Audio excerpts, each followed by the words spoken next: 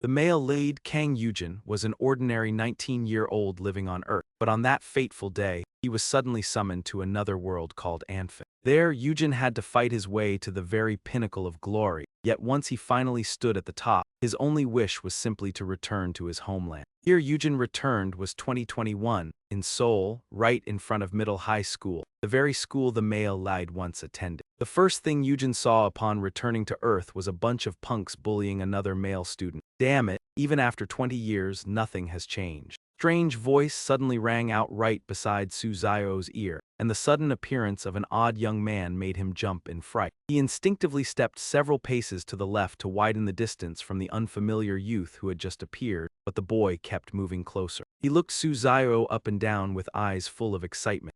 Even the uniforms haven't changed at all. Who the hell is this beggar? Suzao was genuinely intimidated by the way he looked. Huh, a beggar, a snot-nosed brat like you dares to talk so wildly to your senior. The other side answered irritably, and this oddly dressed, disheveled man who had appeared out of nowhere was none other than our protagonist, Eugene. Hearing him speak like that, the little thugs paused for a moment. Eugene had originally wanted to teach these kids a lesson and advise them to settle their conflict more peacefully instead of brawling here, but of course, Suzao was never going to listen. Even when Eugene called himself their senior, Suzao still kept the same arrogant and rude attitude as before. Hey, whether you're a senior or junior, nobody here gives a damn. Stop sticking your nose where it doesn't belong and get lost. You're just some homeless bum, yet you dare run your mouth about our business. Or do you want to know what it feels like to get punched in the face by a junior? Eugene fell silent for a few seconds in shock. He muttered to himself, wondering if kids these days were all this blind, because the way Suzao was speaking to someone 20 years older than him was truly unbearable. As for that fool, he had no idea what he was facing at all. He kept jabbing his fist into Eugene's chest and telling him to get lost before he ended up beaten into pulp like Jimn lying there. Hey Junior, if you keep acting this rude, I'll make you a one-armed Yangguo, you know. Eugene finally lost his patience and abruptly grabbed Suzao's restless arm. Suzao's first reaction was to yank his hand free, then gather momentum and throw a straight punch at Eugene's face. But he missed, and the strange part was that Eugene did not seem hurriedly dodging at all. He vanished from his opponent's sight in a bizarre way, then reappeared several meters behind him. While I'm still being reasonable, you'd better learn where the line is. You should be treating a senior like me as if I were a god. But a brat like you probably needs a beating before you come to your senses, huh? Suzao turned vicious, unable to understand how Eugene had moved like a ghost and avoided his punch like that. While he was still busy searching for an answer, Eugene had already raised his right arm high and begun muttering something in a language no one could understand, as if chanting a spell. The moment the incantation ended, Eugene snapped his fingers, and the gang of thugs followed his every move. They swallowed hard in nervous tension, yet after Eugene's finger snap 1 second, then 2, then 3 passed, and absolutely nothing happened. Just like that, the students began looking at him differently, deciding that Eugene was a lunatic. Why isn't my spell working? He muttered to himself. Suzao let out a heavy breath, his anger rising even higher. Why is everything so damn irritating for me today? That four-eyed bastard was already acting all high and mighty like nobody could touch him. And now some random beggar had shown up and started behaving like a complete idiot. Suzao did not say it very loudly, but the words complete idiot still reached Eugene's ears, and he was not pleased in the slightest. After a moment, he let out a sigh. Looks like the spell won't help me. As he said that, Eugene reached out again, and when his hand was only a few centimeters from Suzao's forehead, he flicked hard. That forehead flick produced an unexpectedly immense force, and Suzao was blasted backward by it. Everyone present at the time was utterly stunned. No one could believe what they had just witnessed, that Eugene had knocked down a big guy like Suzao with nothing more than a single flick to the forehead. After that, he turned back to the remaining thugs, and smiled like a messenger from hell as he asked, "So then, which one of you wants another flick?" It did not take long for Eugene to take down the entire gang using just that one move alone, a forehead flip. Jimn could finally breathe again, and he could not help looking at Eugene with reverence, because in all his life, Jimn had never met anyone so formidable. Even if Suzao's gang was only a group of high school punks, they were still pretty decent in a fight. At that moment, Eugene was still immersed in the satisfaction of having taught those little delinquents a lesson, and did not notice Jimin's gaze at all. It was not until Jimn stood up, walked over to him, and offered his thanks that Eugene finally reacted. "Ah, no need to thank me, but what date is it today?" Jimn was a little dumbfounded by the question. Seeing that, Eugene repeated himself once more. Seeing that, Eugene repeated himself once more. He was asking exactly what day it was today, and the answer he received was September 10, 2021. The moment Jimn finished speaking, Eugene let out a loud exclamation. Then he began muttering to himself again. I was summoned in 2016. After 20 years had passed, it should be 2036 by now, right? What in the world happened here? But on the other hand, that actually works out nicely. Jimn had no idea what Eugene was talking about, but Eugene had no intention of explaining it to him either. After scratching his head and pacing around for a while, Eugene left. Before going, he did not forget to warn Jimn not to wander around again and get beaten up by those punks once more. Jimn kept staring at Eugene's strange back as he left, then wondered who this person really was. After taking a few steps, Eugene raised his hand to the sky and started snapping his fingers wildly while chanting a teleportation spell. Naturally, it had no effect at all. Jimn continued observing him carefully, then came to the conclusion that with how out of it Eugene was, he definitely was not a student at middle. But the moment he finished thinking that Eugene was crazy, the man suddenly turned around and scared him half to death. He panicked even more when he saw Eugene starting to walk toward him, but Eugene only asked, "Hey, student, what's your name?"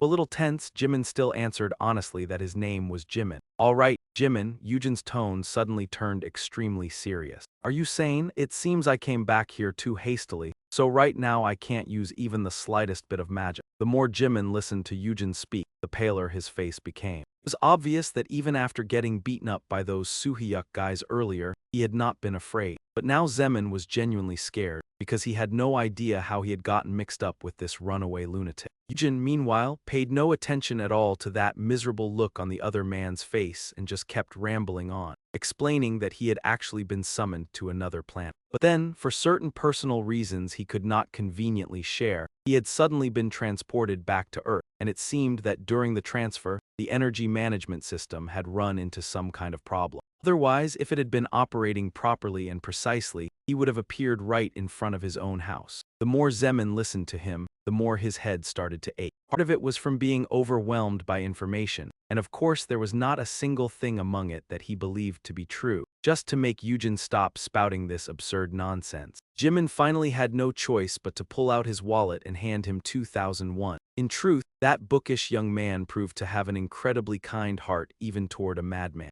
Even gave Eugene a full 5,001 and left him his phone number so he could get in touch if needed. After parting ways, Eugene kept clicking his tongue in admiration, praising Zemin as a truly kind-hearted kid. He was walking back to his house. Along the way, Eugene could not stop inwardly feeling grateful that only 5 years had passed on Earth. If it had only been 5 years, then he would be just 24 now, his parents would only be a little over 50, and they would probably still recognize him. But as he passed by the subway station, Eugene suddenly saw fully equipped soldiers stationed there. Naturally curious by nature, he immediately called over 2 female students nearby to ask what was going on. Why were those soldiers standing guard at the entrance? Had some kind of incident or accident happened? The 2 girls exchanged baffled looks. Then they burst into laughter together. Well, having guards posted at a dungeon entrance is perfectly normal. Haha, did you just come over from North Korea or something? Even after saying that, the 2 girls kept laughing as they walked away, leaving Eugene staring after them in complete confusion. He had no idea what they were even talking about. But no matter what, the most important thing was getting home first. Eugene decided it would be safer to stop walking and take the subway instead. He noticed another station entrance without any guards, so he headed down through it. However, the station entrance had been sealed shut with a locked iron gate. Eugene was completely puzzled. What is this? Why is it locked? Could something really have happened here? He cautiously looked around and suddenly spotted a key ring resting on the windowsill of the guard booth by the entrance. There was no one sitting inside the room. Eugene took the keys himself and unlocked the gate. Only after stepping inside did he realize that this place seemed to have already gone out of service. I really should not have come in here. Eugene let out a sigh, but just as he turned around to leave, a status window suddenly appeared in front of him. It displayed a warning saying that he had entered the dungeon through exit 1 of Gwashan Station. The thing that had suddenly popped up before him startled Eugene badly. The dungeon those 2 schoolgirls were talking about earlier was actually real, and right after that, the warning on the status window changed again. This time it stated that the dungeon had been completed and ordinary monsters would now be summoned. Eugene felt a dull throb forming in his head. He had never imagined there would be monsters beneath a subway station. Only 5 years had passed, so what in the world had happened to Earth in that time? At that moment, all Eugene wanted was to get out of there as quickly as possible. But this time, the lock could no longer be opened by normal means. The moment Eugene touched it, another notice appeared, informing him that he did not possess a return stone. Good Lord above, so that was why it had not been locked for no reason. Only then did Eugene realize he had truly jumped straight into the fire. In that case, unless he found the return stone, there was no way he could leave this dungeon. Eugene turned around and looked toward the silent station, and a chilling sensation crawled down his spine, making him shudder. He could not tell whether it was only his imagination, but he kept feeling as though monsters really were about to emerge from there. The instant that thought crossed his mind, the sound of footsteps suddenly echoed from afar. Every hair on Eugene's body immediately stood on end from tension, because he knew that something was coming this way. A thunderous roar suddenly rang out, but it came from behind Eugene, and he was ambushed in the dark. Fortunately, both Eugene's reflexes and agility were quick enough that he instantly threw himself to one side and narrowly dodged that attack. Only after escaping death did Eugene finally get a clear look at it. It was a monster that looked like a dog at first glance, except its entire body was red. Its face looked vicious enough to call it a hellhound. Without thinking, Eugene instinctively thrust out his hand and began an incantation, only to remember afterward that because of the disruption, he could not use magic for the time being. Meanwhile, that rabid dog lunged at him once again. Just one look at those razor-sharp teeth dripping with saliva was enough to tell him that if it bit down on him, his fate would be hard to imagine. Since he could not attack, Eugene could only keep dodging. This time, the distance between them narrowed even more. At that close range, Eugene finally realized that the beast was a ribbit. A species that should only exist in Anfin had somehow appeared here. He did not know why, but for the moment, he had no time to figure it out, because he could not go on dodging like this forever. Eugene had no choice but to fight back. Just then, he spotted an iron bar lying on the ground, and in a flash, he snatched it up. With a weapon in hand, Eugene immediately became much more confident. For now, he had to deal with what was in front of him first and worry about everything else later. So when that ribbit charged at him again, Eugene drove the sharpened iron rod straight through its throat. Victory and defeat were decided by that single move alone. A familiar triumphant smile appeared on Eugene's face, just like when he had beaten those Suhyuk punks with nothing but one flick of his forehead. Hey, even if I cannot use magic, a runt like you still is not qualified to take me on. He thought that settled everything. Who would have guessed that a moment later, Eugene would hear even more footsteps? A pack of around 4 or 5 ribbits had appeared. Well, one glance was enough to know they were about to gang up on him. Even so, Eugene still showed no sign of tension. With the iron bar still in hand, he took care of those ribbits in the blink of an eye. At the same time, Eugene silently hoped that this dungeon contained nothing but weak little monsters like them. Because if stronger monsters showed up, then his life would truly be in danger. As soon as he wiped out the ribbit pack, Eugene immediately received another notification saying that he had leveled up. After that, he was able to check his status screen. Kang Eugene was currently level 1, had no ranking on the Awakena leaderboard, and his class was Necromancer. His basic attributes included 15 strength, 13 endurance, 17 vitality, 15 intelligence, mana, stamina, and recovery. Healing and control are both currently at 0 points. There are 99 unassigned points remaining. You currently possess 2 skills, level 1 combination box summoning and level 1 achievement vault access. Only then did Eugene understand why he had been unable to use magic after being summoned back to Earth. It turned out his power had not suddenly vanished at all, but that he had returned to level 1 and become a complete beginner again. Although it was a little hard to accept, Eugene was the kind of person who always kept moving forward, so it did not take him long to adapt. Given the current situation, with monsters swarming all over Seoul, becoming even stronger was by no means unnecessary, so Eugene began studying his status window more carefully. His class was Necromancer, and beside it in parentheses was a note that said transfer. Both of his skills were also marked as transfer skills. Eugene felt somewhat confused. He had no idea what concepts like transfer, combination box, or achievement vault even meant. So he started pressing around on his skills, and when he selected combination box summoning first, another interface immediately opened. It turned out this skill allowed him to combine various materials to create a new object, or place an object inside to extract one of its main components. Eugene then pressed the achievement vault access skill. Inside were 3 smaller categories: skill books, equipment, and consumable items, each with a listed price beneath it. This was something that had never existed in Anfin, so Eugene found it incredibly novel. It seemed he would use the points he had to purchase these things, almost like shopping online.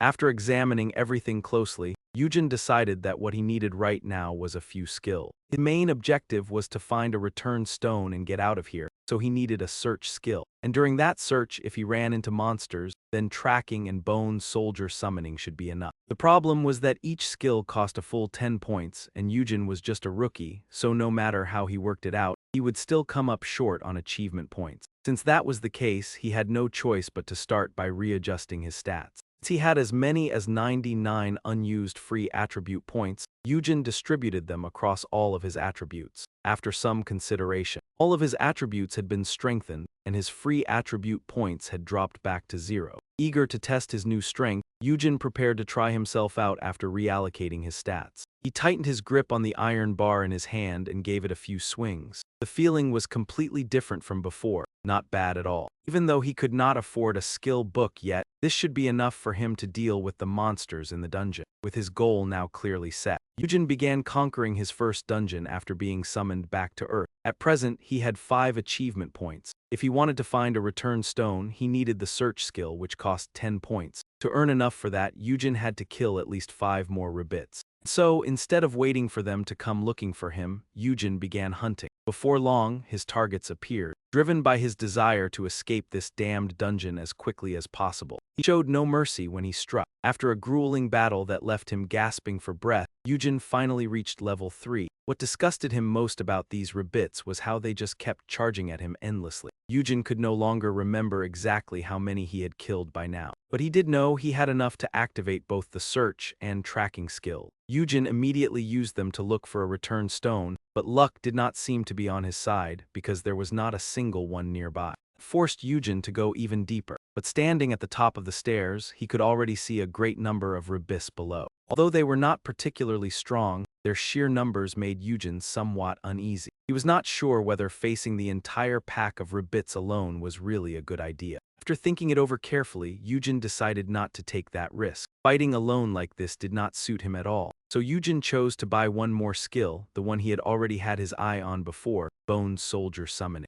Its effect was to use a monster's corpse to summon a bone soldier with 5 strength, 8 endurance, and 5 vitality. The mana and control cost to summon one bone soldier was 1 point each. After learning the new skill, Eugene used his free attribute points again, adding 10 more points each to mana and control. Then came the moment every necromancer looked forward to most, summoning his subordinates back from hell. At his call, a group of bone soldiers appeared. Though they were only low-level bone soldiers for now, they seemed more than enough for this hunting trip. So, the Bone Soldier Legion summoned by Eugene charged at the Drabbits first. In truth, he understood perfectly well that with their current stats, they were no match for those monsters at all. But what Eugene needed was for the Bone Soldiers to use their bodies to halt the dangerous momentum of the Drabbits. While that happened, all he had to do was strike when they left an opening. Corpses of the rabbits could then be used as sacrifices to summon even more bone soldiers. Just like that, the battle remained completely under Eugene's control, and his victory was merely a matter of time.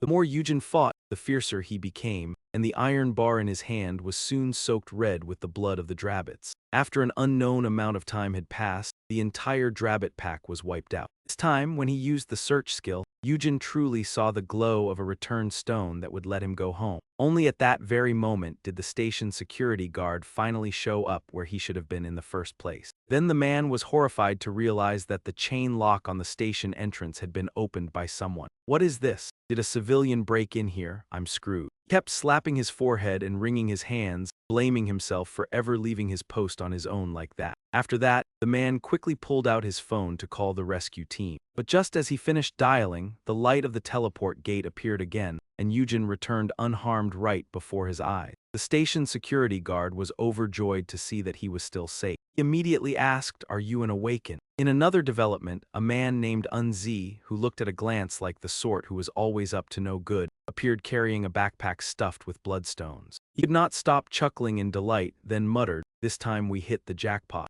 Those damned guilds, some of us even had to risk our lives to get these things. And yet they only have to stroll around and extort an enormous fee. Isn't that just too unfair? Only an idiot would report this stuff to the purchasing center. Selling it on the black market would bring in 1,000 times more than the price those center bastards offer. However, Unzi's plan did not proceed so smoothly, because just as he was still drowning in the thrill of bending the rules and making a fortune, a sharp female voice rang out behind him. "You filthy rat, how much have you stolen?" Unzi jumped in fright. He turned around and saw a beautiful, fiery figure slowly emerging from the dark alley. She was Zeanhi, the captain of Warang Guild's main division, and also the person who had come to send Unzi to hell for stealing bloodstones from a Warang Guild dungeon. The moment he saw Zeanhi appear, Unzi became extremely tense. Getting caught red-handed was already bad enough for him. But how the hell had he ended up being caught by this terrifying woman of all people? Even so, his backpack was filled with money. This made Unzi utterly unwilling to surrender obediently, and since things had come to this point, running away was the smartest choice, so he began looking for a chance to escape. He started by suddenly attacking Zeanhi,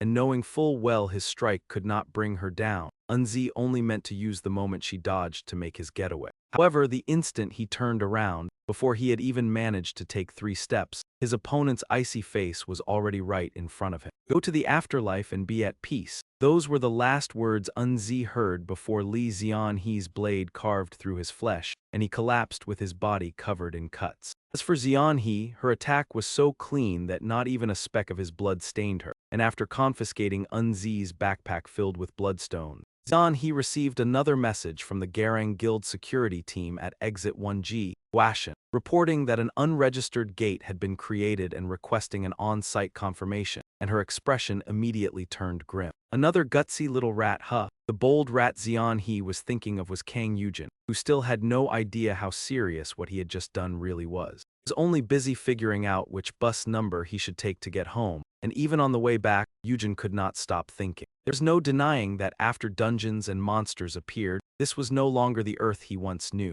And could it be that this planet was gradually becoming like Infen, the world he was familiar with? Eugene had no idea what the hell had happened over the past 5 years, and right now he had only one concern: whether his family was still safe, so following his old memories, he made his way home. But this was where the problem arose, because he was certain he had found the right place, yet his house was gone, replaced instead by a massive company building. "Did my family move somewhere else?" Eugene muttered before letting out a sigh, and since it was already late today, he decided to continue searching for his relatives tomorrow. After all, Eugene had not eaten a single thing all day, and his stomach had been protesting for quite a while, so the quickest solution was still to grab food at a convenience store. Even though it was only rice balls and instant noodles, it was still enough to leave Eugene satisfied, and with the food problem settled, the next issue was where to sleep, though he truly did not want to go to a bathhouse. But he no longer had enough money to spend the night at an internet cafe, so was he really going to have to camp out in the station? Eugene grumbled, but quickly had to dismiss that thought because that area was now full of monsters, and while Eugene was heaving a long sigh, someone else outside the convenience store was just as troubled, and that person was Jimn. Because he had given Eugene 5,001 that morning, the young man did not even have enough money left for dinner, and could only stop by here to make do with a cup of instant noodles. As a result, the two of them ran into each other again, and to Eugene it felt like grabbing hold of a lifeline, while Jimn was clearly far from pleased. Well, I was just about to call you, and sure enough, we really are on the same wavelength. I knew it. Tonight I will not have to suffer out on the streets anymore." Eugene grabbed Jimn by the collar and said cheerfully, "And what do you want from me?" Jimn demanded, but Eugene did not answer and instead asked whether Jimn's parents were home, which made the young man even more wary. "Why do you want to know that?" "Well, some things happened, so I need to talk to them. My parents are dead," Jimn replied, and that threw Eugene into a brief tangle of emotions, because he felt sorry for the young man while at the same time feeling fortunate that he might have found someone to rely on. "So that means you live alone." Jimn nodded, and as if he had been waiting for that exact nod, Eugene immediately latched onto him and demanded that Jimn take him home to rest. Of course, he promised that he would pay rent, though even he had no idea where that money would come from, and for the moment Eugene pressed 301 into Jimn's hand. It was the change left after he had swept through the convenience store, and it was not hard for Jimn to realize that this was part of the money Eugene had extorted from him that morning. Seeing that the other party seemed hesitant, Eugene had no choice but to use force as a threat, and in the end he successfully moved into Zemin's place. Then the next morning he returned to middle high school and met his former homeroom teacher, Minja. The moment he saw Eugene, the man recognized him at once, but he was also shocked to find that Eugene was still alive, because 5 years ago after he disappeared, everyone had believed he was dead. I really did take a trip down to the underworld and come back to the land of the living, Eugene answered half jokingly and half seriously, then added, Sir, I am dealing with some troubles I cannot really explain, so could you let me look through the student records for a bit? At that same moment in Jimn's classroom, Soo Hyuk's gang was glaring at him with eyes full of resentment, and even though Eugene had taught them a lesson yesterday, they still had not come to their senses and had decided to take that frustration out on Jimn again today. And so, while a female classmate was chatting happily with him, Soo Hyuk walked over,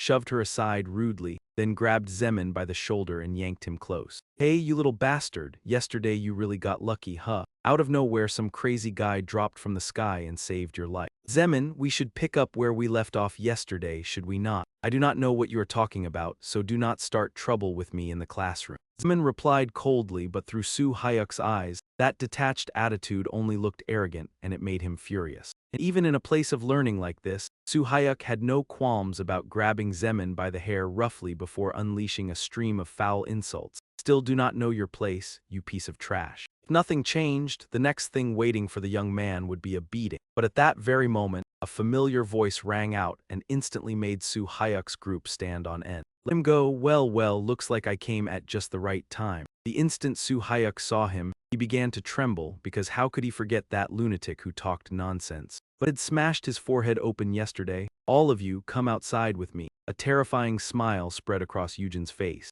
Knowing there was no way they could refuse, Soo Hyuk's group followed him up to the rooftop, and Jimn naturally went along as well, with a few curious students trailing after them too. They had no idea who Eugene was and only knew that he was a senior who used to attend their school, and they thought he had gone mad for daring to challenge Soo Hyuk's group. Today, Eugene even gave those punks the chance to attack first, yet they still could not lay a finger on him, and watching those clumsy swings, Eugene could only sigh. Sure enough, whether in Anfin or on Earth, people like these were crawling everywhere. He meant the type with nothing but a little brute strength who still loved to swagger around and run their mouths. Way Soo Hyuk strutted around showing off and acting like he was unbeatable reminded Eugene of an obnoxious bastard named Cassis from the Anfin Guild. He was a savage murderer, a man who had sold his soul to the devil. He lusted after more territory and had manipulated the guild into helping him. While Eugene's mind drifted to Cassis, his body still moved with ease as he slipped past every attack. More importantly, he dodged in a completely relaxed manner, while Soo Hyuk flailed desperately and still failed to land a hit, which only made him even angrier. In the end, he gave up on fighting one-on-one and called all his underlings to rush Eugene together. Eugene was not surprised by that reaction at all, and the only way to deal with people like this was to make them pay back tenfold, with utterly overwhelming power, just as Eugene had done to Cassis in Anfin. This time, when the whole gang of thugs charged at him, Eugene finally stopped dodging and chose to strike back. He faced no difficulty at all throughout the entire exchange. Eugene needed nothing more than raw physical force to send those punks crashing to the ground with a single blow. Watching his men drop one after another at Eugene's hands, Soo Hyuk began to tremble, and now he was the only one left. Even though fear had already set in, Eugene's provocation still drove Soo Hyuk to charge recklessly forward. But the ending for this arrogant fool who had no idea of his own limits was already obvious. To Eugene, he was nothing but an empty barrel that made the loudest noise, and all that awaited him was a humiliating defeat at Eugene's hands. Just after dealing with that gang of nobodies, Eugene suddenly spotted a familiar figure hurrying through the gates of Mido School. Even from that distance, he could tell at once that it was his mother. And just like that, as if by some miracle, Eugene was reunited with his mother. The moment he embraced her and felt her body trembling violently with sobs, he found it hard to hold back his own emotions as well. Two of them spoke about many things. According to Eugene's mother, 5 years earlier, right after he vanished, dungeon outbreaks had erupted across the entire world. In the blink of an eye, every station on Earth had turned into a dungeon. Eugene's father had also died after being caught in one of those outbreaks on his way to work, and his mother had no choice but to keep living in order to protect his younger sister, Sue. Even so, the family had never been well off to begin with. So after Sue fell ill, their finances went into an unstoppable decline. Even now, the two of them were still struggling day after day just to get by. After meeting again at the school, Eugene was taken home by his mother. She still had to go pick up Sue, so she told him to stay there and not wander off. After his mother left, Eugene's feelings only became even more complicated. He looked around the room, a place not even spacious enough for a family to sit together properly. And in that very moment, Eugene could clearly feel the crushing burden his mother had been carrying all by herself. He noticed a box taking up an entire corner of the house. Inside were all the things that had belonged to his father, things Eugene's mother could not bear to throw away. Somehow, he felt as though he understood exactly why she could never bring herself to let them go. That realization made Eugene's heart feel as though it had shattered into pieces. Not long afterward, his mother returned with Eugene's little sister. Faced with the unfamiliar man before her, Sue looked a little tense. Even though their mother had introduced him as her older brother, Sue still looked doubtful. Eugene lowered himself halfway into a crouch so he could meet his sister at eye level, then gently rubbed her head. Our Sue has grown so fast. Do you still remember me? I even changed your diapers when you were still a baby lying in your cradle. Sue's face flushed red at once, and she stiffly argued that she did not wet the bed anymore. After that, their mother left the two children alone to talk to each other, while she went to cook, and that was the first family meal Eugene had enjoyed after years of wandering. That night, the three of them squeezed together inside the cramped little room. Mother and younger sister had long since fallen asleep, but Eugene remained wide awake. He thought back to 20 years ago when he had first been summoned to the planet Anphin. That place had been built like some kind of simulation game. Back then, Eugene had fought more fiercely than anyone else just to survive among brutal monsters and resist becoming another part of Anphin. In the end, Eugene rose to become the highest-ranking necromancer. Yet before he could even see the fruits of that long journey, he returned to his home planet without the slightest hesitation the moment he met that administrator. Because Eugene wanted to see his family again, he only wanted to reclaim that simple happiness one more time. But as everyone could see, by the time he returned to Earth, the planet had changed completely. That very change had cost Eugene's father his life and driven the family into ruin.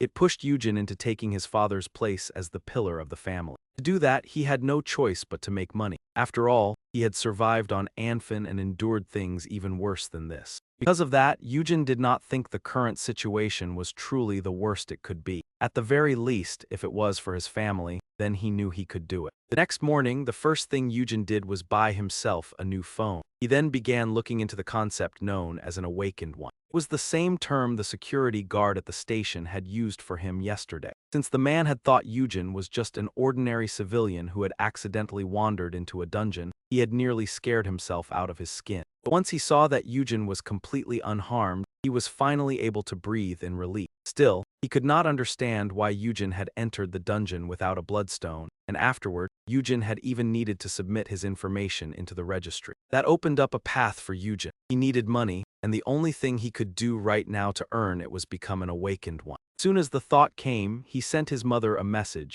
telling her he would be staying with a friend while preparing for the entrance exam. And of course, the friend he meant was Zeman. In truth, having to trouble Zeman again made him feel a little guilty. But there was no other choice, so Eugene could only promise himself that one day he would definitely repay that kid. However, after dialing the number Zeman had left him, Eugene heard a completely unfamiliar voice instead. "Hello, this is Park Hee-so from the Wrong Jin Employment Consulting Agency." Eugene froze for a few seconds, and after confirming that the other party was not Jimn, he realized that young punk had apparently played a prank on him. Eugene was the kind of person who always settled his grudges, so there was no way he could let something like this slide so easily. That evening, Zeman returned home after school. In truth, he also felt a little regretful for not having thanked Eugene yet for what had happened yesterday. Anyway, it's thanks to you that those punks stopped coming after him, and looking closely, Zeman could tell Eugene only seemed a little spacey, not like a bad person. So he decided he would find a chance to thank Eugene, though that chance came much sooner than Zeman expected, because the moment he opened his front door, he saw Eugene boldly sitting inside his house, cracking sunflower seeds. "How the hell did you get in here, Hyung?"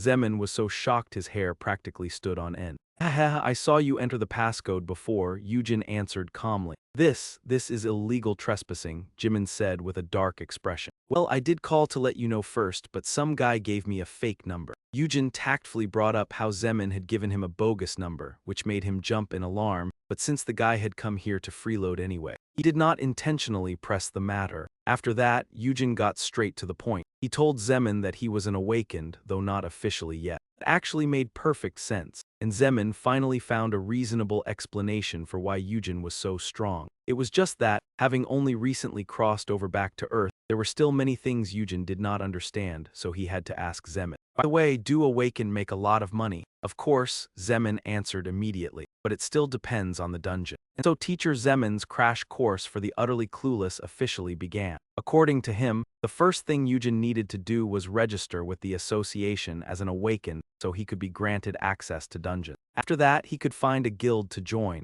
or he could work for the association or the administration bureau. But Eugene was not the kind of person who liked depending on others. So he asked whether he could just clear dungeons on his own. That was possible, but far too dangerous. That was why the smarter choice was still to join a guild, Zeman sincerely advised him, but Eugene would not listen. Because he had already looked into it a little and knew that all guilds required an entrance test. That would take too much time, and what he needed was as much money as possible, as fast as possible. At the very least, you should join some kind of team. Dungeons are not easy prey. Zeman cut in again. Then he told Eugene to download an app onto his phone. When he saw Eugene's phone, Zeman could not help mocking him for using some ancient family heirloom. Eugene argued that this was the newest phone available in the store. Who would have thought Zeman would hit him with the brutally harsh fact that this model had been released 4 years ago? Eugene fell silent, recalling the eager face of the salesman who had pitched it to him as their best-selling model. Because it was unbelievably durable, many other awakened used it too. So those had all been lies just to dump this junk phone clearance item on him. Eugene immediately swore that he would definitely deal with that salesman. While he was busy thinking about how to take care of that guy,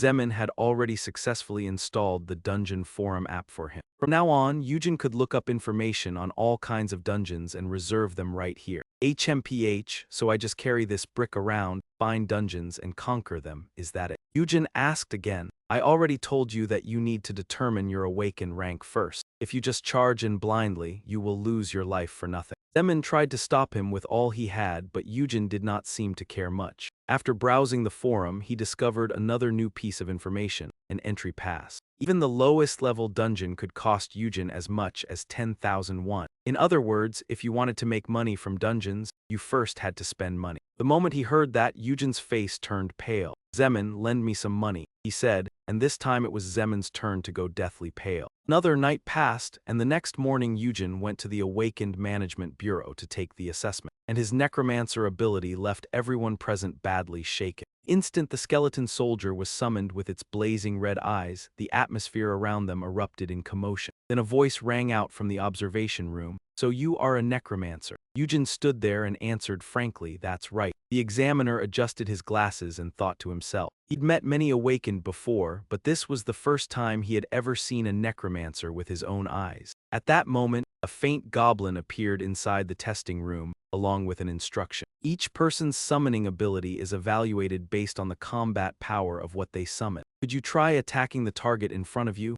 Eugene looked up at the projector overhead. He was rather surprised and wondered, a simulated image. Eugene stroked his chin as he looked toward the monster that had just been created and remarked, interesting. He immediately waved his hand and gave the order, go, skeleton soldier, show them your power. The moment the words left his mouth, it obeyed and rushed forward at once, accompanied by loud cries. Then the scene shifted to the waiting room for Awaken, where a voice could be heard from inside. You received rank F. Eugene reached out to take the awakened card and replied with a brief yes. He looked at the card and asked in confusion, so that's high, right? Staff member hesitated before answering, not exactly. Actually, that's the lowest rank. The combat ability of what you summoned was worse than we expected. It is quite a special ability, so the guilds and groups should still be willing to give you a chance. Eugene looked at the card in his hand and thought, who cares what rank it is? As long as I can enter and leave dungeons, that's enough. All of his information was written on it. Awakened ID, awakened number. Name Kang Eugene, awakened ability spirit summoning, rank F. Then the scene shifted again to some subway station. At exit 7, along with the information on the dungeon forum, dungeon name, exit 7 of Suyu Station. Difficulty, 2 stars, monster. Click to read. Eugene stood there staring at his phone and muttered, "This dungeon seems like a good fit for me." At the same time, someone walked over. With one hand on his hip, the man continued, "You came here alone. Want to join our team?" Startled, Eugene looked back. Dasu, a veteran rank E minor, stepped forward and introduced his party. "Our group only has 7 people so far, so we still have 1 spot open." Eugene immediately refused, leaving the man puzzled. "No thanks, I am happiest handling things on my own, buddy." Dasu looked a little confused. "Wait, are you really going to throw away the entry fee like that? Besides, the amount of bloodstones each person can collect is limited within a certain period of time." While Eugene stood there blankly with a huge question mark on his face, Dasu's voice continued, "Looks like you're a complete rookie." He stepped closer and asked, "Rank are you?" Eugene answered without the slightest hesitation. "Rank F." Dasu still tried to persuade him. "Seems like no one has taught you even the basics, huh? Why not join our group and gain some experience for yourself? I can protect you." A short while later, the Awakened were entering the dungeon at exit 7 under the supervision of the management bureau, and Eugene watched them, thinking to himself. So the entry fee was split evenly among the participants. If he went in alone, he would have to pay 800,000 won per hour. What highway robbery? He recalled Dusu's explanation back then. Each run could only have up to 8 people. If you want to go solo, you'll have to cover the entry fee for all 8 people yourself. And to make the most of the bloodstones, it's best to go in with a group. Eugene could only let out a thoughtful sigh. Since he had no experience at all, going with them might not be a bad idea. At that moment, a young man stepped up beside him and asked awkwardly, "I'm really worried, what do you think?" Eugene replied in a slightly reassuring tone, "As a man, even if you're scared, you shouldn't show it." This man was Hong Xianggu, an F-rank fireball mage. He smiled in response. "You seem pretty confident, huh?" Eugene thought to himself that he also seemed to be someone Dusu had invited into the group like him. He had heard the guy awakened 2 months ago, then immediately dropped out of school. And now he was trying his hand at being a part-time awakened. Just then, a dungeon raid party came stumbling out covered in injuries. Sungu looked over and asked, "It looks like they got hurt." One person from that group shouted, "A hobgoblin showed up in there." Another stared in disbelief. "How is that possible?" Dusu smacked his lips mockingly. "You're questioning even that? They're just wasting energy." He turned back and explained to the team. "From time to time, monsters that aren't on the list show up too. In any case, a hobgoblin is only a 2-star monster. As long as we're careful, we can handle it just fine." Dusu's voice rang out again at the dungeon entrance. "All right, get ready to move out." The scene then shifted to the inside. The boarding area was in complete disarray, and along with it appeared a pack of goblins with hideous faces. Sungu gathered his power and shouted fireball. It shot straight toward the monsters in front of him. An explosion erupted in a bright flash. Right after that, Dusu stepped forward, raised his hand, and shouted fire. The moment the words left his mouth, flames burst up and burned the creature's eyes. Shrill screams immediately followed. The remaining members of the party seized the moment when the goblins lost their sight and rushed in to attack. Swordsman swung a slash across its waist, cutting the monster's body in two. At the same time, Eugene's skeleton soldier thrust its sword and brought down another goblin. Near the stairs leading up to the second floor, they exchanged words of praise. "Sungu, your fireball is pretty useful." The whole group stood there looking at the skeleton soldier in admiration. "That skeleton soldier is quicker than it looks, isn't it? It's even stronger than someone at your F rank." Eugene only smiled to himself. "I'd spent all my stat points upgrading skills, and it looks like it really paid off." Meanwhile, Dusu was using a short sword to stab into the monster's body. He pulled out a crystal and said with satisfaction, as expected of a 2-star dungeon, "The quality of the stones here is pretty solid. At this size, each piece should be worth at least 200,000 won." He glanced over and wondered to himself, even a tiny crystal like that is worth 200,000 won. No wonder the other awakened are all risking their lives to dive into dungeons like this. In that case, the 100,000 won entry fee really was nothing at all. Dusu curled his lips into a calculating smile. "We've only just started and we've already made a killing." Looking at the bag of crystals before him, he thought with satisfaction, a 1-star dungeon could never compare to this. Dusu's eyes widened, blood vessels showing in them. Inwardly, he judged that a 2-star dungeon was a gold mine. Then encouraging voices echoed through the dungeon. We'll reach the final floor soon enough. Give it everything you've got. The monsters that appeared ahead made the whole group stop short. Their skin was the same familiar green, but this time it came with bulging muscle. A large, powerfully built hobgoblin appeared, holding a magic staff in its hand. The whole group shouted, "It's a hobgoblin." Dusu raised a hand to stop everyone and calm them down. "Don't worry, just keep our formation like usual." Eugene, meanwhile, kept watching in silence, slightly puzzled. He spoke up frankly. "Shouldn't we be more cautious?" Hearing that, Dusu turned back to look at Eugene and smiled. "I've memorized all its stats already. It mainly uses magic, that's all." The whole group stayed silent and continued listening to Dusu.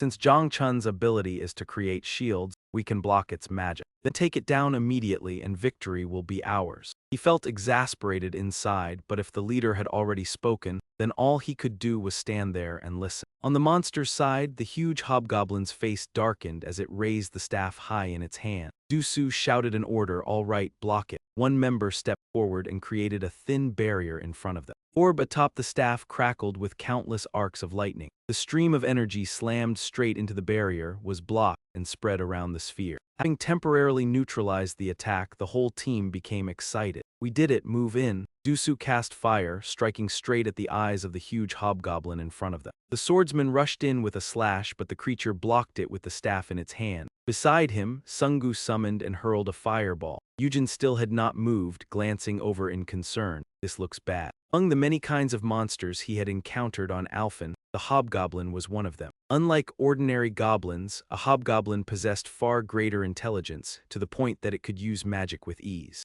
However, the most terrifying thing about a hobgoblin was not its magic. As fire ended, the large monster raised its hand. At once, goblin foot soldiers appeared, weapons in hand. At the same time, others slipped out from hiding and emerged from the darkness. One member of the team spoke up in warning. "These things look strange." One of the goblins raised a blow dart to its mouth and fired. Zhang Chun was struck in the neck by a needle and instantly cried out, "It hurts." What the hell was that? His whole body trembled as he shouted, "My body." The person beside him turned and asked, "What's wrong? What happened?" Before any answer came, something was hurled straight at Zhang Chun's head. After attacking, the goblin quickly ran off to find cover. The archer drew his bow and cursed, "Bastard." Eugene remained cautious, muttering under his breath, "Just as I thought. The most dangerous thing about a hobgoblin isn't its powerful physique, nor is it its magic, but its ability to command, something that comes from intelligence far beyond that of other goblin breeds." Organized goblin force advanced, and he inwardly judged their party's mistake. They had underestimated the commander of an entire goblin battalion as being only one star. Only then did Dusu suddenly realize something was wrong. He shouted a warning to everyone, "Run,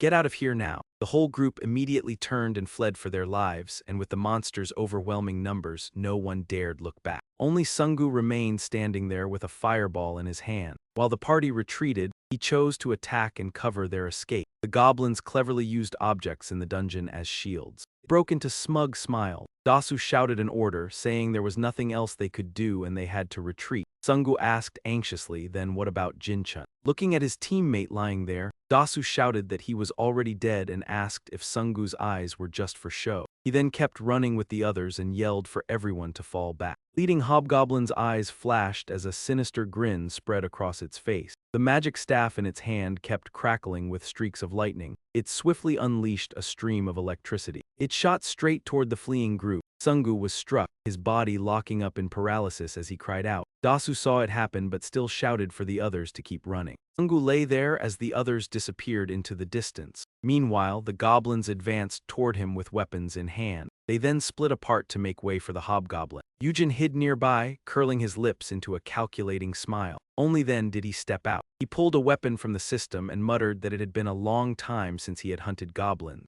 Eugene summoned his skeletal soldiers and smiled as he gave the order. "All right, go, my servants." The leader let out a piercing shriek while pointing a finger at him. Eugene focused and thought to himself that facing goblins commanded by a hobgoblin was definitely no easy task. Before the thought had even settled, he lunged forward at once. Shouting for them to charge, he gave the order, and the goblins were no pushovers either as they rushed in together to meet the attack. Eugene pushed off the ground and leaped into the air, a thought flashing through his mind. While the skeletal soldiers dealt with the goblins, he sprang up and appeared above the hobgoblin in an instant. leaving it stunned. It immediately raised its staff and lightning began to gather again. Eugene clenched his teeth and told himself he would finish the leader first. In the blink of an eye, the weapon in his hand pierced straight through the hobgoblin's head. Eugene smiled in satisfaction. "Did you think I'd wait for your skill to come off cooldown?" As soon as the words left his mouth, the magical energy in the staff died out completely. A warning message appeared from the system. "Level up, you have now reached level 6. A faint golden glow spread across his body. Eugene looked at his palms smugly, thinking that relying on himself really was better than teaming up with useless people. Just then, a groan sounded out and a trembling hand tried to move. Startled, he turned toward where Sungu was lying, his eyes filled with confusion. Eugene spoke up and asked if he was still alive. Trembling, Sungu weakly answered, "Save me." Eugene kept the same guarded expression and suspicious gaze. Eugene crouched beside him and bluntly asked what he would get in return if he saved him. Lying there, Sungu replied that he would not tell anyone. He weakly added that he was now a D-rank awakened. After hearing that, Eugene grimaced and replied that he did not care at all. Sungu immediately asked what he was supposed to do then. Eugene raised a hand to rub his chin and thought for a moment before smiling and holding up 2 fingers, saying that should be enough. Sungu's puzzled voice rang out. "What is that, a peace sign?" After that, a dagger was thrust straight into the bodies of the green-skinned goblins. A hand reached gently inside them and pulled out the crystal. Sungu stuffed the items into the backpack on his chest, wiped away his sweat, and let out a breath. Finally, "It's done." From a distance, Eugene asked if he had collected everything. He answered that it was all finished. Sungu stared blankly at the young man in front of him and silently wondered, how the hell is this guy only F-rank? As he observed him, he judged that the man's ability to kill 2-star monsters on his own was already on par with a D-rank awakened. Sungu watched Eugene's skills in shock. That did not even include his ability to summon skeletal soldiers or his skill for locating bloodstone. He recalled what had happened earlier in complete confusion. And finally, there was the ability to pull some kind of thing out of a dead monster to heal his own wounds. Considering how flexibly he could combine all the skills he possessed, he might even reach C-rank. Sungu frowned, filled with questions, especially since the man had registered as an awakened only 3 hours earlier. After taking the bag of items, Eugene asked how much money these bloodstones could be exchanged for. Sungu answered that they would be worth at least around 800. Satisfied, he looked at them and said they were worth the investment of 100,000 won. Then Eugene frowned, widened his eyes, and asked if everything here belonged to him. Sungu stammered nervously that of course it did. Inwardly, he was baffled, but more than anything, he could not believe this man was so obsessed with money. In truth, paying 2 million won to be saved was not an expensive price at all. It turned out that Eugene had already made his demand.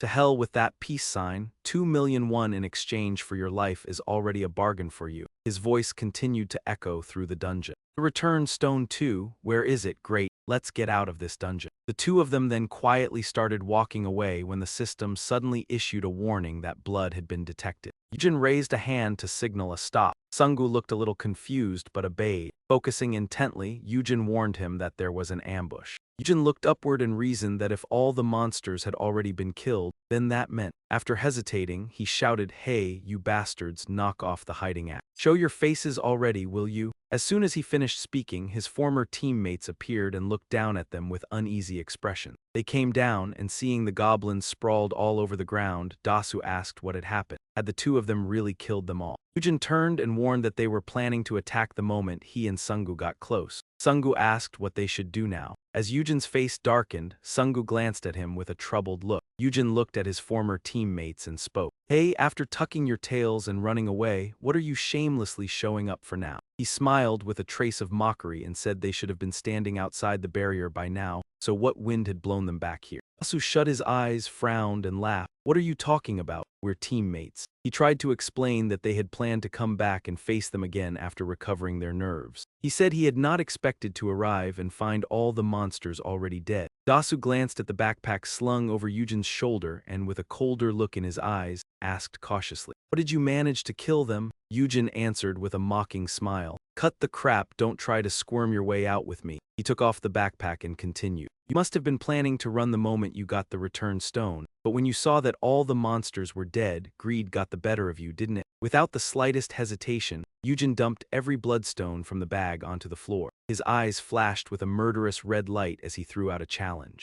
Come at me and try taking them if you've got the guts. In the dark dungeon littered with goblin corpses, Dasu's voice rang out, saying it seemed Eugene had misunderstood something. With a bitter smile, he explained that they were not stupid enough to think about getting the upper hand over him. He was the one who had taken down all the monsters they had run from the moment they faced them. Eugene stood there blankly as Dasu continued. He said they had come to apologize for abandoning Eugene and Sungu, but at that time their own lives had been hanging by a thread. What did you expect us to do? We only came to get the return stone. He went on to express his gratitude, saying it was thanks to the two of them that the monsters had been killed. Now they could finally carry Jinchun's body back. He said they were truly grateful. Eugene's eyes remained full of suspicion, but he did not answer right away. He looked at the slightly sly face and wondered, am I being overly sensitive? Was the ambush only something I imagined? Eugene scratched his head and sighed. Could 20 years of living on Anfin really have made me this suspicious? I'm not on Anfin anymore. This is Earth. The moment that thought ended, Dasu's opening attack cut off his vision. He turned back and shouted orders to the others, do it. The archers immediately drew their bows and fired. Sungu was struck straight in the shoulder by an arrow and let out a pained grunt. Eugene was startled and forced his eyes wide to look over. Jimn Dasu charged in with his sword, laughing loudly as he shouted, don't be mad at me. We awakened ones are all the same anyway. He rushed forward as if he meant to drive straight into him. A vicious smile spread across his face and a bloody red aura appeared, brimming with deadly intent. The scene shifted to another dungeon where the awakened,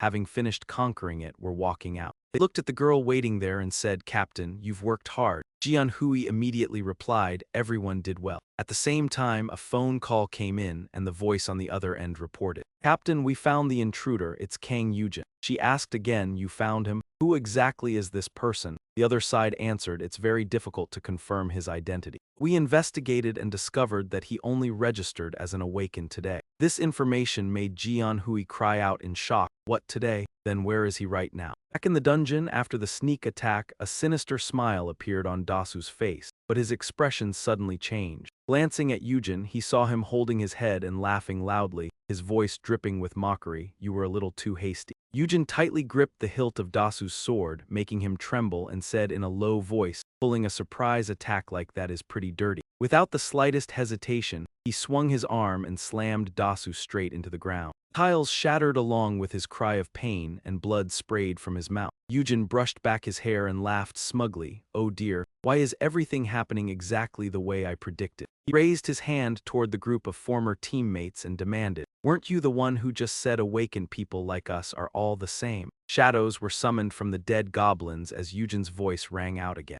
How laughably pathetic, traitors blinded by bloodstones. Seeing that, they cried out in horror, what the hell the goblins' bodies are. He held out his hand and ordered the skeletal soldiers he had just summoned, time to punish naughty children. Sitting on the ground, Dasu stared in stunned disbelief as his teammates were cut down by the skeleton soldiers. Terrified screams kept echoing through the dungeon. Eugene bent down and picked up the sword Dasu had dropped, leaving the people behind to be dealt with by the skeleton soldiers, while he himself walked straight up to Dasu. Though still in pain, the man forced himself to stammer, we can negotiate this slowly. Eugene looked at the sword in his hand and repeated, negotiate? What are you stalling for time so your magic can recover? The moment the words fell, Dasu's scream rang out. Eugene had already driven the sword straight into his chest. A little later, the former teammates had been completely wiped out, and the dungeon turned quiet again, blood smeared across the floor. Corpses were strewn all over the place. Sungu dropped to one knee there, staring blankly as Eugene grumbled, damn it, these guys should at least have had some cash on them. He thought anxiously to himself, I can't believe it. He just killed people, 5 of them no less. Meanwhile, Eugene rummaged through Dasu's pockets and said, good grief, these bastards are useless, right, Sungu? Getting no answer, Eugene turned and came closer, saying, why are you mute like a clam? Startled, the man clutched his wound and stammered, why yes, yes. Eugene stepped in front of Sungu and asked, your friend's life was put in danger because of me, right? Still sounding frightened, he gave a short reply, no.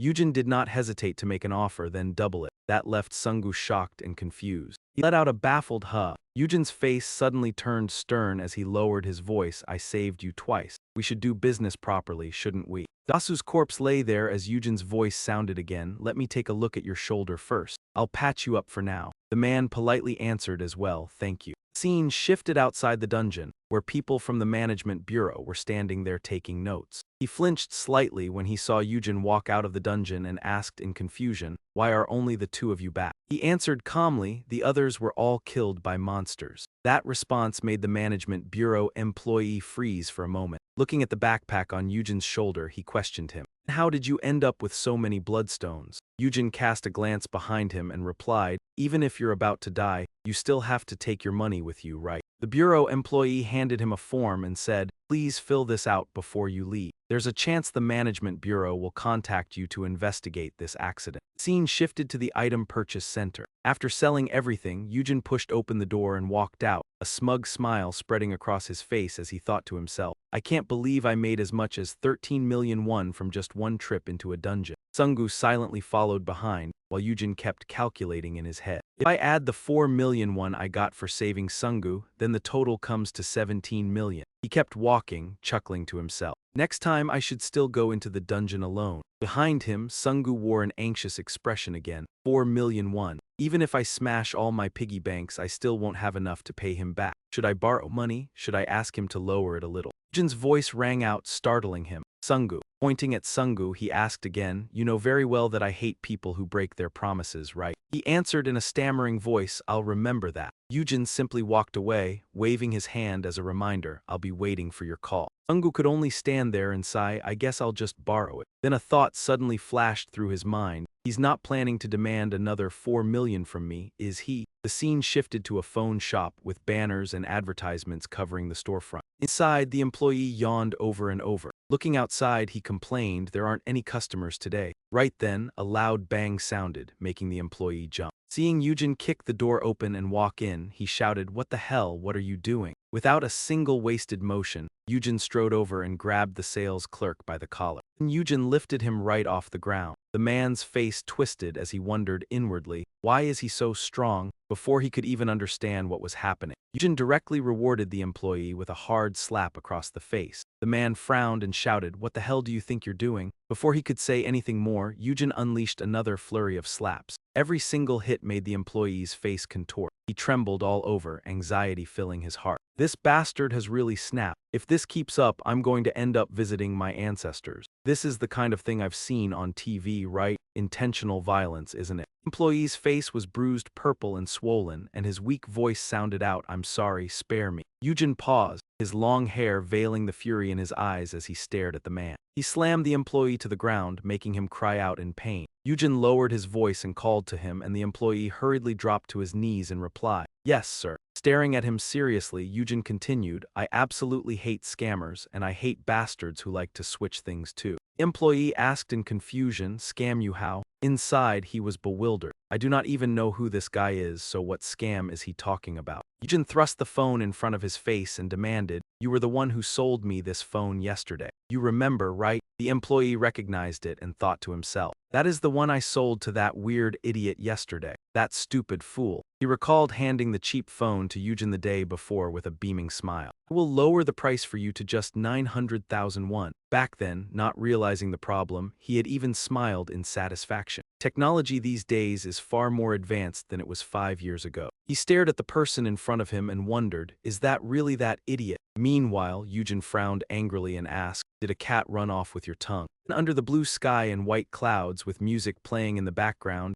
Eugene looked through the contacts and marveled. It is so pretty, even the color of the latest phone model can change. As he walked, he muttered, "Damn that phone seller. If this were still off-fen, I would have crippled him for good. He should know how lucky he is." Just then, strangers approached from behind. They called out, "Hey, Kang Eugene." He turned around in confusion and looked. A group of people in black had surrounded him. A woman's voice rang out, "Your class is F-rank Necromancer, and judging by how you cleared Gagwa alone, your true ability must be around E-rank. At that level, you could easily slip into an F-rank party and slaughter all your teammates." Zeanhi stood there and questioned him. "You are just a rookie, yet you dared to be this bold." Eugene remained firm and expressionless as he shot back, "Who the hell are you?" She laughed, hiding her sharp gaze behind her hair. Then Zeanhi's red lips slowly parted as she spoke. "Allow me to introduce myself." With a confident air, she continued, "I am Zeanhi, captain of the punitive strike team under the H-Warring Guild." Eugene still had no idea what was going on, though worry briefly flashed through his mind. When he used the tracking skill, he could sense it. Looking at the dense aura radiating from Zeanhi, he concluded inwardly, she is incredibly strong. Eugene asked them, so what business do you have with me? Zeanhi replied, well, a filthy rat had the nerve to trespass in our guild's dungeon. His face darkened and he let out a laugh as he said, oh, a filthy rat. Standing in the middle of the crowd, Waring asked them, you brought this many people here just to catch one rat. He smiled and went on, so the Waring guild is only this much after all. No wonder your dungeon is so pitiful. Before he could finish speaking, a hand seized Eugene's face, and then slammed his head hard into the ground, shattering the earth and sending debris flying. Min Seoul frowned and warned him, watch your mouth. Our guild is not something trash like you can mention so casually. Eugene trembled with fury and shouted back, you bastard. Then he grabbed the man's hand and tore it away from his face. Eugene sprang up and the strong twist of his arm made Min Seo cry out. Seeing her subordinate groaning, Zeanhi pressed her lips together and prepared to move. In the blink of an eye, she rushed forward and delivered a devastating kick straight into him. Eugene was sent flying and skidded across the ground, the blow making him grimace in pain, but she did not stop. Zeanhi moved to where he had fallen, lifting her foot high as she prepared to stomp down. Another crushing blow followed. She drove Eugene's head straight into the ground, shattering everything around him and warping his face as he cried out in pain. Eugene frowned inwardly and thought, she is too fast. She kept her foot on his face, leaving him unable to struggle. Zeanhi spoke, hey, Kang Eugene. She coldly continued, let me give you a piece of advice. Even though you are indeed different from ordinary F-ranks, you had better stop showing off that pathetic skill of yours. In the empty silence, Zeanhi's warning continued to ring out, especially not on the territory of our Waring guild. He looked at Eugene's trembling body lying there and continued warning him, if you still value your life, remember that advice well. After that, Zeanhi and her subordinates coldly left. Grinding his teeth in fury, he raised a hand to his face. Lying there, Eugene remarked that it had been a long time since he last experienced the feeling of being stepped on like that. Beneath the evening sky, Eugene's dissatisfied voice rang out, Zeanhi and the Waring guild, huh. The scene then shifted to Jimn's place. After hearing the story, he exclaimed in shock, Zeanhi, from the Waring guild. Eugene asked, is she that famous? You know about her? Jimn replied, of course. She is one of the 10 A-rank awakened in our country. He added, and the Waring guild is also one of the top 3 guilds in the country. They are Kahat, Hammer, and Waring, and they hold enormous influence over the economy and politics. That is why they are the ones with the most authority to speak. Jimn asked, but what kind of trouble did you cause in that first dungeon for them to come all the way here just to warn you? Eugene grimaced and replied, brat, what do you mean trouble? Once I regain my strength, I can blow the whole Waring guild away with ease. Hearing that, Jimn snorted with laughter. Your confidence is truly on another level. You're F-rank, you know that, mister. He cursed under his breath, you little punk. Eugene fell into thought. Clearly, even if I am stronger than my rank, I would still be at a disadvantage against someone outside a dungeon, and a necromancer's skills come with many limitations. Jimn's voice kept chattering on. Why does it have to be skeletons anyway, Hyung? He handed over a gift bag and said, forget that for now, take this. Jimn asked in confusion, Hyung, why is it perfume? Eugene replied, why are you so surprised? Here, this is me paying back the money I borrowed from you. Jimn waved his hands and refused. No, this is way too much. You only need to return exactly what you borrow. Besides, I do not need it either. You have already helped me a lot. Eugene still remained firm. Come on, it is fine, kid, just take it. A flicker of gratitude appeared on Jimn's face as he looked at him and called out, Hyung. Eugene kept drinking and said with a smile, just treat the extra as rent I am paying you. Jimn no longer refused and answered, sounds good. Worry briefly crossed Jimn's face as he thought, so that means he plans to keep staying here. Looking at the young man in front of him grinning carefree, he thought, damn it, this liquor is really good. Jimn looked at him and asked, hey, did you not already find your mother again? Eugene snapped back, idiot, my old house is tiny, so I am staying with you until I save enough money to buy a new one. He continued, what is that still not enough? How much more do you need? Jimn stammered awkwardly, and no, that is not it. Jimn's eyes suddenly lit up when he looked at the table. He glanced at Eugene and asked, when did you change your phone? That is the newest model. Curious by nature, Jimn asked if he could take a look, and Eugene readily handed it over, saying it was fine to use. Holding the phone in his hand, he marveled, this is top-grade red, and Jimn went on to explain. Since bloodstone crafting techniques still are not widely used, this one must have cost a fortune. Do you make that much money? While eating chicken, Eugene answered that he had won it in an event, then recalled beating up the phone shop employee and explained. It was the kind of event that only happens once in a lifetime. Jimn's voice rang out in amazement, startling Eugene. Damn bro, you're seriously a pro. While he sat there wondering what was going on, Jimn stared at the phone and counted how many zeros there were, so Eugene asked to see it. On the screen was a balance change notification. Bank 20, deposit 40 million won, balance 51,230,000 won, sender Hong Seong-gu Bank. Blurted out in shock, 40 million, frowning, Eugene cursed, that lunatic. I told him to send me only 4 million. The scene shifted to Angel Cafe. Seong-gu walked in, spotted Eugene sitting there, and hurriedly bowed in greeting. Hyung, have you been well? Holding out the phone, Eugene shot back. We said goodbye only a few hours ago, so what kind of asking after my health is that? What is this? His face darkened as he listened to Eugene's questioning. Do you think I'm some beggar? I told you 4 million was enough. Inwardly, Seong-gu panicked. Hyung, please spare my life. Remembering how Eugene had stripped Du-soo and trembling in fear, he thought that if he did not pay him enough, his fate would end up just like those other members. Seong-gu pressed his lips together as sweat poured down, then suddenly dropped to his knees in the middle of the cafe and kept begging, Hyung, please spare my life. Flustered, Eugene snapped, are you short-circuiting or something? But Seong-gu kept shouting in fear, I promise I'll pay you the rest later. Please give me a little more time. The people sitting there saw the scene and began whispering among themselves. What is this? Is that guy a thug? A lone shark or something? Looks like that young man borrowed money from some gangster. With a grim face, Eugene ordered, if you don't want to die, get up here and sit down. Startled, Seong-gu obeyed at once. Why yes, sir. The moment he sat down, he hurriedly explained, Hyung, I'm sorry, but I still haven't figured out how to come up with 400 million won.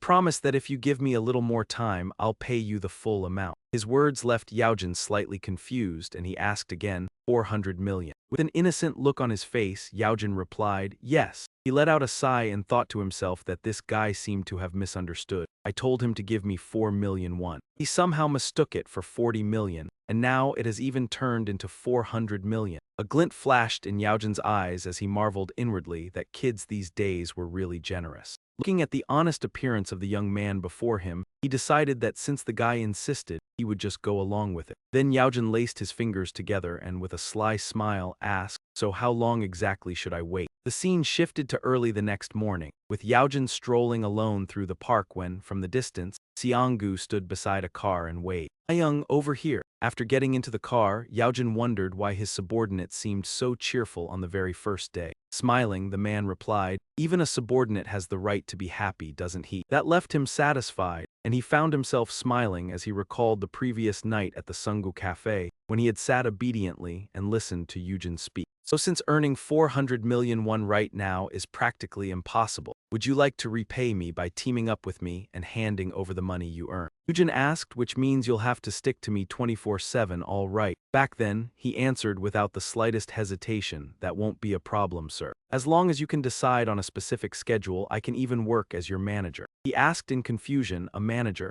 Sungu replied excitedly, yes, from choosing and booking these dungeons to selling bloodstones, I can handle everything from A to Z. I can drive too, sir, basically like the support department of a guild. Eugene's voice rang out, so you mean a subordinate? Those words left him frozen stiff. He asked further, so basically, you're making up for your lack of money with hard work because you're flat broke, right? Sungu told himself, he's not wrong, but why does that sting so much? Then he rubbed his hands together eagerly and replied, you're absolutely right, boss. Eugene smiled and agreed, fine then. He made the offer directly. Our partnership will last for 1 year. Making you work without pay would be too cruel, so I'll consider your salary. Sungu gratefully seized Eugene's hand. Boss, thank you so much. He smiled awkwardly in response, I'm the one receiving help here. Back in the present, the car carrying the two of them sped smoothly along the highway, and Eugene glanced at Sungu with quiet satisfaction. Although he had returned the extra money, he had fortunately gained a pretty decent subordinate instead. Eugene continued with another suggestion. As long as you do your job well and guide me sincerely, the 10% of the profit will be yours. Those words moved him so much that his face turned red. Boss. Eugene then asked, so, have you found the dungeon I mentioned earlier?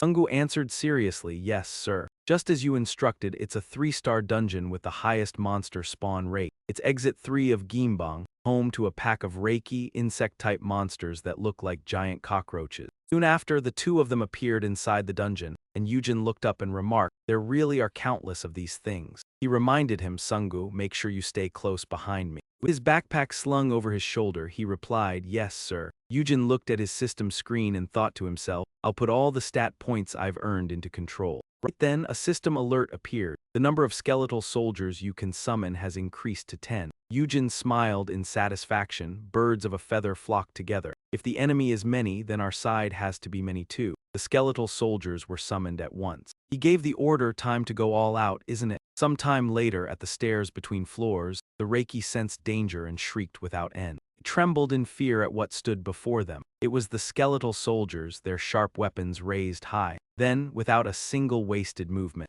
they thrust together and brought down the Kanraki. Just then, Sungu came down to report, "Boss, I've collected all the bloodstones on this floor." Eugene praised him, "Not bad, keep it up." Seeing the scene before him, he exclaimed in shock, "What the hell, you already wiped them all out." Sungu thought to himself, normally, clearing a Reiki dungeon takes around 2 hours, and yet this man all by himself in just 15 minutes. Meanwhile, Eugene dropped down to sit and breathed heavily. "I need to rest for a bit." Sitting there, he muttered his calculations, "I'm level 7 now, and the achievement points I'm getting have increased quite a lot too." A new skill appeared on the screen. Let's see, Flame Fist attacks the opponent with a blazing fist, level limit 7, mana 10, required achievement points 20. Eugene moved on to the next skill, Water Orb, attacks a target within a certain range with a sphere of water. Level limit 7, he looked disappointed. None of the skills I got at level 7 are useful at all. Suddenly, a piece of information made Eugene pause. What's this? There's a skeletal mage now. I can own it once I reach level 10, but why wait when I can buy it early? Skeletal mage information, level limit 10, mana 20. Sacrifice one monster corpse to summon a skeletal mage with power 5. Endurance 5, vitality 5, mana 5. Operating range increases in proportion to power, attack flexibility increases in proportion to endurance, and damage output increases in proportion to mana. Mana consumption 1, required control 1.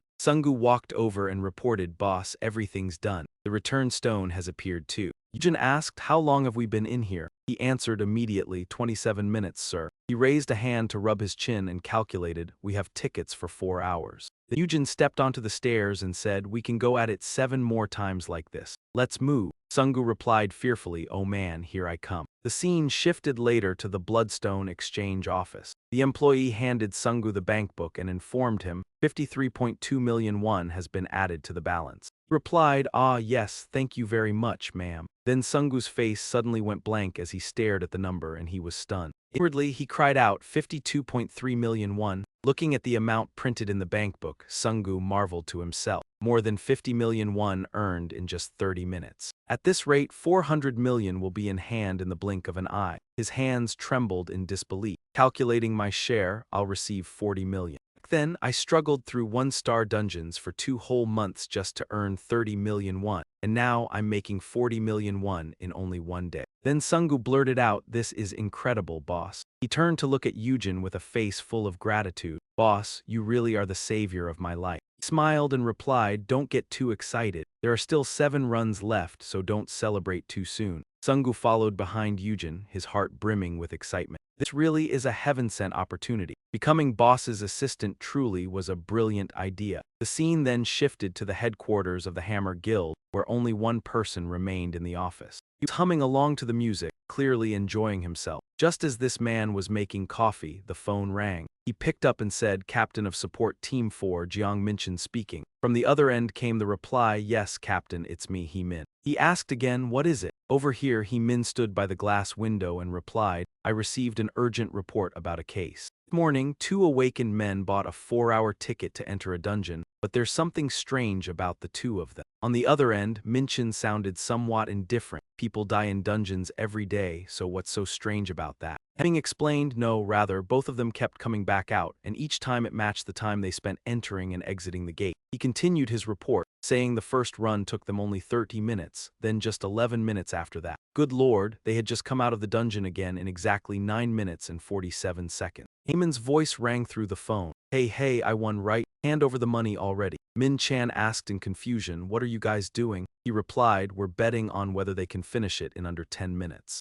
Captain, why don't you try digging up more information on those two? Hemming added, they said they were F-rank, but after seeing it with my own eyes, I'm sure they're far beyond that, sir. This information shocked Min Chan. F-rank, he immediately turned on his computer and said, stay by the phone. Once I look up their information, I'll call you back. Heyman answered, yes, Captain, good luck. Min Chan clicked through the records non-stop, then blurted out in disbelief, what is this? The information about the two men on the screen left him utterly stunned. One had only registered as an awakened just yesterday. As for the other, he had only registered 2 months ago. Name, Kang Eugene, awakened ability, spirit summoning. F-rank, name, Hong Sungu, awakened ability, fire control. F-rank, Min Chan stared at the screen in thought. These two rookies had cleared a 3-star dungeon by themselves in less than 10 minutes. He smiled and speculated, F-rank, even if the measuring system made a mistake, this is far too low. At the very least, they should be C-rank. For newly awakened people to possess C-rank level power right from the start, the chances of advancing to A-rank are extremely high. Min Chan immediately threw on his coat and strode out excitedly.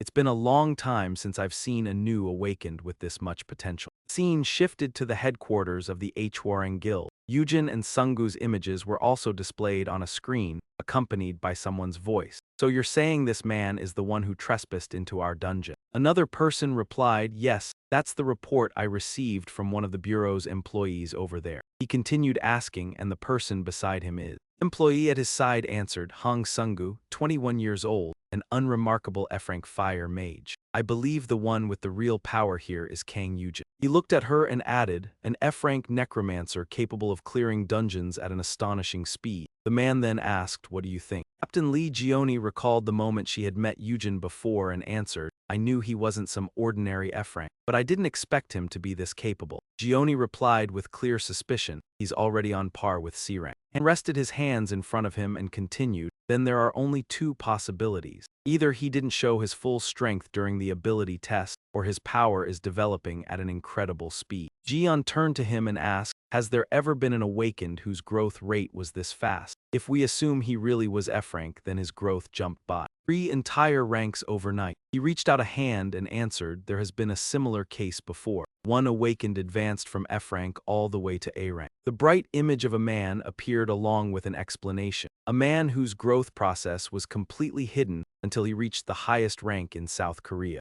Anhui exclaimed, are you referring to Kang Chun? She curled her lips in mockery. No way, he could never compare to Kang Chun. He smiled and gave the order, I'm not so sure about that, but it costs us nothing to look into him. This man was one of the top 3 guildmasters in South Korea. Guildmaster Lee Sang-ho of the Hwarang Guild issued his command. Keep an eye on him, find out who this man really is. Scene shifted back to the dungeon, where Sungu was continuing his work. He skillfully used a short sword to stab into a Reiki corpse's head. Then he pried open the hard shell on its skull, and the bloodstone immediately appeared before his eye. Sungu picked it up and tossed it into the bag he had prepared. Working alone was starting to wear him out. He sighed to himself, making money is nice and all, but if this keeps up, I'm going to die. I've never heard of anyone dying from mining too many bloodstones. But still, he got to his feet and called out to Eugene, boss, can we take a short break? Eugene smiled and asked back, already tired? Then Sungu tilted his head back and gulped down some water. He sighed in relief that really hit the spot. I feel better now, boss. Eugene turned and asked, how much time do we have left? Sungu answered, 1 hour and 12 minutes. Eugene sat there in thought, calculating silently. The money I've earned has already gone far beyond 400 million won. That should probably be enough to buy a new house for mother and Sua. He stood up and called out, Sungu. Startled, Sungu asked blankly, what is it, boss? Eugene replied, the rest of the bloodstones are all yours. I'll protect you, so try to earn as much as you can. Left Sungu somewhat surprised. Eugene drew in a breath and added, I suppose it's time for me to speed things up a little. Then he shot deeper into the dungeon, leaving Sungu staring in shock. Sungu could only lift a hand and call after him, boss. Meanwhile, with weapon in hand, Eugene charged forward like the wind. Together with his skeletal soldiers, he tore left and right through the battlefield, taking down the Reiki monsters one after another. He suddenly realized one of them was flying in for a sneak attack. Eugene narrowed his eyes at it and let out a cold smile. Then, with a casual swing of his hand, he sliced it cleanly into 2. The system window appeared with a warning, level up, you have now reached level 10. At the same moment the Reiki's head dropped heavily to the ground. Eugene stood there in satisfaction. This amount should be enough. The system appeared again with another notice. You have completed the class determination level, determining class. Eugene stared at the screen in confusion. A class. Strange. Eugene rubbed his chin and wondered, in Anfin, your class is only determined at level 10-2, but I'm already a necromancer. What is going on here? The system displayed another alert, analyzing movement pattern, determining class. A long list of classes appeared, including mage, psychic scholar, warrior, priest, and curse caster. At the same time, Eugene muttered, could it be choosing based on what I did earlier? And the system displayed the result. Warrior class has been selected for you. You have received the warrior trial, warrior's weapon. Eugene scratched his head in bafflement. What the hell is this? A warrior? That's kind of troublesome. Becoming a mage would have been more useful since the stats would overlap with a necromancer's. If I'd known this would happen, I would have used magic instead of running around hacking things up with a crowbar. Another line appeared about the warrior trial, warrior's weapon, and Eugene wondered, is this some kind of class trial reward? Right after that, a rod appeared in front of him. Eugene frowned in confusion. The warrior's weapon? Come on, this is obviously just a steel pipe. The moment he grabbed it, a blinding flash burst out. Its information then appeared as well. Steel staff, a warrior's weapon that is as essential to their life as their very body. That is why it will grow along with its owner, ready to enter battle with you at any time. Effect, +5 strength restores stamina, dismissed state, skill, summon, dismissed. Eugene raised his steel staff with a smile, a weapon-type growth item. I wonder what shape this thing will take in the future. Now then, the reward for a necromancer, a demon seal crystal, a blazing red sphere. A demon seal crystal is a kind of magic stone that necromancers obtain upon reaching a certain rank. Within those 7 seal forms reside supreme spells that no skeletal soldier could ever compare to. As long as he possessed them, Eugene could wipe out any enemy on Anfin who dared cast greedy eyes on his territory. Alando. Eugene smiled and wondered what he would receive this time. Then the demon seal crystal was unsealed and shone brilliantly. A pillar of light appeared before him. Then a wing emerged within the beam. Fiery red eyes, golden hair, and full lips came into view. He stared blankly and stammered, it was Bibi. The little girl with demon wings on her back glared at Eugene. Master, where have you been? He cried out in shock. What? Why is it you? Bibi leaped up and wrapped her arms around Eugene's neck, exclaiming, I missed you so much, master. He asked her, weren't you trapped back in Anfin? What is going on here? Bibi answered, after you vanished, all of us subordinates were locked inside the sealing chamber. That left Eugene somewhat confused. Sealing chamber, he thought to himself. Could they have crossed time and space with me? Wait, a seal? The little girl looked at him with delight and said, Master, I'm so happy to see you. Suddenly, something caught Bibi's attention. She lifted her nose and sniffed the air around them. Then she turned and asked, what is that smell? Eugene looked puzzled. A smell? Bibi looked at the pile of Reiki corpses below and replied, yes, I can smell the scent of Janet's lackeys from these things. Her answer startled him and he asked again, what, Janet? Janet was a demon from a mysterious dimension who had invaded Anfin. He slaughtered 90% of Anfin's inhabitants. Eugene had never fought him directly, but his countless underlings were enough to disgust him every time he saw them. Eugene stood there looking down and asked, and now that bastard plans to swallow Earth too? If that's why these dungeons have opened. He worried inwardly, I thought I had escaped hell, but it seems the gates have opened once again to welcome me back. The scene shifted to exit 3 of Gamebong Station. Min was already waiting there, and the moment he saw them, he raised a hand in greeting. Boss, you're here. Min Chan replied, office hours aren't over yet, you know. The man hurriedly gave an awkward smile and answered, all right, Captain. Min Chan asked, where are those two? Min checked his watch and replied, they've been inside for 8 minutes already, so they should be out soon. He added, but these two are no joke. They personally made 400 million won. Min added, if I had talent like that, I'd be clearing dungeons too. Min Cha noticed the two of them had just come out of the dungeon. There they are. He stepped forward to greet them. You two did an excellent job. Could we spare a few minutes to talk? Min Tran flashed a bright smile, trying to persuade them. Just a moment will do. Eugene walked off without the slightest hesitation and answered curtly, not interested. The man hurriedly called after him, sir, wait a moment. Eugene turned back and asked, what, since you're dragging people along anyway, why bother pretending to ask in the first place? Min Chan was baffled inside. What the hell is wrong with this bastard? He gave a bitter smile and replied, please forgive me for being so rude. He raised a hand and cleared his throat before continuing. Min Chan handed over his business card and said, let me get straight to the point. Our guild would like to recruit the two of you. Eugene answered coldly again in a single line, "No damn time." Sungu hurried after him, calling, "Boss." From behind, Min Chan raised his voice and shouted, "Wait, it seems you don't have a very good impression of our HM guild." He stopped and let out a breath. Then he turned around and asked, "You're one of the top 3 guilds in the whole country, right?" The man smiled and replied, "So you do know who we are."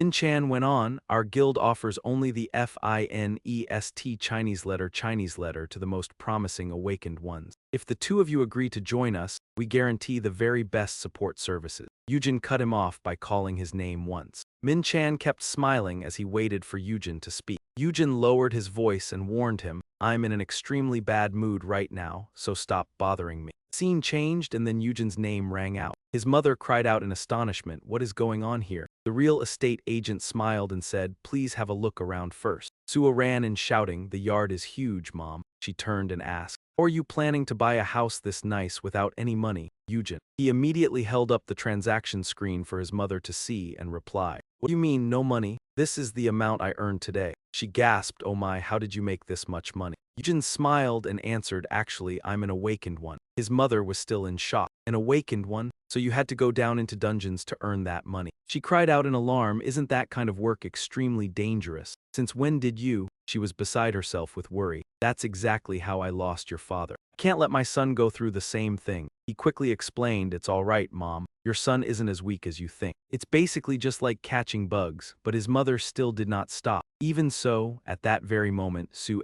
rushed over and cut her off. "Mom, can I have a dog? You said we could get one when we bought a house with a yard." The little girl looked up and pleaded, "Can we?" She replied, "Just wait a moment." Then Eugene's voice sounded again. "Mom, don't worry." He crouched down, stroked his little sister's head, and continued, "Everything you struggled so hard to win for us all this time, I have earned it now. From here on, trust me." The 3 of them stood silently in the yard of their new home. The scene shifted to nighttime in an alley. Eugene's familiar footsteps approached. He called in a low voice, "Bibi, come here." A swirl of energy instantly appeared before him, but then it vanished at once, leaving Eugene stunned. He tried again, "Come here, Bibi." The spinning mass of energy appeared once more and gathered together. Then it suddenly dispersed again for no clear reason. Eugene looked toward the alley ahead, where a faint light was glowing, and asked, "What is that?" A beast emerged from the alley. He blurted out in shock, "You scared me." "Is that you, Bibi? Why did you turn into a cat?" The little black cat looked at him and let out a meow. Eugene picked it up and asked. Bibi explained, "I can't turn back into my true form anymore, so I can't stop chasing tiny little insects." He wondered to himself, could it be that she can only return to her true form inside a dungeon? But why? Eugene looked at her and asked, "Then what about Janet's energy? You still sense it?" Bibi answered, "No, it smells so nice here, the scent of peace." Eugene fell silent in thought. A demon was actually enjoying this peace. Could be that Janet's energy still hadn't had any effect. Just then, someone appeared behind Eugene and asked, "So you care about stray cats too? That's certainly a surprisingly new side of you." Eugene immediately turned around to look. The man smiled and introduced himself. "It's a pleasure to meet you. I'm Lee Sang-ho, the leader of the Warring Guild. If you have time, could you spare me a moment to talk?" The scene shifted to a cafe somewhere where Sungu sat frowning and muttering, "He's really someone I just can't figure out." He recalled the time he was driving Eugene.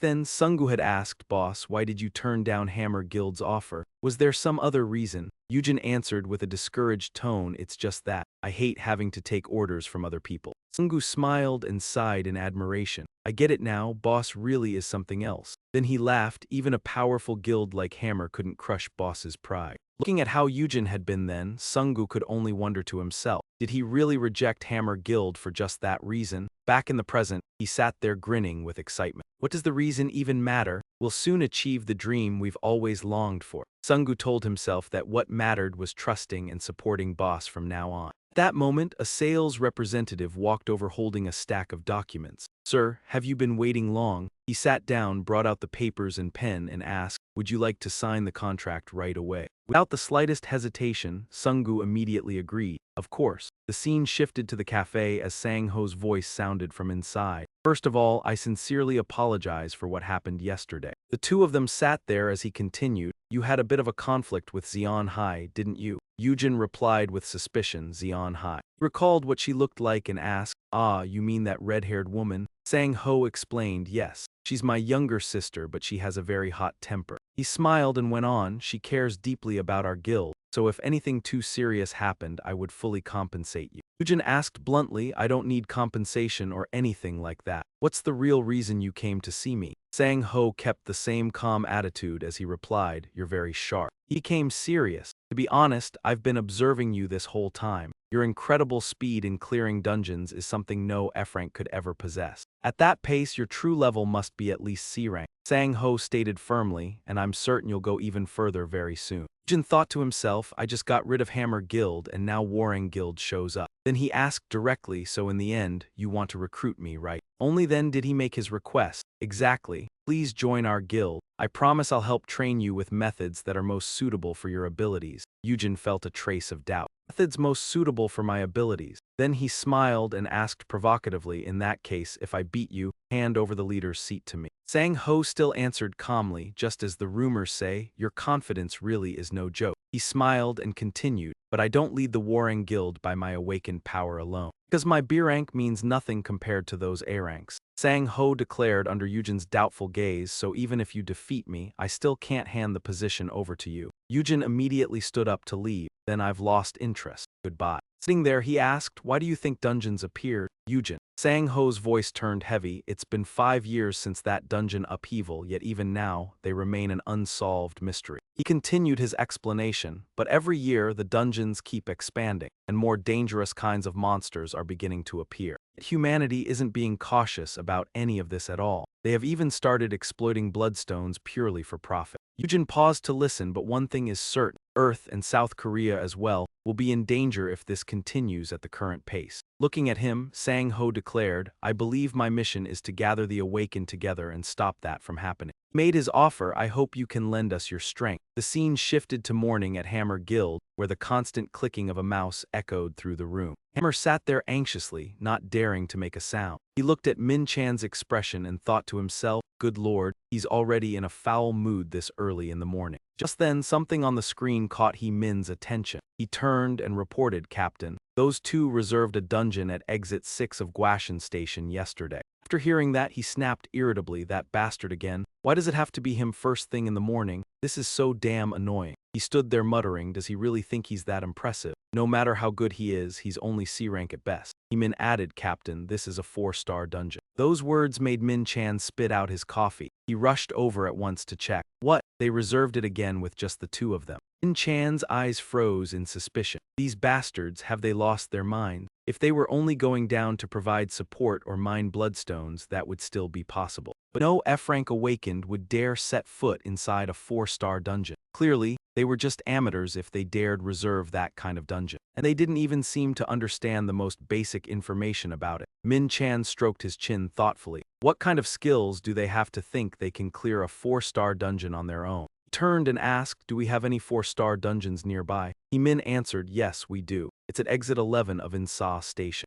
Min Chan continued, they're right next to each other, so hurry and change the reservation information to that dungeon instead. Hearing that, the man looked over in confusion. What, you still haven't given up? Min Chan replied with a bitter smile, idiot, give up my ass. This time I'll definitely catch them. If you want to catch fish, you have to cast the line at the right moment. The scene changed, and inside a BMW music was playing. As he drove, Sungu exclaimed, this car rides so smoothly. He said with a bright smile, I prepared this one because it would have been such a waste to drive you around in that little car. Eugene also laughed and asked, what's this one called? Rendo. That left him a little puzzled. Did he come from another world or something? How could he not know what BMW is? Sungu cheerfully declared, I'll continue serving you with everything I've got. Satisfied, Eugene instructed him, then do your best again today. After that, the two of them headed to the place they had reserved. Someone's voice rang out, what is an F-rank awakened doing in a 4th-tier dungeon, and with only 2 people, no less? Sungu stood there explaining, we already said it'll be fine. We're going in because we're confident we can conquer it. But the supervisor immediately shot it down, I already said no. He still tried to persuade him, we won't hold you responsible for anything. Just let us in. The supervisor remained firm. If you want to throw your life away, go to the Han River. Why come here? No means no. Those are the rules.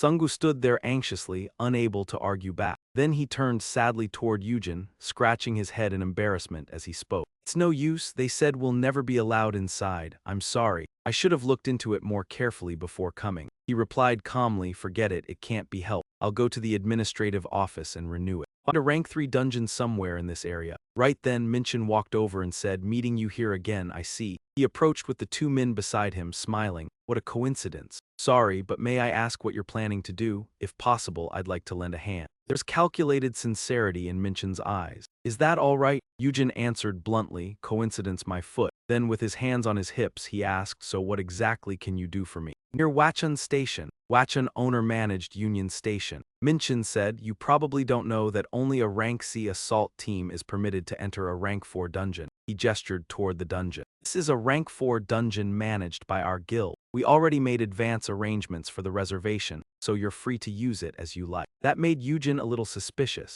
You're awfully generous. Nothing in this world comes for free. Minchin smiled and replied, I'm only trying to show my sincerity. Take care of the rank adjustment, so feel free to conquer it. He stepped forward and said, if you're being this generous, then I'll gratefully accept your offer. Minchin chuckled and replied, you're really open-minded. Before you go in, please wait a moment. I prepared a gift for the 2 of you. Eugene asked in confusion, you even prepared something like that. Minchin turned around and answered, please wait a moment. The trunk had already been opened. As he looked at what was inside, he muttered, nothing in this world is free. Minchin laughed inwardly in smug satisfaction. Even if I ask for nothing, every favor creates a debt. If someone is treated to a meal, they'll definitely feel they should return the favor next time. He calculated silently, even if that kid is an awakened with freakish potential, he's still just an inexperienced 24-year-old. Hang Eugene, you're already in my grasp. The 2 men came over and chatted, you're completely different from yesterday. Eugene immediately asked back, different how? He answered frankly, yesterday you were really hard to talk to. Eugene explained, I was in a bad mood yesterday. He thought to himself, my head was a complete mess whenever I thought about Janet. Hammond smiled brightly and continued, you must be the type who works according to your mood. You seem to be in a great mood today. How about we grab a drink later? Eugene replied cheerfully, sounds good to me. That one sentence alone made the man secretly overjoyed. You fool, I'll make you sign a contract and become property of the Hurang Guild for 2 years. Eugene, you're going to join the Hammer Guild, right? Hammond had already started thinking about manipulating Eugene over drinks. He continued proposing, I know a really good place. Want to check it out? Eugene asked curiously where. Sungu said in frustration from the side, these guys are flattering the wrong person. No matter how hard they butter him up, he'll never join. A moment later, Minchin's footsteps returned as he looked around and froze. Minchin stepped forward and asked, where did they go? Hammond answered, they went into the dungeon. Hearing that, he trembled with anger and asked in a shaking voice, they already entered the dungeon. Didn't I say I was going to get their gift? Hammond explained, you were going to wait here until they finished conquering it anyway, so why not just give it to them when they came out? The bag in Minchin's hand dropped heavily to the ground at once. Hammond stared wide-eyed and blurted out, is this a survival kit? Inside the bag were the essential tools needed for conquering a dungeon. Minchin asked in a low voice, how much do you think a couple of rookies who just got promoted to F know about high-rank dungeons if they want to challenge a rank 4 one? He began to worry. The recommended level for conquering a rank 4 dungeon is rank D, with a rank C captain. Minchin speculated, Kang Eugene is only rank F on paper, but judging by how quickly he conquered rank 3 dungeons, he's probably capable of defeating the monsters in a rank 4 dungeon. However, the structure of high-rank dungeons from rank 4 to 6 is fundamentally different from low-rank dungeons. If they go in without any information or survival gear, then even high-rank awakened won't be able to return safely. He grabbed his head in self-reproach. This is a disaster. We meant to show our sincerity, but we've practically pushed them to their deaths. Inside the dungeon, Eugene said mockingly, so this is really a rank 4 dungeon. These monsters aren't that strong. Sungu replied, I'm not sure either. Looking at the pile of rats on the ground, he continued, could its difficulty be lower than average? Eugene stood there and added, that's possible. Search has returned. The dungeon suddenly became unnaturally quiet. He wondered, what, there's no return stone? Sungu turned to him in shock, that can't be. Eugene stroked his chin and thought, is it because my search skill level is still too low? Then he said, go back and search again. The 2 of them continued walking through the dark dungeon like that. Eugene looked puzzled, it's not here, what's going on? Sungu looked up and spoke, the entrance is up there. He froze and turned his gaze over. What is that? Eugene was drawn to it as well. Above the stairs, another gate appeared before the two of them. Looking up, he wondered, is this why the return stone didn't appear? Do we have to go through it? Eugene let out a cold laugh. I was wondering why it felt so easy. Looks like this is only the beginning. The two of them stepped through the gate, and on the other side was a space thick with trees like a forest. Eugene suddenly stopped in shock when he saw what was in front of him. He wondered, were we transferred to another dimension?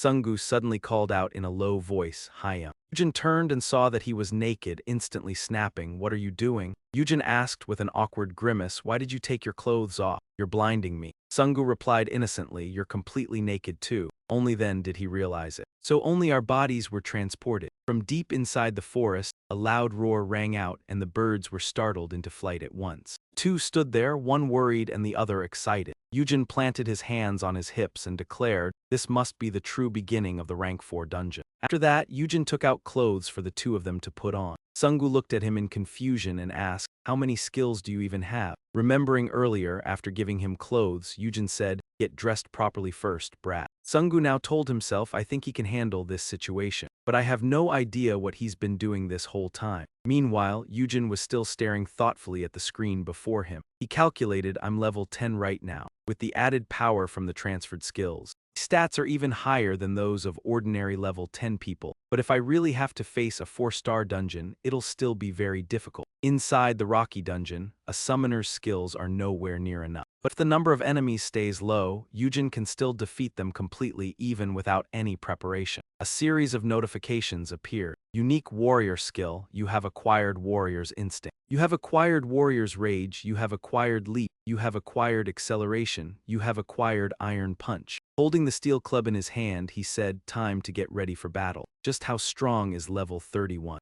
To outside the dungeon, at the entrance. Min Chan stood there with his hand on the barrier and said, this barrier still hasn't disappeared. They've been in there for quite a while already. Hemming wondered, how long do you think they can hold out? Can they really fight that crocodile? He frowned and looked over as he asked again, barehanded. Only then did Hemming realize the survival supplies were still here. A high-level dungeon would not allow anyone to bring any auxiliary items from Earth, and the only things allowed through a dungeon system gate were items that belonged to the dungeon itself. Min Chan held his head and said, even if they can beat that crocodile, they'll still have to face an even bigger problem, food and water. Inside the dungeon, a tremendous shockwave erupted, sending dust and debris everywhere and flinging trees into the air. Sungu anxiously called out, Hyung, something is coming this way. A gigantic crocodile burst out of the dust as his steps turned nimble and he slammed his foot into the ground to launch himself. Then Eugene leaped up and landed in midair above the crocodile. He marveled, so this is a warrior's instinct. Then why don't I try experiencing it for myself? The level 31 crocodile opened its mouth wide toward the sky. Outside, Min Chan was still worried. Even in the Amazon rainforest, it would be extremely hard to survive without those basic necessities on hand. This dungeon is many times more dangerous than that. Heyman beside him sounded discouraged. This really is out of the frying pan and into the fire. Elsewhere, a skewer of meat was roasting over the red flames. Sungu held the cleaned drumstick and meat skewer in his hand. He ate with a smile and said in admiration, Hyung, this tastes incredible. Eugene replied, crocodile meat is considered a true delicacy. Once you take it down and grill it like this, it's bound to taste amazing. Try this. Eating crocodile meat and washing it down with beer is the best. Sungu drained his glass of beer, his face turning red. Hyung, this tastes great too. Eugene looked at his junior with indulgent eyes. Outside, Heyman's voice rang out, Captain. They've been in there for quite a long time already. He wondered, if it's been this long, can we really be sure they're still alive in that forest? One Chan replied, if it's only one crocodile, they could use some kind of summoning skill as bait and avoid it. But even that wouldn't be enough to get through the swamp. Min lowered his voice in worry as he said, the swamp. Every so often, the swamp appears in the jungle. It's a death zone for close combat fighters. With your feet sinking into the swamp, you have to fight off a whole pack of vampire monkeys while dealing with a giant South American anaconda at the same time. Sungu cried out in alarm, Hyung, above us. The only ranged fighter is Hong Sung-gu. On top of that, his fireballs won't be strong enough to stop the wave of attacks from the vampire monkey pack. The two of them lowered their heads in worry and sighed together. This is hard, really hard. Inside the dungeon, fireballs were being launched, targeting the vampire monkeys in the trees. Eugene shouted excitedly, burn them all. Sungu was inwardly astonished. He has that skill too? In front of them stood a group of skeleton mages holding magic staffs. Summon information, summon skeleton mage. Uses a monster's corpse as the material to summon a skeleton mage. Level limit 10, mana 20. Outside, Min-chan was eating a bowl of instant noodles while waiting. Heyman beside him worriedly said, "Captain, it's been 4 hours. Do you think they can clear that dungeon and make it back out?" He answered in a low voice, "I don't know either. Monsters aren't the only danger inside a high-level dungeon. That place is filled with plants, animals, and insects completely different from those on Earth." Min-chan asked again, "How much do you think they'd know about the ecosystem over there?" Heyman blurted out, "Oh no, what if they accidentally eat some kind of poisonous plant?" Min-chan answered darkly, "Then they're done for." Over here, Sungu was holding a plump, juicy red fruit and getting ready to eat it. After taking a bite, he exclaimed, "Wild mountain fruit really is amazing. It's so sweet." Eugene continued, "If you don't cook that fruit first and just eat it like that, you'll definitely die." Hearing that, Sungu hurriedly spat it out. Then he complained, "You should have told me sooner." Sungu turned and asked, "But how do you know all this stuff?" He answered, "I just do, so what are you worrying about?" Inwardly, he thought, "How do I know? Because this place is like the one I lived in for 20 years. Outside the dungeon, night had already fallen. Heyman was still sitting there as he asked, "But Captain, why are you trying so hard to recruit Kang Eugene? Our guild doesn't seem all that interested in doing that." He let out a light sigh and replied, "Heyman, not once have I ever doubted my own judgment." Min smiled and said, "You mean your eye for finding promising awakened ones, right? Do you believe Park Jingu is an awakened one with enormous potential and want to recruit him into our guild?" Min-chan affirmed, "That's right, and now I'm also certain Kang Eugene has become stronger than Park Jingu." That left Min somewhat stunned, stronger than Park Jingu. The two of them sat there talking back and forth. "That's right, it would be such a pity if he doesn't join Hammer Guild. Losing an awakened one like him would be an immense loss to humanity." Heyman replied, "I just hope he can survive and come back. I've never seen Captain have to think this much before." Then he stood up cheerfully, "Let's pray together. He'll definitely make it back alive." Min-chan replied, "But that's going to be hard." That made Min even more worried. He continued, "The one guarding the return stone is an incredibly difficult opponent to deal with." Hearing that, Min thought to himself, who doesn't know that? We just need to pray that he comes back alive." Min-chan rubbed his head and said in a low voice, "He might be on the verge of dying by now."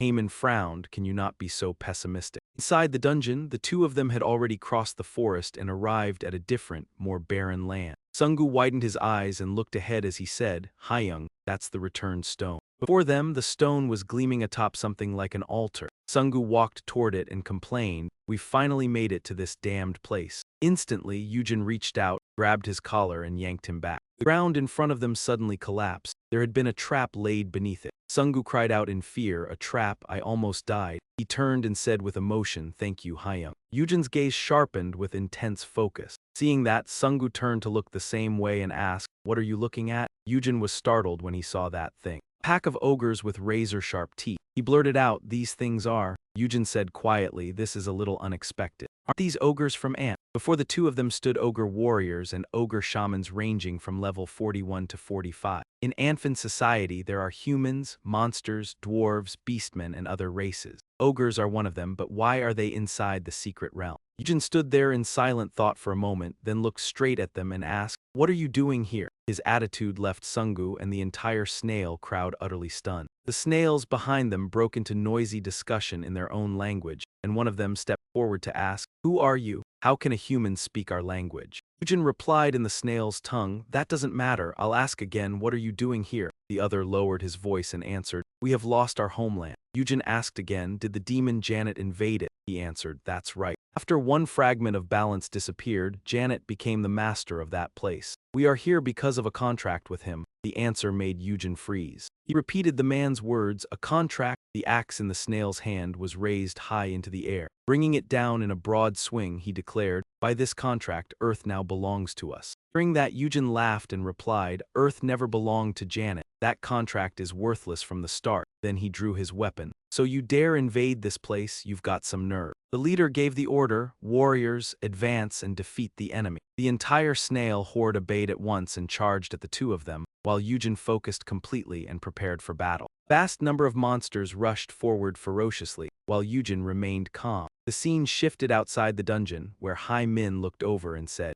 Captain, the situation doesn't seem promising. 6 hours and 20 minutes have already passed. Min Chan rubbed his chin and answered, a whole day has passed inside the secret realm. That meant, he thought, they had cleared an A-rank 4th floor secret realm with only 2 people. Hai Min exclaimed in surprise. The countdown disappeared. Min Chan stood there praying silently, please. Waited in real anxiety. Come out, please make it back alive. The barrier had now vanished and the dark station stairs stretched far down into the depths. After waiting for a while, everything was still quiet. Hai Min spoke up. They still haven't come out. I guess this was too much for them. Min Chan sighed and said, clean things up. We should use the carts to clear the area. But what appeared before him made him go still. Min Chan saw the 2 of them coming up with an armful of items. Hai Min blurted out, Eugene, he excitedly added, congratulations on returning safely. Eugene smiled and asked back, why do you look so happy? After that, the vehicle carrying the 2 of them rolled down the road. Eugene's voice rang out, we really don't need the rescue team.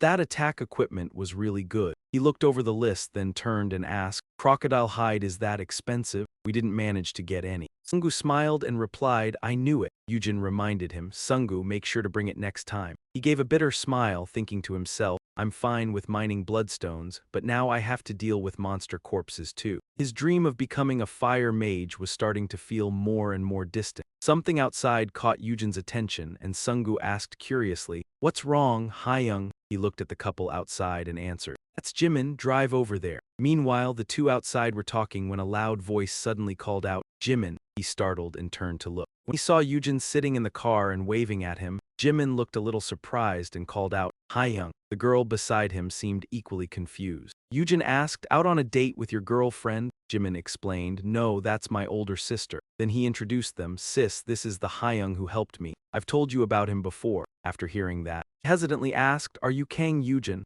Since she knew who he was somewhat surprised. The scene then shifted to the head office of the Hammer Guild, where a man holding a sheet of paper said, the position of vice chairman. He asked, is he really worth us going this far? Just then, a beep sounded, followed by an announcement. Chairman Vice Chairman Park Jingu is here. He walked in and said, Captain Du Jun, you're here too. Min Chan immediately got up to leave and replied, yes, I was just about to go. Please continue your discussion. Jingu asked in confusion, what's going on with the captain? Du Jun replied, I have no idea either. It looks like he found a necromancer and now he's asking me about giving that guy the vice chairman position. Hearing that, he said, if Captain Jun asked for it, then it means we have to win over that necromancer no matter what. The chairman asked, why do we need to do that? Lately, this guy has been making a huge fuss about finding talented people. Everyone he recruits turns out terrible. Captain Du Jun, finding you was truly a stroke of luck. Jingu gave a bitter smile when he heard that. Don't be too hard on him. Du Jun folded his arms and asked, whatever. More importantly, what do you think? He replied. The rumor seems to be true based on the way they return.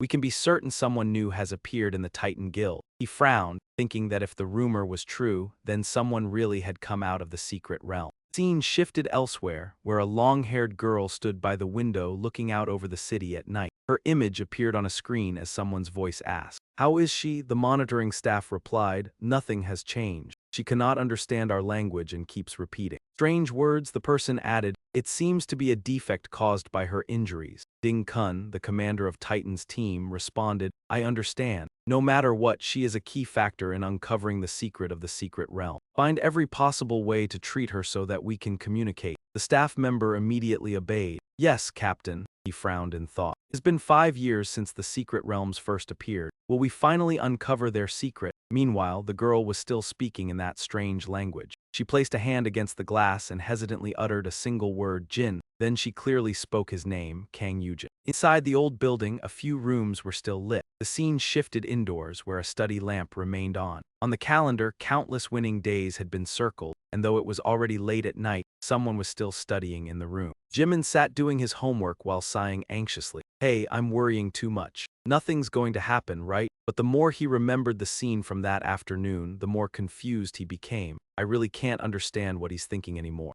Sitting in the car, Eugene looked up with an easy smile and invited him. We're thinking of going out for barbecue. Want to come with us? The scene shifted to a late-night barbecue place, where after drinking a shot, he reacted in delighted surprise. Well, I never expected Jaiwon to be Jimin's older sister. Back then, Eugene kept praising her. It's been 20 years, no, it's been 5 years and you're still this beautiful. No, I'm not. She reacted in alarm and waved her hands repeatedly. What do you mean, I'm not? But hearing that only made him laugh as he continued praising her. You're too modest. Hey Sungu, she used to be the most famous girl in our school. Probably half the boys there had a crush on her. After hearing that praise, he joined in as well. Oh, then you must have been an absolute beauty back then, Nuna. Jaiwon grew even more embarrassed and waved her hands as she explained, it really wasn't that much. Jin blushed as he remembered the past. Wow, I used to be one of that half of the boys too. In his eyes, she had always remained radiant. She was lively, pretty, and friendly with everyone. Jaiwon lowered her head, her face flushed red, and wondered if Eugene had always been this talkative. He suddenly turned to her with puzzled curiosity. But why are you wearing a hat? Did you forget to wash your hair today? She startled slightly and turned back, stammering an explanation. Ah, well, I just like wearing hats. Sungu also felt a little awkward, sipping his drink as he glanced over. He knew his boss had always been a very blunt person. Seeing her like that, Eugene found it bothersome and immediately suggested, it looks so inconvenient, so why don't you just take it off? But Jaigul shyly shook her head and waved her hands in refusal. It's fine, I'm okay.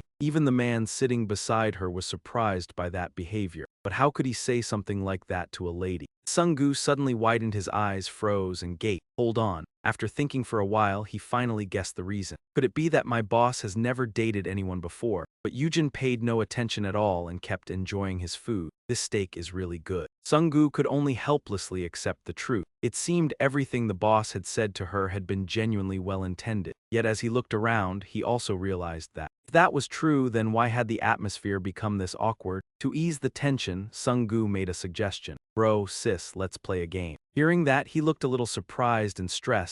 Play what? Sungu immediately emphasized how important games were. When you're out drinking, how can you skip the games? Jin still wore a baffled look as he glanced over. Why stop just to play? After a while of drinking and noisy merriment, singing suddenly rang out, a little duck spreads out its 2 wings. Sungu grabbed a liquor bottle and used it as a microphone to sing, shouting that they were trash and that the readers over there were a bunch of worthless scumbags. Feeling heated, he tugged at his shirt and kept singing. Oh winter, please become falling snow and come crashing down to smash the heads of NETTR and its readers. Unable to bear it any longer, Eugene finally spoke up in annoyance to warn him. Sungu, why don't you sit your ass down before I crack your head open? Then he turned toward the table and sighed. It seemed that when Eugene looked over at Jaiwon slumped forward, she was already completely drunk. Suddenly, Jaiwon, who was lying there, stirred slightly, and the hat on her head slipped gently onto the table. Sungu abruptly leaned in and stared. He could not believe his eyes and kept rubbing them. Am I so drunk that I'm seeing things? The blonde girl who had just walked in quickly started gossiping. Hey, do you see that girl's head? It looks like she was burned or something. After staring for a while, Sungu awkwardly stammered, Boss, Big Sis's head seems to. Hearing that, Eugene also lowered his gaze. The scar on Jaiwon's forehead was exposed without the hat covering it, but he did not care much and simply reached out for the hat. What are you gossiping about? Eugene put the hat back on Jaiwon and calmly said, so what? She's still very beautiful. After that, he turned and urged them. Sungu, finish your drink and let's go home. Hearing that, Sungu quickly responded and did as told. The scene then shifted back to the apartment where the 2 sisters lived. Early the next morning, Jaiwon slowly opened her eyes and rubbed her head. My head hurts so much. She sat up, turned to look around and froze in surprise. This is. Semin was standing in the kitchen and turned around to ask, oh, you're awake. Only then did she suddenly realize and ask in confusion, oh, I'm home. How did I get back? He turned back and explained, then urged her on. Did you forget already? Eugene brought you home. Go wash your face, I made some soup. Someone got out of bed and walked into the bathroom. She looked at herself in the mirror in disbelief. I slept without taking off my hat. Then Jaiwon suddenly widened her eyes in surprise. An image from last night flashed through her mind. Jaiwon remembered that Eugene himself had carried her home. She stared blankly at the scar in the mirror. He saw it. I was attacked by a monster. It was from the dungeon break 5 years ago. As Jaiwon looked at the scar, painful memories from the past resurfaced, and this scar was the result of it all. Looking at that flaw, she was overwhelmed with insecurity. I never wanted him to see it. I only wanted him to remember me the way I was back in school. But then Jaiwon suddenly recalled Eugene's firm words. So what? She's still very beautiful. Her lips parted slightly in surprise.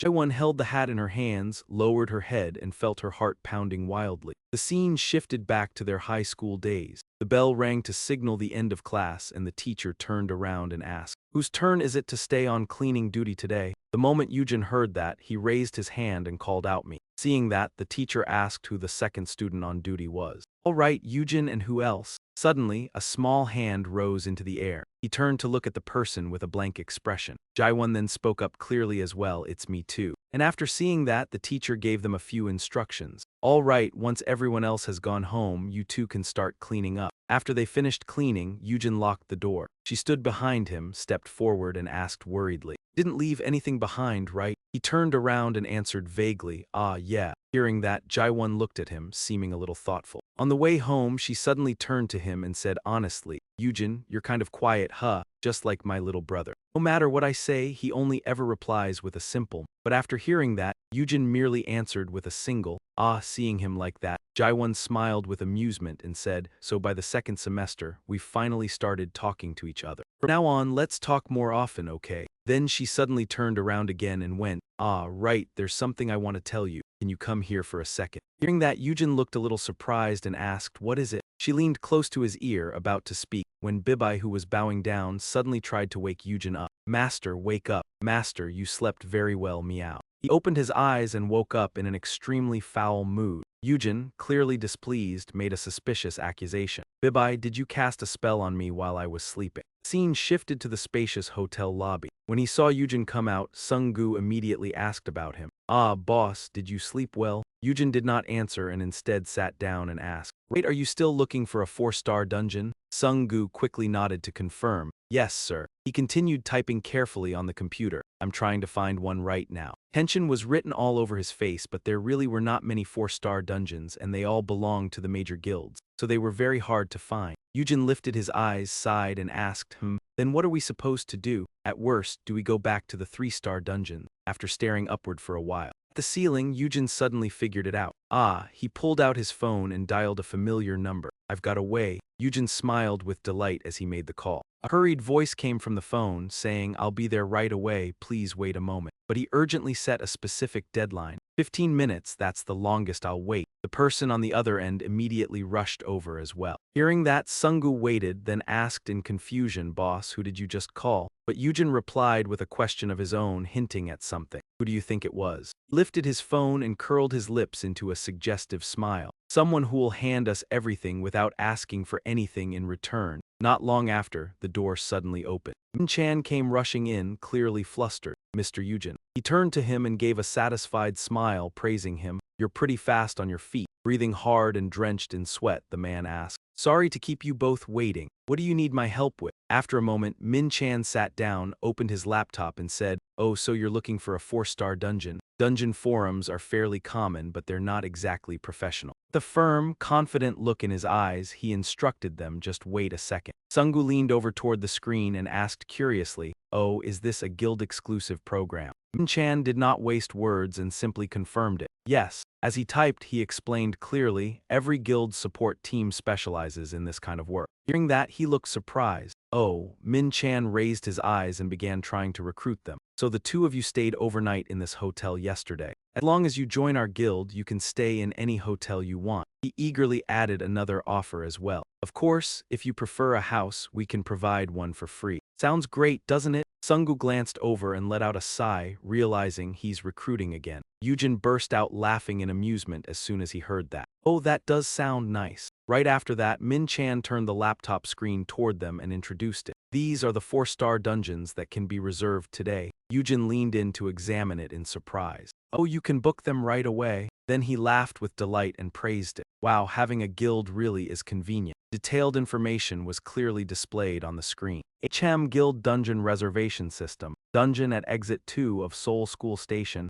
Exit 6 of Suzio Station, Exit 5 of Jungkook University, Exit 4 of Zexu Station, 4-star rank. Hearing that, Min-chan proudly chimed in with praise, "You're giving us too much credit." The scene then shifted to the street outside. Staff member walked over and reported the situation. "Captain, I've made the reservation. He waved his hand with a satisfied expression and praised him. Good, well done. Suddenly, Min Chan turned back with a bright smile and coaxed him. Mr. Eugene, there's still a little time before the appointment. Would you like to have a cup of tea in the meantime? Even added another tempting offer. If you want, I can give you a guide to the dungeon before you go in. It should help at least a little. He nodded eagerly and agreed at once. Oh, that would be great. Min Chan leaned in close and made sure to emphasize, this is high-quality information gathered by our guild. You can trust it. But upon hearing that, Eugene only responded with a few casual words. Ah, this is getting exciting. Suddenly, Sungu turned and stared intently.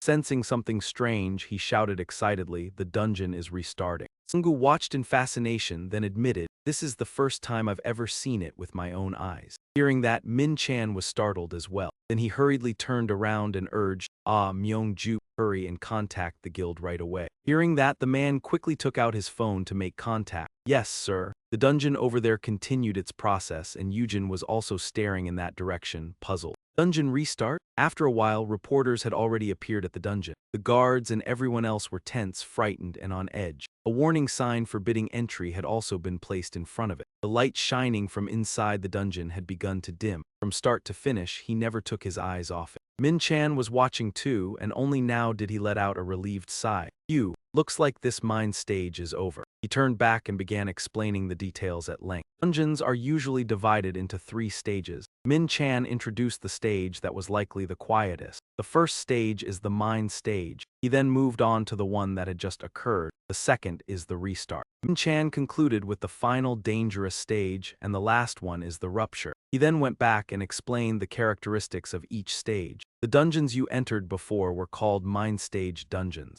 Min Chan also gave a brief explanation of how they are formed. They are dungeons that were already completed once before, and afterward, ordinary monsters are summoned there. Emphasized the role of people like Eugene and the Awakened. They go down into the mine to extract bloodstones like miners. Min Chan mainly explained the time frame. The mine stage usually lasts from 2 to 3 months, but once it ends, it restarts and becomes a new dungeon. As you can see, Exit 6 at Seoul University has now restarted. He turned and stressed the situation clearly. Right now, many guilds are on their way here, all aiming to be the first to clear it. As for dungeon ruptures, at that point, Eugene suddenly cut him off. Wait a second. He had already sharply guessed the real reason. So that means this dungeon doesn't have an owner right now. Min Chan did not hesitate to confirm it. That's right. In other words, it's a dungeon searching for its owner. In the middle of saying that, his eyes suddenly widened in realization.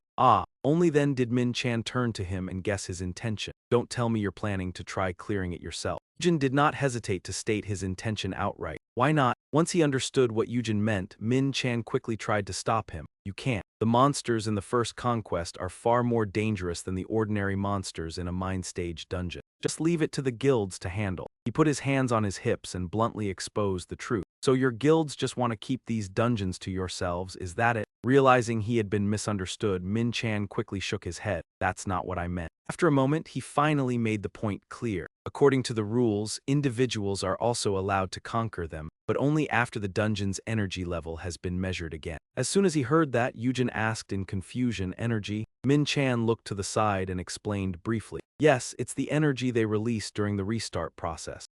They're measuring it right now. That's what determines each dungeon's star rank. Even pointed out the ranking tiers clearly. A 4-star dungeon is for C-rank hunters, a 5-star dungeon is for B-rank hunters, and only groups of A-rank awakened are allowed to enter a 6-star dungeon. After hearing that, he stroked his chin and asked again. You said before that I'm C-rank, right? Eugene smiled with great interest. Then that means I'm allowed to enter if it's a 4-star dungeon, isn't that right? A clear announcement voice rang out from the bulletin board. This is a 5-star dungeon. His eyes dropped downward, and irritation showed plainly on his face as he cursed, damn it. Standing behind him, Min Chan still kept trying to persuade him. I think you should give up on the idea of conquering this now. All of a sudden, everyone turned their heads at once. Seeing 3 more people approaching, everyone began exclaiming, Goa, the Chuduk Guild is here, they've already arrived, that's fast. He was watching too and made a firm guess. Then this dungeon will probably belong to the H-Wagon Guild. Eugene turned his head in curiosity and quickly recognized her.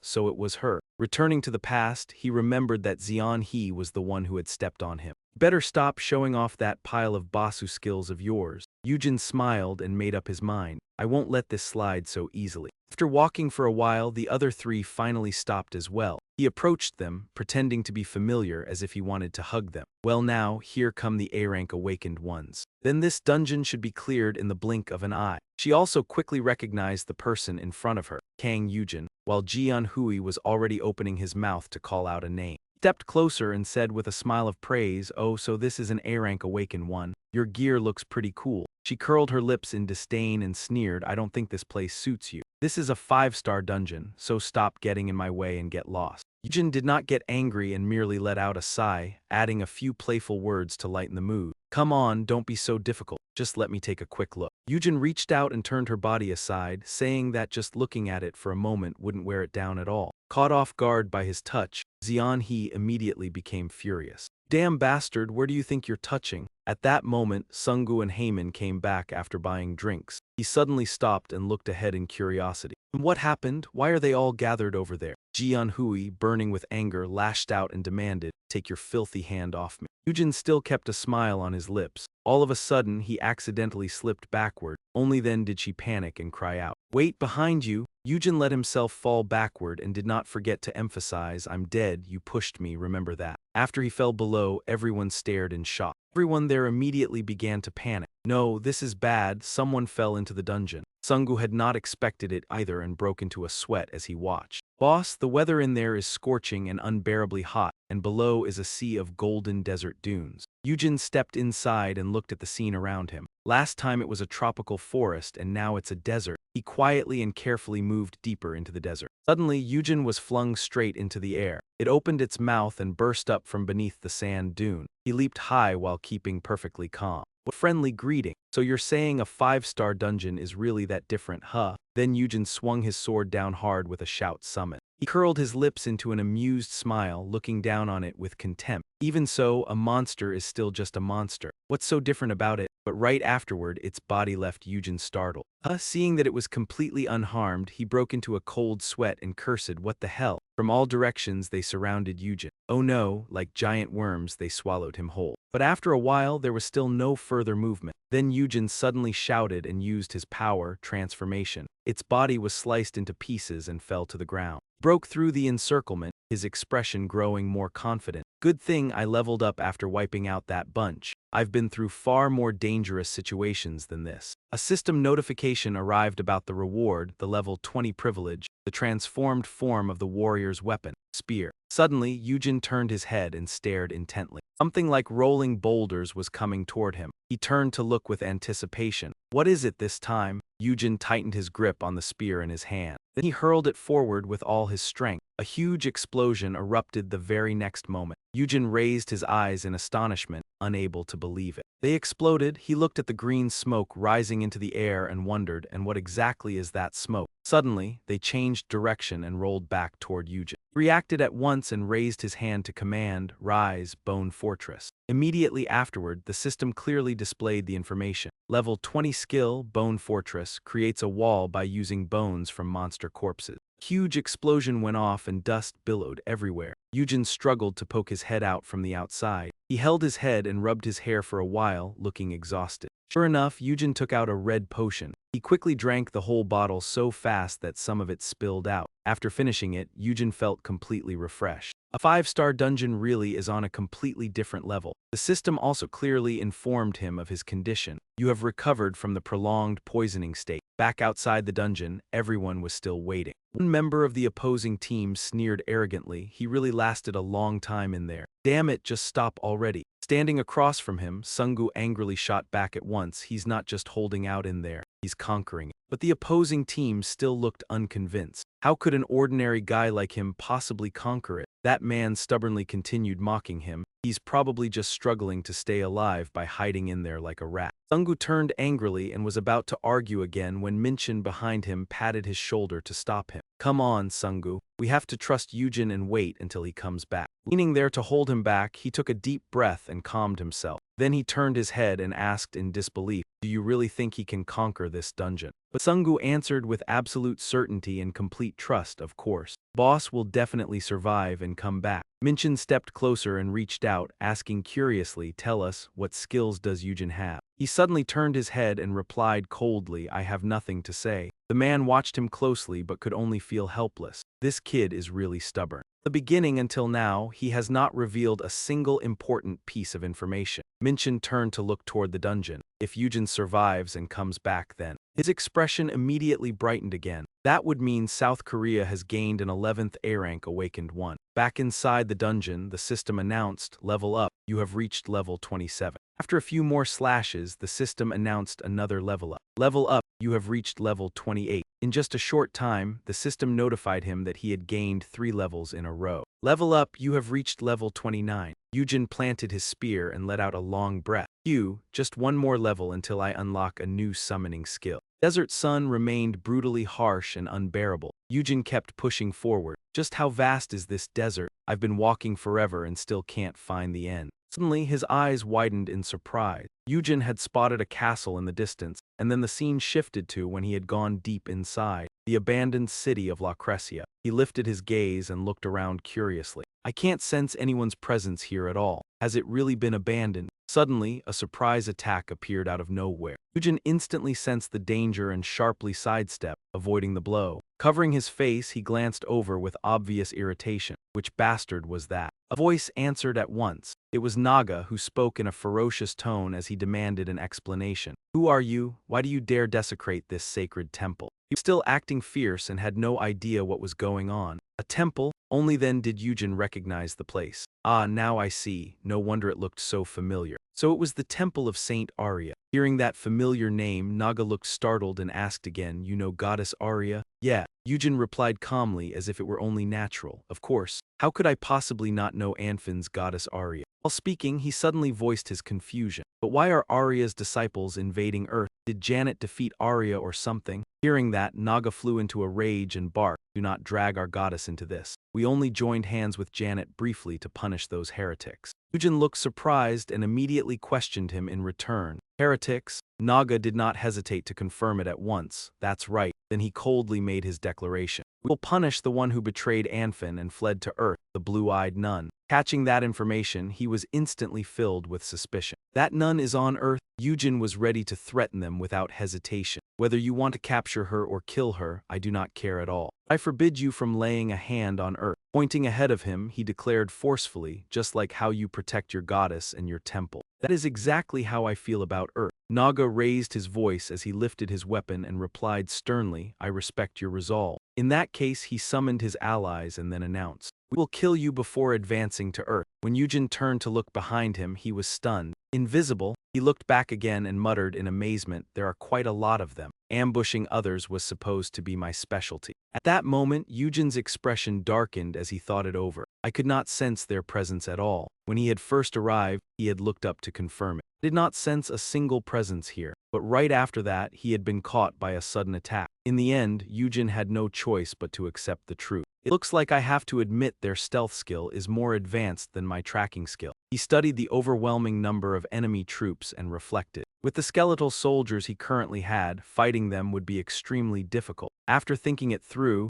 Eugene decided to spend skill points and raise Skeleton Summon to level 20. The skeletal army changed immediately. Skeletons became sturdier and taller. At once, they were equipped with additional weapons, and the appearance of the skeletal soldiers now looked even more unusual. The system sent a notification with a detailed explanation. Skeleton Summon had advanced to level 20, and the form of the skeletal soldiers would also change according to their rank. They now carried shields and swords, ready to fight back. Now, Eugene's voice had grown more confident. Well, even so, gripping his spear tightly, he curled his lip and declared, "I still have to fight and decide who wins and who loses." Naga also grew more excited and smiled faintly. The monsters on that side had already shown a savage attitude from the start. The skeletal army raised their shields and swords and charged forward. Two sides clashed, blades scraping against each other. The battle became more and more terrifyingly intense. Eugene turned his head and saw a sharp sword thrusting toward him from behind. He spun around and reacted instantly, striking at both sides at once. Then suddenly, 3 more objects came hurtling in from the distance. Eugene leaped backward in time and avoided the attack. He tensely turned to inspect the situation. Looking up, Eugene spotted 3 men hiding above and flared with anger. These bastards. He quickly raised his hand and ordered the skeletal soldiers to attack normal skeletons. That man was faster and ducked behind the wall. Seeing the attack miss, Eugene was furious. Seizing that chance, the man gripped his weapon and stabbed from behind. Die. But that very moment, he moved even faster and summoned a defensive wall of bone. Dust and smoke burst across the ground. Eugene cast a cautious glance outside and muttered, "They really are not giving me any leeway at all." He quickly distinguished the traits of both sides as well. There was a huge gap in rank between their side and ours, but the biggest problem was that they not only outnumbered us, they also held the advantage in close combat, and Eugene clearly listed the enemy's strengths. On top of that, they were using the terrain for both attack and defense, making it hard for our side to even reach them. Eugene was beginning to fall into a disadvantageous position, and it seemed that neither Bibi nor the skeleton soldiers were of any use in the current situation. Even though the skeleton soldiers seemed slightly more useful, he turned to observe the entire battlefield in concern, because they were wiping out our troops faster than our troops could eliminate the enemy, and in a disadvantage like this. Then Eugene gripped his weapon tightly and made his final decision. There was no other choice but that. The scene shifted back to the real world outside, where a news report was being broadcast. It has been 10 hours since the accident, yet the barrier still shows no sign of disappearing. Mr. Kang, the victim of the accident, has been confirmed to be a C-rank awakened one. They even had a reporter broadcasting live from the scene, and the fact that he had survived until now was being called a miracle. The guild leader folded his arms and watched with suspicion. Did that guy really go all the way there just to get more famous? He stared intently, looking furious. I handed the Warring Guild a 5-star dungeon for free, and he still dares to show his face. HMPH, when he gets back, I'll give him a proper scolding. The scene, Min-chan held out a bowl of food to comfort him. Eat something, Sungu.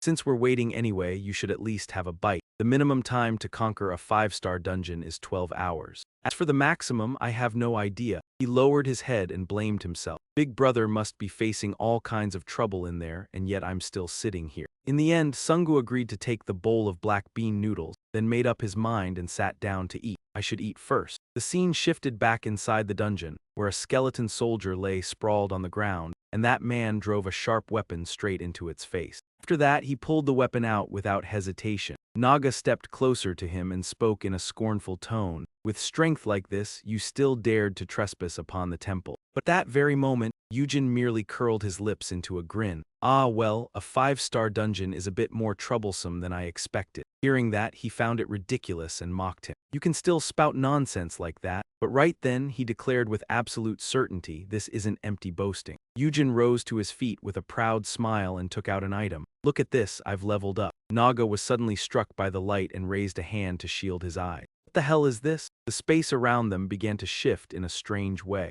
A gigantic hand slammed heavily into the ground, and something with enormous muscles rose up. Naga looked up in shock, unable to believe it. What is that? The moment it appeared, Eugene quickly smiled. Long time no see, Dunso. He mounted Dunso in a majestic manner. At the same time, the system sent another notification. Summon Golem. A sand golem has been summoned within a designated area. Eugene cast his gaze downward, his smug expression impossible to hide. Without any hesitation, he immediately ordered it to act. Crush him. Dunso obeyed at once, slamming his giant hand down onto the ground. That man turned around in panic and called for reinforcements. The warriors quickly assembled into formation, but Eugene was no less decisive and instantly gave the order. Advance, my subordinates. It let out a fierce and terrifying roar, while the troops on the other side gripped their weapons and braced themselves. A massive disturbance erupted right at the temple, and even the statue of the goddess was no longer left intact. The surroundings became desolate and ruined everywhere. Eugene grew even more confident as he stepped closer.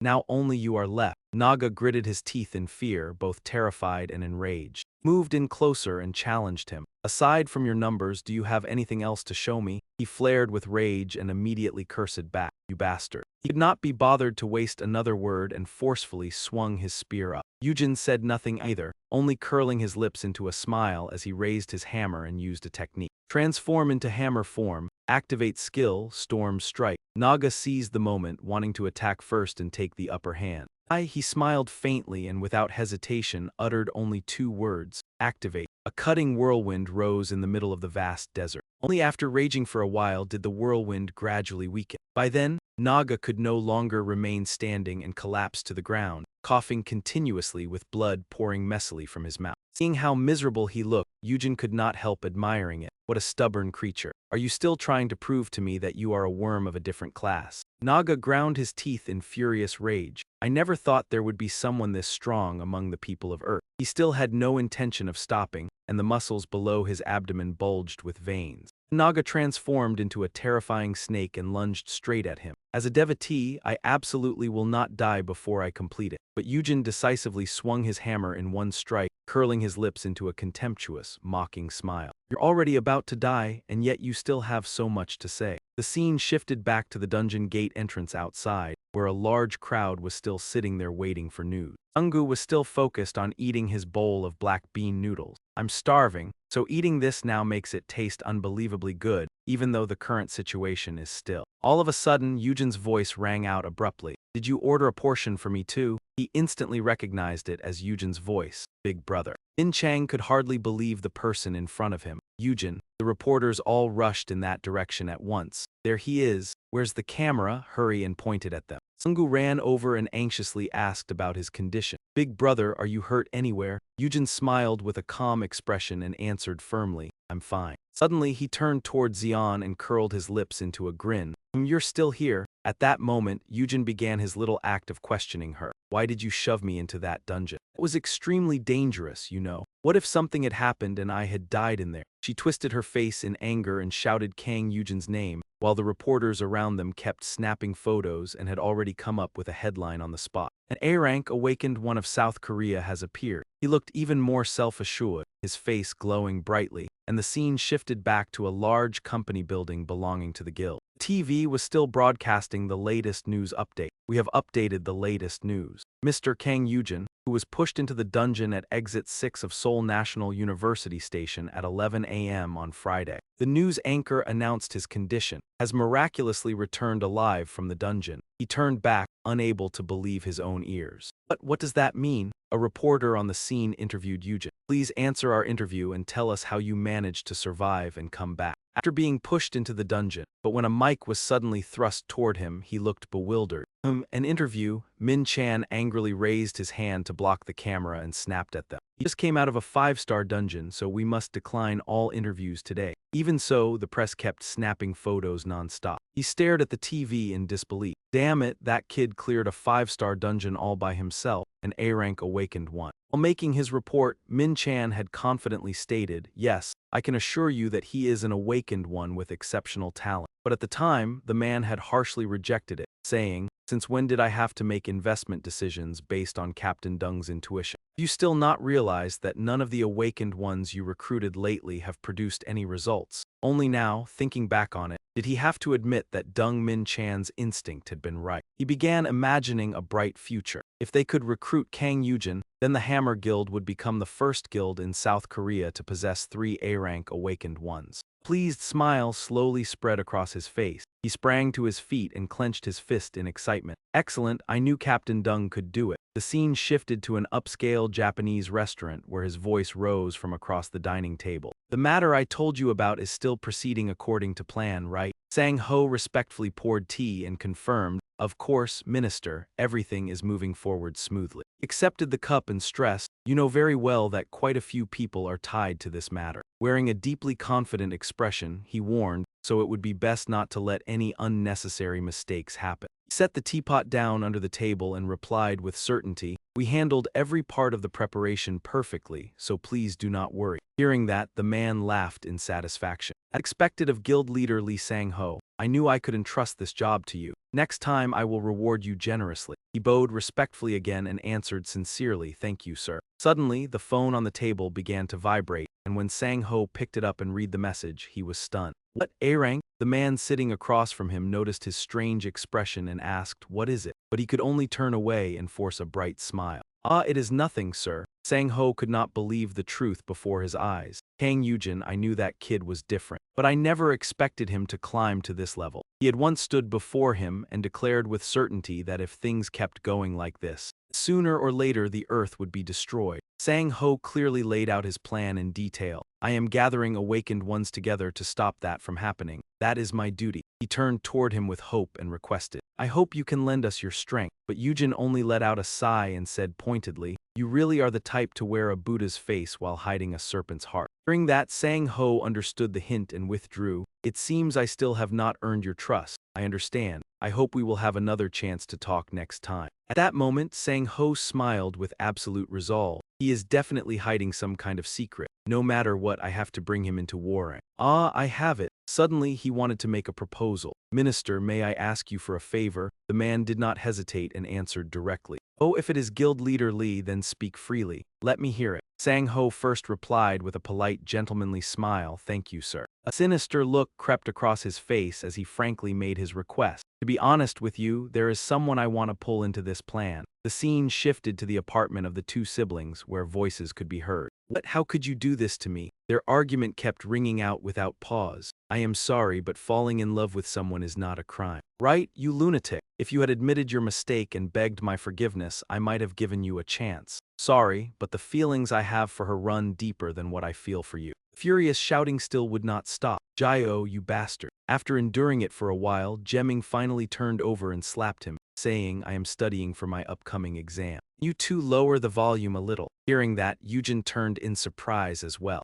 You do make it hard for him, and he quickly lowered the volume. Then Sungu, looking somewhat embarrassed, apologized guiltily. Sorry, kid, Jimn. Right then, Bibi raised a paw and let out a meow. Held his head and lowered his face, looking exhausted. And now we even have to house that cat too. Jimn suddenly remembered something and asked, but are you two not worried? Eugene answered with complete calm, worried about what? He brought up the situation outside the building. It has already been 3 days since that swarm of reporters gathered down there like ants. He replied with certainty, just wait a little longer. They will lose patience and leave. Let us stay here a few more days. Eugene quickly changed the subject. Why bring that up? Go outside and buy us some tangerines. Sungu eagerly raised 2 fingers and said, make it 2 bags, Jimn. Bibi below also chimed in with a cry of agreement. Meow, his face darkened at once as he turned and reminded them, hey, I am in the middle of exam season, you know. He waved a few bills and emphasized, this money will be your fee for letting us stay here a few days. Jimn reluctantly got up and thoughtfully asked one more thing, do you two need anything else? Just then, Eugene's phone started ringing. He picked it up and asked about the situation at his mother's place. Yes, Mom. Those reporters are not still harassing you, are they?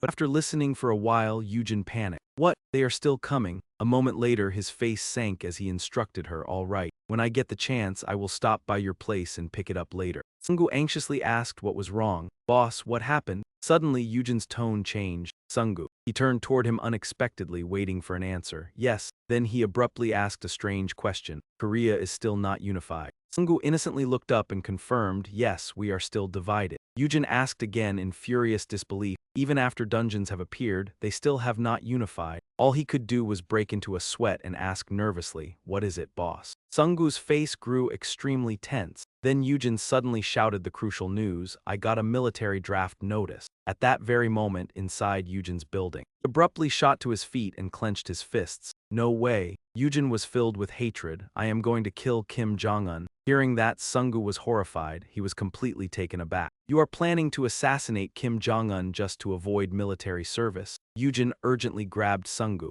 Exactly. Come on, let us go unify Korea together. Let us reunify the country before they drag me away in chains. No matter how he shouted, boss, calm down, Sungu tried to steady him. Do you really think killing that man would make the country reunify? But Eugene had utterly run out of patience. Then what other way is there? I do not want to serve in the military. This is already the most reasonable method. Sungu insisted, no, that will not work. Just think it through and there will be another way. At that moment, the apartment door opened and Eugene and Sungu both turned toward the person standing there. Jimn asked in confusion, what are you two doing? A few tangerines were set down on the table and Jemming spoke up. Why would you think that? Awakened ones do not enlist like ordinary soldiers. He said that if you do not want to, you can still choose to take on other side assignments. Eugene repeated suspiciously, side assignment. Then Zeman explained, yes, basically you would join a certified guild and help them eliminate monsters whenever the Ministry of National Defense requests it. Eugene marveled, oh, as expected, our Zeman really knows everything. Jimn scratched his head and laughed. Joining a major guild has always been my dream.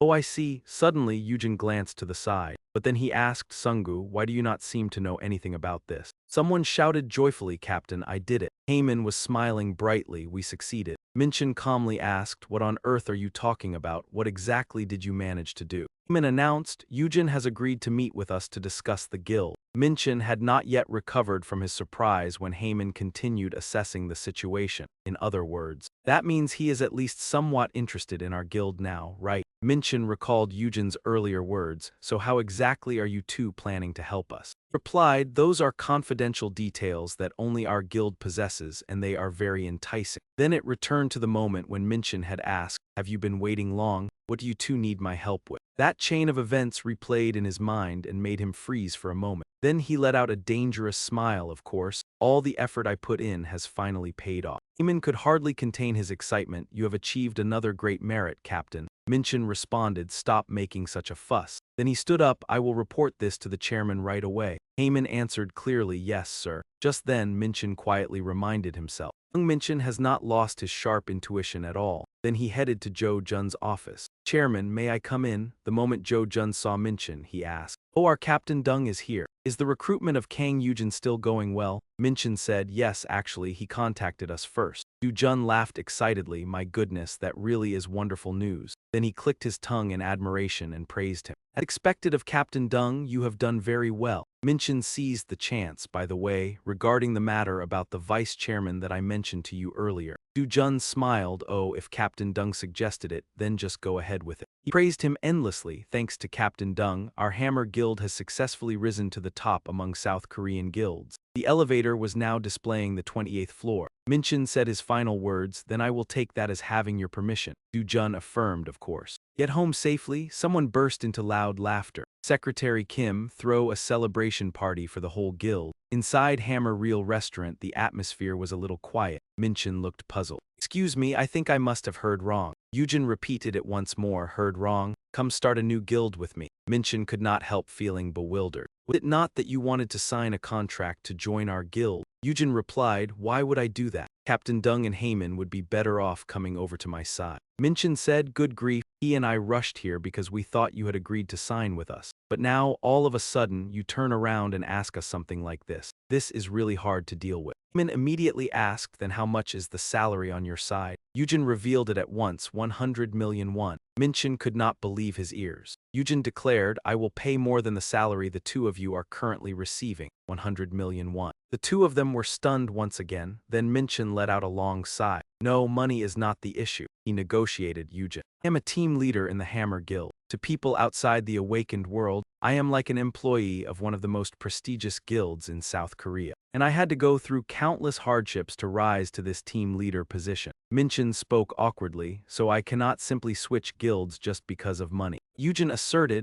I guarantee that my guild will grow even bigger and stronger than the Hammer Guild. So I sincerely hope the two of you can become founding members of our guild. After his conversation with Eugene, Minchin was now on his way back. Heyman suddenly announced, Captain, I am leaving the guild. Minchin cried out in shock, hey. Heyman had already thought it through, but is this not an incredibly promising opportunity? We're talking about Kang Eugene, who is now already an A-rank awakened one. Who else could possibly clear a 5-star dungeon alone like he did? So I guarantee that the guild he creates will succeed sooner or later. He continued, besides, if I stay in the Hammer Guild, how far can my position really advance? Hearing that, Minchin had to admit it too. That is true based on Kang Eugene's talent. The guild founded by him personally will have an extremely broad future. He connected it to the current situation. Moreover, the Hammer Guild is now facing pressure to expand beyond its current scale. and no matter how much I devote myself, I still cannot surpass the founding members to become a director or department head. Then what kind of promotion is that supposed to be? Minchin recalled Jo Jun's words. Captain Dung's intuition is getting worse and worse. The fact that he managed to recruit you was nothing more than blind luck. Wounded him deeply. I was even mocked and looked down on. Minchin frowned tensely. In that case, Minchin declared, I will go with you. Heyman had not expected that outcome, Captain. Minchin smiled. Fortune favors the bold. Sometimes you have to take a bigger step if you want to reach a higher level. Heyman cheered. That is a wise decision, Captain, and he raised the resignation letter he had prepared in advance. Let us go, really now? Minchin was speechless. You have been carrying that around the whole time. Heyman laughed. What employee would not? Seeing Minchin pull out a sheet of paper from his own pocket, he was shocked again. Captain, you too. Minchin repeated the same line. Yeah, what employee would not? Heyman guessed. Just look how wrinkled it is. You must have kept it on you for a long time already. Heyman was thrilled beyond measure. Great, let us coldly slap it in the boss's face and then go drinking. Minchin fully agreed, approved. At that moment the elevator was heading up to the 11th floor. Minchin was stunned by the sight inside. Why are all the lights off? Has everyone already gone home? The lights suddenly came on along with a burst of confetti. Captain Dung Minchin, congratulations on becoming department head. Meanwhile, both Minchin and Heyman still had no idea what was happening. Eugene announced the news. I have always been keeping an eye on Captain Dung, and now the position of team leader no longer suits you. From this moment on, you have officially been promoted to head of the service department. Congratulations, Captain. That is wonderful. Someone brought over a cake. Captain, blow out the candles first. The others cheerfully said, after you move to the service department, do not forget about us. Captain, congratulations on your promotion. Only Minchin had fallen into an impossible situation.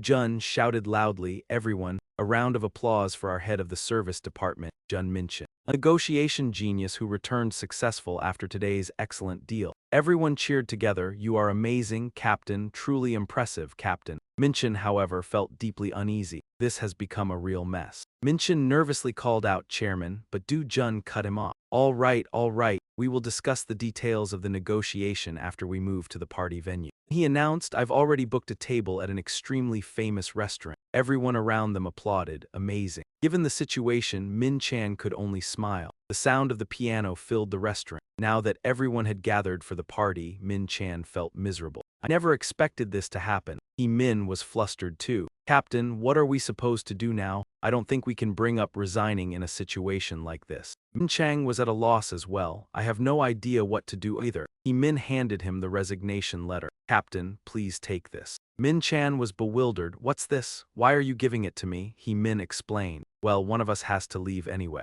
Please approve my resignation letter, department head. Min Chan cursed inwardly in irritation. This bastard. Meanwhile, Min was overjoyed. Just a moment ago, I was so upset I couldn't even stomach any of the delicacies here. I'll head out first, you'll manage somehow too. Captain, Min Chan hurriedly tried to stop him. Hey. Right then, Jun grabbed his arm instead. Department head, why are you standing there? Come over here quickly. He suggested, tell everyone about your achievement. Min Chan spoke up anxiously, Chairman. Jun replied casually, well, go on. Seeing Min Chan continue to hesitate, he urged him again, goodness, what's there to be shy about? Min Chan gathered all his courage and revealed it. I failed. Jun tried to stay calm. What did you say? Then Min Chan handed him the paper. After that, he bowed his head sincerely. I failed to recruit Kang Eugene, Chairman. I'm sorry. Jun clenched his fist, unable to say anything. He angrily pointed at him. Are you telling me the truth? Min Chan could only lower his head. I'm deeply sorry. Jun cursed furiously. Do you think something like this can be brushed aside with a single apology? Do you want to get fired that badly? Inwardly, Min Chan prayed, if you fire me right now, I'd be truly grateful.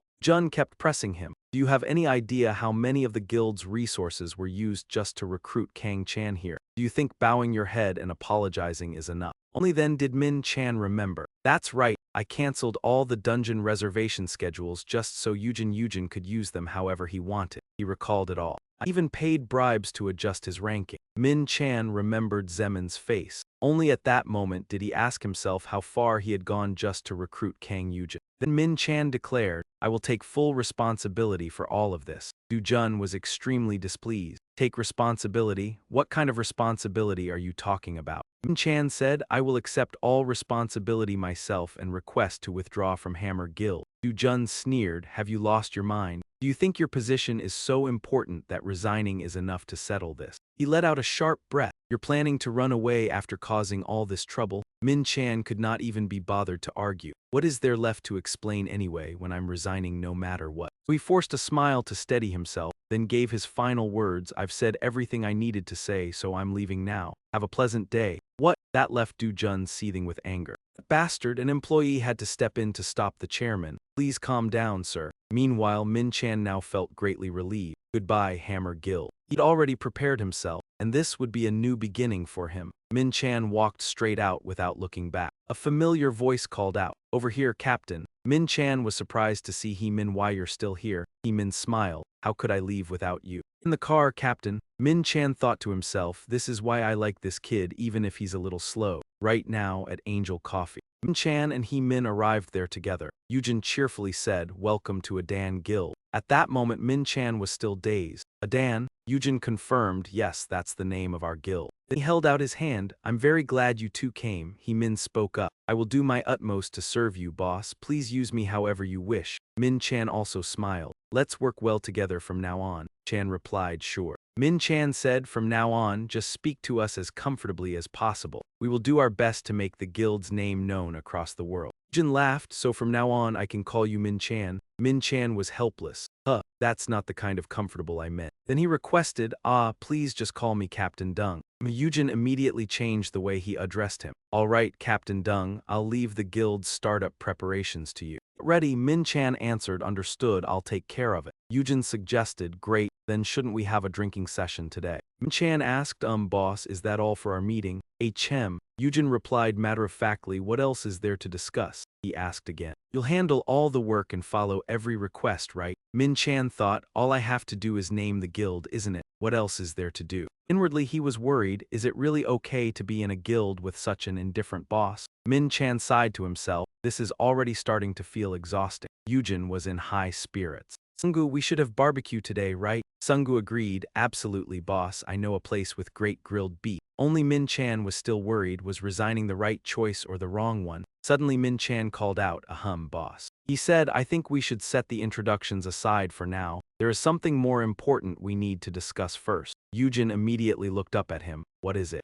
Min Chan explained, it's about clearing dungeon number 6 at Seoul Station. If other awakened groups are going to reserve our guild's dungeon, then we need to decide the detailed method for conquering it. And that has nothing to do with setting up the guild. At that, Eugene said, why do we have to let other people use our dungeon? I can clear it alone. Min Chan suggested, instead of letting it sit there unused. We could let other groups use it while you're resting. Eugene agreed, that's true, but he wanted to know more. All right, is there anything else, anything essential? Min Chan brought up another point. To establish a guild, we need 5 founding members. Eugene pondered for a moment, so we need one more person. He asked Sungu, should we invite Zemin? He replied, probably not, sir, that kid is still a minor. Min Chan continued, that's right, minors aren't allowed. Eugene went silent for a moment to think, then opened his contact list. Mom, Jimn, real Jimn, Sungu, phone scammer, crazy bastard 2. After that, he had no choice but to say, I really don't know that many people. Eugene was in a bit of trouble. Mom won't work either, so who should it be? After thinking for a while, he exclaimed,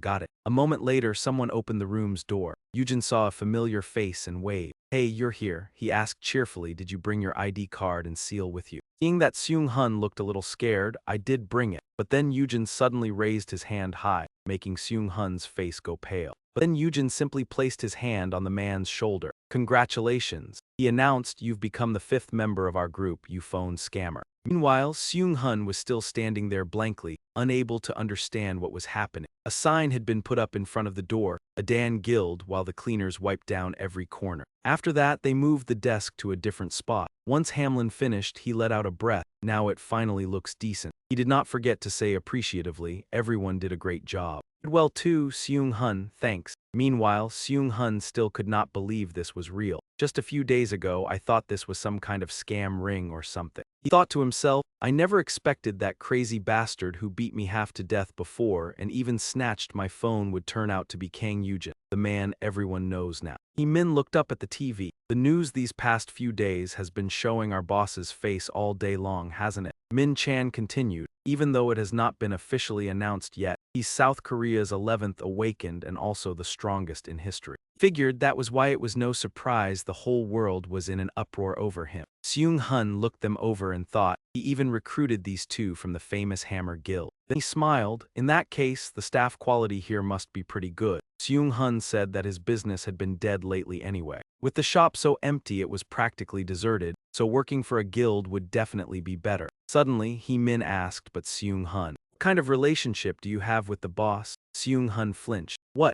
Min guessed on his own, seeing how you came the moment the boss called, you two must be really close, right? Friends or maybe relatives? Seung-hun could only scratch his head awkwardly. Ah well, but he did not say the truth. I rushed over here because I was afraid I'd get beaten up again like back then. But why did he call me here to join them? Is it because he feels guilty for beating me up before? Just then, Eugene walked in as well. Oh, this office looks great. They immediately shouted, the boss is here. Min Chan quickly asked, boss, you've worked hard. Have you finished planning the strategy for conquering the dungeon? Eugene said it was more or less done, then revealed that Sungu was the one who had worked the hardest. Seeing how worn out Sungu looked, Min Chan immediately asked with concern, Sungu, are you okay? Min added, wow, even if the conquest plan is settled, there are still a lot of other things that need planning, right? After all, it is a 5-star dungeon. In the end, Sungu was so exhausted that he fell asleep right on the chair. Min could only stare. Something white is coming out of his mouth. I think he deserves a bigger commission, maybe something like a mental support allowance. In the meeting room, Eugene spoke up. All right, everyone, have a seat. He said seriously, we need to discuss the most important matter first. Then Eugene called out, Captain Dung. Min Chan answered at once, yes, boss. Eugene hesitated, what position should I give you? That question caught Min Chan off guard. What? Eugene explained his view, even though our guild only has a few people right now, I still think each person should be given a title that suits their abilities. Tell me whatever title you want. Hearing that, Min Chan felt as if he had been struck by lightning. Even Min was shocked, and Sungu, who had been half asleep, woke right up. Seung-hun was stunned. We get to choose our own titles. Seeing their expressions, Eugene asked, why is everyone so quiet? Captain Dung, what kinds of titles do guilds usually have? Min Chan explained, usually there are 2 categories of positions. One is for the awakened, and the other is for ordinary staff. The awakened usually hold roles like administrator, committee member, and vice president, but that part is not important. He clarified further, what really matters to the awakened is the specific terms in the contract, such as the percentage commission they get after each dungeon conquest or their base salary. And so on. After hearing that, Eugene asked, I see.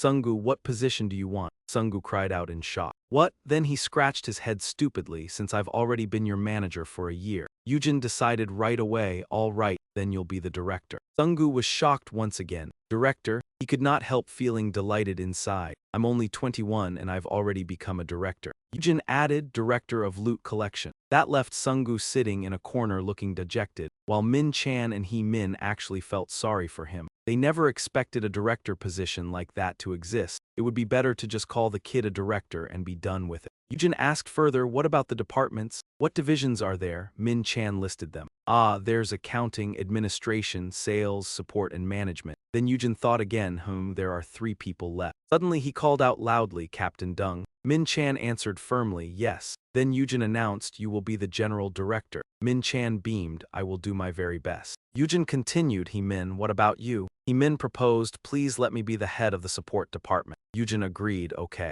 He declared, I will devote myself completely to the company. Then Eugene looked at Seung-hun and unexpectedly asked, why is he still here? That left Min Chan confused. Isn't he one of the founding members too? You said he was the 5th member. Eugene explained, I only wanted to borrow his name. He was just the 5th member on paper. Seung-hun blankly turned his head. What am I supposed to do now? Then Eugene suddenly chuckled softly. He said, since he's already here, I'll give him a suitable position too. Even after all the positions had been assigned, Min Chan still had doubts. But boss, he asked, how are we going to recruit staff? Eugene asked back, why would we need to recruit new staff? Min Chan was stunned once again. But then he explained, if the guild is going to grow stronger, we'll need more awakened. So of course we have to recruit more personnel. Suddenly, Eugene placed a document on the table, leaving them bewildered. This is, he revealed, because of all the dungeon conquest work, I was exempted from military service. Do not need to add more people to get this. Only then did Min Chan understand. So this was the reason he founded a guild. If all he needed was an exemption from military service, he could have just joined the Hammer Guild. He imagined a bright future. If he had agreed to do that, I could have lived an easy life enjoying my days as a department head. In his fantasy, Min Chan sat on a sedan chair while people shouted, "The department head is coming through, make way."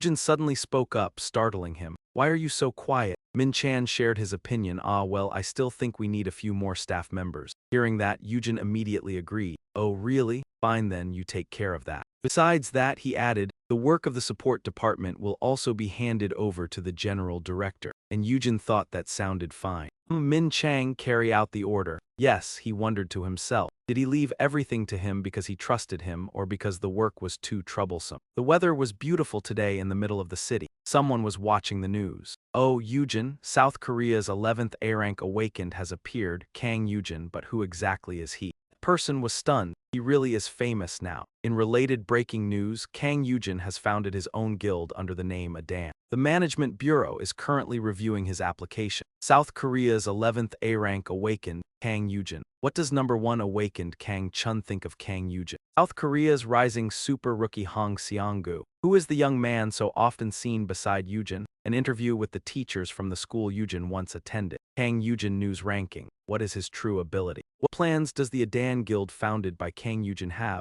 Let us examine Kang Eugene's soul-bound ability. An analysis comparing the abilities of Kang Eugene and Kang Chun. Jai-won sighed in admiration. This is incredible. She could not help being awed. Is this really the man I once had the chance to drink with? Jai-won recalled that earlier meal. Eugene had been utterly relaxed and cheerful. While Jai-won had dozed off, Uji had quietly glanced her way. Reached out and touched her head. It's fine, she was still as beautiful as ever. Jai-won did not wake from her recollection. She reminded herself. Goodness, come on, what am I even thinking? Jai-woon's gaze suddenly froze. Someone shouted loudly, you scared me half to death. Jai-woon spoke up, you two are back. Her younger sister complained, sis. Jai-won felt a little embarrassed. What is it? Younger sister reminded her, even if you're in the room, you should still put your hat back on. This room doesn't belong to you alone, and she was right. Just be a little more considerate, will you? You scared us to death. Jai-won spoke softly, I understand. Sorry, you too, her younger sister replied curtly, we're heading out for a bit. The two girls kept sniping at her. I need to save some money and move out of the dorm. Every time I see her, my heart feels like it's about to leap out of my chest. Hey, keep your voice down, she might hear you. She can't hear anything. As if I said anything wrong. Those words truly wounded Jai-won.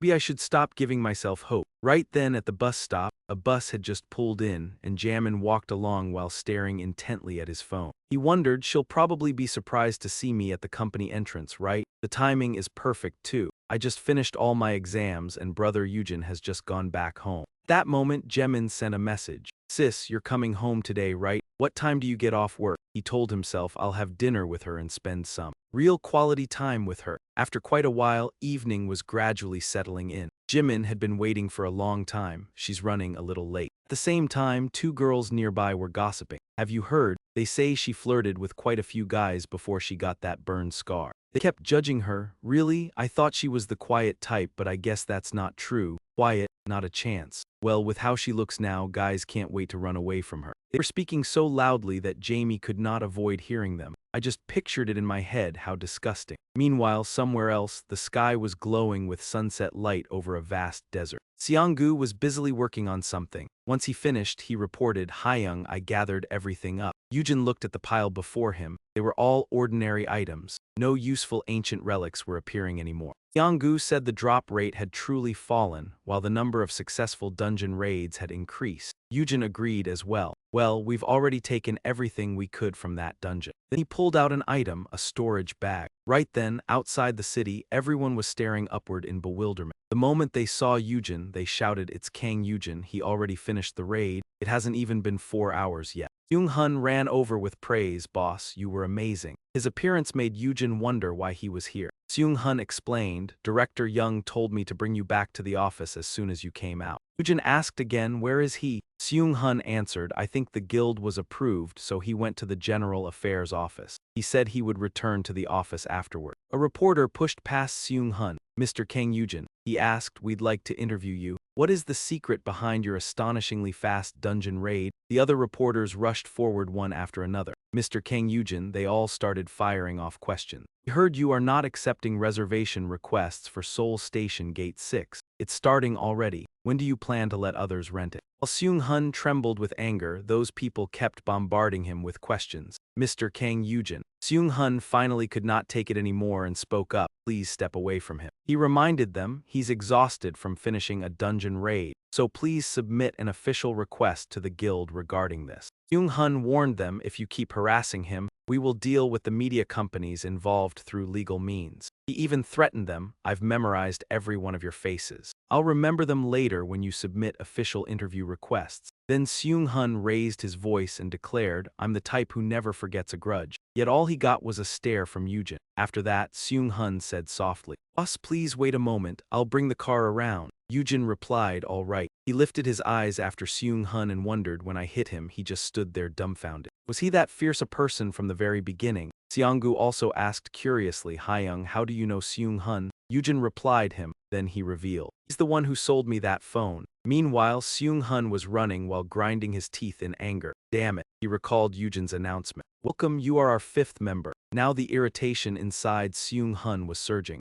I had wondered why he hired me. Then came the time Eugene asked, but why is that guy still here? Seung-hun wondered, did he only want to use my name? He swore to himself, I even closed my shop because I had misunderstood everything. Now that it has come to this, I have to stay in this guild no matter what. No matter what? Inside the Adan guild room, Eugene was leisurely taking something from a box. Then he tossed it into his mouth and chewed with satisfaction while scrolling through something on his phone. Article Eugene was reading said that the re-examination by the General Affairs Office had concluded that Kang Eugene truly was an A-rank individual. The awakened, currently stirring public attention, 24-year-old Kang Eugene has been re-examined by the General Affairs Office and has officially been recognized as an A-rank awakened. 2 p.m. today, Kang Eugene's Atom Guild officially began operations after receiving its license. News from the General Affairs Office reported an unprecedented dungeon raid speed. Digging into the secret behind Kang Eugene's abilities, what exactly is the mystery of the awakened Kang Eugene's power? Eugene flipped to another article. Kang Eugene's first dungeon raid at Exit 6 of Seoul Station. Kang Chun, or Kang Eugene,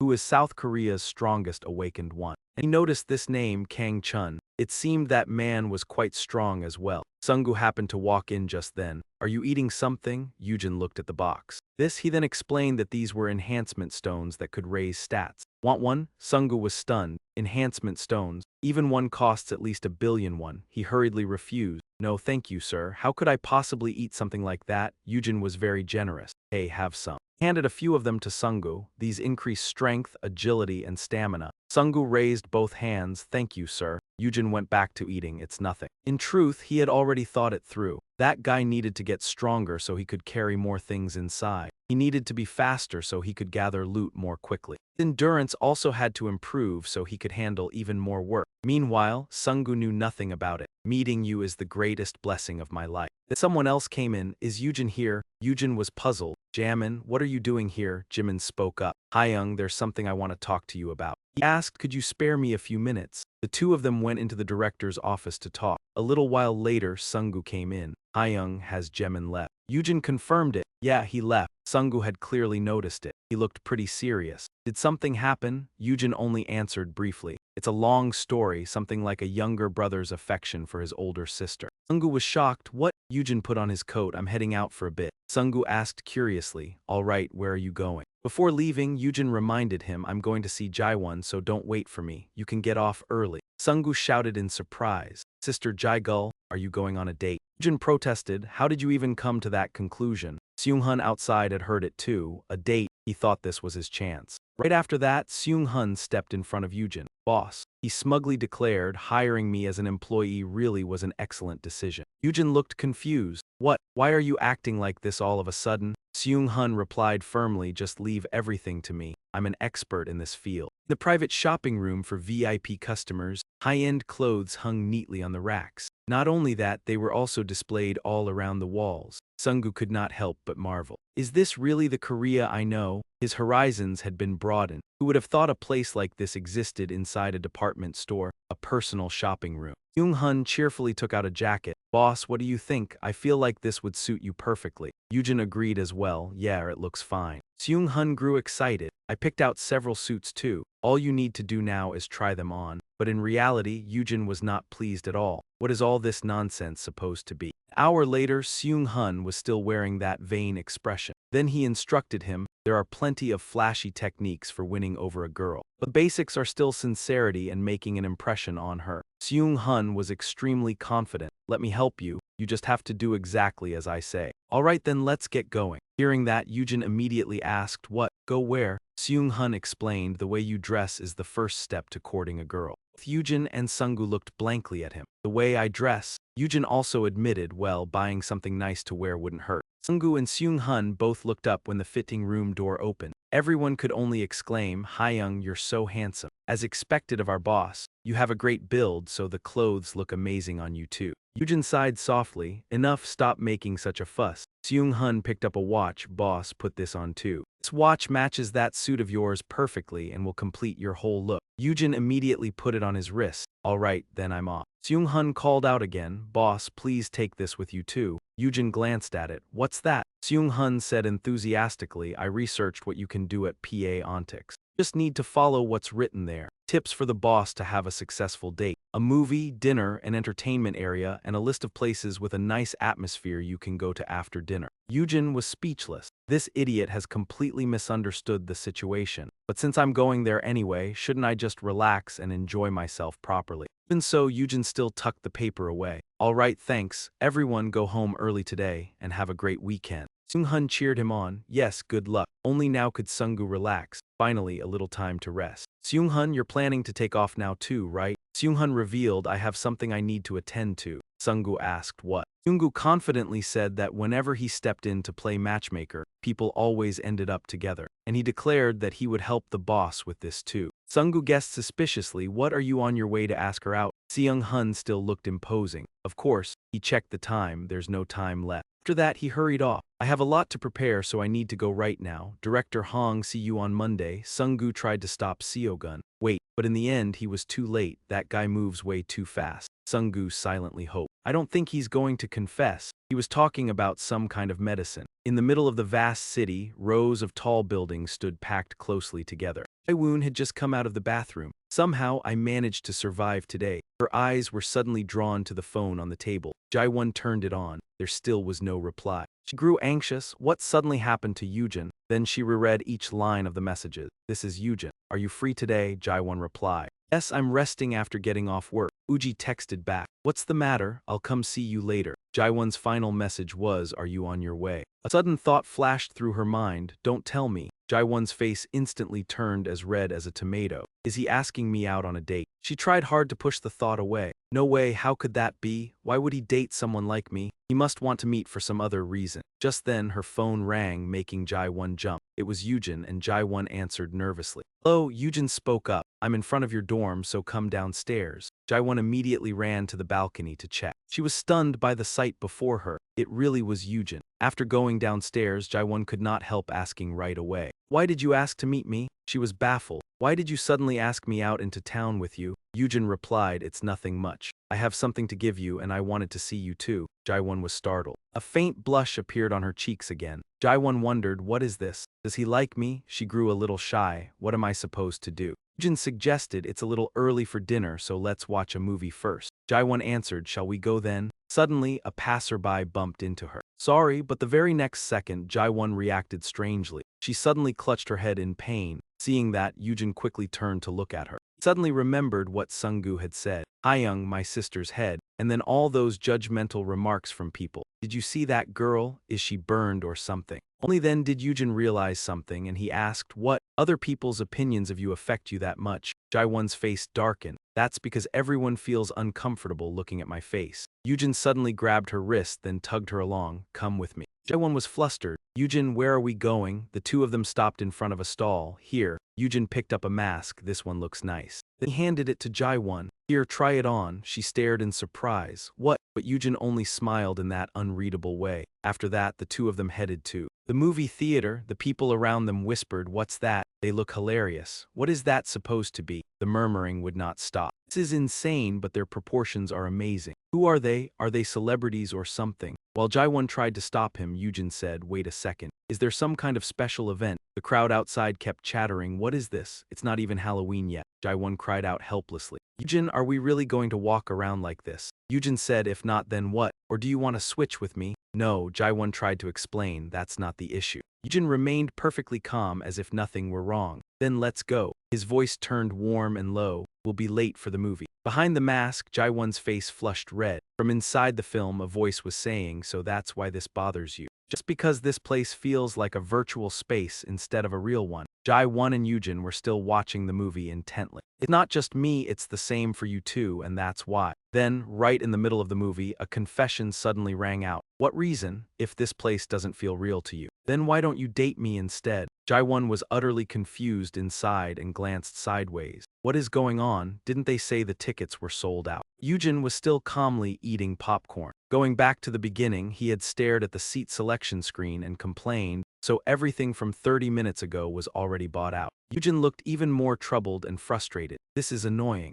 Seeing that, Jaiwon gently said, we don't have to watch a movie after all. But he casually reached toward the door and said, there's no other choice, I guess. Then all of a sudden, someone from behind offered them tickets. Excuse me, something urgent just came up, so I have to leave. If you don't mind, would you use my tickets? The person immediately shoved the tickets into Eugene's hand, and before they could even react, he had already turned and run off. Enjoy yourselves, you two. I really have to go. Still not understanding what was happening, Eugene reached out and called after him, wait. Part of the man's face was hidden behind a mask. Leaving first, Eugene began to grow suspicious. He looked so familiar, could it be? Meanwhile, outside the ticket counter, a familiar voice suddenly spoke. Hey, Seung-hun held up his phone screen and said, please refund every seat except the two I selected for me. The employee recoiled in shock when she heard that. What? Didn't you say you were booking seats for a whole group? He pointed at his phone screen and repeated, please refund them for me. I only bought them 10 minutes ago. The employee could only think to herself, what the hell is wrong with this lunatic? Sometime later, the sky had taken on a faint orange hue, and from outside the theater came a voice praising the film. That movie was really good.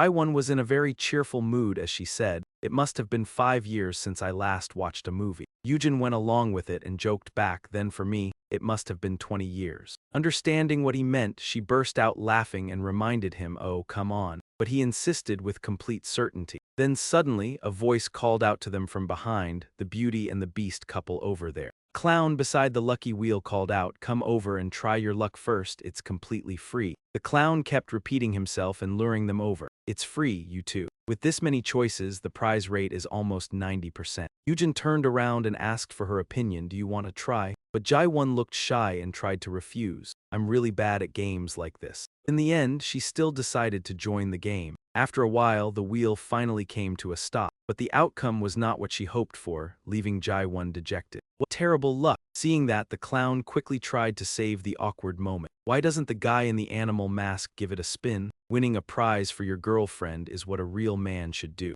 At first, Eugene stood there silently for a while. Yet a moment later, he still gave it a try and thought to himself, maybe I'm cursed or something. The wheel began to slow down. Eugene had no hope left. It'll probably land on the bomb again. Suddenly, a loud scream of surprise rang out. Good grief. Right after seeing the result, he himself stared blankly. It exploded again, but the clown reached out and touched the wheel once more. Eugene's eyes widened in surprise. The clown shouted loudly to congratulate him. You landed on the special prize space. Jaiwon was startled and delighted as she cried out, you won, Eugene. She turned and exclaimed in amazement as she hugged the moment close. This is the first time I've ever won anything. The clown immediately handed Jaiwon a small gift bag. Congratulations, you two. This is our prize for you. She accepted the reward with happiness in her heart. Thank you. But Eugene's expression darkened as he realized who it was. This guy is actually. The clown suddenly turned to look at him in surprise. When he took off his glasses and winked, Eugene only grew more confused. Why does this man keep following me all the way here? The clown behind them kept cheering nonstop. Boss, hurry up, keep going. Eugene paid no attention and pulled her away. Let's go. At that moment, Jaiwon was still curious and delighted. Wonder what's inside. A little later, the scene shifted to the two of them playing the claw machine, then going around to look at clothes together. That evening, Eugene took Jaiwon to a restaurant for dinner. On the way back, she found herself lost in thought, wondering how long it had been since Jaiwon realized she had become more confident.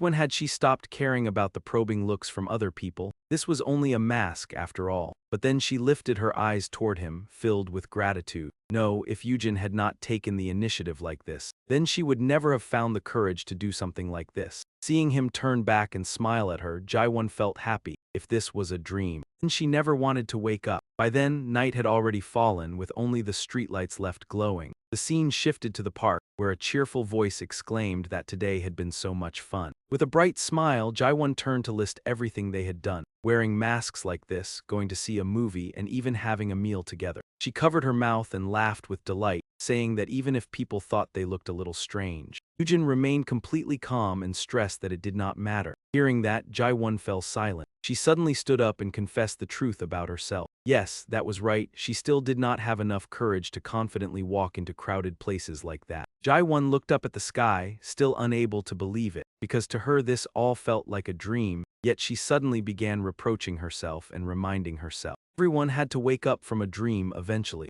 Jaiwon tried to pull herself back to reality so she would not make a mistake. If she kept on dreaming like this, then she would end up trapped in his snare. She took off her mask and firmly declared that it was time to remove the mask and return to reality. At that moment, Eugene only pursed his lips and smiled. He stepped closer, already prepared. He told her that he would give her a gift to reward her courage. Hearing that, Jaiwon asked back in surprise. Gift. Suddenly, fireworks burst beautifully across the sky. From the distance, many people came forward applauding and offering their congratulations. But then they all abruptly froze in place. The moment they saw her face and that scar, they stopped in horror. How terrifying, that man must really love her. Seung-hun, hiding in the back, felt baffled. He had told them to clap and warm up the atmosphere, so what the hell were they doing? He strained his eyes wide open to see what was happening. Had something gone wrong? At that moment, Eugene clenched his teeth in fury. Gu Seung-hun, are you serious? Standing beside him, Jaiwon lowered her head, her face darkening. He also panicked and shouted two words, "Fortress Wall," and suddenly something appeared, separating the two of them from the crowd. Only then did Eugene speak in a weary tone of complaint, saying that wearing this mask was really blocking his view. Jaiwon stared around in shock and asked where they were. He smiled at her with gentle affection and told her to close her eyes because he was going to give her a gift. She lifted her gaze in surprise, blushing shyly, and asked what. Before that, Zemin had come to ask for a favor. He spoke hesitantly about his older sister and then recounted the pitiful truth.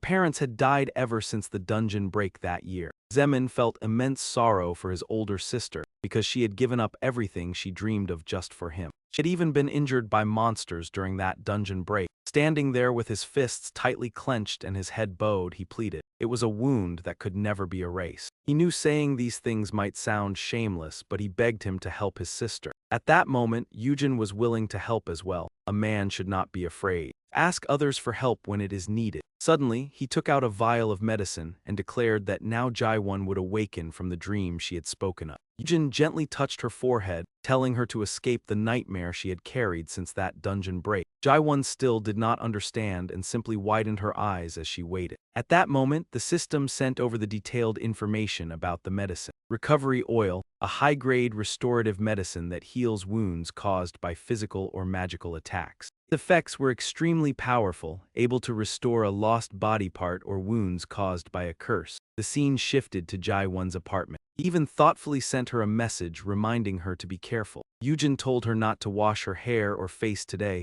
otherwise it would get washed away. He also told her to go to sleep early. When Jaiwon saw the message, she burst into a puzzled laugh. What kind of message was that? Was he planning to open a salon or something? Sitting in her chair, she texted back as well, saying all right and thanking him for today because she had really enjoyed herself, and telling the hairstylist to go to bed early too. Jaiwon's face flushed red with embarrassment, as she secretly hoped that if applying that oil just once could completely heal her wound. How wonderful that would be. She then remembered the gift bag and curiously thought about it. Right, what was the prize the two of them had won from that spinning lucky draw earlier? The moment Jaiwon opened the box, she froze. What was this? When she saw the ring, she could hardly believe it. A ring? There was no way a roadside game would actually offer a ring as a prize, and Jaiwon found it so strange that she began piecing everything together. Thinking back on it, the two of them had watched a movie in an empty theater. The things that had happened tonight began returning to her mind. They had eaten dinner at an elegant restaurant.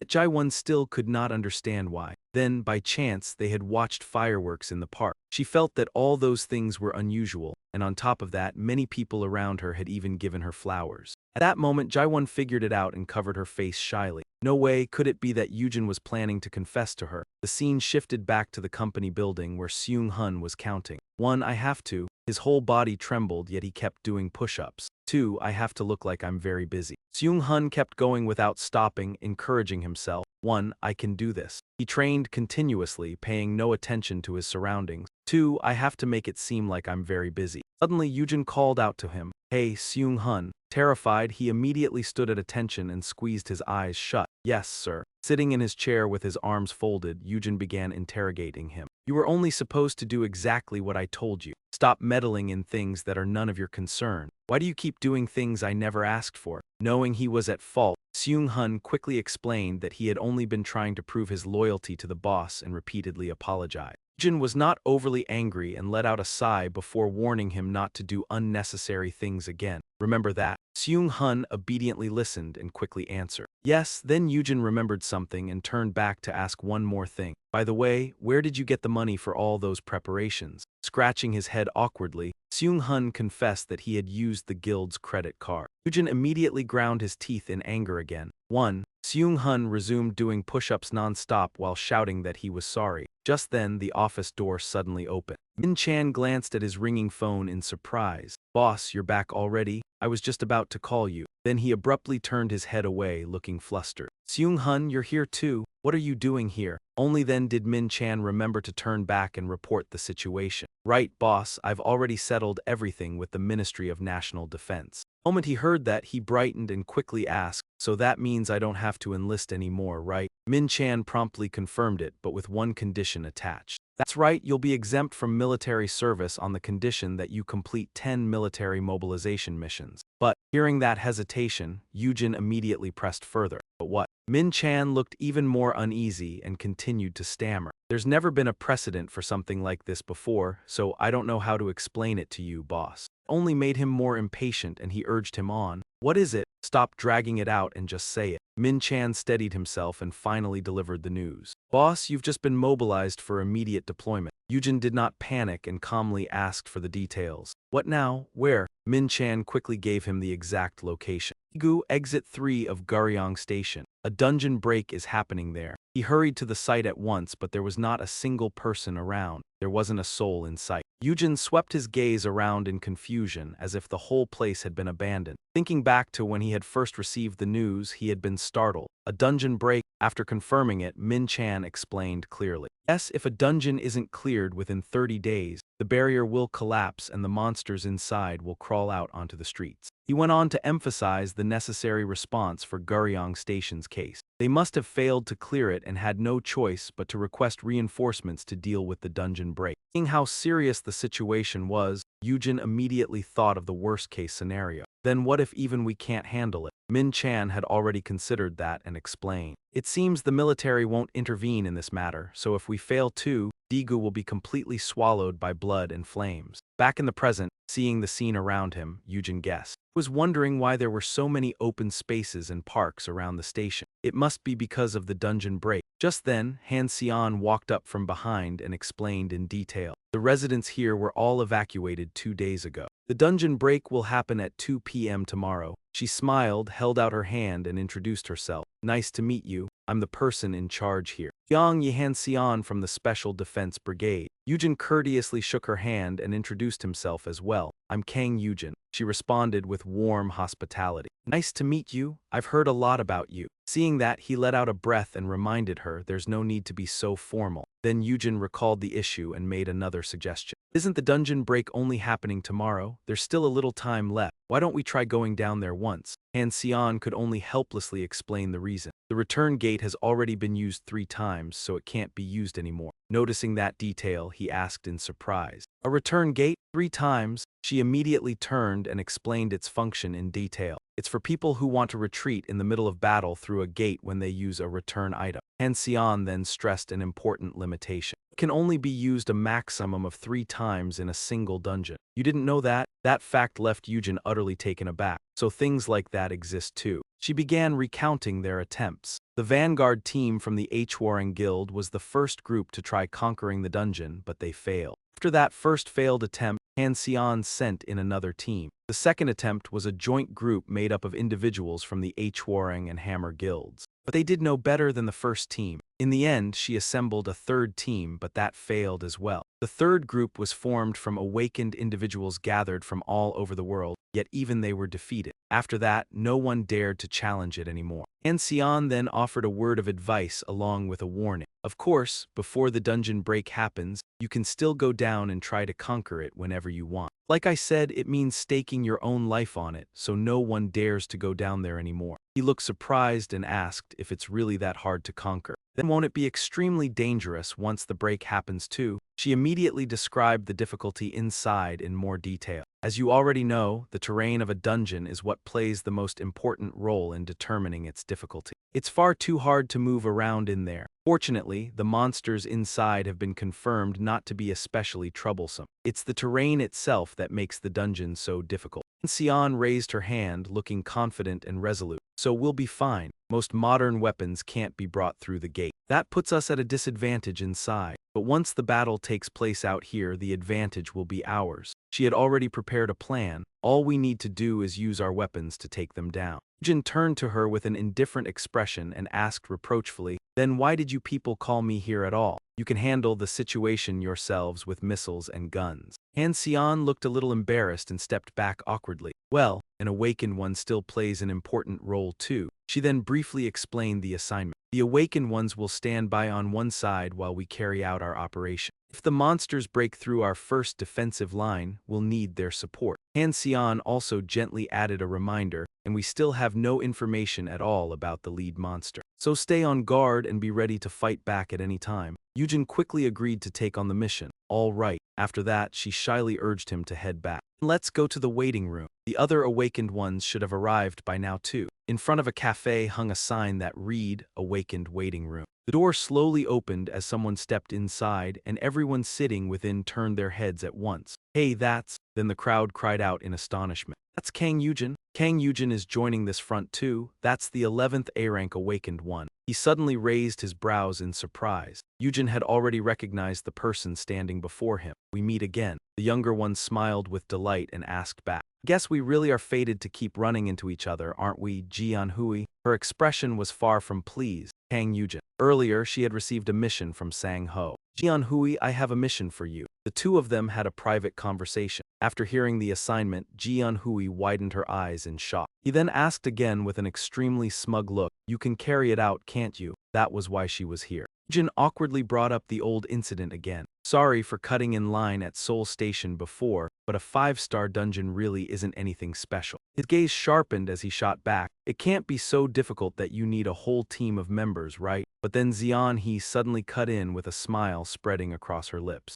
She stepped closer and taunted him. "It feels like only yesterday that I was trampling you underfoot, so you must have gotten much stronger by now." The people around them immediately started murmuring. Li Zeanhi and Kang Eugene fought before. She actually beat Kang Eugene. I wonder if Kang Eugene's reputation has been exaggerated too much. His face darkened as he cursed with a laugh. "You bitch." Eugene widened his eyes and challenged her first. "Want to fight?" She smiled back without the slightest fear, and seeing things escalate like this, Sun quickly stepped in to stop them. "Calm down, everyone, don't do this. Aren't we comrades in tomorrow's battle when the dungeon raid begins?" Even then, Zeanhi kept mocking him. "It looks like only your strength has improved because you're still just as childish as ever, so don't be so impulsive." He even deliberately stressed her warning, "If you make even one mistake on the battlefield, someone could die." Hearing that, Eugene's anger flared at once. "What and who the hell are you to lecture me like that?" At that point, Sun had to pull him away. "Eugene, stop it." She tried to explain and calm the situation. Zeanhi is the overall commander of the awakened team supporting this operation. Eugene ground his teeth in anger as he stared at her retreating figure, and only then did Sun finally let out a small sigh of relief. After a while, he regained his initial composure. "Fine, whatever." Eugene sat back down and asked, "Could you find me some information about the situation inside the dungeon?" Hearing that, Sun was utterly surprised. What? She asked back in confusion and curiosity. There's going to be a dungeon raid soon, so why do you need information about what's happening inside the dungeon? Still did not answer and instead asked cautiously, could that be some kind of military secret? His son could only correct him before walking ahead to lead the way. No, the information about the situation inside the dungeon is public, and if you need it, I'll go print it right away, so come on. Zeanhi glanced back with suspicion. Dungeon information? Don't tell me. She quickly guessed the details. 6-star dungeon. Standing before it, even Eugene had to marvel. The energy pouring out of it really is astonishing. No wonder it's the strongest dungeon. Then a voice suddenly called out, making him turn around in surprise. Hey, Kang Eugene. Zeanhi was standing on the escalator with one hand on her hip, asking,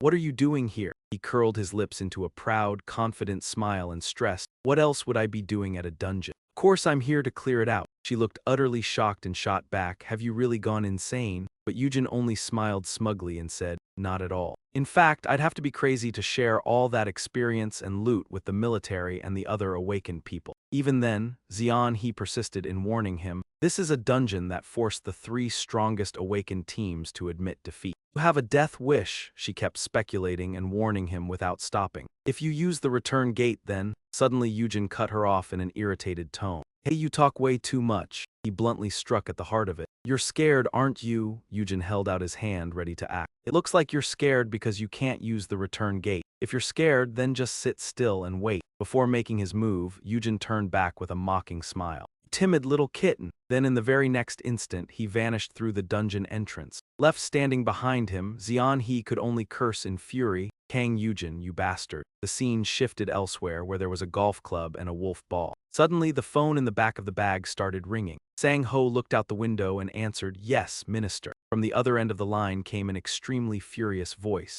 Chairman Lee, what is the meaning of all this? Hearing that, he was still confused and had no idea what was going on. Why yes, what do you mean, sir? The voice on the other end stressed what had happened. I'm talking about that Lee Zeanhi girl of yours. Are you planning to go back on your word and clear out that dungeon? The moment he heard that, Sang-ho's eyes widened in shock. He had no choice but to find a way to salvage the situation for the moment. I'm sorry. After I confirm what's going on, I'll call you back, sir. Sang-ho's expression shifted, baffled and furious at once. Why had Zeanhi entered the dungeon? What the hell was she thinking? The scene then shifted to where she was inside the dungeon, and it looked like a major battle had taken place there. Zeanhi carefully swept her gaze around her surroundings. Traces of battle were everywhere. Were these summoned monsters? She quickly estimated their number as well. 10. No, there had to be around 20. Even Zeanhi felt impressed inside. When you said you wanted to clear the dungeon alone, I thought you were insane. Now I think I understand. And she raised her eyes toward the long path ahead. Even so, Zeanhi still maintained her contemptuous attitude. With your level of ability, you won't even get close to obtaining the return stone, let alone clear the entire dungeon. Eugene covered his face and leaped aside to dodge the attack. A delighted grin spread across his lips as what he had been waiting for finally appeared. My experience points are starting to show up. Took long enough. Right after that, Eugene shouted its name, Rocky, then he quickly ordered it attack the body. After striking, Rocky got back up and let out a miserable scream. Then Eugene seized the opportunity and jumped onto its back. He swiftly called forth his weapon. Summon hammer. Eugene put all his strength into swinging the hammer down. Immediately afterward, the system sent notification after notification. Level up. You have reached level 40. You have unlocked level 40 privileges. He instantly broke into an excited, satisfied smile. Nice, I finally hit level 40. Bibi stood behind him, waving her hands nonstop in praise. Master is amazing, you're incredible. The little girl happily turned and hugged it tightly. Where did you learn to say those things? Our Rocky did really well too. At that moment, Eugene also spoke up to remind Rocky, I think you've been watching too much TV. He did not stop there and instead turned around to urge them on. Anyway, enough fooling around. Let's move. Suddenly, Eugene stopped and widened his eyes. He looked down below and began to feel that something was familiar. All at once, Eugene turned mysterious as his memory was stirred. That was, seeing the patterned mark before him, he quickly remembered. I've heard of this before, the legendary sacred ground of Anfin. Eugene recognized that towering stone structure at once. He also recalled that he had some basic knowledge about it, and that it was known by another name as well, the Temple of the Giants. Standing before it, Eugene realized the problem. So this ravine is why everyone failed their dungeon raids. Then he quickly opened the system screen. Just as I thought, the level 40 privileges are unlocked. After that, the system displayed 3 new notifications at once. You have unlocked a level 1 summoner class skill, Mazet. It attracts wandering souls and makes them circle around the user. These spirits can teleport on their own and protect the user from outside threats. In addition, the user can use soul contract to absorb souls and restore stamina. Number of subordinates, 0 out of 10. Level 1 Demon Spear. Summons a spear made from the souls of your subordinates to attack your enemy. The demon spear will pursue your foe until it pierces them. Mana cost. 1 Eugene looked pleased, curling his lips into a strange smile. The image of him lying on the ground, trembling and begging, "Please save me," flashed through his mind. It was also through that incident that he learned something more. Soul contract was what I learned when I healed Sungu. Eugene felt overjoyed and full of confidence. I can finally use a more advanced skill upgraded from soul contract. After thinking it over for a while, Eugene decided to raise the demon spear skill to level 10. Lifted his hand high and gave the order in excitement. "Wandering spirits, come to me." The system quickly updated the troop count as well. Number of subordinates, 100 out of 100. Then Eugene stretched out both hands, filled with anticipation. "Great, next will be." The system kept flashing updated notifications. You have unlocked a warrior class skill. Warrior's weapon, shape-shifting greatsword. You have learned greatsword technique as well as the sword split skill. At last, he lifted his gaze toward the sky above, and Bibi was looking up as well when she suddenly realized it too. Eugene also curled his lips into an expectant smile. Looked upward and shouted excitedly, "Come out, Zinxin." The system also sent its latest update. The seal on the wind demon stone has been lifted. A furry hoof stepped down and then a mouth with armor covering the outside appeared. It had finally appeared and let out a majestic cry. Level 1 summoned creature, demon horse. Breed, horse Zinxin. A hot-blooded warhorse that will never stop charging even if it has to die. Mana cost 30, influence required 1, skill, shadow gallop. Bibi was overjoyed and ran over to hug it tightly. "Zinxin, do you remember me?" Standing behind them, Eugene understood perfectly well. Even Rocky was extremely excited. It had even released its golem form. Then he turned and urged everyone onward. "Let's save this touching reunion for later. Hurry up now, we're almost out of time." Then Bibi and Eugene climbed onto it and shouted happily, "Let's go Zinxin, skill, shadow gallop." At that moment it suddenly let out an angry scream. It charged straight toward Zeanhi. She had already prepared herself to attack, skill. Zeanhi dashed in a straight line right through it. "Got you, flying spirit." Immediately after that it collapsed to the ground. She stepped forward and looked around. It has to be somewhere nearby. Zeanhi suddenly stopped after noticing something. Seeing an object flying in the sky, she quickly realized what it was. "That's..." After spotting it, Zeanhi spoke in disgust. "A flying summoned creature.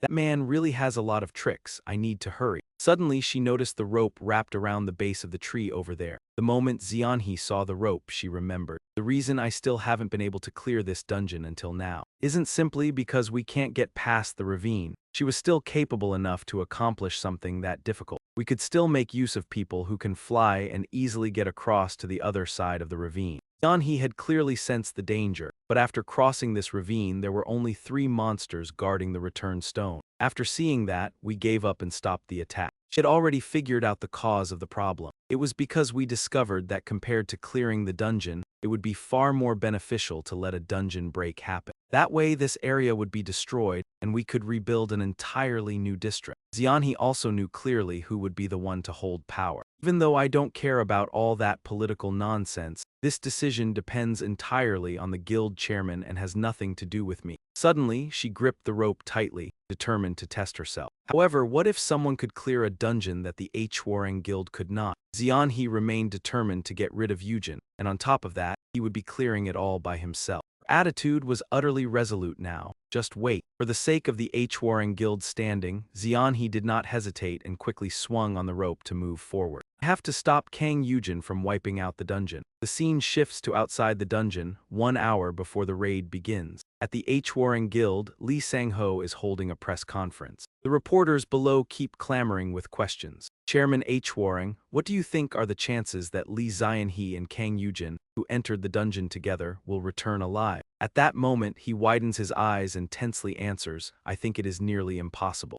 One reporter raises a hand and asks, "With only about an hour left before the dungeon raid, and from what we have learned, Lee Zeanhi is your younger sister. How are you feeling right now?" Sang-ho's face twists as he stresses each word. "Are you seriously asking me that?" His whole body trembles as he throws the question back. One of my family members is about to die, so what do you think I, a man who can do nothing at all, supposed to feel? Sang-ho's expression darkens and his head lowers. Then he suddenly rises and announces to everyone, I will stop taking questions here. The reporters immediately jump up as well, unwilling to let it end. Please wait a moment, Chairman Hwarang. Then someone suddenly opens the door and walks in, praising him, sir, you handled that perfectly. Chairman Sang-ho keeps an utterly calm front as he asks about the situation. Of course, what is happening with the dungeon? The man quickly gives a detailed report. There has still been no response from the barriers, sir. Hearing that, he seems pleased and gives an order. That is a relief. Let us head to headquarters. The man stares blankly at Sang-ho's expression. Yes, sir. A relief. Watching his back as he leaves, the man cannot understand it, even if he truly is the chairman of this guild. He is cold-blooded to a terrifying degree. Is even his own younger sister nothing more than a piece he uses to control the guild? Outside the door, several people are shouting and pleading noisily, please let us in. Eugene is the chairman of our guild, so who is in charge here? Seeing that, Sang-ho's face instantly turns irritated. What is all this commotion? The assistant glances at the crowd and replies hesitantly. It seems they are staff members from Kang Eugene's Adan Guild. On hearing that, he repeats in surprise, the Adan Guild. After a while, he strokes it and praises it. Well done, Xingxin, now you can finally rest. Bibi arrives at that moment and looks around in surprise. Is this the Temple of the Giants? You said this was also a place of worship, Master. Eugene can only nod in agreement. Yes, it does look rather eerie. Do you think these things might transform into golems or something? He stares straight ahead and answers, well, there is only one way to find out. Then Eugene turns back and points as he gives the order. Rocky, try eating that. It obeys at once and flies directly toward it. Stone begins shaking violently from side to side. After a moment, a face appears carved into the rock, and a massive hand slams straight down onto the ground. Even Eugene is startled that the test worked. It really worked. Was that just an ordinary rock? But then both of them suddenly recoil in alarm. Eugene's face turns pale, sweat breaking out as danger floods his senses. Apparently not. He and the little girl are instantly surrounded with no way out. Eugene licks his lips and quickly guesses with a grin, 5 of them. So this is a trap that activates whenever someone enters a certain area. He carefully studies what is in front of him and calculates. Golems have neither flesh nor soul, so my summoning skills are completely useless against them. Eugene steps forward and draws his weapon. In that case, he curls his lips into an excited smile and seizes the opportunity. This is the perfect time to level up my warrior class skill. Zeanhi is standing on a high tree branch, observing. As she watches the battle unfold, suspicion fills her face. He not supposed to be a summoner. Why does he look more like an awakened warrior right now? Zeanhi looks down below, her eyes full of amazement. Who would have thought all those stone statues were actually golems? Faced with such terrifying power, she cannot help but be wary. If someone had charged straight into the worship area without thinking, they would certainly have been surrounded and killed. No matter what, Zeanhi still has to admit it. Kang Eugene's instincts are sharper than she expected. After fighting for a while, he pants heavily in exhaustion. Eugene clearly gauges the enemy's strength and grows confident. I am already starting to see how this will end. Just because there are many of them does not mean they are strong. Then his gaze abruptly shifts. However, when Eugene sees those 3 monsters, even he becomes cautious. Those things have been giving me a bad feeling from the very beginning. Those 3 have only a single eye in the middle of their foreheads. Somewhere off to one side, someone is still working relentlessly. Powerful hammer blows keep crashing down. Eugene has stubbornly kept at that task all this time. Bibi, who has been waiting the whole while, suddenly cries out in delight. You finally took down the last golem. Master, even from a distance, he has to warn her. Bibi, be quiet for a moment. It is dangerous. Eugene stares at the stone in front of him, suspicion filling his eyes. Return stone is shining this intensely. Is that a sign that the dungeon flood is about to happen? His face turns grave with urgency. There is no time left. I have to finish this quickly. Looking at the monster before him, Eugene recognizes them.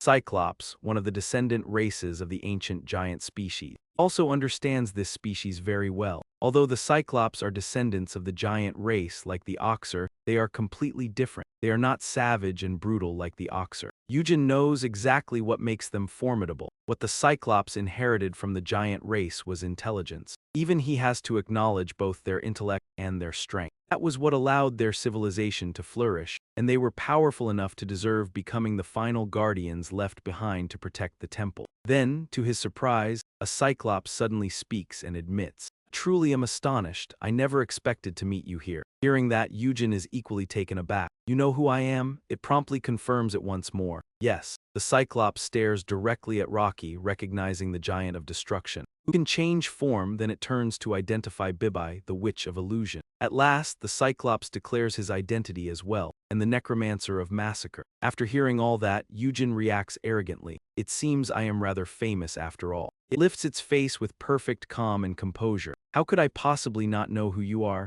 The Cyclops deliberately emphasizes the danger. You are the god of death. And it does not forget to add the immortal king. Seeing them begin to change, Eugene looks up in surprise. Are they becoming giants? Cyclops fiercely raises its weapon and hurls it down. Seeing this, Rocky roars and charges in, and that mace comes crashing straight onto its head. Suddenly, they all freeze in place, their expressions vicious. Even now, Eugene speaks with arrogance. Were you also sent by Janet? Meanwhile, Bibi hops in place and exhales in relief. I really thought we were about to die. The Cyclops explains the matter with complete certainty. Janet is the new order of the universe, meant to set everything back into its proper orbit. There is no way you can stop Janet's army. He even stubbornly insisted that the moment he fled from Infen, he had already lost. Hearing that, he immediately ground his teeth in anger. When the hell did I ever run away? But Cyclops calmly revealed the reason, saying that his hot temper was exactly why he had lost. Then Eugene curled his lips into a smile and sneered, "Cut the crap. You came charging in with your weapon raised, declaring it yourself. Stop talking and die." Eugene's weapon pierced straight into its eye. He wore a proud, triumphant smile, but then something suddenly came rushing in from the distance. Two gigantic hands were tightly clasped together as Cyclops tried to crush Eugene, calmly saying that now he could rest in peace forever. At that moment, the Cyclops raised its hands and clenched them tightly, growling, "May you all rest eternally." As if casting a spell, it muttered, "Skill, whirlwind." Before it could do anything, Eugene shot upward and swung his spear, slicing off its fingers. After landing, he gave a faint smile and scoffed, "Rest in peace, my ass, what nonsense." Bibi nervously asked, "Master, are you all right?" Eugene asked in confusion how it was still fine after being stabbed in the eye with a spear. Then a notification suddenly appeared, saying that the one-eyed giant was healing its own wounds. Cyclops' fingers were now slowly but rapidly growing back. He clicked his tongue and blurted out, "That's so unfair." The scene shifted to temporary shelter number 4, where a voice rang out, "We're not asking you to let us in for no reason." Jin's group was in a heated argument with several guards. "He's the leader of our guild. We have to know what happened." One guard coldly replied, "What you heard on the news is exactly what happened. Trying to talk to us is pointless. If you do not leave, we will forcibly remove you." Jae-gun's face was now filled with worry. Eugene, thinking of Eugene, she silently asked, "Are you really all right?" Zemin looked at his sister, who had fallen into silence, and lowered his head. Jin softly murmured to herself, "If you do not come back alive, I cannot." She clasped her hands together and silently prayed for Eugene safety. "Please come back safely." Meanwhile, Zeanhi stood atop a high rock watching the battle unfold. She observed, "He's having a difficult fight." Right now, he was fighting the Cyclopses alone, whose extraordinary strength came from their enormous bodies and their ability to heal their wounds instantly. "Do not think he can overcome this." Zeanhi narrowed her eyes and watched closely, thinking to herself, "What are you going to do, Kang Eugene?" On Eugene's side, he used the move Split Strike. A spear slash cut straight down through the Cyclops' body from top to bottom, but very quickly, crackling sounds of static electricity spread across it, and then it slowly healed again.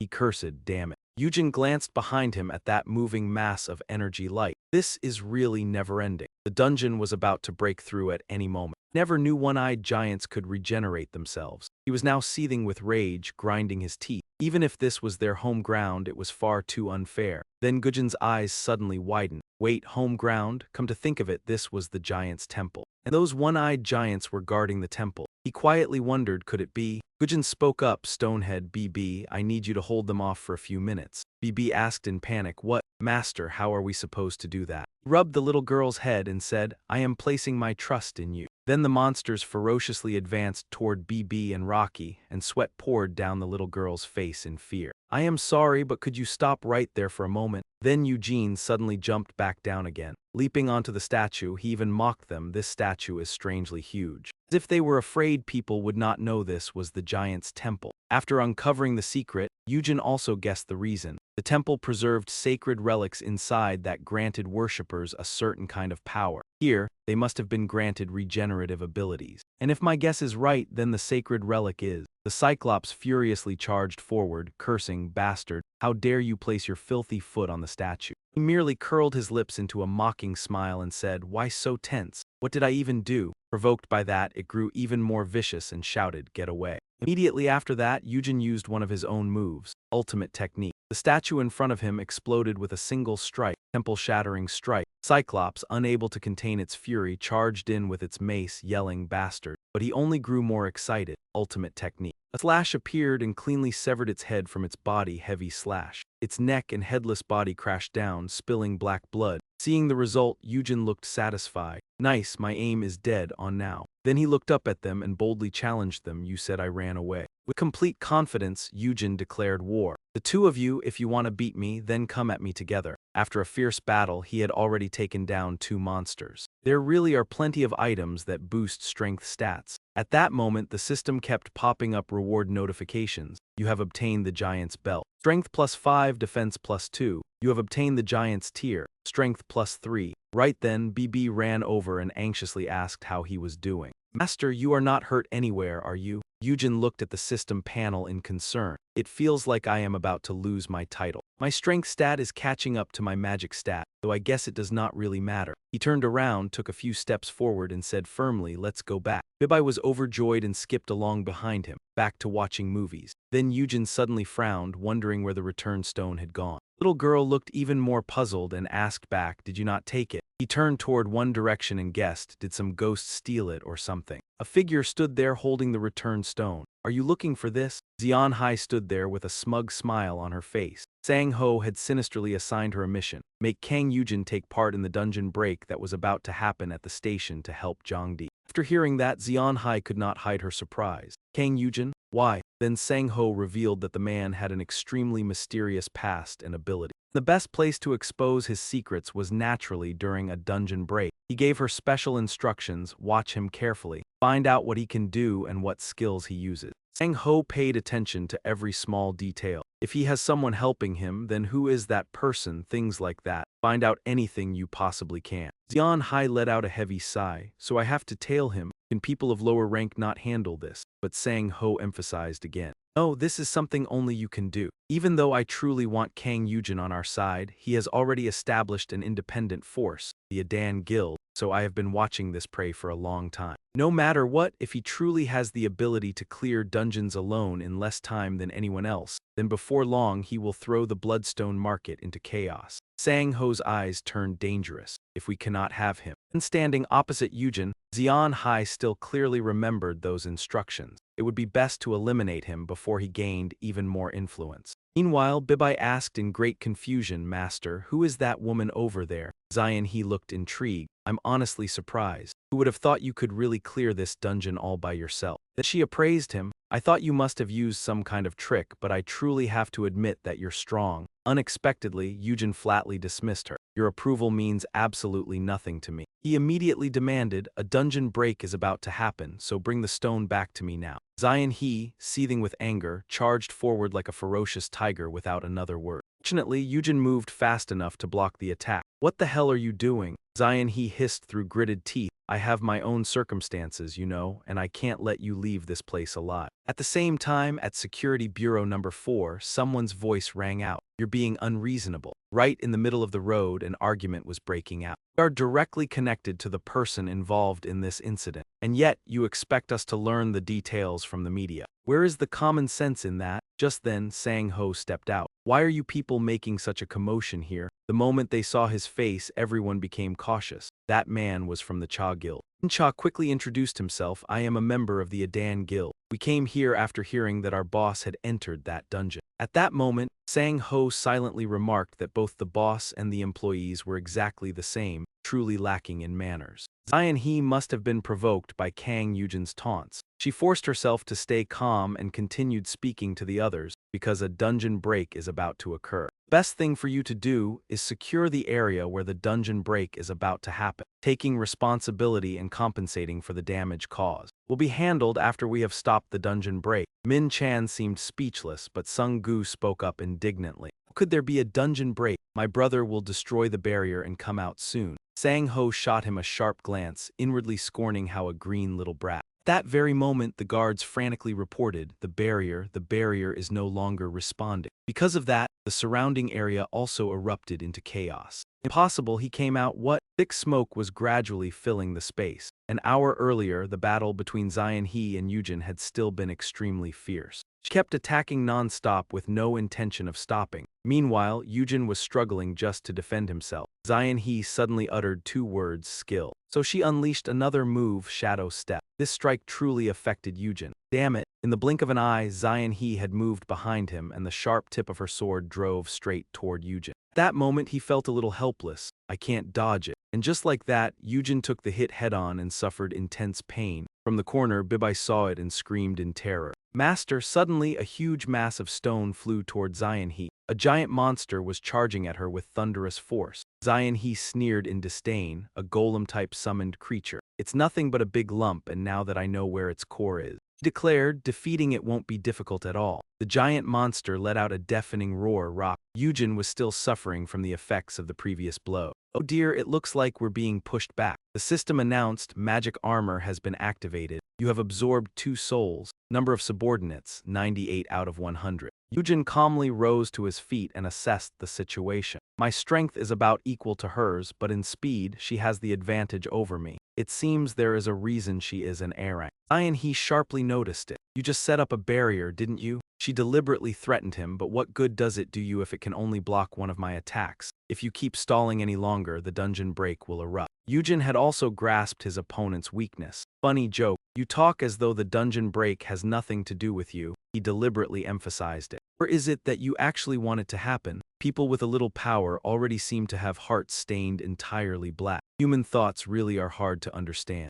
Then he tightened his grip on the sword in his hand. Whatever. Eugene boldly declared, no matter what you're plotting, I will destroy all of it. At Zeanhi showed no fear at all. You're pretty confident, aren't you? Her forceful tone made Eugene pause for a moment. Then Zeanhi shot forward like lightning. Let me show you what I can do. The destructive force of the blow made the ground seem to surge upward. A massive boulder was shattered to pieces by something. Zeanhi and Eugene were evenly matched. Neither one was willing to yield. She kept unleashing attack after attack while Eugene raised a shield to protect himself. After that, he retreated and launched his own strike, Demon Spear. Zeanhi suddenly stood still, watching the swords flying toward her. Yet with only a few slashes, she cleared them away with ease. After finishing, Zeanhi revealed a dangerous smile. Skill, shadow body speed. Her face instantly turned pale, taking advantage of Eugene not yet understanding what was happening. Zeanhi rushed in while he could only stare at the enemy before him in astonishment. Because of that, Eugene was struck hard by Zeanhi in a single blow,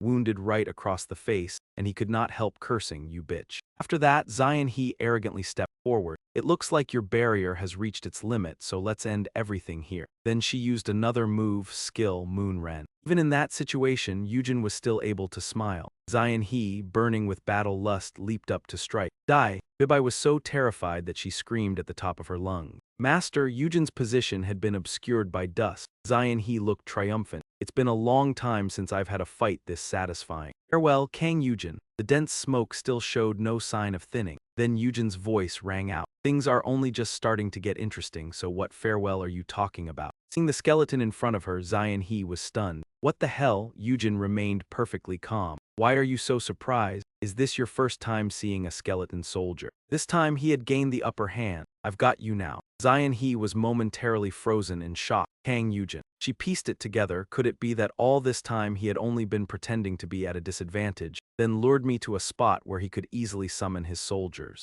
Zeanhi truly could not understand it, but since when? She felt something was terribly strange. I fell into his trap and ended up pinned down like this. Eugene arrogantly advanced step by step. Now it's my turn. Faced with this situation, Zeanhi could only grit her teeth in fury. Then she suddenly attacked Eugene. Zeanhi brazenly declared, even so, your slow attacks still won't be able to touch me. Hearing that, Eugene curled his lips into a crafty smile. Is that so? A large spray of blood suddenly splattered through the air. Zeanhi had been struck without even realizing when it happened. She trembled as she turned around to look. There are 2 more. They were the soldiers Eugene had summoned earlier. Witnessing this scene, he felt immensely satisfied. Only after reheating it 3 times could they finally climb that tall mountain. Then Eugene moved his sword again. Let's end this. Being pushed into that situation made Zeanhi's blood boil. Damn it, Eugene, you bastard. Eugene spoke calmly before finishing her off. Bye-bye, the system immediately announced, level up. You have reached level 50, level 1 resurrection. You can control corpses. A single corpse can use up to 50% of its original strength, and you can only give simple commands to a corpse. Level 1 corpse explosion. The owner can make a corpse explode, including one currently under their control, as long as it is within a 10-meter radius. Eugene looked excitedly at the energy flowing into him. That's a lot of experience points. He looked at her. Thanks a lot, Zeanhi. Scene shift and someone's voice rang out. Can we go in now? The barrier is gone. Those voices kept ringing out non-stop. Let us in. But right then, Min-chan froze when he saw someone. He shouted at the top of his lungs the moment he spotted Eugene. Boss, he stared at the group in front of him in confusion. When did you all get here? Everyone rushed toward Eugene at once. Boss, Min-chan said, the moment we saw the news, we came straight here. Eugene replied, is that so? Then while you're at it, I dropped my things and my phone around here. Find them for me. Then Min-chan stood there dumbfounded for a moment. The whole country had just breathed a sigh of relief and was grateful to the boss, yet here he was talking about that. A familiar voice suddenly called out, Eugene. Jaewon came running from somewhere and threw herself into his arms. She was so worried that she burst into tears. You idiot, I was so worried about you. How could you just jump into a dangerous place like that so easily? Eugene spoke gently. It should have healed by now, so why are you still wearing a hat? When he took Jaewon's hat off, he gave her a compliment. You look much prettier, but what she cared about was something else. What does it matter if my face healed? Your face got hurt like this again? Eugene did not seem to care much. Put some ointment on it and it'll heal in a few days. Then Jaewon brought something up. By the way, the ring you gave me. She gathered all her courage. If you're okay with it. Eugene said something that left Jaewon stunned. A ring? What are you talking about? Flustered, she repeated herself. That event the other day, didn't you prepare it? Eugene searched through his memory. Event, ring. Jaewon's cheeks flushed red in an instant. It was only then that she realized I misunderstood. Is there a hole somewhere I can crawl into? After thinking for a while, Eugene spoke again. Wait a second. Seung-hun, who had been watching, could tell too. Boss, she just confessed to you, right? Not knowing what to say, Sang-ho suddenly cut into the conversation. Thank goodness, Eugene, you're still alive. They probed further, but what happened to Captain Zeanhi? Zeanhi's words flashed through his mind. I have my own reasons too, you understand. I can't let you leave here alive. Then he glanced at Sang-ho. Although I have no concrete proof, I have a feeling this guy is bad news. Fine, let's see how he reacts. Eugene simply said that she was dead. He did not reveal anything clearly. She was strong too, but unfortunately she ran into someone even stronger. That made Sang-ho suspicious. A monster killed Zeanhi. Was he trying to say he had nothing to do with Zeanhi's death? He began to wonder, or was he lying? Sang-ho curiously asked who killed her. Eugene suddenly uttered 2 strange words, immortal. The answer only made Sang-ho's mind more chaotic. Immortal? At that moment, Sung-gu stepped forward. Boss, I found your belongings in your phone. It looks like the military picked them up and kept them. Eugene praised him. Good job. Sung-gu reminded him, Boss, aren't you supposed to be having an important talk with the chairman of the H-Warring Guild? Not really. At the very least, you should fix up your appearance before going back to the hotel. Only after Eugene left did Sang-ho finally reveal his resentment. An unknown monster killed Zeanhi. He expected me to believe that. He could state with certainty that the flood battle had never happened. Sang-ho knew very well that Zeanhi, the fake A-rank awakened of the H-Warring Guild, was dead. He started falling into despair. Everything I built with my own hands is slowly collapsing, and the reason it is collapsing is. Sang-ho gritted his teeth so hard his lips nearly bled. Damn Eugene. Some time later, Eugene had returned to the hotel and he turned the faucet handle. Eugene recalled the Cyclops from the 6-star dungeon. They were truly powerful, and he was certain there were still many monsters on Earth far stronger than those. There was no way things would end this easily. At that moment, the television reported that after an in-depth investigation into dungeons, Dr. James Toffler would begin presenting his report on where dungeons came from and how they had changed. The broadcast said, Doctor, where do dungeons come from and how will they change from now on? The man shared his information. Monsters are life forms from outer space, and he emphasized his own view according to my hypothesis.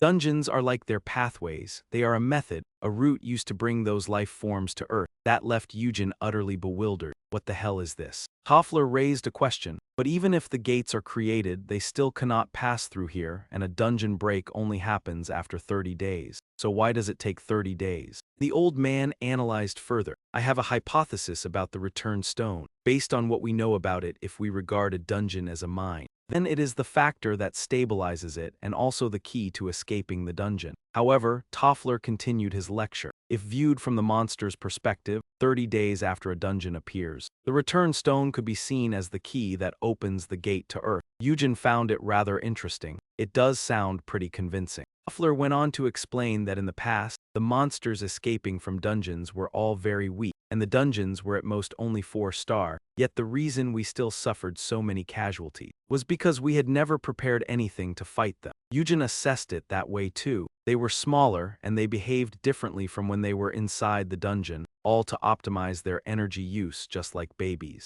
Toffler continued, but now, since the dungeon fever began, 5-star and 6-star dungeons have been appearing more often. And if things keep escalating like this, then before long, 7-star dungeons will appear. Eugene completely agreed with his views. Right, I think so too, but the important thing is why such a phenomenon is happening. Accordingly, Toffler asserted that dungeons are not simply mines. Those bloodstones we seized are actually just bait they set up. The old man stressed that the more bloodstones there were on Earth, the better the environment would become for them. Eugene slowly rose to his feet. The logic behind the bloodstones did make sense. From what he knew, the energy inside bloodstones was called magic power in Infen. They increased mana density on Earth by making humans seize and use bloodstones. By doing that, they could create an environment where monsters were able to materialize. Eugene looked back up at the man on the screen. Professor James Toffler, I will remember your name. Eugene's phone screen showed an incoming call from Hamlin. He answered at once. Yes, what is it? From the other end came the reply. Sorry for disturbing your rest, boss. But I think you need to come back and see this with your own eyes. Eugene suddenly fell silent for a long moment. After hearing what came next, he was deeply unwilling to accept it. A press conference?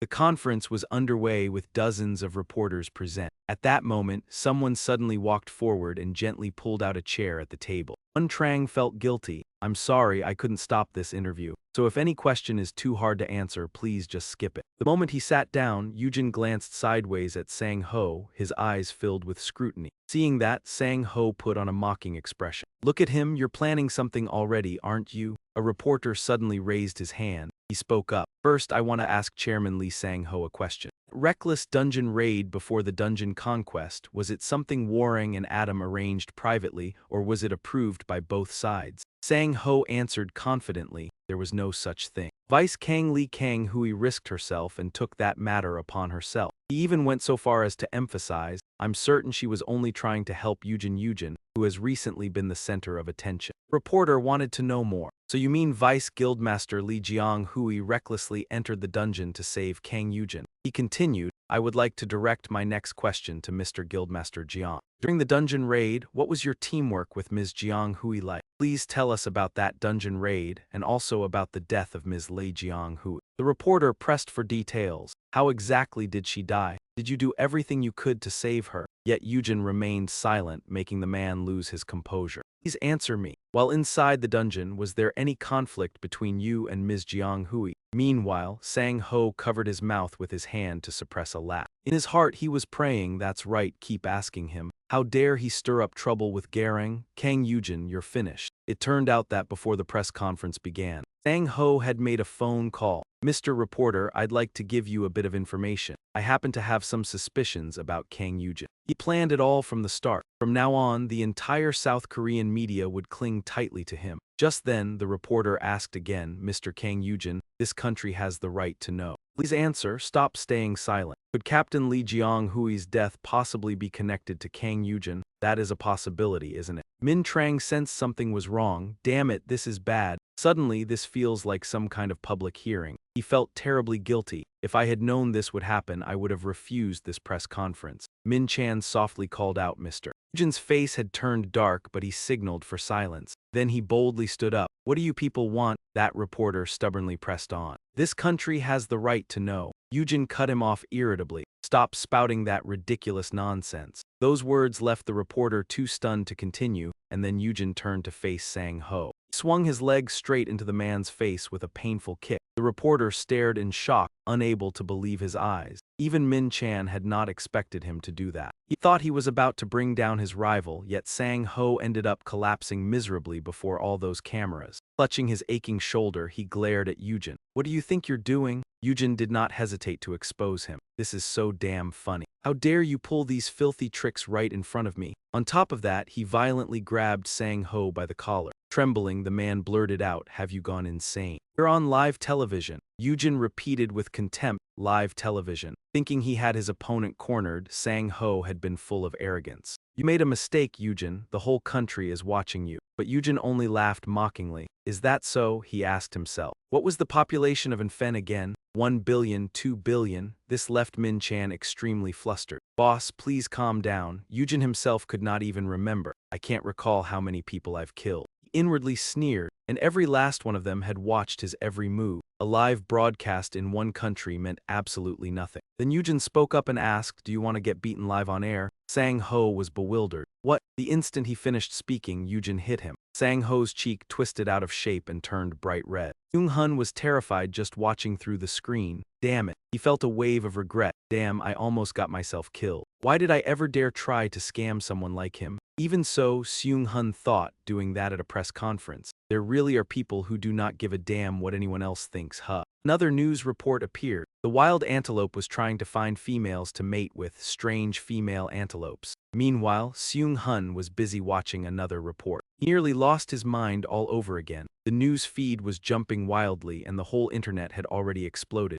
Seung-hun's eyes caught on a headline. "What's this?" He unconsciously read the words aloud. "Saintess." A reporter had arrived at the place drawing the most attention at the moment. "I am currently at the site of the miracle the entire world is now focused on." The reporter announced, "Hundreds of people have come here hoping to receive the favor of Saintess Miodi." Amid the noisy voices came a remark, "A fairy. Is she really a fairy?" Looking at the phone screen, Seoul-hun exclaimed, "This beauty truly feels beyond this world." The reporter introduced him. "The man you are seeing seated in this wheelchair is Mr. Smith, who was born paralyzed from the waist down." Seung-hun listened intently. Will today be the first time in his life that he can stand on his own feet? What kind of newly emerged religion is this? Let us witness this miracle with our own eyes. A hand filled with magic was placed on a young man's head. Seung-hun was left stunned by the sight. The people at the scene also erupted in commotion. What just happened? Damn it, it worked. That man could only cry out, "Oh my God, oh my God." He was truly overwhelmed with emotion. "Thank you, my lord, my lord." And Miodi believed that a goddess always possessed boundless compassion. For those who pour all the sincerity of their hearts into that day, I am merely a messenger of the goddess, nothing more. Seung-hun was once again left astonished.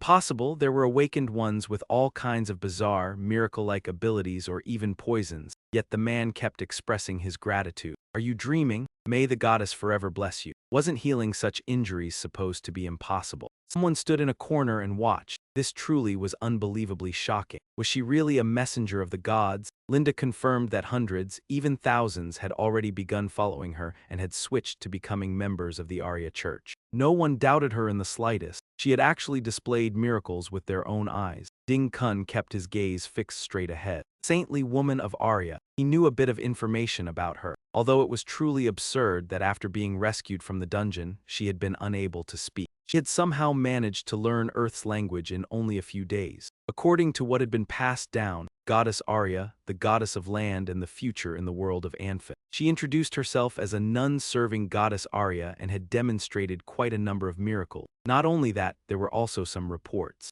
She possessed more than just wondrous healing powers. She could even show glimpses of the future, which Arya had foretold through the weather. It was truly hard to believe, but because of her ability to predict the time and place where a dungeon would appear, the story of Muti spread far and wide, and people were able to clear 5 5-star dungeons and 2 6-star dungeons in only a single week. But there was one condition for borrowing her power. Ding Kun was certain it was the establishment of a holy knight's order devoted to Goddess Arya. He continued by asking how things were going with that holy knight's order. Linda replied that many people had already signed up. She updated him on the situation. It was truly worrying, because quite a number of awakened ones in their guild were currently requesting transfers there. Because of that, Ding Kun had to make a decision quickly. There was truly nothing he could do. If he could not stop them, then he had to make the most of them instead. He set his sights on Muti. No matter what, she was currently the finest awakened one. Muti, Ding Kun could even see the other side's rank clearly and SS rank ability. At the same time, at the Adan Guild and the H-Warring Guild, the Adan Guild held a press conference. The reporters grew tense at the sight of the current situation,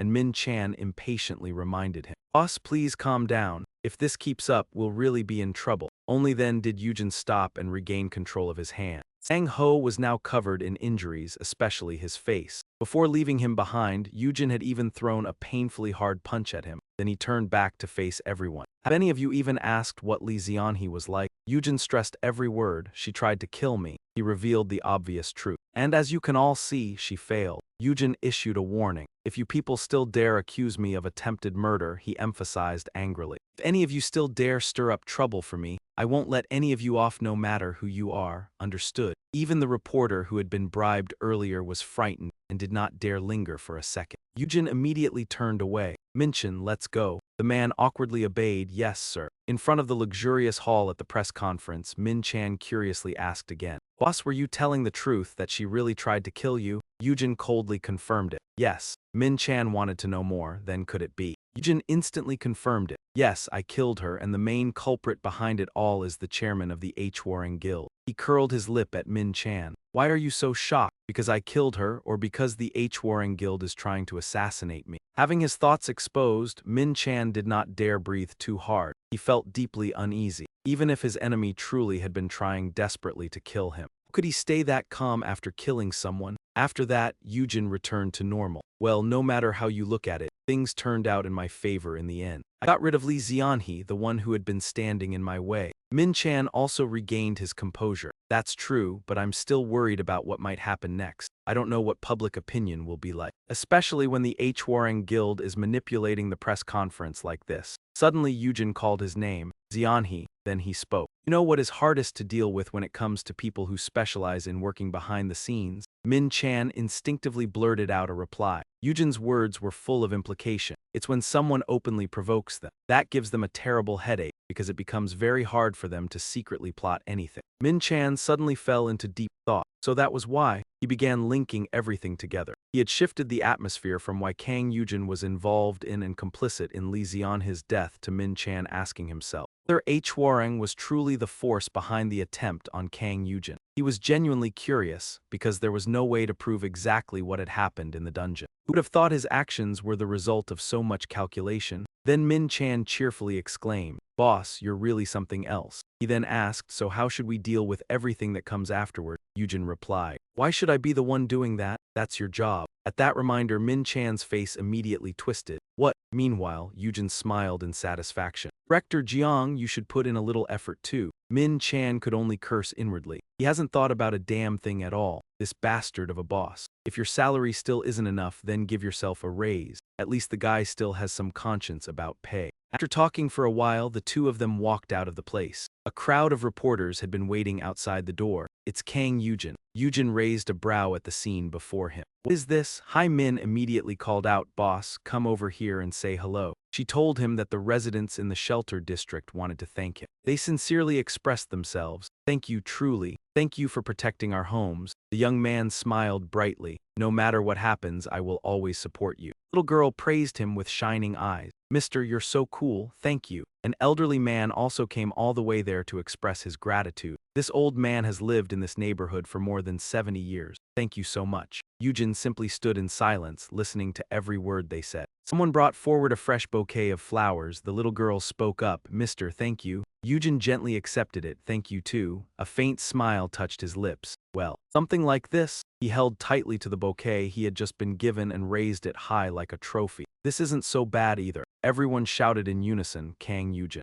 Min Chan watched and felt happy as well. "I really can't understand him." Hai Min remarked that he truly was not an ordinary person at all. He spoke softly, and now he's also the hero who protected this city. Meanwhile, the crowd was still cheering Kang Eugene. Someone's anxious voice rang out as the assistant kept calling over and over, "Chairman, Chairman, have you awakened yet?" The moment Sang Ho came to, he started shouting loudly, "Kang Eugene, that bastard." Chen Li awkwardly asked, "Chairman Han, how are you feeling?" Meanwhile, Sang Ho still carried a hatred that seeped into his very bones and marrow. He cursed that damned mutt, that lunatic. Sang-ho recalled those mocking words. How amusing, really. How dare you pull that stunt right in front of me? He spat out again, that stupid son of a bitch. Able to control himself, Sang-ho clenched the thing in his hand tightly. He declared, I will do absolutely everything in my power to kill you. In America, Manhattan, a highly modern city, in front of the headquarters of Titan Guild, Arya Murdy knelt before a statue. She continuously recited lines of prayer.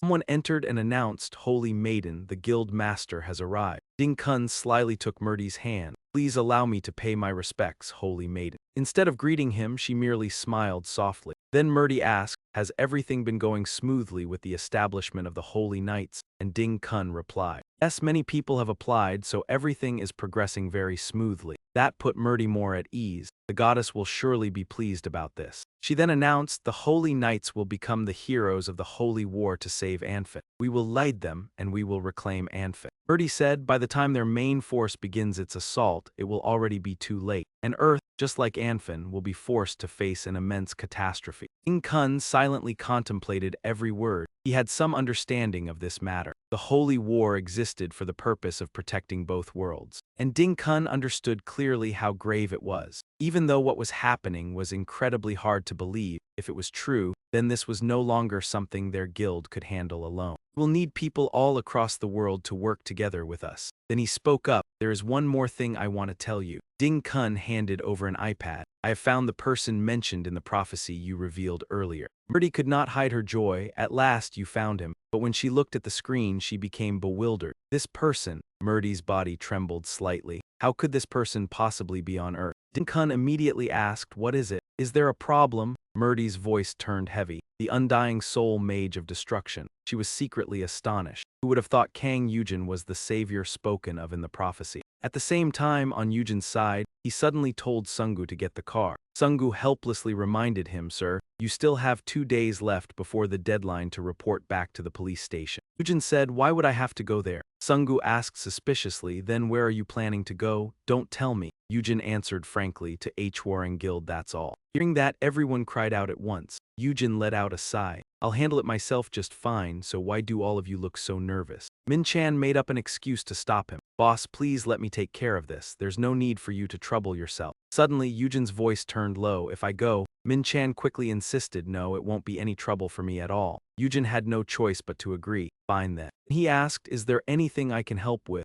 Min-chan replied, there is. He requested, please allow me to hire more staff. If we want to resolve this accident, we will need to hire a lawyer, and we will also need to bring in more support staff. Eugene thought for a moment. Hire more staff. He analyzed it silently. If bloodstones keep sprouting across Earth, then what appears will no longer be monsters from Anfin, but Janet's subordinates. And though they were called subordinates, they were in truth the 72 war generals directly under Chanakar. Each one of them was extremely dangerous, and no single person could defeat one alone. With that in mind, Eugene calculated that even with the subordinates he had in his world of Anfeng, his own undead army, and the support of allies in Anfeng, he would only barely be able to match Janet's forces. Then he connected that to reality. But right now, I only have 4 subordinates like this. So Eugene felt quite conflicted, and Hong Sungu was the only awakened one among them, so that hardly amounted to anything at all. His only real strength was that he possessed an exceptionally pure heart. Seeing him stay silent for so long, Sungu asked, what's wrong, sir? Min-chan asked again, boss, what about hiring more people? Then Eugene agreed. Fine, hire more people and make sure to recruit awakened ones too. He suddenly smiled and called out Sungu. Then Eugene said, come with me. The rows of green trees added more color to the forest. A sharp blade sliced through the air with a swift hiss as someone slaughtered a huge monster. With only a few swings, Eugene had already brought it down. After finishing it off, a few drops of fresh blood still clung to the blade. Eugene remarked excitedly, the op stats are only average. Standing nearby, Sungu commented, sir, I think I've gotten stronger. Look at this. Eugene then looked over seriously. Sungu happily announced, I've managed to collect this much already. The system updated.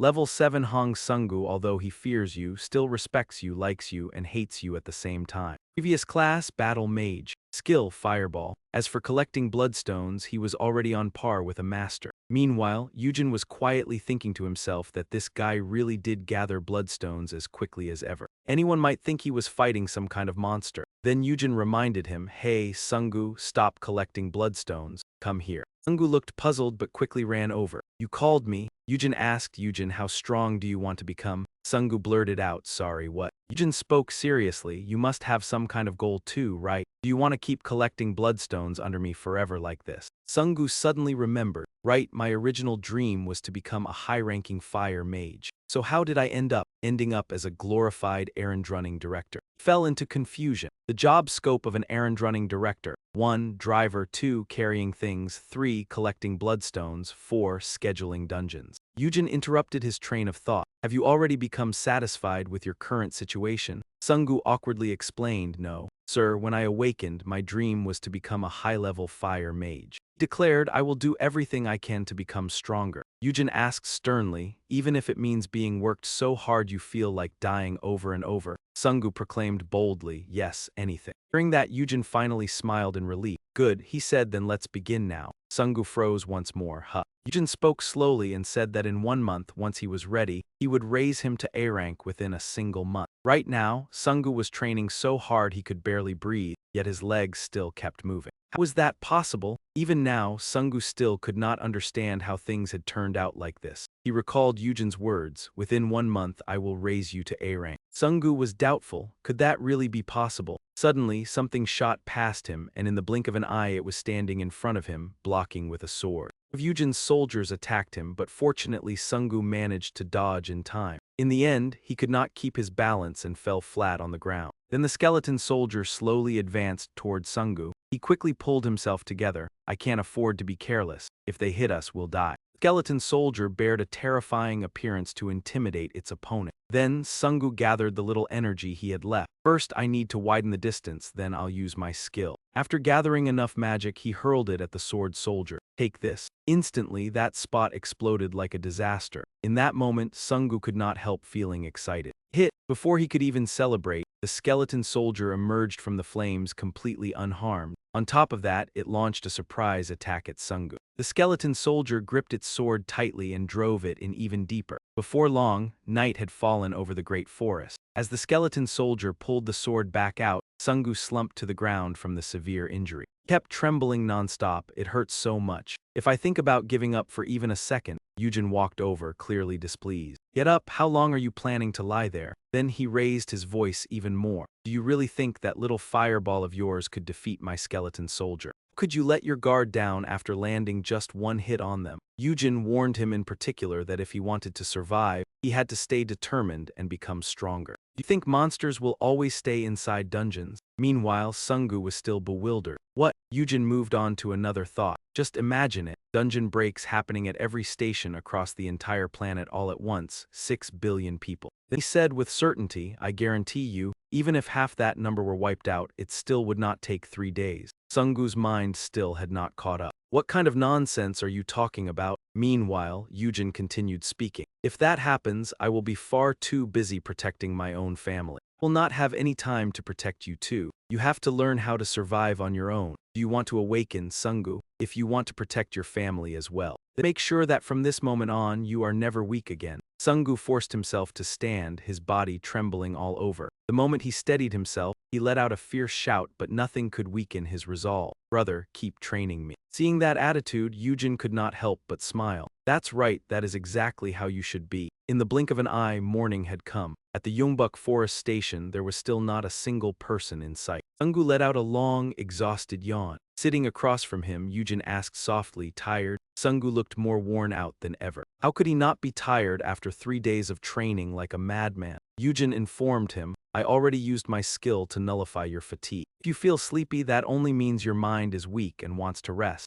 Since we are on the subject, here is your challenge. Use self-hypnosis or anything else, but stop yourself from feeling sleepy." Sungu immediately agreed. "All right." Just then, a voice sounded from the TV. "Her blessing has saved countless lives, and what she has done is truly extraordinary." The two of them were immediately drawn to the topic. It was the scene of Saintess Monai and the man whose head she had patted before. Eugene stared thoughtfully. "She looks exactly like someone I used to know." Even her gestures and movements are the same. Sungu looked surprised. Who are you talking about? He also sighed in admiration. She is unbelievably beautiful. Like a fairy, Eugene immediately realized it. She is not a fairy. You can tell just by looking at her ears. That was only a figure of speech. There was one truth she had not revealed. What people were seeing were the miracles of Arya's Saintess Monai. The next report was about the Saintess's Holy Night Squad. Then Eugene suddenly whipped his head around in shock. What that really is Monai? He found it strange. How could she be here? The scene shifted to the Adan Guild, to a familiar office.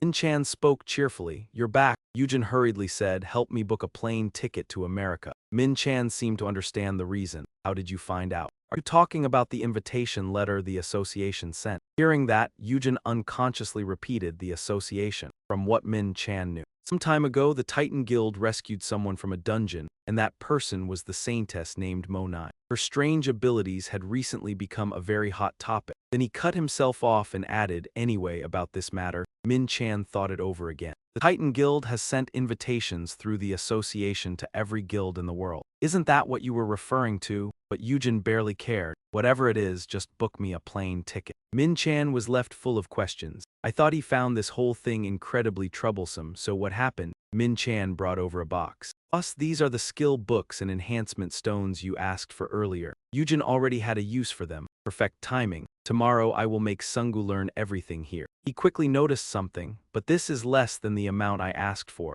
Min Chan confirmed it. Yes, because recently we have already used up the guild's funds. So we are a little short on capital right now. He stated the plain truth. Enhancement stones and skill books have always been extremely expensive. Suddenly, Eugene asked, have any dungeons been reactivated recently? Min Chan replied, there are always dungeons. Unless we get lucky, it will be hard for a new guild like ours to secure one of them compared with the large guilds. Eugene continued, then are there any 6-star dungeons close to bursting? Min Chan thought carefully. The Ministry of National Defense did issue a call, but his expression made Eugene curious. What kind of place is it that has you stammering like that? Min Chan finally revealed it. It is in Pyongyang. The moment he heard that place, Eugene's face twisted. Then from inside the base, a voice suddenly screamed, Park Han-woo, you wretched lackey, while someone collapsed to his knees in misery. Chairman, I am truly sorry. He cried and begged, please forgive me just this once. Please spare my life. Hearing that, Yoon's voice turned cold. What did you say? He demanded. Do you really think we'd let it slide after you tucked your tail and ran like that? The man could only beg helplessly, I sincerely apologize, so please have mercy. But all he got in return was a cold, razor-sharp stare. Bastard. Then he pointed the gun at him. Go beg our people for forgiveness.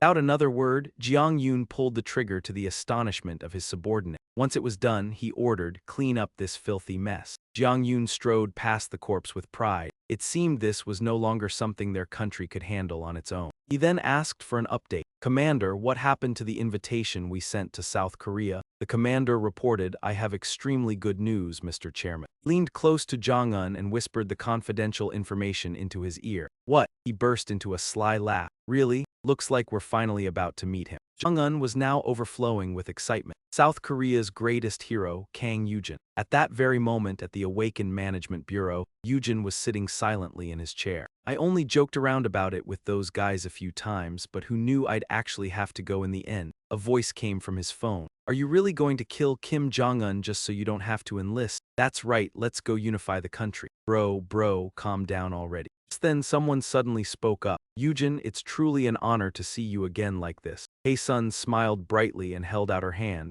I'll take you to Pyongyang. The moment he recognized her, Eugene replied, well, seeing a familiar face does make things a little easier. After that, the two of them traveled together and arrived at the highway, where the road signs clearly showed the route drivers were supposed to take. Eugene looked around. I thought military bases would be crawling with soldiers, but it actually looks pretty empty. Hae-sun explained that North Korea had very few developed areas, and aside from those places, the rest of the country looked so much like South Korea in the 1970s that Pyongyang had only a single subway station. That left Eugene puzzled. So just because they couldn't deal with a few monsters, they had to ask for help. Don't tell me North Korea doesn't have any awakened at all. Hae-sun continued explaining. It's true that they have far fewer awakened than we do. That's also why it's so difficult for them to assemble a team made entirely of A-rank awakened. On top of that, the death rate among North Korean awakened is quite high. So Eugene quickly understood the situation. I guess for them, dying in a dungeon or running outside and getting shot dead amounts to the same thing.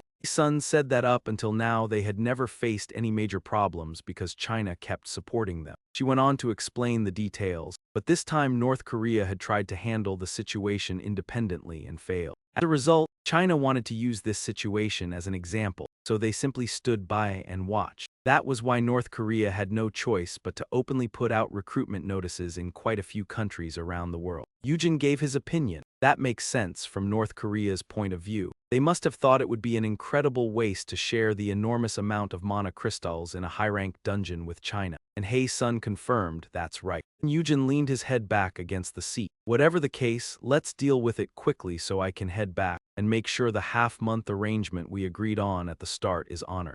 Sun assured him, fine, I'll make sure that condition is upheld. She secretly glanced at Eugene as he sat there with his eyes closed. Sun clearly understood the condition Eugene had emphasized. He had to be allowed to raid the dungeon for half a month after the first dungeon was cleared. From everything she knew after that chain of events, the negotiations between the South and the North could only begin once North Korea's negotiation team arrived. With her sharp mind, Sun told herself that for the person clearing the first dungeon, this was only a minor request, so it would surely be accepted without any trouble. Of course, that was only if their side succeeded in clearing the dungeon. At the same time, she knew the consequences all too well. If they failed, Eugene's death would be inevitable, and South Korea would also suffer an enormous financial loss. The more Sun thought about it, the worse it seemed. After that, relations between South Korea and North Korea might even deteriorate further. The weight of that responsibility settled heavily on her shoulders. Eugene, everything is riding on you. After a long journey, the two of them finally arrived. They looked at the magnificent sight before them. Here, this is the Kumsusan Palace of the Sun, the place where we'll be meeting. Eugene exclaimed in amazement, that's a huge building. And what's with that pile of tanks? Sun introduced it. The Kumsusan Palace of the Sun is basically the building that represents North Korea. She then added, Myeonggang Gate, the dungeon you have to clear, is right next to this place. That's why they were forced to stop the dungeon break. A guard politely requested, comrades, please follow me. In the framed display, the flag was clearly visible, and soldiers stood lined up neatly along the wall. Eugene and Sun settled into their seats. Sun did not dare speak loudly. Those people are really acting at ease, aren't they? Eugene's attitude left her uneasy. Eugene, aren't you nervous at all? To her surprise, he wore a mocking expression. Why should I be worried? Eugene had already seen through it. This was obviously just one of those political games meant to put psychological pressure on their guests, by making them wait a very long time. A moment later, a crisp voice rang out, the first secretary of the Central National Defense Commission has arrived. The man slowly walked in, flanked by several bodyguards. Jong-un extended his hand in greeting. It's a pleasure to meet you, comrade. I've heard a great deal about you. Yet Eugene merely lowered his gaze slightly and even wondered to himself, who is this pig? After composing himself, he gave a faint smile, then returned the handshake. Yes, it's a pleasure to meet you. Eugene's attitude enraged Pyong-won. Comrade, this is the chairman himself. Please watch your words. Even then, all he got was Eugene's utterly unconcerned look. Then Eugene covered his mouth and greeted him again. Very pleased to meet you, Jong-un. The people around them were frozen stiff by that move. Sun could not believe her eyes. What is this? Only now did she truly have her eyes open. It was true that he had done things like this to the chairman of the Hwarang Guild before, but I thought he'd at least have enough common sense to behave more carefully around people of this rank, even without me saying anything. Men standing behind them ground their teeth and cursed, you lowly bastard, where do you think you are to pull something like this? I won't let this bastard get away with it. Sun's spirit suddenly collapsed. We're finished. Eugene, however, answered without hesitation. You told me to be careful, so I was careful, wasn't I? Why are you all angry at me? Sun could only cry inside. Forget the dungeon now. We're probably going to die right here on the spot. Jong-un suddenly let out a loud laugh and even praised him. You really are quite amusing, as expected of the strongest warrior in the South. Jong-un excitedly threw an arm around Eugene's shoulders. Come, let's sit down and talk. Meanwhile, Sun was still in a daze. We're still alive. After that, everyone sat properly at the conference table. Eugene spoke bluntly. Let's get straight to the point. Hurry up so I can go into the dungeon. The men behind them were trembling with rage. This arrogant bastard. Yet Jong-un still looked entertained. You're very straightforward. He said, I've heard about the conditions you proposed already. You want to use the dungeon for half a month and keep the spoils throughout that entire raid. Is that correct? Hong Yun continued, of course, that is not a bad thing for our government either. As long as you handle the dungeon matter well, I will keep this promise. Hearing that, Eugene shot to his feet. Then what are we waiting for? Let us go right now. Dong Yun laughed again. You really are an impatient comrade, are you not? He suggested, before you leave, let us take a picture first. Only when he was leaving did Hai Sun finally dare to speak her mind. Honestly, I thought I was going to have a stroke and die. She was so upset that she raised her voice. Do you not realize we are in Pyongyang right now? Watch what you say. But Eugene only smiled gently. I was being careful, was I not? For a moment, Hai Sun fell into confusion. What? Eugene recalled the moment Dong Yun raised his hand in greeting. Pleased to meet you, comrade. I have heard a great deal about you. Had he already made up his mind, or should I just kill him instead? Maybe I would even be honorably discharged. By the time the two of them reached this point, the sky had turned golden. Eugene waved goodbye. I will head out first then. See you again in a few days. Hai Sun sincerely hoped. Eugene, I pray you will return safely. He answered only with a mischievous smile instead of words. While the two were talking, someone was watching them from afar through binoculars. Jong-un spoke in admiration. My, he really is a breath of fresh air, is he not? The commander replied seriously. Yes, sir, Jong-un wondered. If only our democratic republic also had a superhuman like that, how wonderful that would be. The commander asked doubtfully, Chairman, do you think he will succeed? And Dong Yun answered with certainty, he will, of course he will. Deep down, he firmly believed in him. You can do it, Comrade Kang Eugene. As Eugene walked along, something seemed to brush against his shoulder. He turned back to check. What was that, this eerie feeling? Did I just sense a monster or something? The sky was thick with dark clouds, streaked with lightning, and being in the middle of a desolate forest only made the place feel even more grim. Voice rang out, this is the territory of Janet. Bibi pinched her nose in disgust. It reeks. Whose land is this? Eugene replied, I do not know either. If any of those 72 commanders show up, I will just kill them on the spot. The moment he finished speaking, a strange sound echoed out. Eugene stared vaguely at the monsters before him. So this is your plan, to bully the few with the many? Vezix, a low-level monster of Janet. Their sword-like forelegs are a major threat, and they tend to move in groups numbering in the dozen. Eugene immediately summoned his beast. Dansu, go. The instant the gigantic Dansu appeared, the ground shook violently, but the Vezix were no pushovers either. Even though they were smaller, they still charged forward fiercely. Dansu immediately lunged powerfully at them, and the gloomy sky suddenly seemed to lose much of its dark cloud cover. His strength, Dansu successfully crushed the Vezix. Eugene smiled in satisfaction. Summoned skeletal soldiers and skeletal mages. In just a second, all of them had appeared in full force, ready for battle. The system announced. Summon skeletal soldiers. Summon level 40 skeletal soldiers by sacrificing summoned monsters. 40 out of 250 monsters sacrificed. Summon skeletal mage. Summon level 10 skeletal mages by sacrificing summoned monsters. 50 out of 250 monsters sacrificed. Eugene was utterly confident. I am not lacking in numbers either. In the distance, something else caught the attention of Eugene and Bibi. Hundreds of spiders were crawling toward them. What are those things? They are called ranchers, a low-level monster of Janet. They can fire needle-like tendrils from their mouths. It seemed that was all, but then a foot as large as an elephant slammed down onto the ground. Eugene spoke softly. There is even a Rokto too. Rokto, a monster with terrifying brute strength and formidable defense. Its massive body alone is already a threat. Even so, Eugene stayed calm as he gave the order, Dunsu, hold it back. The moment Dunsu heard his master's command, he let out a roar. Then Eugene mobilized and fought with all his strength. The system announced, warrior weapon, level 50 privilege unlocked, form changed to halberd. The ranchers were trying to flee in haste. On the other side, the skeleton soldiers charged forward bloodthirstily and attacked. Sharp blades flew through the air, slicing through the swarm of ranchers.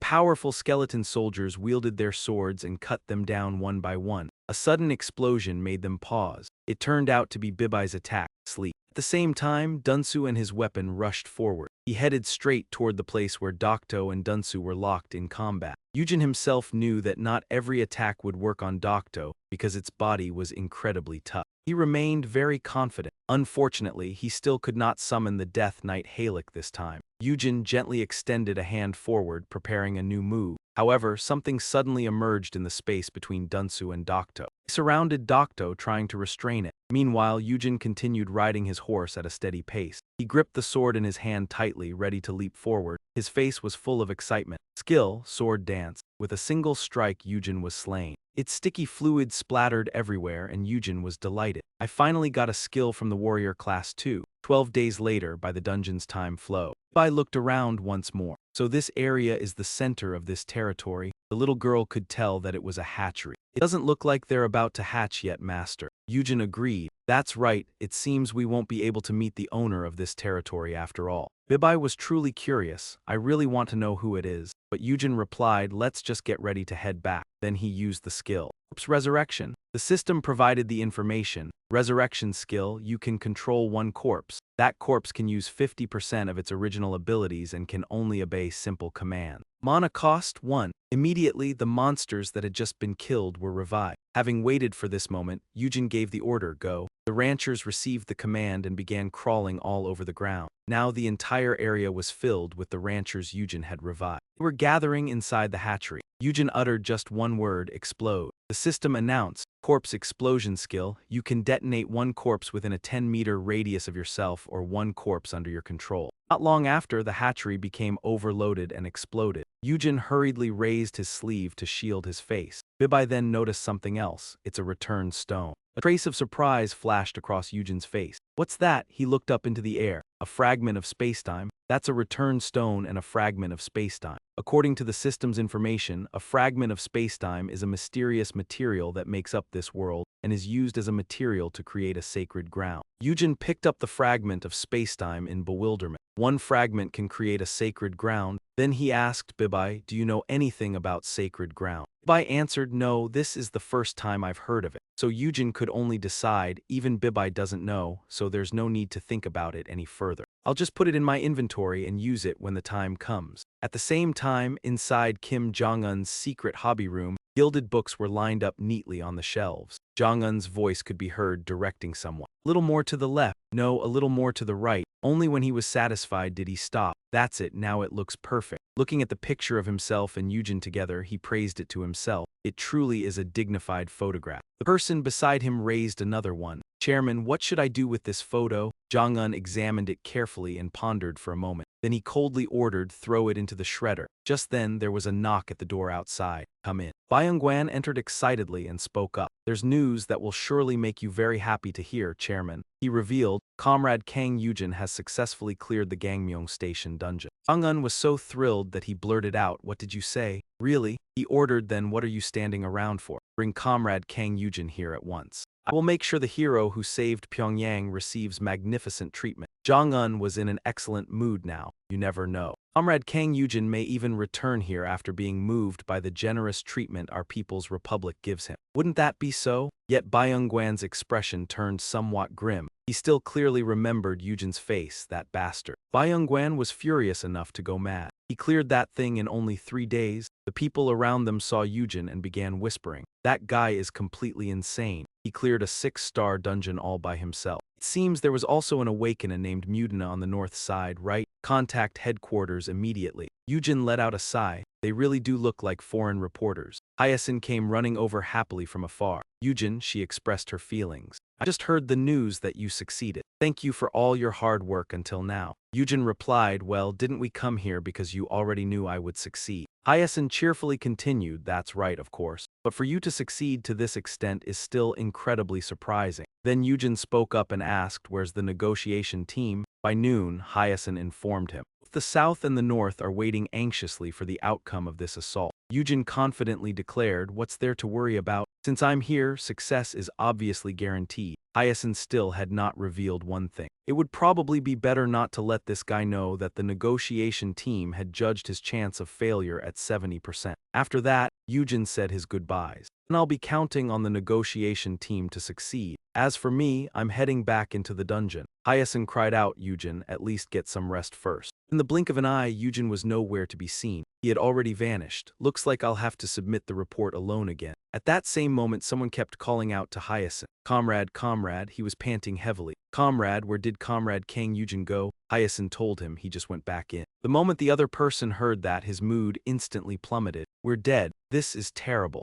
At the same time, over at Kim Jong-un's place, he pointed and gave the order. Make sure it's done on a grand scale so we don't lose face to South Korea. Time passed in a flash. 14 days later, Dunsu and the skeleton soldiers were still locked in battle. Eugene merely stood to one side and watched. This automatic hunting setup is pretty nice. The system announced again, level up, you have reached level 60. A class benefit from warrior has been unlocked. Warrior weapon form change, bow, skills learned, archery, random shot, and swift as lightning. You have learned warrior's patience. This skill helps you endure pain. A benefit has been unlocked. Eugene gripped the bow tightly in his hand. I finally reached level 60. He held it up before his eyes. A bow. Honor shop purchase skill bone bow. Eugene was eager to try out this new item. Let's test it. He released an arrow at a Vesic. The instant the arrow struck its body, the ground exploded in all directions. Eugene assessed it for himself. It has longer range than the bone spear and is even faster. Not bad at all.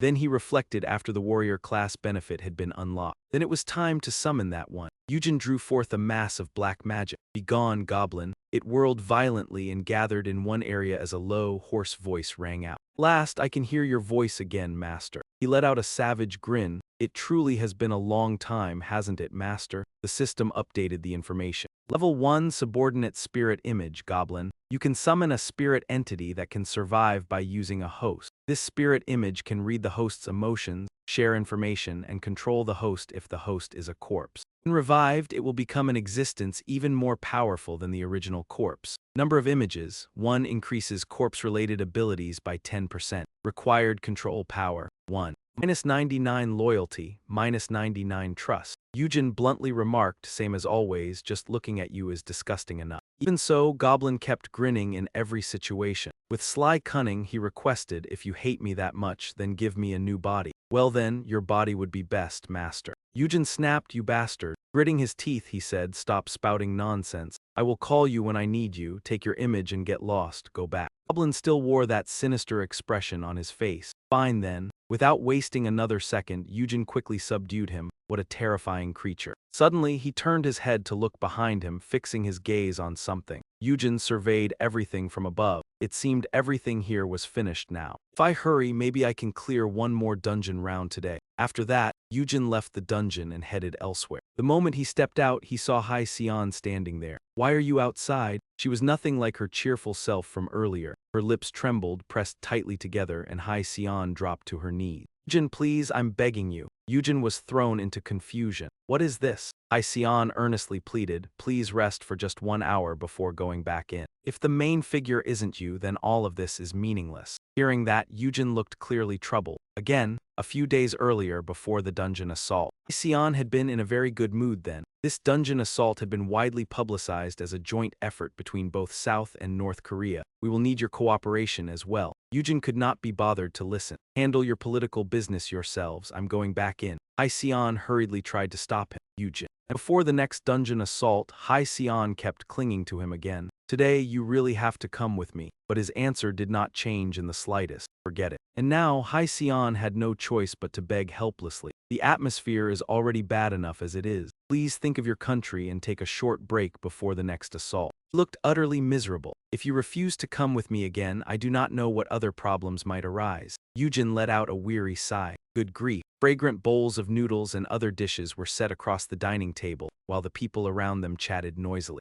Only Eugene sat there chewing on a cookie. In his mind, he grumbled, this is ridiculous. He finally lost patience and stood up abruptly. If we're done here now, then I can leave, right? Hai Xian said, Eugene, thank you for coming. Just as Eugene was about to leave, someone called out, comrade. The other man shyly asked, could you please give me your signature before you go? Eugene asked back my name. The man could not hide his admiration. You're the strongest superhuman in South Korea. It would truly be an honor if I could get your autograph before you leave. So Eugene agreed and signed his name. I see. Once he finished, he waved and said, go back to what you were doing. The man was overjoyed. Thank you, comrade. It seemed like a simple matter, yet he noticed that man smiling smugly with gratitude, and before long Eugene sensed it. Something was wrong. Then he asked Goblin, do you see that pig over there? Goblin replied, yes, I do, master. Eugene ordered, tail him and report everything back to me. Goblin obeyed at once, as you command. Then he secretly slipped beneath the table. A soldier spoke up, Commander, we are ready. What should we do now? Should we eliminate him? Byung-won glared after Eugene with hatred. Do it as quietly as possible. In his mind, he kept cursing, "Bastard, how dare you look down on North Korea." Won had begun to take offense from the moment Eugene greeted Song Yoon. "Ah, pleased to meet you, sir." He still clearly remembered Jong-un's attitude at that time. "You truly are quite an individual, aren't you? It suits the strongest hero of the South." Then came the moment Jong-un remarked, "Who knows? King Eugene might be moved by our gesture and join our Democratic People's Republic as well." And Byung-won believed all of this was because of the chairman, who made terrible decisions over a mere misunderstanding. He clenched the bomb in his hand. Several others were nearby as well. A long day had passed and night was gradually falling. When the guard saw Eugene, he said, "You're going back in again?" He sounded friendly. "This will be your final round this time, right? Wishing you complete success." Eugene politely replied, "Thank you," as he stepped inside. Two guards kept their eyes on him, so that was their scheme. "He is inside now, hurry before the barrier appears." The atmosphere here was somewhat dark and grim. Following the plan, one man ran after Eugene. "Comrade," seeing him, Eugene was puzzled. "What? Why are you following me in here?" The man said, "I have an urgent message from the commander." Eugene remained fully on guard. "What is it?" The man suddenly pressed the bomb's trigger. "You have done very well, Southern comrade." Eugene's face filled with shock. He had never expected such a scheme. In an instant, the bomb exploded and tore the place apart. While his accomplice carried out the task, the other man stayed above as lookout. Byung-won watched from a distance. Barrier did not disappear at all, so he avoided dying on the spot. He was certain of one thing. Even so, at the very least, the man had to be badly injured. It would only be a matter of time before he became prey for the other monsters. Byung-won muttered, "Surrender and rest in peace." He was convinced the plan would surely succeed. 2 days after the dungeon assault, at the North Korean negotiation site, among the South Korean delegation, someone asked, "Has Eugene still not returned?" Seon answered, "Yes, the barrier is still unchanged." The man spoke heavily, "We have been placed in a difficult position." He was extremely worried now. It has already been more than a day past the deadline Eugene promised. Who knows what the North will demand in return for this now? And Seon also felt that something was very strange. She clearly remembered that Kang Eugene's previous dungeon assault had lasted 1 day and 17 hours. Under normal circumstances, he should have come out by now. Isn't it possible that something unforeseen may have happened inside the dungeon? Then Seon placed a stack of photographs onto the table. "This is." Then she revealed that right after Kang Eugene entered the dungeon, a foreign reporter had taken a photo showing a North Korean soldier following him inside. "Need to launch an investigation immediately and file a protest with the North right away." All of a sudden, Yoonho asked, "Seon, aren't you afraid of dying?" Seon looked briefly startled. Yoonho wanted to emphasize the truth. "We are in Pyongyang right now. If we keep making a fuss over every little suspicion, then nothing can guarantee our safety." Seon objected indignantly, "But that doesn't mean we should just sit still and do nothing." Yoonho slammed his hand onto the table and warned Seon. He deliberately reminded her, "I hope you'll be careful with every word you say from now on. Even this conversation may already have been bugged, and whether he's alive or dead still hasn't been confirmed, has it?" Yoonho said, "For now, we should just wait." At the same time, Jong-un was holding a stack of papers and reading through the information. "What bastard did this?" he roared furiously. "Which idiot caused this mess?" The other person replied, "We're still investigating." Jong-un was boiling with rage. "Find those bastards now and bring them to see me immediately." 3 days after the assault on the dungeon, military tents had been set up in front of it. Seon was deeply worried now. It's already been 3 days since Eugene entered the dungeon. He has to come back safe. Just then, people outside started murmuring. "Wait, wasn't there some kind of reaction just now? It's real, the barrier." They cried out in shock, "The barrier is gone." At that very moment, Eugene appeared with surging magic swirling around him. He stood at the dungeon entrance. His breathing was slightly heavy, and the reporters and everyone there stared at him in astonishment. Eugene spoke, "Are all of you so eager to die?" Meanwhile, the others still had not processed what was happening, so the air fell silent. By then, Eugene could no longer hold back his emotions and said, "Bring that damned pig out here." Eugene declared, "If he won't come, then I'll go find him myself." The soldier, terrified, immediately raised his gun and threatened, "Stop right there. If you don't stop, I'll shoot." Eugene leaned in close to his face. "I survived a suicide bombing, so what is a lousy little gun like this supposed to do?" Then he released his energy, preparing to teach the man a lesson. The man was so terrified he could only cry out. With just a casual move, Eugene left him dazed. Bibi appeared and criticized him, saying, "Master, you're too stubborn." The system announced, "Summoned creature Bibi is using the skill sleep prayer." The little girl reminded him, "What will you do if you kill someone and then get sued afterward?" Eugene warned, "Stop blocking my way for no reason." The other lackeys started raging. "Damn it, he's getting way too full of himself." They snarled hatefully, "Are you saying this republic is easy to bully? Letting southern bastards enter Pyongyang was a mistake from the start. I knew it, I knew things would turn out like this." Eugene could tell. These were the North Korean Awakened Association after all. After checking their ranks, he remarked, "Looks like there are a few decent ones here too."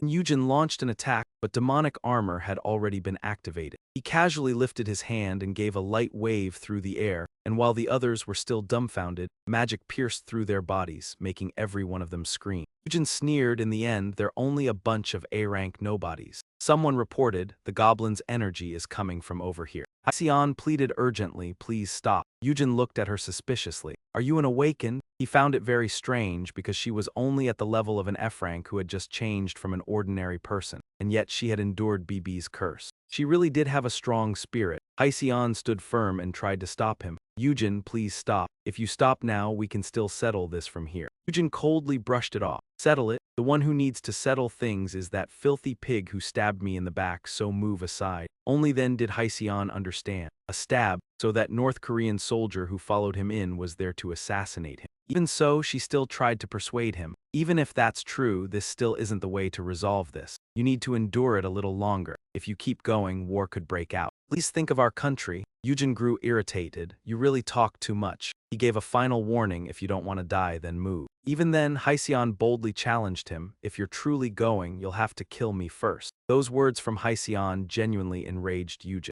Would have thought he would speak so softly instead. "Then I have no choice because you've come all this way to stop me." Halcyon was overjoyed. "You've just made an important decision and it's the right one, Eugene." But then Eugene suddenly drove a painfully hard blow into Halcyon's stomach. Her mouth fell open and her eyes widened in shock. Then Eugene mercilessly let Halcyon collapse to the ground. He whispered, "I won't kill you. Sleep for a while and rest until everything is over." Signal flares were being fired one after another. The system announced, "Demonic armor has been activated." A surge of power crashed down upon the ground. Eugene ruthlessly destroyed every obstacle in his way. Standing before a door, he said, "You've hidden yourself well." Eugene wanted to settle this face to face. "Jong-un, can you hear me? Come out and talk." Having lost his patience, he kept kicking the door. Jong-un's lackeys reassured him, "Mr. President, you don't need to worry. This is a bunker that can withstand many kinds of bombs." Jong-un shouted in panic, "Then what is that?" It turned out Eugene had summoned a monster against the steel door. Jong-un's face had already turned bright red. The system announced, "You have used metal to summon a golem."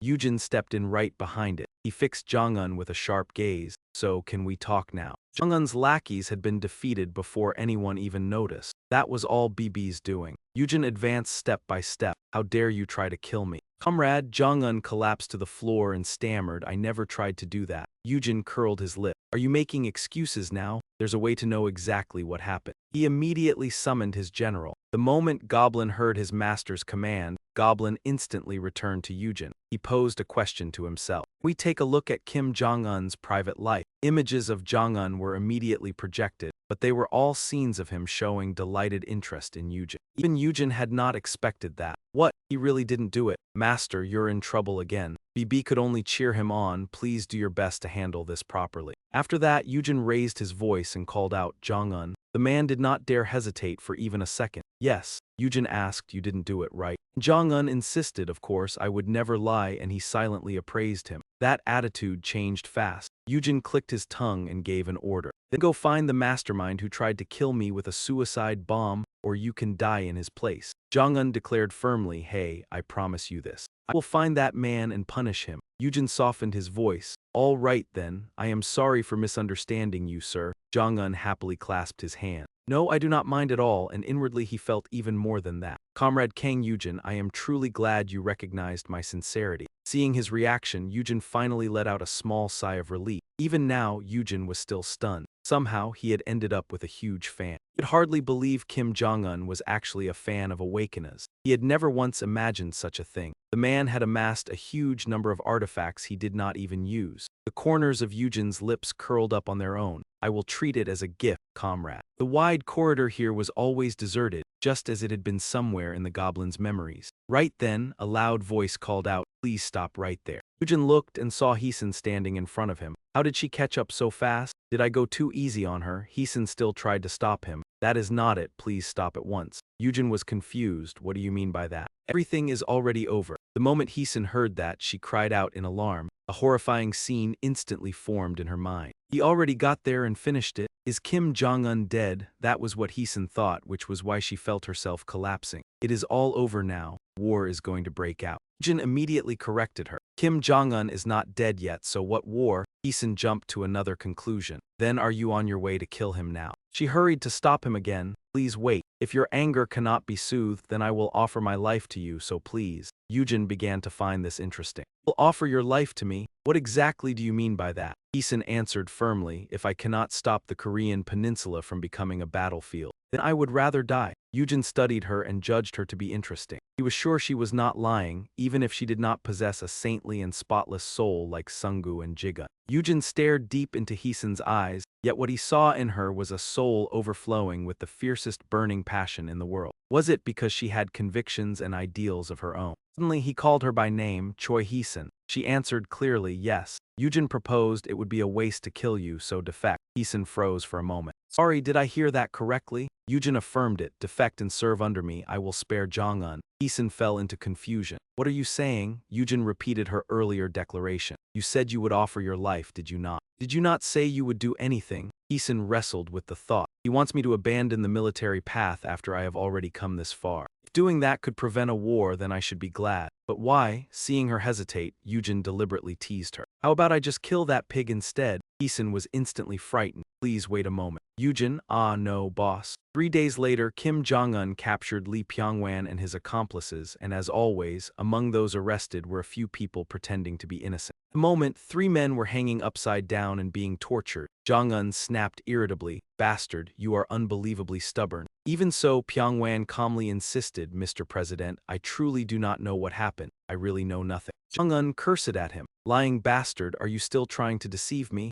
Not only did you dare attack Comrade Kang Eugene, his voice boomed through the entire mansion. You even laid hands on items bought with other people's blood and tears, did you not? Pyongwan remained convinced. I know nothing about those treasures. I am certain Eugene is the one behind all of this. Jong-un was truly running out of patience. You still not started using your brain? He flew into a rage and ordered, stupid bastard, beat him until he remembers. Inwardly, Pyongwan bitterly blamed the close subordinate who had betrayed him. Heesun stretched once. If not for Comrade Kang Eugene, I would have been in real trouble. They had finally returned to South Korea, and Eugene warned her first, do not make a fuss about that matter. Heesun confessed, you have no idea how worried I was for those 3 days while you were resting. Martial law and the sound of gunfire kept echoing through every night. Eugene went on, everything ended perfectly, did it not? He cheerfully looked at Heesun. I leveled up and filled the empty spot. I even got a new subordinate I can order around. Eugene continued on his way. The trip to North Korea had been a great success. Next was America. He thought of the rain goddess. I am looking forward to it, to whatever things are waiting for me during that time.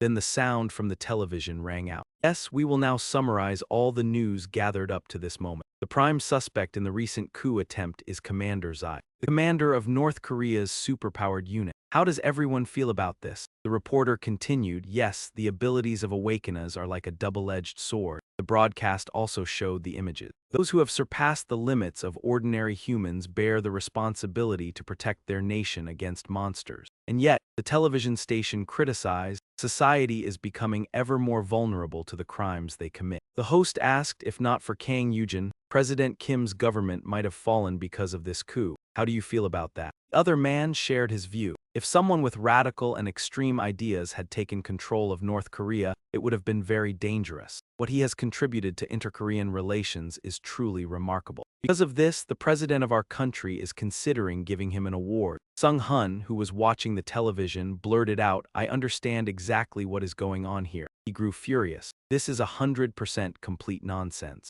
Everyone knows what our chairman is like, right? There is no way everything could have been resolved without anything bad happening like that. Sung-hun even began doubting it himself. Could it be that our chairman threatened Kim Jong-un somehow, making it look as though he had uncovered everything, and otherwise he would kill Kim Jong-un? He continued, they say the commander stole all the artifacts, but what if our chairman took them himself for some reason? After hearing Sung Hun speak, everyone else's faces darkened. That really was possible. Jiang tried to defend him. Come on, just because our chairman always thinks he is the best does not mean he would go around stealing things like that. But Sung Hun argued. Is there really anything else he cares about besides believing he is the best? Sunggu agreed as well, back when I first met him. Recalled, I had thrown a party with the others right before entering the dungeon. Not only that, Sunggu also clearly remembered the moment Dusu screamed like a madman, followed by the sight of him sprawled out unconscious. The four of them immediately shared the same thought, so he even swept away everything in Kim Jong-un's treasure vault too.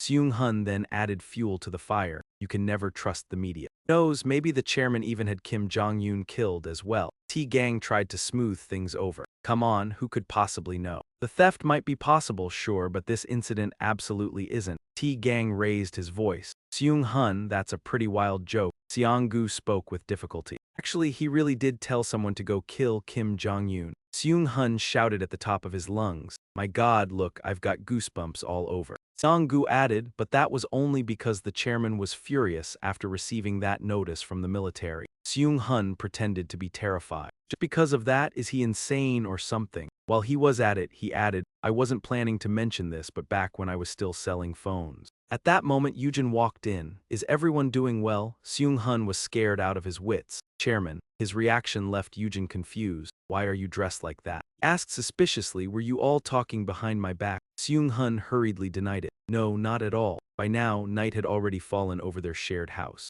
Memory huddled with them for a moment. Everyone, you all did great. Eugene smiled brightly. Wow, this really is amazing, good job. He generously invited them. Everyone, eat up. Eat plenty so you can keep working. T-Gang suggested, thanks to the chairman, let me pour you a glass. Min Chan asked hesitantly, Chairman, are you really not planning to go to the Blue House? Eugene repeated himself. Why do you keep asking? I already said no. He looked genuinely irritated. Do I really have to come when that president calls and leave when he orders me away, even so? Eugene suddenly shot to his feet. Forget it, I'll go get the damn thing. Min Chan panicked and tried to stop him. Don't. He forced a smile. I'll decline politely. Min Chan turned on his phone to prepare to make the call. He read the message. You really do have a lot to shoulder, Executive Director. Min Chan felt one more burden being added. How on earth am I supposed to handle this? Seung Hun stirred up the mood. Chairman, do you know who's even more famous than you these days? Then he showed Eugene the phone screen. It's this girl, Miodia, the Saintess of Arya.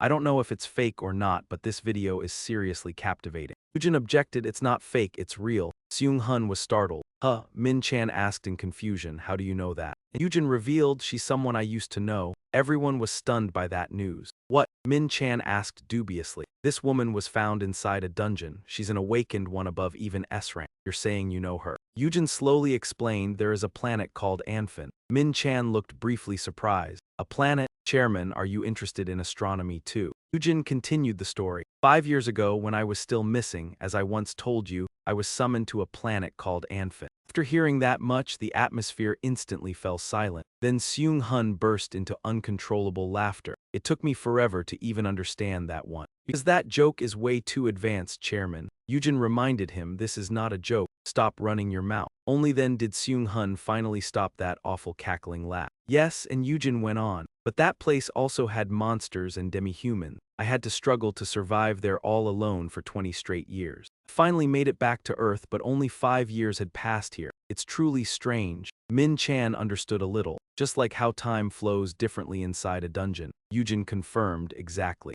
And dungeons appeared on this Earth in exactly the same way they appeared on Anfin. Min Chan took the matter more seriously. Another world. If that's true, then he silently admitted the boss's otherworldly strength made perfect sense. From Min Chan's point of view, that also explained why he was so used to treating people so harshly. If you really count it up, he's 44 now, right? He remembered an old acquaintance. From now on, can I call you Mikin? Eugene concluded, anyway, I knew Miodia there. I don't know how she got to Earth, but once I go ask her, I'll find out. Seung Hun sounded a little worried. Hyung, is it really okay to tell us all this? But Eugene barely cared. Why wouldn't it be? Why hide it? There are dungeons, and now there's even a Saintess. Why are you all making such a fuss? Min Chan was curious. Then what kind of relationship did you have with the Saintess back there? Eugene repeated the question. With Meodia, then he answered lightly, something like friends. That same moment, Meodia was kneeling before a statue of the death spirit summoner, the Immortal. She could sense that he was coming. 5 years earlier, on the planet Anfin, in a terribly desolate place, the Admiral declared, "We will arrive soon." Lady Meodia. Meodia's hazy gaze drifted into the distance. Then she asked, "Admiral, are we truly going to be all right if we go there?" Because Meodia knew perfectly well that it was the land of death, a place where once you entered, you could never come out alive. The Admiral believed that was true, but it was the only way we could survive. Knew the worst-case situation. If things continued like this, we would all die at the hands of Janet's subordinates. Just then, a soldier reported, "Admiral, I see something up ahead." The Admiral was startled. "Have we already reached Adan?" He shouted loudly, "Warriors, we are very close to Adan now. Give it everything you have." At that very moment, a sudden attack struck and the Admiral died a gruesome death. Meodia cried out in shock, "Admiral!" Someone sighed, "What a pain." Everyone looked toward the source of the voice. Meodia gasped in alarm, "O divine heavens." Before them was the image of a man riding a horse accompanied by a curse. Those damned bastards from the Union actually dared to crawl all the way here. Eugene looked amused. "Throwing away your life like this is trying a little too hard. Why would you give me such a difficult trial?" It was already midnight, but the lights were still on in Eugene's shared house. Someone had gotten so drunk he had no idea what was going on. "Chairman, please don't hit me anymore." Seung-hun lay slumped over the table, sobbing, "I already apologized." Eugene was driven crazy. "I should have killed this bastard back then." The others could only judge silently in their hearts. It was impossible to say which was better between a scammer and the guy who beat that scammer half to death. Then Seong-gu called out timidly, Hyung," he said. "I'm really worried because sometimes you seem way too indifferent to the media and to the situation around you, including what happened with Seung-hun and the matter involving Lee Sang-ho and Bang Hwa-rang." But Eugene remained indifferent. "Why should I care? You just have to get used to it." Min-chan tried his best to persuade him. "Even so, you still ought to consider the legal issues and the way you're isolating yourself from society and the international community. Chairman, making enemies never does any good, right?" Hearing that, Eugene fell into thought. Making enemies? Yeah, he shared as well. "Well, back then I was like that too. I was careful with every country and deeply concerned about how others saw me, because I was terrified of public opinion." Eugene asked seriously, "But think about it, if you all keep seeing me that way, how far do you think I can go?" Those words briefly startled Min-chan, and Eugene uttered only two words: disaster. He analyzed it. The time when every dungeon on Earth goes into a dungeon break all at once will come soon enough. A catastrophe beyond compare with the dungeon shock from 5 years ago is coming. In that kind of situation, will nations and laws still even exist? Min-chan thought that even if a dungeon break really happened, the military would still be able to handle it. She emphasized the truth. They might be able to stop 6-star monsters. But what about the stronger ones? Min-chan was left speechless again. Then Eugene shared his reasoning. Just think of a 6-star monster as being on the level of a pet dog. Then tigers, lions, and flesh-eating elephants will gradually start pouring out, and even dragons will appear. And he was certain that even if only a few ghosts drifted by, the guns we have now would become completely useless. So what are you planning to use to stop them? Eugene said that nuclear weapons would be nothing more than bringing about our own end, and the world would collapse, while the barrier we call nations would lose all meaning. Races would vanish, and the only thing left would be the desire to survive. Sungu objected indignantly, saying that even so, everyone would surely unite and fight them together. He believed that yes, there would be people like that. Warriors, kings, paladins, holy maidens, and even knights from allied nations. But Eugene denied it. It would all be useless. People would keep trying to bear more, and then they would collapse. In the end, a divide would appear, and they would turn their backs on you after being lured away by other desires. Hearing that, Sungu grew frightened. Then what are we supposed to do? We cannot just stand by and do nothing. Eugene smiled. That is exactly why we are making preparations now. He looked excited. When disaster strikes, we will need a hero, right? Eugene even gestured dramatically. What we need is a powerful leader. Went on, pay attention to how others look at you. Uji stressed every word, from public opinion in the news to police summons for questioning. And he concluded all of that is useless. On the contrary, that is exactly what I need to show them. Eugene declared confidently just how cruel he could be and how completely he could ignore them. At that very moment, someone was clicking a computer mouse repeatedly. The only sound in the spacious room was the tapping of keys. On the computer screen appeared the words, "The hero who saved Korea from danger." Then another line appeared, "The founding of the awakened alliance between North and South Korea, and the one who contributed the most was Kang Eugene." Along with it was Eugene's image. Special investigation. As long as Kang Eugene is here, there will be no more dungeon breaks. That person scrolled through a long string of news reports about Eugene. It turned out to be Sang-ho. He hissed furiously, just look at this. Sang-ho hated him to the core. Damn it, how can this make any sense? How could something this absurd even happen? He fumed that people were treating that rebel like some kind of hero. This still even be called a country? Right, Korea is doing just fine, isn't it? Sang-ho kept cursing nonstop, wondering what that damned Chairman Kim was even doing. He said he would cut off every loose end and survive this mess, didn't he? He tried to comfort himself. But whatever, I already have a plan. Then Sang-ho took pictures of the stack of documents on the table and sent them to someone. See if you can still ignore my calls after seeing this. Once he was done, Sang-ho smiled slyly. Right then, his phone showed an incoming call from Chairman Kim Ho-young of SG Group. The voice on the other end asked, "Are you really planning to do this?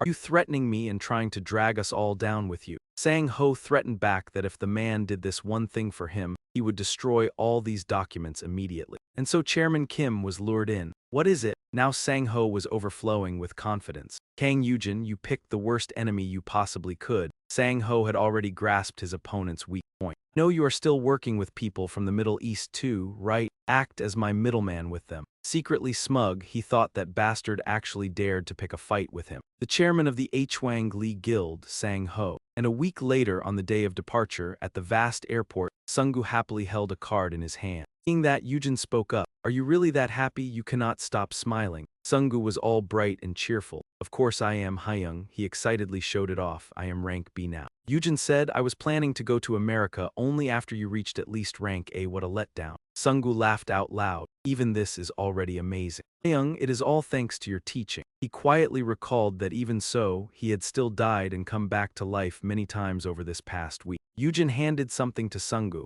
Do not let your confidence get to your head and go into a 4-star dungeon alone. And take this too. Sungu was utterly shocked. Isn't this a warp gate opening stone? Eugene warned him. That is right. Do not go getting heroic and die. If there is danger, run immediately. Sungu was truly moved. Hyung, you bought something worth over 10 billion just for me. Sungu's attitude was completely different from before. He really was someone with a hard mouth but a soft heart. Sure enough, Eugene could not say anything nice, but in the end, you finally became a little useful. So if you die, that would be a real waste. Do you know how much money I have invested in you? If you die now, you will just become another skeleton soldier. Meanwhile, Sungu was still lost in a daze. Was I right to say his heart is actually soft? At that moment, Min Chan received a call. Yes, I am listening. Sungu felt hurt again. What exactly am I to him? Suddenly Min Chan shouted, what? He went on, yes, I will do it right away. Thank you for informing me, sir. Eugene was bewildered. What? Who was that? Min Chan reported the news. It was the Minister of National Defense, sir.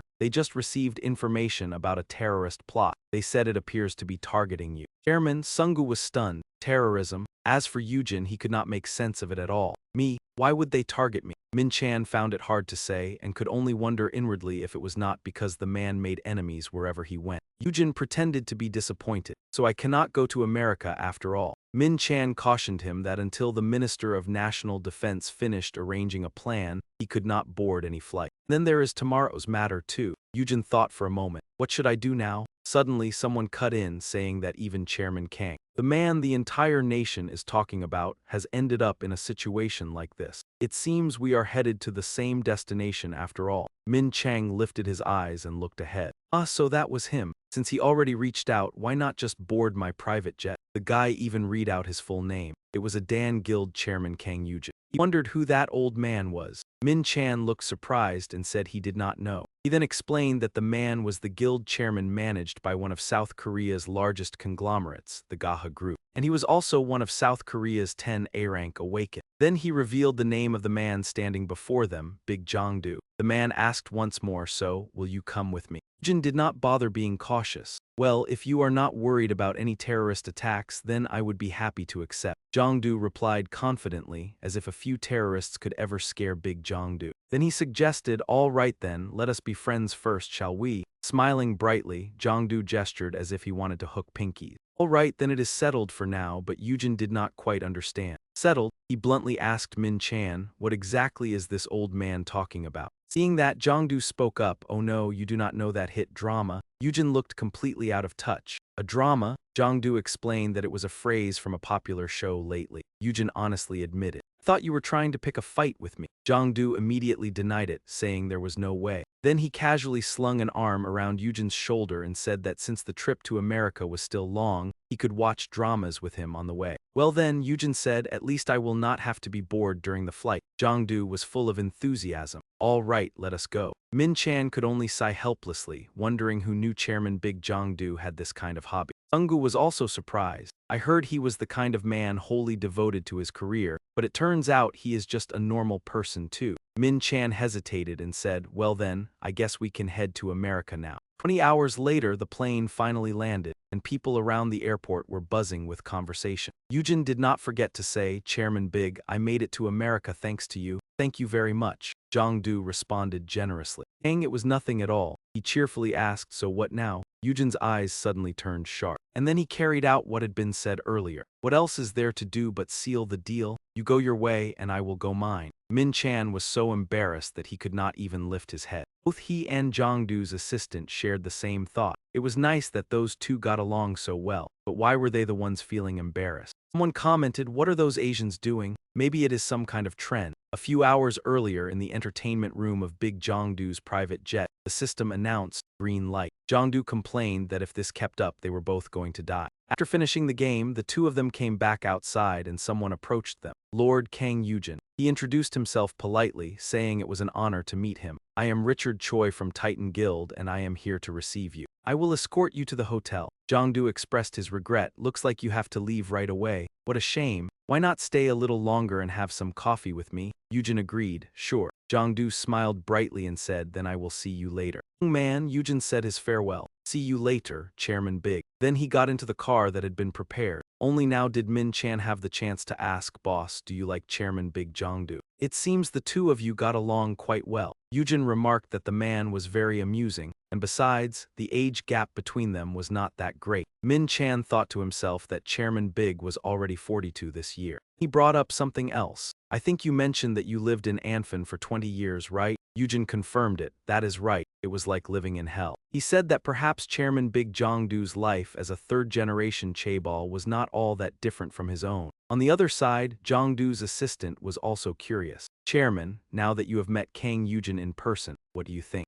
Jongdu evaluated him and said the young man was no ordinary person. Even after hearing about a terrorist attack and even when facing him directly, Kang Eugene had shown not the slightest fear. He said that maybe it was because the young man had confidence in his own strength. Well, perhaps that was true. Then Jongdu added that he felt there was something else as well. His composure and confidence could not be explained by something as simple as youthful spirit. He spoke honestly, saying that the more he saw of Kang Eugene, the more interested he became. The assistant commented that it seemed he had truly taken a liking to the young man. But then Jongdu suddenly blurted out, "No, that is not it," and burst into laughter. What mattered most was that the two of them shared the same taste in dramas. A towering hotel building, the elevator displayed that it was descending to the first floor. Richard informed him of the schedule, wishing him a comfortable stay here. "The meeting will begin around noon tomorrow. We will have the car ready around 11 o'clock. Eugene replied, "All right." Then he instructed, "Go wash up and come back out later. I am going to find something to drink." Min Chan answered obediently.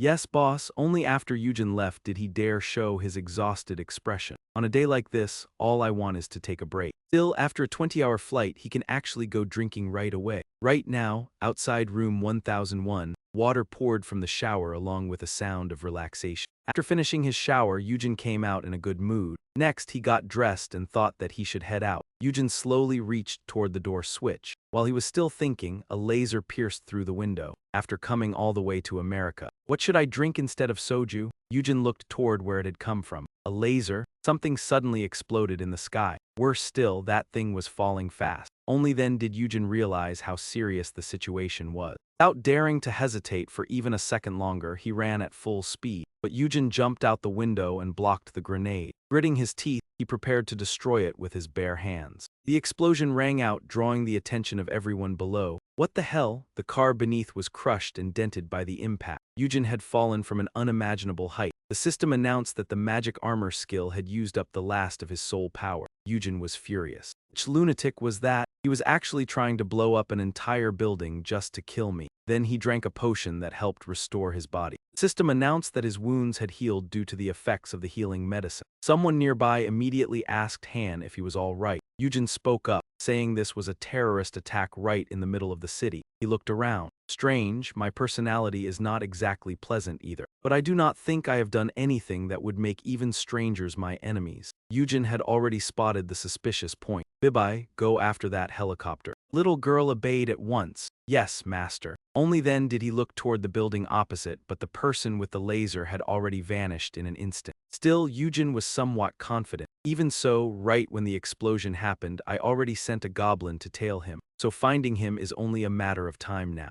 Wondered whether he should go check who it was. At that moment, a report came from Mori's side. Saintess, Guild Chairman Adan, Kang Eugene, has arrived. The moment she heard the news, she was startled. The immortal one, Mori, was shocked. If there is something he cannot digest, then he will be fine no matter what happens. Mary denied it. No, ma'am. The Titan Guild already escorted him to the hotel themselves. Morty could only let out a sigh. I understand. She was burning with curiosity inside. Who exactly was it that made him this overly sensitive? Morty's lips trembled slightly. The slaughtering necromancer, the immortal one. She feared she would meet that person tomorrow. She could no longer avoid him any longer, but then Morty thought that perhaps he would be upset that she had not gone to find him first. Then she said to Mary, he really is the sort of person who would be like that. Morty asked which hotel is he staying at. Mary was startled by her attitude. Yes, ma'am. Morty only dared wonder to herself that person whom the Saintess kept referring to as that man. But now she was completely serious.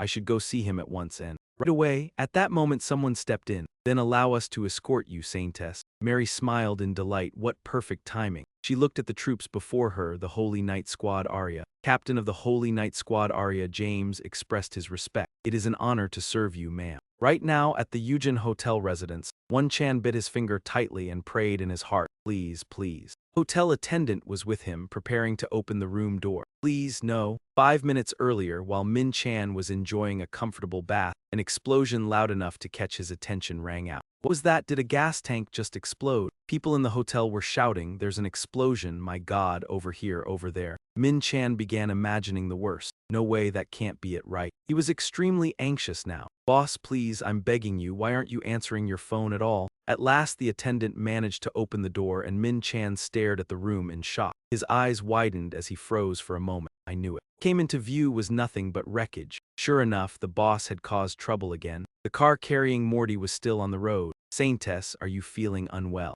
There's something unsettled in her expression, yet she denied it. No, James secretly judged the situation. This is the first time I've seen the Saintess like this. Today she seems very different from usual. He made a vow to himself. The Saintess cured his illness, so he would protect her no matter the cost. In the middle of the journey, the car suddenly braked hard. By instinct, James stretched out an arm across Morty. Driver panicked. Saintess, are you all right? James hurriedly asked what had happened. What is it, Nick? The voice on the other end reported, I'm sorry, there was an explosion up ahead. James blurted out, what? Eager to check, he stuck his head out the window. It's in the direction of the hotel. Morty was baffled as well. What happened, James? He replied, I think there may have been a terrorist attack. It looks like we need to turn back to ensure your safety. Morty thought for a brief moment. Don't tell me he went berserk. So she said firmly, we have to find out what exactly happened. James stopped her. We must turn back, ma'am. I will inspect the place myself and report back later. He informed his comrades, head back to the church.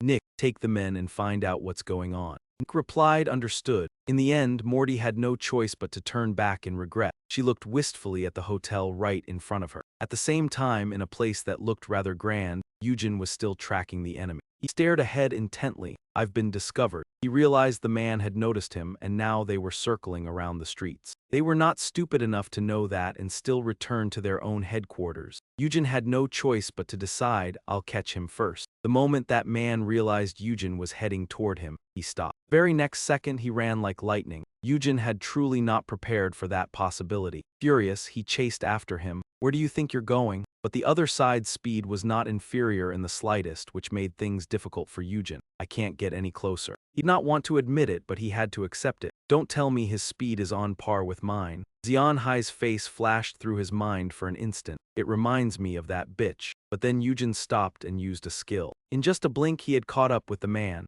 Now the distance between them was only 1 centimeter. Got you. Just as triumph rose to his lips, Eugene astonishingly missed his grab. A moment ago they had been right next to each other, yet now the gap between them had become a serious problem again. Only then did Eugene check the opponent's level. Look at that, it's over 70 already, he had to admit it. At this level, the man was basically among the best in the world. Why did it have to be this bastard? Over there, Assad even deliberately raised a hand to provoke him. Eugene could only sigh helplessly. How ridiculous. Yet he was intrigued. It's probably been 10 years, hasn't it? It had been a long time since someone had dared challenge him so openly. Eugene exclaimed, how adorable and ambitious. Then he continued walking forward. Eugene moved deeper into a dimly lit place. It turned out Assad had hidden beside the edge of the wall. He had followed me here himself, right to his own grave. This is already my 100th hunt. Assad recalled his childhood. At 10 years old, back in his homeland of Afghanistan, his memories were nothing but darkness. His father had sold him to a group of insurgents.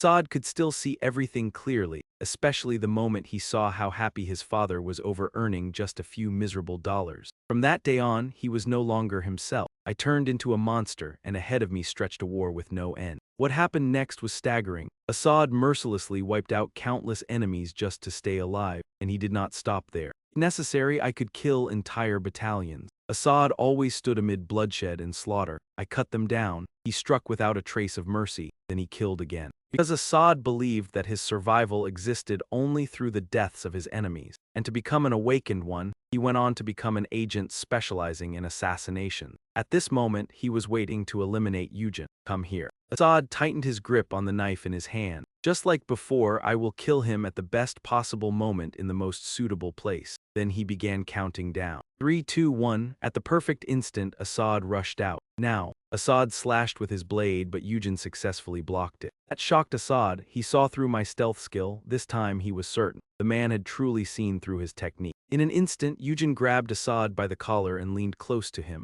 Finally caught you. But then Assad swung his knife upward, catching Eugene off guard. Damn it. He used the momentum to slash wildly and force Eugene back. Assad could not help wondering. Does he know where I am? Ever since becoming an awakened one, no one has ever sensed my presence. At that moment, the goblin took the chance to slip over to Assad's side. Eugene assessed him excitedly. You're pretty good. A proper assassin type. You're even quite skilled in a direct duel. Probably even better at frontal combat than at ambushing, aren't you? Assad became even more wary. What is he talking about? He speaks as if he has known me from before. Next, Eugene raised his hand high. Let me see just how far you can go. Then he struck Assad and sent him flying violently into the distance. His power left Assad stunned. What kind of strength is that? I was certain I heard people say he was a necromancer. In the blink of an eye, Assad lost sight of his opponent. He's gone. He guessed that Eugene had moved toward the end of the basement. Assad grew more and more cautious. I'll chase after him and settle this properly. At the ticket counter, where only a faint glimmer of light slipped through, Assad cautiously crept along Eugene's trail. He had run into a problem. There were far too many bloodstains, yet not a single corpse in sight. Assad suddenly turned his head to the side. Eugene had appeared, surrounded by a formation of skeleton soldiers encircling him. Eugene grinned with interest. Then let's begin the second test, shall we? Assad vaguely wondered if this was a trap. He looked at the pile of skeleton soldiers before him. 1, 2. Assad felt a little helpless. He could not even count them all, and in the end he could only let out a long sigh. Suddenly, Eugene narrowed his eyes. Assad was now boosting his power with the skill Wrath of God. Eugene was surprised. So he has a skill that can drive himself into a frenzy. His class lies somewhere between a warrior and an assassin. On the other side, Assad swore to himself that he would kill him. Then he charged forward in fury like a savage tiger. The skeleton soldiers still instinctively stood in neat rows. From Eugene's point of view, Assad was clearly very strong. But there was only one thing he cared about. This man could be quite useful. After clearing out the skeleton soldiers, Assad shot Eugene a glance. Kill. He silently assured himself that he would kill him. Riding that momentum, Assad rushed straight at his opponent to survive. Now he was right behind Eugene, and a slash tore through the air in an instant. That was Assad's technique aimed at Eugene. He smiled, thinking his 100th hunt was complete. But Eugene moved faster, using his axe to finish Assad off. He could not believe reality. How? Impossible. The assassin's head fell to the ground all alone. Eugene let out a faint laugh. If properly trained, he would surely be quite useful. After that, he subdued the man's spiritual energy. Use 1,000 years to atone for the sin of pointing your blade at me and become my loyal slave. It turned into a stone, a soul seal stone. The system informed him, soul seal stone, a seal containing the soul of a person you have killed. Related skill, Death Knight Summon, summon a Knight of Death by creating a master-servant contract with a soul above level 70. Temporarily unusable, current level 62, minimum required level 70. The next day in the function room of the Titan Guild, someone was sighing. Min Chan was worried sick. Where could he be that day and what could he be doing now? Seeing that, Rongdu spoke up. Director Jung, you seem very worried. He reassured him, Eugene will be back soon enough. Isn't he famous as the strongest awakened in Korea? Seeing Rongdu's smile, Min Chan seemed to regain some faith. That's right. In truth, Min Chan was worried about something else. Worried? What do you mean by that? Worried about that chairman who can punch missiles away? On the contrary, I'm worried he'll use America attacking him as an excuse to stir up trouble. Zhang Zhang looked at the current time. It was about to begin. Soon, the two of them settled into their assigned seats. Sang Ho began to speak. I would like to offer my sincerest thanks to everyone who has joined this meeting today. Announced that today's meeting had been arranged to ask for the help of awakened ones from all over the world, and to reveal a grave situation that our guild alone could hardly resolve.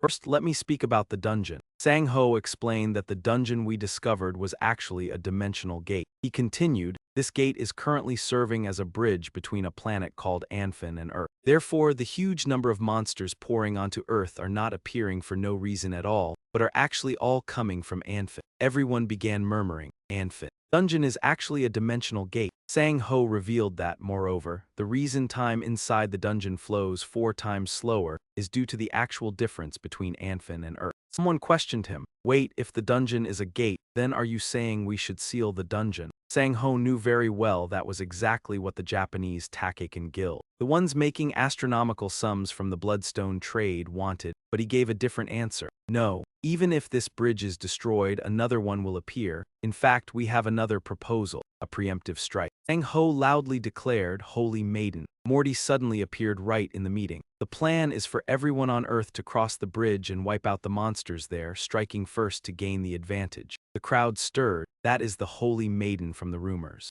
Morty smiled. It is a pleasure to meet you all. I am Arya's Holy Maiden, Morty. I came here from the planet Anfin to seek aid from Earth. Jun below spoke harshly. A Holy Maiden and Anfin, all of this is too hard to believe. To us, you are no different from any other awakened one. Hearing his words, Morty's gaze instantly sharpened. Then she raised a hand as if preparing a skill. In an instant, the entire space was shrouded in green, leaving everyone in amazement. This is the energy surging through my body. It makes no sense at all. She just buffed the strength of all 100 awakened here at the same time. Morty asked again. Is it a little easier to believe now? Jun was left utterly stunned by her. Only now did Morty speak with confidence. This Holy Knight squad and I will open the road leading to Anfin. Every one of you must go to Anfin at once. For the safety of Earth, she stressed that if they hesitated any longer, Earth would follow Anfin and become ruins in the blink of an eye. Morty believed this was a battle to save both worlds. The people below discussed it among themselves. Sounds suspicious. If that is true, we can save Earth and keep the bloodstone trade going too. This is a chance to kill 2 birds with 1 stone, isn't it? Just then, someone spoke up with a cold laugh. What utter nonsense. And here on Earth, you dare stir up a commotion like this. Both Morty and Sang Ho looked up in shock. It was him. Morty froze when she saw the person before her. She still recognized Eugene as the immortal. The entire uproarious atmosphere fell silent the moment Eugene appeared. Morty's hands suddenly trembled uncontrollably. His appearance is a little different, but I am certain it is him. After taking a few more steps, Eugene stopped in front of Morty. He spoke. Well, this is a little awkward, isn't it, having to look up at you like this? The team behind her shouted loudly, you insolent bastard, bow to the Holy Maiden at once. Morty struggled to remain calm. The king who commanded the army of destruction. She slowly bent herself down. The vanguard commander of the god of destruction, father of heaven, and Emperor Adan. Morty calmly recited each phrase, immortal, her voice heavy and low. Lowly servant of Arya. Suddenly James gaped in shock. Before his eyes, Morty was bowing her head before Eugene's feet. She paid her respects to the astonishment of everyone. I greet your lordship. Eugene smiled faintly. It has indeed been a long time, hasn't it? Meanwhile, James could not understand what had happened. What is this? Golden light filled the entire room. Eugene asked, will this cause any harm to the peace treaty? Meanwhile, James was completely shaken. The holy maiden, Morty affirmed, of course not. If this servant had known this place was a den, this servant would never have dared set foot here. Eugene continued asking, why have you come to Earth? Morty honestly confessed, this servant received a divine oracle from the goddess to come and guide the saviors of this Earth. This lowly retainer has only been carrying out what the goddess commanded. Is that so? Eugene wanted to confirm something. Forget it. I do not need to hear anything else. So what you mean is that Arya sent someone here, right? Only then did he turn to Sang-ho, the president of the Titan Guild. Let us talk for a moment. He suggested they move elsewhere, saying this was not a suitable place. Eugene then looked at the cameraman. Is this being broadcast live? The man denied it. No, sir. Then Eugene told him turn on the live broadcast. The cameraman was startled. Huh, what did you just say? Eugene smiled. I am only planning to give a year-end greeting. The cameraman hesitantly turned to look at Sang-ho. The guild master said that if it was an interview with the hero who stopped the terrorist attack on that hotel, then of course the whole world should see it. The cameraman started filming. Eugene began cursing as soon as it started. The bastard who fired a missile at me, the bastard who tried to step in halfway, and the bastard mastermind too. Are you all watching? He made it clear to them. Just wait for me, I will come find you soon enough. The guild master wondered, is this a declaration of war against the terrorists? Min Chan called out. Chairman, Eugene looked at him. Min Chan said he was truly glad Eugene was safe and thanked him for saving them from the explosion. Eugene brushed it off coldly. It was nothing, come with me, I have something to say to them. Min Chan followed his gaze, then asked curiously, but Chairman, did you not say you were friends with that saintess? What I just saw did not look like the way friends treat each other. It looked more like, yet Eugene still insisted, what, we really are friends. Min Chan could not believe it. What kind of friends are you supposed to be? Zhang Zhou called out loudly, Director Jung. The man answered, yes, Chairman. Zhang Zhou looked amused. I think I may have found myself a very interesting brother. The director was puzzled, wondering what exactly the chairman found so interesting. Everything about the situation so clearly screamed danger. Soon, everyone gathered in the chairman's office. Sang-ho sat down in the main seat. Morty immediately whispered a reminder. Chairman, that seat should be yielded to Emperor Dan. But Eugene was very casual about such things. Forget it, it is fine. Why bother with all that? Sang-ho then said, please sit as well, Saintess. Morty blurted out. How would I dare? Eugene lowered his voice and uttered only one word. Sit. Morty felt that chill on her shoulders and in the end obediently complied. Yes, that made Sang-ho even more curious. May I ask about the relationship between the two of you? Eugene remained firm. We are friends. But Morty did not see it that way. Friends? The Undying One calls me a friend. How could he say something so terrifying so casually? Sang-ho found it hard to understand. After all, she was the saintess from Anfin. So how could? Eugene interrupted broadly, what is this? Are you trying to hold some kind of interrogation hearing? You can ask Morty about those details later. Suddenly, he thrust a hand into another space and then pulled out someone, shocking everyone present. This is him, Eugene said excitedly. This is the one who attacked me last night. He tried to lure me into a dungeon and kill me. I would appreciate it if you could investigate whose head this belongs to. Morty could not believe it. Someone had actually tried to assassinate Emperor Dan. Does Earth have a death wish? Sang-ho said uneasily, even if you ask us, we truly cannot. Eugene insisted, I am not suspecting you. Just investigate which organization this man belonged to. He explained that there were not many A-rank awakened working as assassins. Sang-ho hesitated. Even so, Morty boldly cut in, I will investigate it. Sang-ho reminded her, Saintess, this should be handled by our organization. She immediately looked at him with resolute eyes. President of the Titan Guild, thank you very much for your cooperation all this time. I have to stay alive if I am to repay that debt, do you understand? I need to survive so I can return to Anfin and save all those people. So please do not provoke the Undying One, understood? In the end, Sang-ho had no other choice. I understand, Saintess. Eugene suddenly asked, but what were you talking about earlier? Morty looked confused. What do you mean? He brought up what she had just said. Did you not say you would gather everyone together and attack Anfin? Eugene wanted to make one thing clear. If you bring all the Awakened to Anfin and get them killed for nothing, what will happen to Earth? Who will fight against dungeon breaks on Earth then? Are you asking to die? Then he pressed further, are you planning to wage war against me? Terrified, Morty slammed her head to the floor. How would I dare? Eugene said coldly, stop twisting your brain in knots and sit down. Explain it properly. Morty slowly continued, there is a way to stop all these dungeon breaks. Immediately caught Eugene's interest. Interesting. Go on. Murdy said, then first, you must understand the spatial sanctuary and the time-space fragment. Meanwhile, at some nameless subway station, a young man rushed in with news. Professor Leola, we need to relocate the base immediately. It seems Assad has failed. Leola sounded a little impatient. I am just about to finish my research. I cannot move somewhere else. Besides, was the deadline not set for 2 more days from now? The other person reminded her, we cannot give you any more time.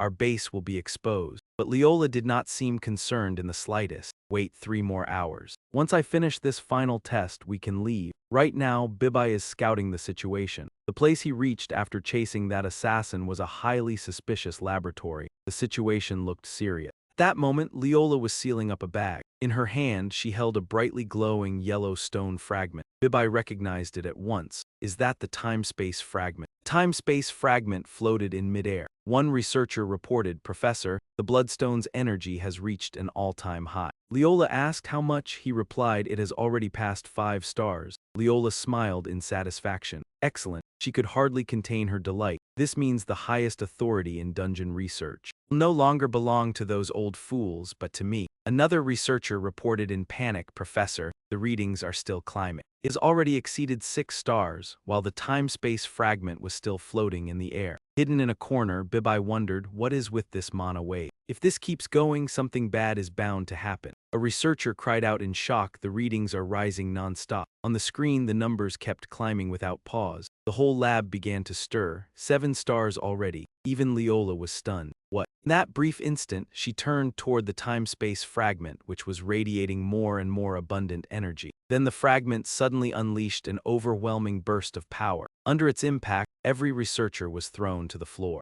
Someone's eerie voice rang out, so this is Earth, huh? What a place overflowing with life. Bibi, in her kitten form, immediately ran over to stop the stranger. Rasmus stared at the little girl with a sinister look, a proud beast with a very familiar energy field. Now the two were facing each other, while at that same moment in the middle of the city, a voice echoed from the chairman's office of the guild. Before I explain how to stop a dungeon break, sir, you first need to understand the spatial sanctuary and the fragment of spacetime. She explained clearly, first of all, about the spatial sanctuary. If I had to describe it, I would say it is a special place belonging to higher dimensions. But in any case, sir, you have already been to a spatial sanctuary before. Immortal Eugene immediately felt confused. Ah, Morty explained, yes, it is the dimension beyond the red gate inside those high-level 4- and 6-star dungeons. Hearing that, Eugene understood. So that was the spacetime sanctuary. Morty continued, but everyone already knows that dungeons are the entrances leading there. Several of those dungeons are connected to a spacetime sanctuary like branches and clusters. Eugene wondered, then what does that have to do with stopping a dungeon break? And why does a dungeon break happen in the first place? Morty then explained. Dungeon break is Earth's name for the concept of the synchronization process. Without enough stored mana, the monsters cannot unleash their true power. They blow up those dungeons to mobilize dungeon energy, which is mana. She pointed out clearly, turning Earth into a planet where they can move freely. It is basically like rationalizing the terrain. Eugene said, doesn't that mean that no matter what we do, we cannot stop it at all? Even if we clear out the dungeons, mana will still gradually build up on Earth because of bloodstone mining. Morty revealed that there is a way. Then she continued, both dungeons and spacetime sanctuaries respond according to the will of their master. Lord of Spacetime wants to, so it can choose whether or not to send monsters, things that must always obey its orders, right? Eugene exclaimed in shock, then could it be that the Lord of Spacetime is on their side? Morty confirmed, that is right, those Lords of Spacetime are the 72 commanders and rulers of Jan. There are also many other lower-ranked time-space lords. She added that they could seize each other's power as well by fighting to take one another's time-space sanctuary. While she was at it, Eugene explained the current situation. For the time being, we are still struggling to defend the territory of Anfin. However, we truly cannot stop the direction of their assault. So my plan is to seize the authority of some time-space lord and then fight them on equal footing. She spoke slowly, so that we can reclaim every dungeon on Earth and in Anfin. After hearing that, Eugene let out an excited scoff. Interesting. He asked, so if all their homes are taken away, that means they will become homeless, right? Dai confirmed it, and Dai immediately came up with a bold idea. If I can take them all, then I should be able to meet that bastard Janet, the one who never even shows a single strand of hair. Eugene wanted to keep the conversation going. Alright then, tell me how to take a time-space sanctuary. Modai revealed two methods. You can seize one, or you can claim ownership of one that has no owner. But in either case, you will need a stone called a time fragment. Eugene immediately pulled out the time-space stone. This one. The moment Modai saw it, she cried out, "How did you get that?" Meanwhile, Eugene remained completely at ease. "I just picked it up, so how do I use it?" Eugene then explained everything. "You have already been chosen by one, then you only need a single stone to establish ownership. But since you do not possess any time-space sanctuary yet, you will need 3 stones. Immortal." Eugene asked blankly, "So anyone will do?" "You first have to be chosen by some dungeon," Modai replied. "Since you already have one time fragment, then surely some dungeon must already have responded to you." Hearing that, Eugene complained, "Why is this so complicated?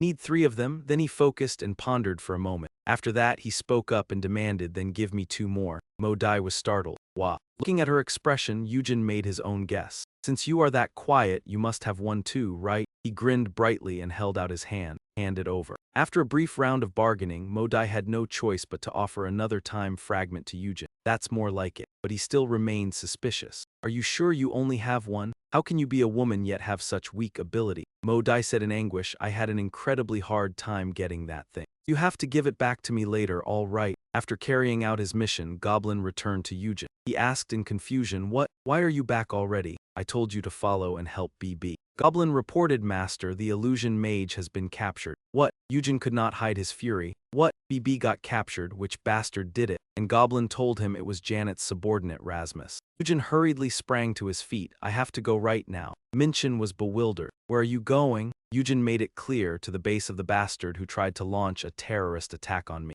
Sang Ho tried to stop him, but the investigation team has not even been formed yet. Wouldn't it be better to wait until the team is assembled before you go? Eugene had no choice but to tell him, "Rasmus has appeared." Modai jolted upright in shock. "What? It is still far too early for a main commander to appear." Eugene immediately gave his order, "Just put together a squad and follow me. The address is." Only now did he remember something. Come to think of it, there is no train station there at all. Just then, the helicopter had already landed on the ground. Eugene set off at once to rescue Bibi. Sang Ho asked again, "Is it really all right without a support team? How are we supposed to stop a dungeon break with so few men?" Modai understood this man all too well. "It does not matter," Sang Ho. Still uneasy, he said, "Even so, our military strength is." Modai asserted that his forces alone already counted as sufficient military strength. "So just wait for orders." At that very moment, Eugene swiftly opened the warehouse door. In front of him was a magical black hole, and Rasmus was holding Bibi hostage to threaten him. "It truly is Sacugus of the Immortal." He sounded thrilled. "So the place you fled to was only this forgotten earth." Eugene pressed that name into his mind, Rasmus. He stared at him with an icy, razor-sharp gaze. Bibi was now unconscious in Rasmus's palm. The man barked angrily, "I know you are delighted to see me, but why are you acting so strange?" Eugene reminded him, "I am certain you have died by my hand at least 5 times already. Did you lose your mind or something?" The moment he heard those words, Rasmus flew into a rage. Not only did Eugene provoke Rasmus with his words, he even wore an infuriating smirk. Grinding his teeth, that man snarled, "Looks like that is true after all." Rasmus was extremely confident now, but at least now you have returned to the starting point. He began digging at Eugene's weak spot. "You look worried. Do you want to save this girl?" Then Rasmus slowly stepped across the pool of water between them. Once more, he threatened him. "And separate yourself from those brats outside." Rasmus demanded a proper duel, and in the very next instant, he disappeared into the pool of magical water. Now Eugene had stepped out of that room. He asked Modai, "Do you think this is a trap?" She shared her view. "I am certain he also knows the enormous difference in power between the two of you. Why would he provoke you like this?" Eugene confided, "I do not know how. But he has found out that my power is no longer whole." Modai was stunned once again. "What? You lost your strength back in Anfin?" Eugene said, "Well, mine recovered quickly too, but it still has not completely returned." Modai could not help but be shocked inside. Had he really lost the supreme magic of a spirit summoner? Eugene continued, "As for those death knights over there, I still have not summoned them again." That was why Modai was so worried. "Then this is far too dangerous. If you want to fight, then at the very least you need to summon the death knights." Even so, Eugene still looked completely confident. "Who exactly are you worrying about? I will finish this in the blink of an eye, so just go back." Since that was the case, Modai had nothing more to say. Eugene looked again at the black hole inside the room. He could see it clearly. The gate was then, in an instant, the power inside the hole erupted. It was so powerful that it spread outward. Everyone panicked at the sheer destructive force. They stared ahead in shock. Monsters were crawling densely across the ground. A dungeon break. Everyone prepare to engage. This time the hole still glowed, but more gently. Eugene wondered, there is no end to it at all. Is he planning to release every single monster? He let out a cold laugh. If that is the case, then it seems he has no intention of leaving me even a single corpse from that dungeon. Then Eugene summoned his monster, Rock, and softly reassured him. Little guy, I will save Bibi right away. Do not worry. Instead, go deal with them all. Eugene gave the order, take care of that swarm of pests. The helicopter was now wrapped in a powerful energy. Even the tank was no exception. All kinds of tools and equipment floated up into the air. The moment a monster set foot on the ground, there was some kind of device on its body as well. The people around were frightened out of their wits. What the hell? Is that some kind of transformer or what? It strode forward in giant steps that shook the earth. The others were no less oppressive, but this transformer-like one was fiercer than them all. Now all the monsters charge at once. So all those objects from before had combined to form a transformer. While the helicopter blades are used for flight, the cannon fires explosive blasts. Everyone is terrified by this destruction. Mori is still wondering about one thing: has the Undying One really lost his power or not? Meanwhile, the transformer keeps advancing. By now, Eugene has jumped into Rasmus's pit. The system announced, you have entered Mage Rasmus's research facility. You are now in attack mode. Eugene realized, what is this? This is different from when I entered other dungeons. Rasmus burst into gleeful laughter. Idiot, did you really think I would let you simply follow me in here? He sneered, without even a single corpse. What exactly do you think you can do in here? And yet Eugene was not afraid in the slightest. Well then, I am still pretty sure I can kill you. Rasmus remarked, that big mouth of yours has not changed at all. Deep down, he hated it. You really do seem overflowing with arrogance. However, if we are going to fight using the same kind of summons as before, that would benefit me more, because I have already modified my body through hybrid experiments. Eugene said, how about giving Bibi back before we fight? Rasmus mocked him, are you worrying about the safety of this thing? He could not understand it. Why don't you stop caring about this useless trash already? Things like this are only... That was enough to provoke Eugene. Rasmus shouted, nothing more than things meant to be controlled. System reported, Succubus Bibi has died. Succubus rank has dropped to 1. You will not be able to summon her again for 32 days. The moment he heard that, Eugene's mind went blank. Even so, Rasmus kept provoking him. What is it? You look like you are angry.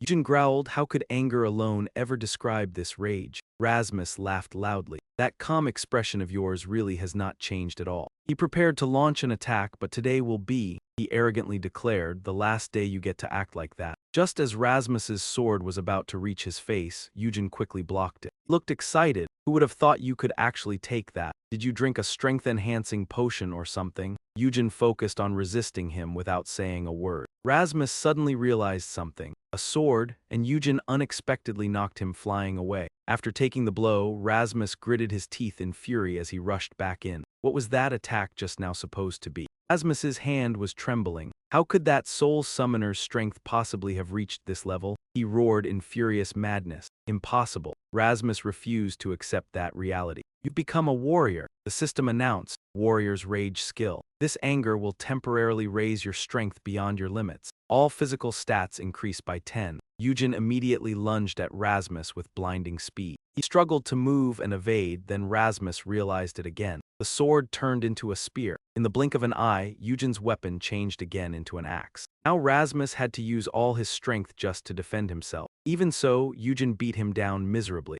Rasmus was in so much pain that he coughed up blood, but Eugene still did not stop there. He prepared to unleash a chain of attacks, and Eugene succeeded in slashing straight across the middle of Rasmus's body. Exhausted, he collapsed miserably onto the ground. System announced, the time limit for using the Warrior's Rage skill has ended. The skill has been disabled. Eugene sneered, how boring. How can someone alter his body and still struggle against a warrior at the same time? Well then, better luck next time. And just like that, Rasmus was once again beaten by Eugene until his soul left his body. Once it was over, he immediately turned to leave. At that moment, Rasmus's voice rang out again. How interesting. He smugly said, the Undying One running to Earth still was not enough for you. You even gave up the Soul Summoner class just to train a single warrior skill. Eugene looked excited. So what if I am a warrior? This is fun. He gave him a quick look over. His body could still regenerate even after being cut in half. It looked like he had implanted something into himself again.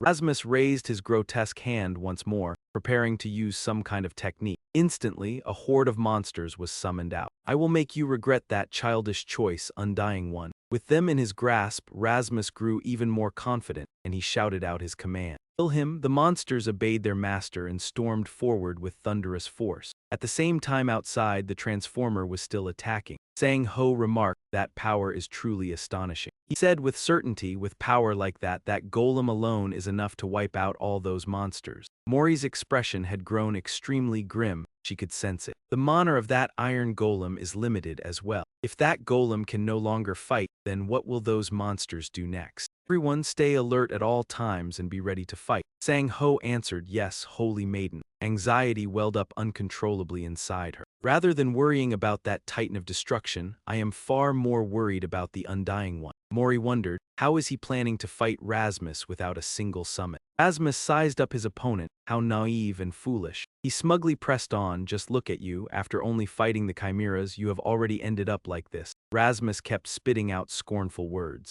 "You came here only to pay the price for abandoning that overwhelming power in exchange for wielding that bloodstained sword." Eugene gave a faint laugh. "Who said I abandoned it?" The attitude threw Rasmus into confusion. "What?" Eugene immediately used his trump card, Summon. Only now did his skeletal soldiers finally make their appearance. They lined up in a long row and fixed their gaze on Rasmus. Eugene revealed, "I had poured all my mana into that earlier, so it took some time to recover." It left Rasmus stunned. "Impossible, you are a warrior." Eugene confirmed it. "I am indeed a warrior, but I never said I was not a soul summoner." At this point, Rasmus could only grind his teeth in fury. You bastard. How dare you set me up like this?" Since everything had gone according to plan, Eugene was now full of confidence. This time, he seized the initiative and charged first. "Then let us begin round 2. The skeletal soldiers charged forward with a thunderous rush as well. Rasmus's monsters answered with a series of roars. Rasmus's creatures released energy with extraordinary power.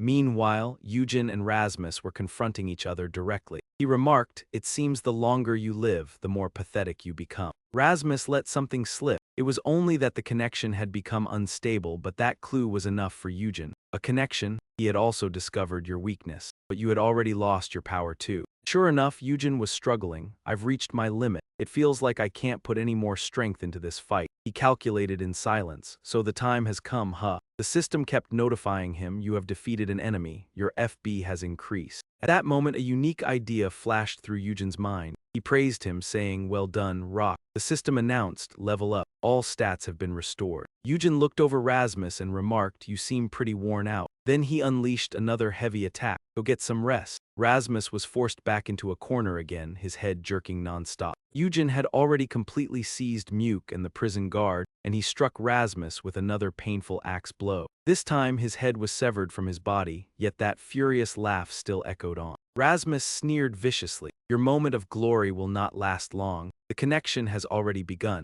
And he warned him, "If you want to live, you'd better run." Eugene boldly declared, "As if I'd run." "Bastard." Dusk gradually settled, dyeing the sky a blazing red. Guk stood motionless amid the smoke and ruins. Eugene slowly walked up behind it and softly praised it. "You did well." Gok slowly turned around. It let out vague, meaningless sounds. Eugene solemnly offered it an apology. "I'm sorry." He lowered his eyes in contemplation, even when summoners die. Summoned beasts do not disappear, but must remain unconscious in a dense void. Eugene gently touched Gok and gave it one final instruction: "Go back and take care of Bibi for me." The very next moment, Gok's massive body collapsed. Only coldness remained on Eugene's face now. He asked Murdy, "There was also a dungeon break outside the train station. You know the reason, don't you?" He answered, "Earth still hasn't fully synchronized. In particular, dungeons cannot naturally appear just anywhere, and dungeon breaks are the same." He listened to her intently. "However, this place is not a normal dungeon but a summoning point." He asked again in confusion, "A summoning point?" Murdy replied seriously, "Yes, someone on Earth used a space fragment. It seems that person summoned a dungeon which caused the monsters to spill outside." After hearing that, Eugene simply fell silent with a grim face. He clenched his teeth tightly. Which idiot was it? Why create a dungeon if you can't deal with it? He called softly, "Murdy." She immediately responded. "Yes," Eugene said with firm resolve, "I can't let Janet come to Earth like this. I need your cooperation." He offered a condition. "In exchange, I am willing to help Anf if I obtain the sanctuary." Those words directly shocked Murdy so much that her mouth fell open. He trembled with excitement. The immortal one will save Anne.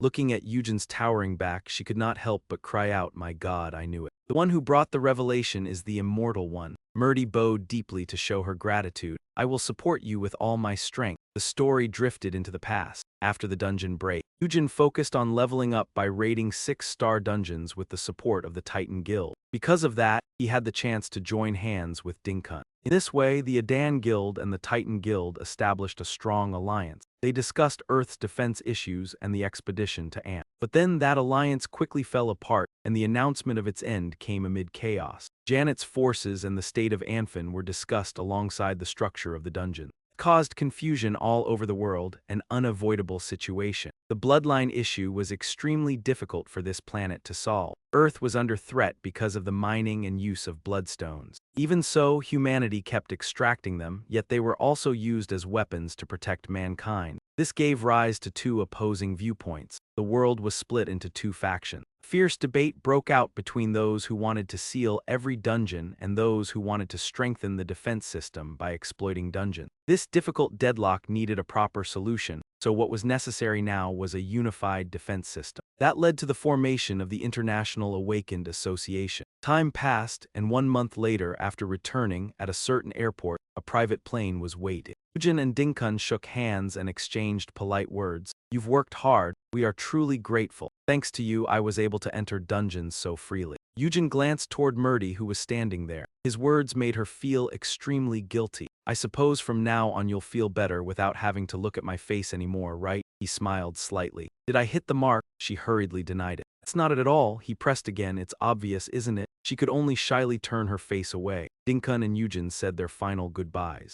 "Then I'll see you again in Anfin. May your journey be safe." The scene shifted to a prosperous city, where high-rise buildings stood packed tightly together. Murdy knelt before the goddess statue and prayed devoutly. "Goddess, the day I can return to Anfin is drawing near." Suddenly she heard strange sounds and her eyes widened in disbelief. "This is..." Murdy looked at the gentle face of the statue, trust flowing from the goddess. The goddess guided her, "Follow him." She asked in confusion, "Follow who?" Goddess slowly instructed, "Follow that young man." Murdy had a bad feeling. "Don't tell me." The goddess still spoke slowly, "Stay by his side." The goddess softly spoke her final words, "Stay beside Kang Eugene." Those words struck her mind like arrows. Murdy broke down in tears over her fate. "Goddess, why is my life so miserable?" The scene shifted to a peaceful small city, where the news was playing on a giant screen in the square. A black car was speeding smoothly down the road. A voice came from inside, "Let me off here." Min Chan turned his head in disbelief and asked again, "What?" Eugene pointed outside and said, "Stop over there. I'll take a taxi myself." Min Chan asked awkwardly, "Then what about dinner with the chairman?" He sighed indifferently. "Dinner? I'm already full. I mean..." Sweat poured down Min Chan's head as he thought gloomily, "Do you think it's easy to get invited to dinner by the chairman?" Eugene turned back inside and said, "You can go in my place." Min Chan was troubled, "But you have to go, you still have to meet the president." He then made a suggestion. "Make a new business card." That sentence left him frozen for several seconds. "What?" Eugene declared that from now on he would be the vice director. The car pulled over to the roadside and the person inside opened the door. Eugene slipped his hands into his coat pockets and lowered his head in farewell to Min Chan. "I'm tired, so I'm heading home. I hope you have a pleasant conversation." Min Chan still hesitated, wanting to stop him, but about this. Eugene had already gone far away. He waved back at him. "Good luck, Vice Director Min Chan. Are you really just leaving me behind like this?" Min Chan clutched his head in misery. "What the hell am I supposed to do now?" That was an appointment with the chairman. "How did I suddenly end up becoming a deputy director?" He muttered like a madman, "Deputy director," then abruptly burst into a crazed laugh. "I'm the deputy director now," the driver thought to himself in amazement. This guild really isn't normal at all. From somewhere in the peaceful residence complex, the faint sound of a phone call drifted over. "Son, is that you? Are you in Korea right now?"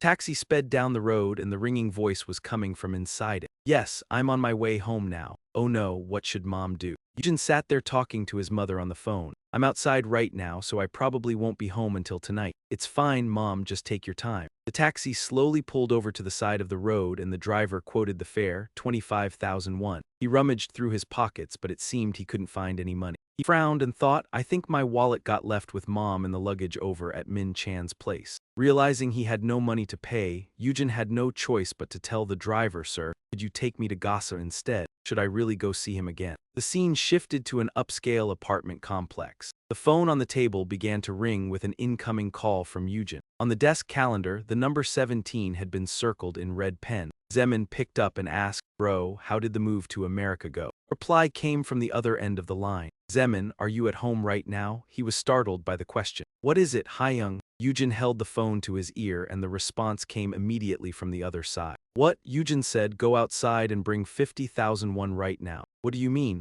I don't have money to pay the taxi, so come out here and pay it for me." Hearing that, Zeman was left speechless. This old man really hadn't changed at all. Jaewon stepped out and saw her younger brother getting ready to leave, a flicker of surprise crossing her face. She asked seriously, "Where are you going? Don't you have your final exam coming up?" Jamin replied, "I just need to go out for a bit." Jaewon spoke in a worried tone, one hand on her hip. "Your national university exam is tomorrow, you know. You could catch a cold." He turned around, adjusting his jacket as he answered, "I'm only stepping out for a little while. Going to pay Eugene's taxi fare." The moment she heard that name, Jaewon's face flushed slightly. "Eugene?" The scene gradually shifted to a quiet cafe and Eugene's voice rang out, "Jaewon, I thought you'd already moved out, so you were still at home." He continued, "You should have sent Zeman instead. I feel bad about this." Jaewon hurriedly waved her hands, awkwardly refusing. "It's really fine. It's been such a long time since I last saw you, Eugene." Her face lit up with joy as she spoke to him. "By the way, I quit staying at home a while ago."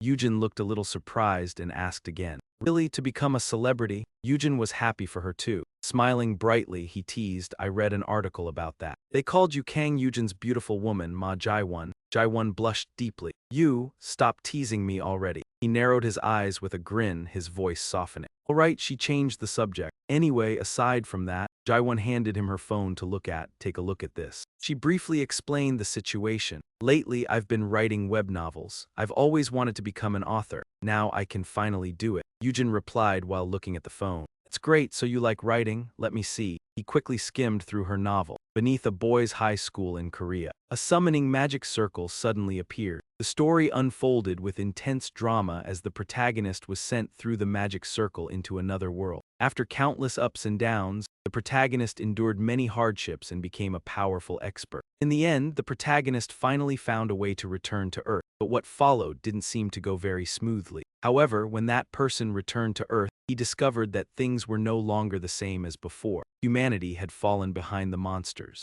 Eugene looked somewhat stunned as he read the story. "This is me, isn't it?" Jaewon was thrilled that he recognized it. "It's because when I was thinking about the story, I remembered you." "Still, it's a pretty enjoyable read." He praised her. "This is wonderful. Your story has a lot of comments too. Most of them below are urging you to release more chapters." Waiting for the next chapter, what does that even mean? Supporting the author, keep writing, author. Come on, I'm killing time here. This is probably going to fall apart soon, just watch, don't read the comments. Jaewon blushed and spoke hesitantly. "But anyway," she gathered all her courage and said, "I really wanted to say thank you to you too. If it weren't for thinking of you, I wouldn't have been able to walk among people normally again like this, and I wouldn't have been able to do what I truly wanted." Eugene smiled faintly and ruffled his hair as he said, "It's nothing." He looked at her, his gaze growing gentler. "It's because you were strong enough to get through everything. I only helped a tiny little bit." Those encouraging words gave Jaewon even more motivation. It was because she was strong enough to choose the life she wanted. She sincerely thanked him from the bottom of her heart. "Thank you, Eugene."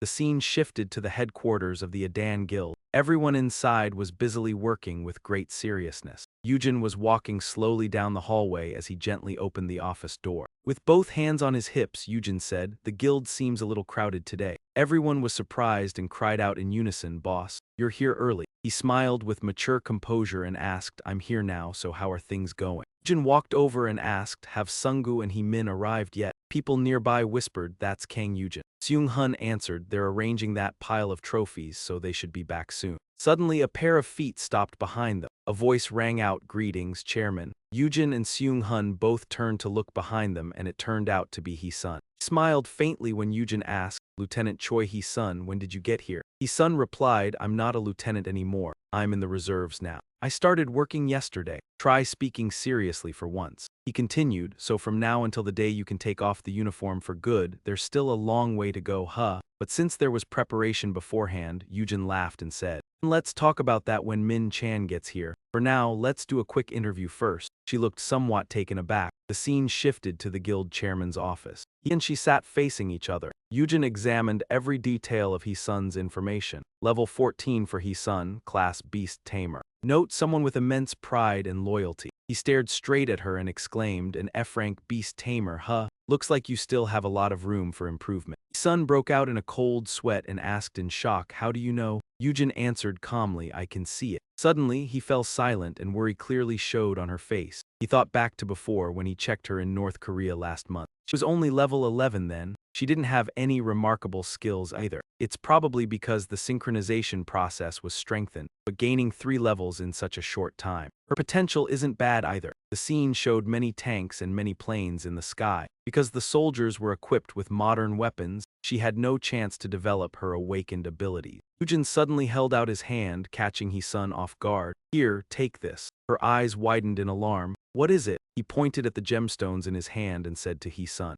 Not knowing how, she blurted out in undisguised shock, swallow this and latch onto it while channeling mana into her. I mean, aren't these enhancement stones? Why are you giving me red earth enhancement stones like these? Eugene let out a sigh. If you're like this, I can't help you. You need to use these first. He stretched out both hands with the stones toward He-sun and said, swallow them all. The moment she received them, He-sun's hands trembled as she said joyfully, I will definitely make good use of them. She began swallowing them one by one. Stamina increased by 3, mana increased by 4, strength increased by 3. He folded his arms, clearly pleased with her. Good, you respond well to the medicine. Resting his chin on his hand, Eugene pondered, as for skills, which one should it be? Her basic abilities are quite solid, and since she was in the military, she also has a good understanding of the battlefield. Suddenly, he spotted exactly the book he had been looking for. Found it, the system voice rang out. Telepathy, you can communicate with others through brainwaves and relay orders even in the middle of chaotic combat. Eugene immediately handed the book to He-sun.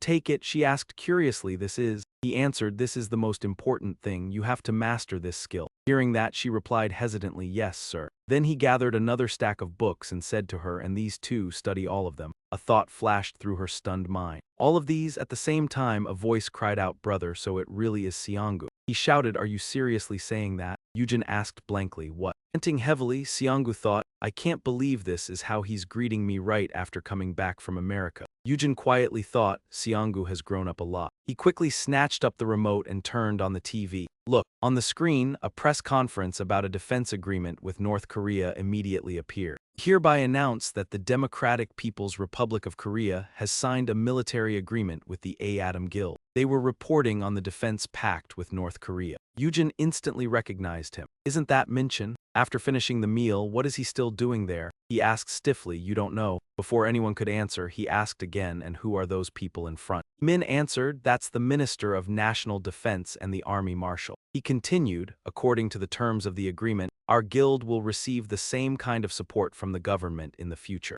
Eugene heard left him rather stunned. Really? Seongu immediately looked irritated by his repeated response. Is this really the time to be saying really? Min added, so our guild is responsible for national defense. We're basically like the national army, right? Eugene clenched his teeth, his expression tightening in displeasure. But the national army? As if realizing the issue, Seongu blurted out, brother, put simply, it means we'll have to spend more time with the military. Hearing that, he was stunned and could hardly believe it. The press conference ended on the screen. He thought to himself, those bastards, I only told him to go have one meal, so how did this turn into this? The angry aura radiating from Eugene made the room fall silent. He spoke up, when is that bastard coming back? Tell him not to go anywhere. Min replied, yes, sir. As soon as he said that, he saw Eugene turn and walk away. Sir, where are you going? He answered, to the rookie training center. Eugene turned back and said, leaving Seongu surprised. Heading to a dungeon. Follow me, Seongu, He-sun. He immediately shouted, He-sun is an awakened one too. She said a little shyly, yes, I have mana and skills too. Seongu immediately grabbed He-sun's hand, startling her. Crying as he spoke, he said, from now on, I'll definitely work hard. She answered gently, all right, but what's going on? The scene shifted to an afternoon bathed in sunset light. Park Junpyo came to pick up Minchin. Allow me to take you back, sir. He smiled in reply, all right, thank you. In a polite tone, Park Junpyo asked, shall I wait until you get home, sir? Minchin looked straight at him and answered, no, take me to the office. Beneath the evening glow, a line of cars waited at the red light. Meanwhile, Minchin was staring intently at his phone. Suddenly, Park Junpyo spoke, drawing his attention. You will soon have to relocate your headquarters. He continued, your guild will now have to protect the entire nation, so I think you should have a somewhat larger place as well. As long as you choose a location, we can begin right away. Minchin raised his phone as if calling someone, then replied, we haven't even signed the contract yet. The chairman's opinion is also extremely important. Park Junpyo replied cheerfully, the conditions are excellent, so he will surely agree. Then he added with a smug smile, I will discuss it thoroughly with him. Suddenly, the person on the other end of the phone answered. Hearing a different voice, Minchin asked in confusion, Heemin, why are you the one picking up? Heemin replied, the chairman went into a dungeon with director Hong and Choi Hee-sun. He answered, really? From the other end, Heemin propped Hong up and asked back, but director, what the hell happened? Minchin laughed in satisfaction and said, director, I'm the vice chairman now. Confusion was written all over his face. This is no time for jokes. Protecting the Republic of Korea, how the hell did something like that happen? Minchin flinched slightly as he realized the problem. How do you know that? Heemin replied in an emphatic tone, what do you mean by that? It's been all over the news this whole afternoon. Hearing that, he stared wide-eyed in shock. What? Minchin immediately turned and asked Park Junpyo, that meeting just now, was it broadcast live? He answered calmly, that can't be. If it really happened, it must have been some kind of accident. Minchin's face darkened for a moment, his panic impossible to hide. Some kind of accident? As if that were possible. He hurriedly took the phone back and said to the other side, I'm heading to the office right now. Heemin quickly added a warning, but don't tell anyone I said this. The chairman doesn't look very pleased. The scene swept past the high-rise building. In his anger, he silently thought, those damned old foxes, no wonder they rushed to offer so many incredible terms. Minchin recalled the moment they were discussing things together, the president's proposals at dinner.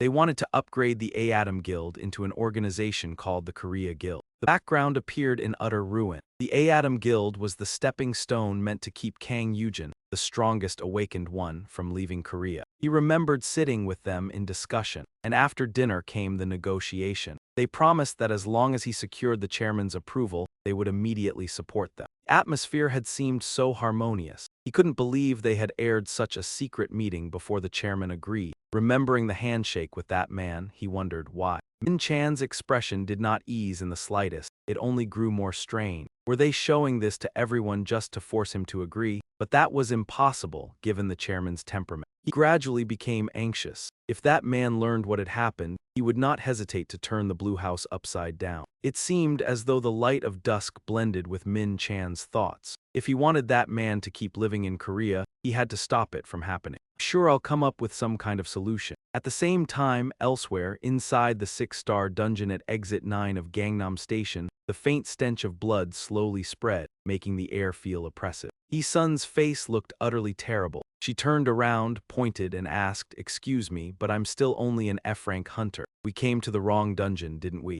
Ordinary new employee like me should be in a 1-star dungeon instead, right? Sungu scratched his head and answered with a grin, leaving her confused. The more he spoke, the more bewildered she became. What are you talking about? I don't understand any of this. He continued, I think you really might die, but we'll do our best to help you. Hee-sun was filled with silent anxiety. Nothing he said made her feel reassured at all. Suddenly remembering something, she asked, then what about the chairman? He answered he went in first. That reply only made Hee-sun even more shocked. What? Weren't we brought here for training? Sungu replied. It's just one part of the plan. Here, take this. She immediately recognized it and blurted out a dagger. He raised the knife and asked, have you ever tried cutting up raw fish? Hee-sun flinched in surprise. What? Monster corpses were strewn all across the floor. Hee-sun struggled as she dug out each bloodstone and stuffed it into a bag. He had already gathered an entire sack full of bloodstones. Hee-sun's mood grew heavier and sweat poured off her like rain. She asked herself, where am I? Why am I even here? Meanwhile, Sungu swiftly scooped up all the bloodstones, leaving her stunned. He's so fast. How can he possibly move that quickly? After finishing his work, he slung his backpack over his shoulder. Sungu urged Hee-sun, hurry up, Hee-sun. At this rate, we'll run into senior before we even get downstairs. She answered seriously, yes. Hee-sun walked over to him, thinking that she had already mined the bloodstones very quickly, yet she still could not keep up with him, with the chairman. How the hell does he hunt like that? In the quiet space, a sound suddenly came from somewhere. She could not help asking what was that. Dozens of eyes gleamed with a dark red light in the shadows. Sun thought to herself, monsters. Fear slowly spread across her face, and there were not just one or two of them. Did the chairman miss them? Beside her, Sungu remained completely calm, without the slightest trace of worry. Oh boy, looks like he was already on his way back up. Sun exclaimed, what? From within the darkness. Countless skeletons stepped forward, their eyes flickering with a bizarre crimson glow. She realized they were skeletal monsters. Then out of nowhere, Eugene appeared. You two still aren't done.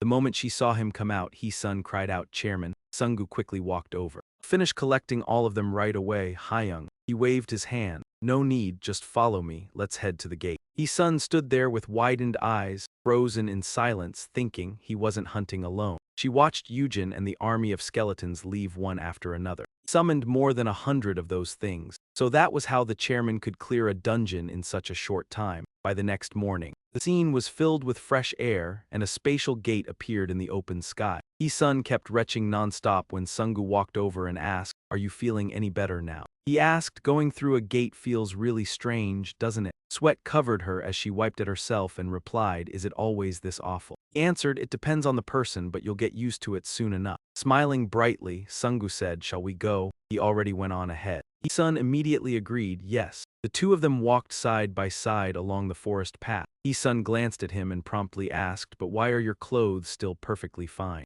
Without hesitation, he explained that they were clothes made from dungeon materials. The guild pays for these things. When the two arrived, they saw Eugene standing before a gigantic skeleton. Sungu exclaimed in surprise, Hyung, I thought you'd already gone ahead. Hearing that, he smiled. Perfect timing, Eugene called out, come here, Sun. By reflex, Sun hurried over to him. You called for me? He pointed inside and ordered, try taming that thing. She stared in shock at the sight before her. Inside was a ferocious saber-toothed tiger glaring at her. That thing. A tightly chained book appeared clearly before her eyes, and at the same time the system's voice rang out. Advanced fire magic has extremely high requirements, so you can't take it slowly and ease into it. But now you can learn it. Congratulations on reaching a rank. Sungu's class title appeared. The system continued congratulating him, making him blush. At last, you can become a man of fire. Back in reality, Sungu was shouting in joy. He thought to himself, amazing. I can't believe I was complaining even though Hyung meant well.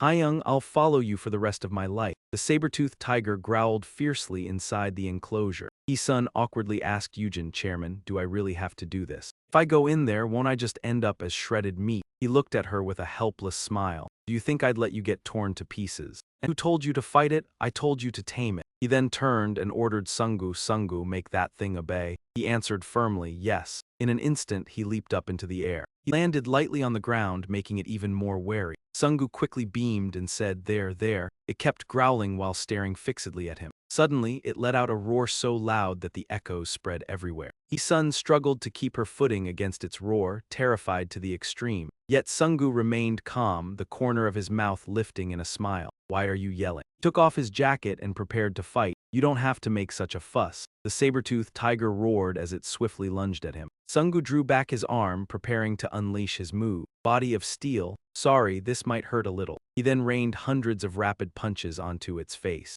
Strikes were so fast that it could not react and froze in place. Sun stood there with her eyes wide in shock, and he was not done yet. Sungu followed up with a kick that sent its entire body flying. The saber-toothed tiger slammed hard into the ground. She was stunned by Seongu's strength. I heard he was only B rank, so is director Hong really that powerful? Aiso recalled how he had cried before and thought, there was not a trace of toughness in that image of him, was there? She remembered what Seongu had said earlier. Today onward, let's all work hard together. Seongu smiled brightly, waved his hand, and called out, I think you can come over here now. Hyacinth saw that the sun was already nearing its peak. Seongu touched the saber-toothed tiger and said, tame. Hearing that, it looked unwilling and clenched its teeth as it stared at him. Seeing that, he got angry and repeatedly kicked its body. You disobedient thing, how dare you bare your teeth at me? That's right, step on it. Hyacinth's face darkened as she said to Woojin, Mr. Chairman, I do not think it will work even if I keep trying, and I do not have much mana left either. As soon as she finished speaking, her whole body suddenly felt re-energized, startling her. My mana recovered. Did the chairman do something?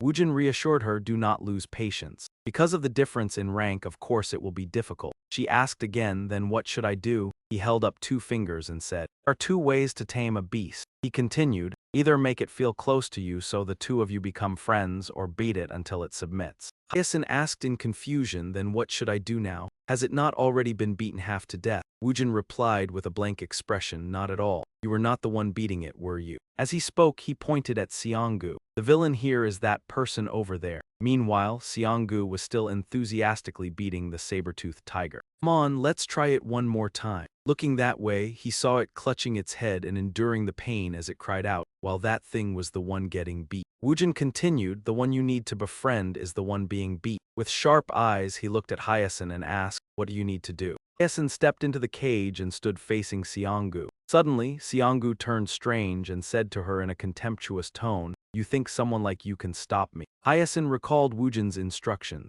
She had to protect that saber-toothed tiger from the villain, save it, and befriend it. She immediately fell into a dilemma. What kind of situation is this? With acting this cheap, how am I supposed to fool it? While she was still thinking, Seongu suddenly threw a punch that caught Hyacinth off guard. She quickly raised both arms and tried her best to block the attack. The blow was so strong that both her bones broke. They broke. What is this? He was obviously striking quite slowly. Seongu shouted, here I come. Hyacinth raised her hand to signal him to stop. Director Hong, wait a moment, my arm is broken. When he heard her say that, Seongu became even more terrifying. What a weakling. Hyacinth cried out helplessly, Director Hong. Eugene stood there with folded arms and urged her, Hyacinth, hurry and pretend to attack him so you can get close to it. Hyacinth gathered herself, clenched her fist, and rushed straight at Seongu. Her punch landed on him in an instant. At first, it seemed like nothing had happened. But the very next second, Seongu was blasted violently backward, shattering the surrounding wall. Even Hyacinth herself was shocked by her own punch. The saber-toothed tiger was still growling, yet it moved toward her. Hyacinth jumped in fright and turned around. It was not approaching with a ferocious appearance. Instead, it looked adorable, its big round eyes glistening and brimming with tears. Hyacinth thought to herself that it had been moved like a little kitten. It nuzzled its head against her. What is this? Why are you acting like this? Eugene smiled in satisfaction. Good, now you have a guardian. Seongu immediately ran over and asked him, bro, how was my acting? Eugene looked at him and praised him, like someone who had just won Best Actor. Hyacinth exclaimed, Director Hong, you were really terrifying just now. I did not know you were an awakened one with physical strength. He replied dejectedly, but I am a mage. She could not help asking in confusion what. Nightfall, the three of them sat around the blazing fire and Seongu seemed hesitant, as if he wanted to say something. Eugene asked, what is it? Why have you been making that face this whole time? He said, bro. Eugene replied, what? Unable to hold it in any longer, Seongu spoke his mind. All this time, I have always just trusted your words. Maybe it is true that I only became stronger because you helped me. Then Seongu raised his voice. I am a fire mage, so why is it that when I fight, all I know how to do is rush in and punch? Is that not strange? He thought to himself. Ever since I awakened, all I have dreamed of was becoming a fire mage. Eugene merely curled his lips into a faint smile without answering. He looked straight at Seongu and replied to his question. Director Hong, Seongu, now that you have become a director, how does it feel? Seongu voiced his thoughts. It is nothing but grunt work. Eugene cut him off. Which means you are a glorified errand runner with a high salary. He gave an awkward smile and explained, that is not what I meant. Then what meaning do you think all that miscellaneous work has? When I need to go on a business trip and someone has to handle my duties. Do you think that will fall too? He suddenly understood. No way. Still wearing that same smile, Eugene continued, that is right, you are the second general manager of our guild. If that is the case, then it means one day you will become stronger too. Seongu cried out, bro. The scene shifted to a bustling place with crowds moving about. In front of the Adan Guild office, Min Chan was so tense that his legs would not stop shaking. He clasped his hands together and thought of how to solve the problem. What should I do? How can I make the chairman understand without upsetting him? Suddenly, the door flew open and Eugene asked, you are here. He jolted in surprise and replied. Chairman, gritting his teeth in irritation, Eugene said, look straight at me, Min Chan. Sweat poured down Min Chan's face as he answered fearfully, yes, sir, standing before the guild chairman's office. Silence in the room was terrifying. Min Chan stood hunched before Eugene. Eugene looked at him and asked, what is with the news report? He hurriedly explained it was fake news, sir. The recording of the meeting was supposed to be sent to you first, so you could make the final decision before it was handed over to the media. But they aired the wrong one.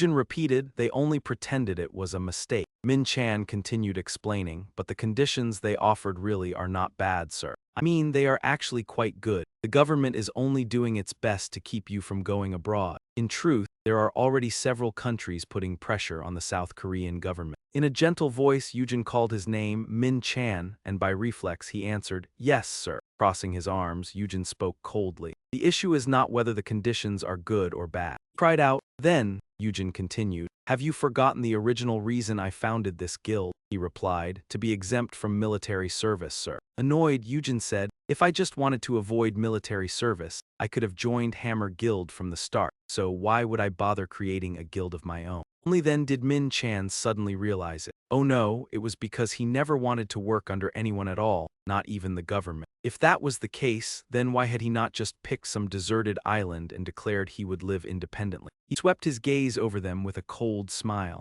Then there is no other choice. Blood must be repaid with blood. We will retaliate as hard as possible, Eugene ordered. Call the reporters outside in. The reporters snapped pictures non-stop, flashes bursting everywhere. Eugene stood at the podium before them, looking down in silence with a faint frown for a moment. Holding the paper in his hand, he began his prepared remarks. First, I sincerely apologize for giving you incorrect information regarding the announcement of an agreement with the government before the guild had reached a final decision. Without hesitation, Eugene tore the paper in half. All right, I will answer questions later. As the president of a Dan guild, let me make one thing clear to everyone first. Min Chan was truly startled by what he did as Eugene began to speak. Government sent records of an unsigned agreement to the television station for broadcast, and that has left me feeling extremely displeased. The crowd below erupted into an uproar as soon as they heard it. So the Blue House had lied after all, and this was a huge scoop. He added, that so-called contract does not exist, so from now on, do not ever bring it up again. At this rate, I may have to emigrate soon.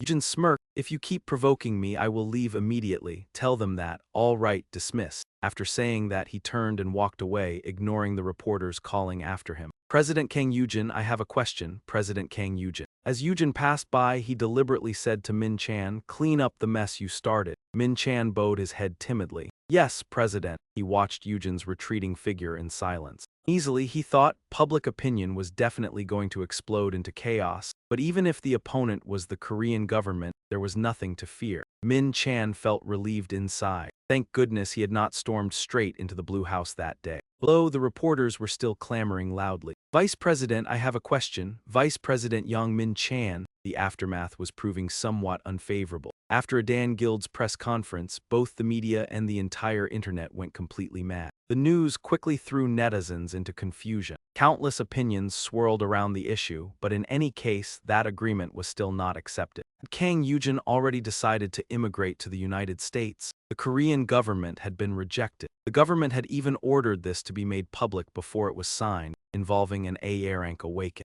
With the president of Hwarang Guild and the three major guilds, Korea should already have enough power to protect itself. Yet just a few hours later, a Dan guild completely denied it. Japan and China were both watching this matter closely. The world needed another A-rank awaken. The news set off a storm in public opinion. The scene shifted to the guild building. Meanwhile, a Dan guild was preparing for the coming disaster, and to strengthen the guild, they had begun recruiting new awaken. Inside the quiet and serious office, everyone was busy working. Ning Zhang carefully explained to the person on the other end of the line, no, our president's decision has already been made perfectly clear. There is nothing to reconsider. After hanging up, he sighed. We are already swamped and they still keep calling. He turned and asked Heiming, how many applications came in from people wanting to become awakened? With his hands on his hips, Heiming replied, today there were 1,200 applications. It is a lot, but most of them are only F-rank. Rubbing his chin, Min Chan murmured, I see. High-rank awakened have usually already joined some guild, and if not, they probably prefer to stay independent.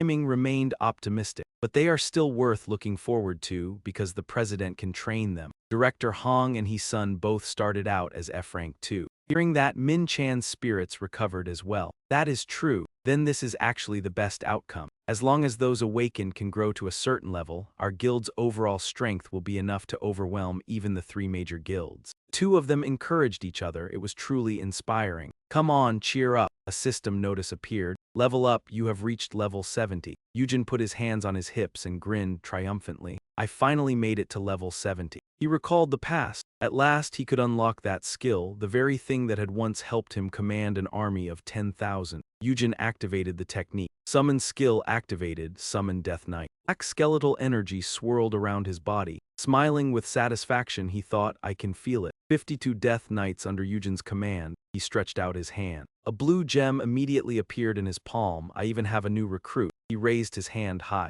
Come here, Ansat. The system's voice rang out. You've released the seal on Ansat's soul. In the darkness, a flickering blue light appeared. A voice echoed as countless images flashed by. I will kill. That voice repeated only one sentence over and over. I will kill. It seemed Ansat had an overwhelming desire to kill someone. I will kill. And there was also a desperate will to survive. I will survive. Ansat rushed straight at Eugene. Threw his fist toward him. My purpose is destruction. Eugene merely said indifferently, Stop. Ansat froze motionless in midair and suddenly realized in shock that he could no longer move his body. What did he do to me? Eugene coldly gave another order. Kneel. Ansat's knees slammed hard into the ground and his whole body trembled with rage. What have you done to me? Eugene casually replied, Give it up. Smiling smugly, he said, If you swear to become my servant, I will spare you. Ansat naturally refused. How ridiculous. Eugene calmly drew out 2 short blades. It seems you still have not woken up and realized the situation you are in. He placed one of the short blades on Ansat's shoulder.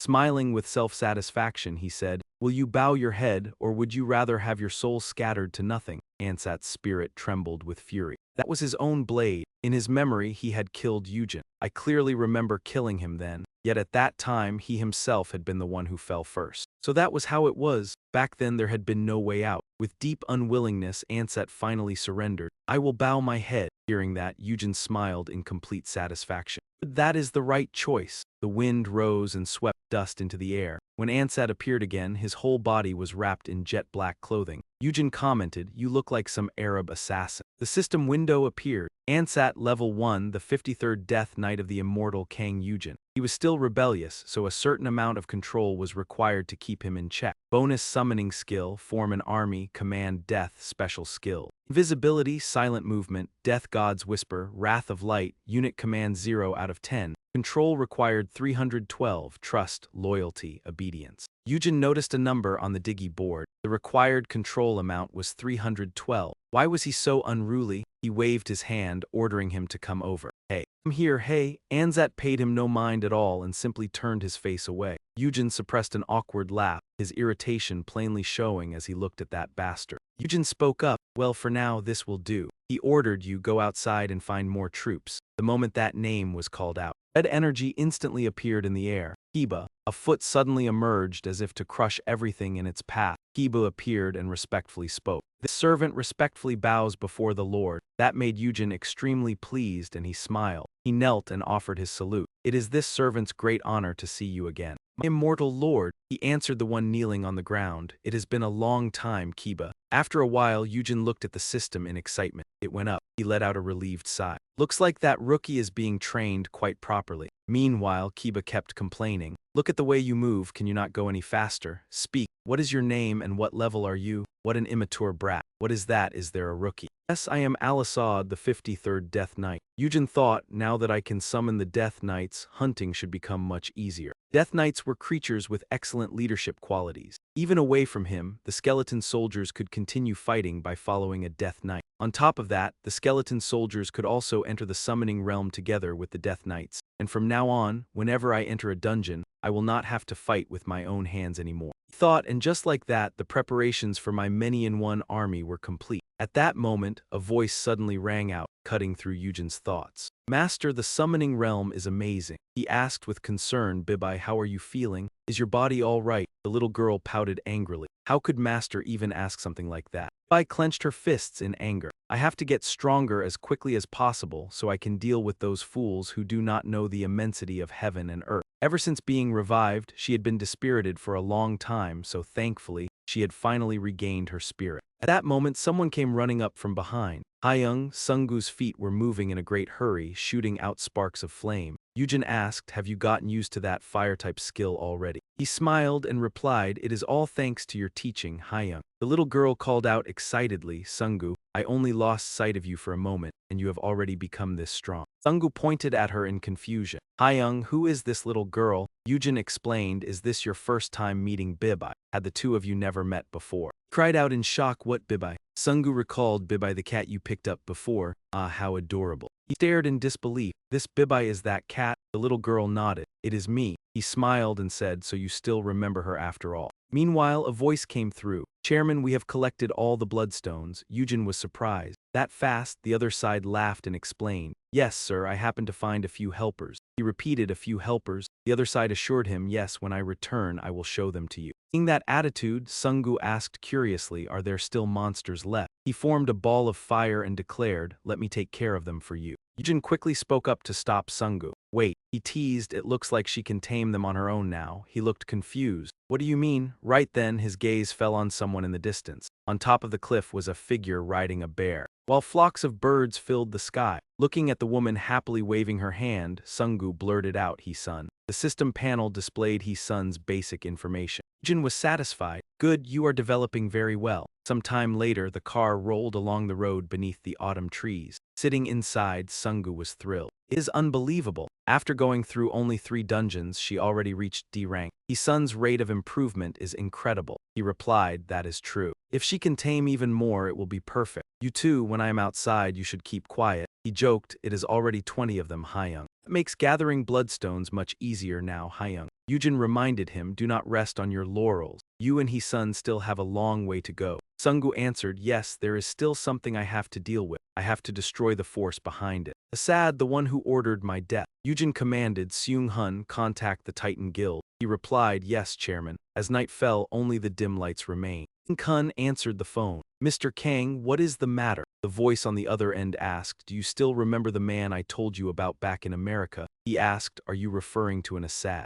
Eugene was surprised. Oh, you even know his name. Did you investigate him? Ding Kun denied it. No, he is a famous assassin. Went on, actually, he does not belong to any organization. He operates freely like a mercenary, and he has done a great many things, especially with several organizations in Afghanistan. Ding Kun admitted honestly, we are still trying to find out who commissioned him. He gave a faint smile. I think I already know. The man shouted in alarm, what really? On this side, Eugene wore a slight smile at the corner of his mouth. I already know everything. As long as I question that bastard in Assad, I will be able to uncover the forces behind him and his client. He asked, do you want to help me find the one pulling the strings? In his heart, which bastard is it in the end? How dare he try to assassinate me? A murderous aura spread from Eugene as he told himself, it is time for revenge. The sound of the morning news rang out. Good morning, this is MBS reporter Dong Soyan. Regarding awakened Kang Eugene, who is currently taking the world by storm, will Kang Eugene answer the call to go abroad? Just like the Adan Guild, they are discussing how we need a system capable of nurturing a rank awakened like Kang Eugene. After hearing that, Sang Ho grew angry. Who the hell does he think he is, the strongest in the world? Nonsense. The $10 billion assassination attempt targeting Kang Eugene has failed. I have also lost contact with the terrorist organizations for quite some time now. Not only that, Chairman Kim of SG Group has also cut off contact with me. After losing Unzi and Zeanhi, the Hwarang Guild's standing has kept declining. Clutching his head in hatred, he cursed, damn it, Kang Eugene, it is all because of that bastard Kang Eugene. Suddenly, a voice rang out, startling Sang Ho. Do you want revenge? He rose warily and shouted, who is there? Dark shadows drifted across the ground. It probed, do you not want revenge on the one who killed Zeanhi? Sang Ho repeated the words blankly, revenge on Kang Eugene. The mysterious being assured him, of course you can take revenge on him. I will lend you my power. It tempted him, if you want the power to take revenge, go to the dungeon where your younger sister died. He was horrified, his mouth hanging open as his eyes narrowed involuntarily. Then Sang Ho scanned the area and shouted, who are you? Come out here, I will wait for you. His hand groped through empty air. Where are you? Stay right there. Sang Ho collapsed hard onto the ground, his heart surging with indescribable emotion. Slowly rising, he asked, what just happened? How could this be? Suddenly, Sang Ho's eyes widened in disbelief. An item appeared before him, and it was, he picked it up in confusion. Why is Zeanhui's sword here? It was destroyed in that dungeon. The earlier words echoed in his mind. Do you not wish to avenge the one who killed Zeanhui? Sang Ho cursed inwardly. If it is that bastard. Sang Ho sank into deep thought about revenge. He gripped the sword tightly, his eyes turning savage and filled with power. Night fell, covering the towering buildings lit by glittering lights. Ding Kun pondered in silence. Hunt down the terrorists and eliminate them. The Adan Guild only asked two things of their guild: transport to the Middle East and stabilization of the affected area after the terrorists were wiped out. Our guild has provided transportation, and the U.S. military has already stationed troops in the designated area and will begin operation. The key point is that this is a joint mission with Adan. While we are still investigating the enemy, we can only follow what Nijong said. And if the operation fails, we will face public criticism from the U.S. government as well as the Titan Guild. But backing out now would be ridiculous when a Korean guild is punishing terrorists on its own soil. This is not an easy matter to decide. In the current situation, should I risk accepting their offer? Suddenly, a voice broke the silence. Guild Master, the Saintess has come to see you. 2 cups of tea sat there with steam rising thickly. So you are leaving the Titan Guild at Lady Kang's command. A trace of tension appeared on Miyoti's face as she replied, yes, I have no choice but to obey. Is the goddess's prophecy? Ding Kun's face tightened. This truly puts me in a difficult position. Her gift of prophecy and her blessings have brought enormous benefits to the guild. She established the Holy Knights for the sake of liberating and Fen. So if she leaves now, without her, we will suffer the consequences. We will not be able to handle the disasters to come. Miyoti smiled and continued, thank you for Titan's concern, but I cannot defy the oracle. I'll give up everything I have received and depart. He sighed and replied, I cannot stop you, very well, but take the Holy Knight unit with you. They were founded by the Arya organization. If you keep them by your side, they will become your strength. She smiled brightly. Really? Ding Kun continued, our guild owes a debt to you and the goddess, so we will continue supporting the Arya organization. Arya is always welcome among us. Miyoti's cheeks flushed pink. Thank you, Lord Ding Kun, may the goddess bless you with happiness. He then gave a sly smile. This was the best backup plan. No matter what happens, they must maintain their connection with the Saintess. Meanwhile, somewhere in a shadowed corner of the city center, Sang Ho kept muttering under his breath, power, revenge, power. His face darkened. I need power for revenge. His feet moved with unbearable heaviness, each step painfully slow. Suddenly, Sang Ho raised his eyes to the monument before him. Looking down at the gravestone of Kang Eugene, he saw the inscription, in memory of the hero who stopped the catastrophe from the people of Daegu. Min was walking along, casually jingling the keys at his waist. Suddenly, he looked toward where Sang Ho was standing. Is he? Before he could finish speaking, the statue's face was smashed to pieces. Hemming stared wide-eyed in shock at the scene unfolding before him. Sang Ho's face remained dark. Hey, what do you think you're doing? Without warning, his crimson eyes lifted He Min's body into the air. Furious, he said, don't you recognize me? He Min stammered. You are the master of Hwari. Suddenly, He Min's colleague walked over. Captain, what is going on? Seeing He Min floating in the air, he turned to Sang Ho in shock and asked, who are you? There is a suspicious awakened one at Jeomryong Station. Support team, please. Before the colleague could finish speaking, the phone shattered into pieces. Sang Ho's eyes glowed. A suspicious awakened one? You truly do not recognize me. At that moment, both He Min and the colleague were suspended in the air. Bodies stiffened completely, unable to resist. Sang Ho stood below, only staring upward in cold silence. Blood splattered everywhere across the purple ground. The instant he lowered his hand, both of them crashed to the ground. Sang Ho said sternly, you worms. At that moment, inside the station where the atmosphere had become terrifying, a lone figure stood before the iron frames. Sang Ho's face still showed no movement. Suddenly, his expression twisted with discomfort. Panic rose in him. What is this? Why am I inside a dungeon? He thought back on what had happened. Did I kill someone? Damn it, going back now is too late. I should conquer the dungeon first before leaving. Can I really handle everything alone? Suddenly, loud laughter rang out. Had you accepted my invitation earlier, you could have left this place with ease. Sang Ho was startled as if he recognized it. That voice, a rift appeared before him. Come here, I will give you the very thing you desire most. A golden-orange light blazed brightly, stirring Sang Ho's curiosity. His feet slowly carried him inside. Snow and bitter cold filled every corner, an ice castle. Was he inside it? This makes no sense. None of the monsters I met until now attacked me. The one who called me here must be the master of this dungeon. The doors of the castle slowly creaked open, and Sang Ho silently stepped into the grand hall. He seemed to be carefully observing everything around him. Yalo sat upon the throne and spoke loudly, so you truly came. Sang Ho's face was filled with excitement. The one who summoned me here is the king of this place.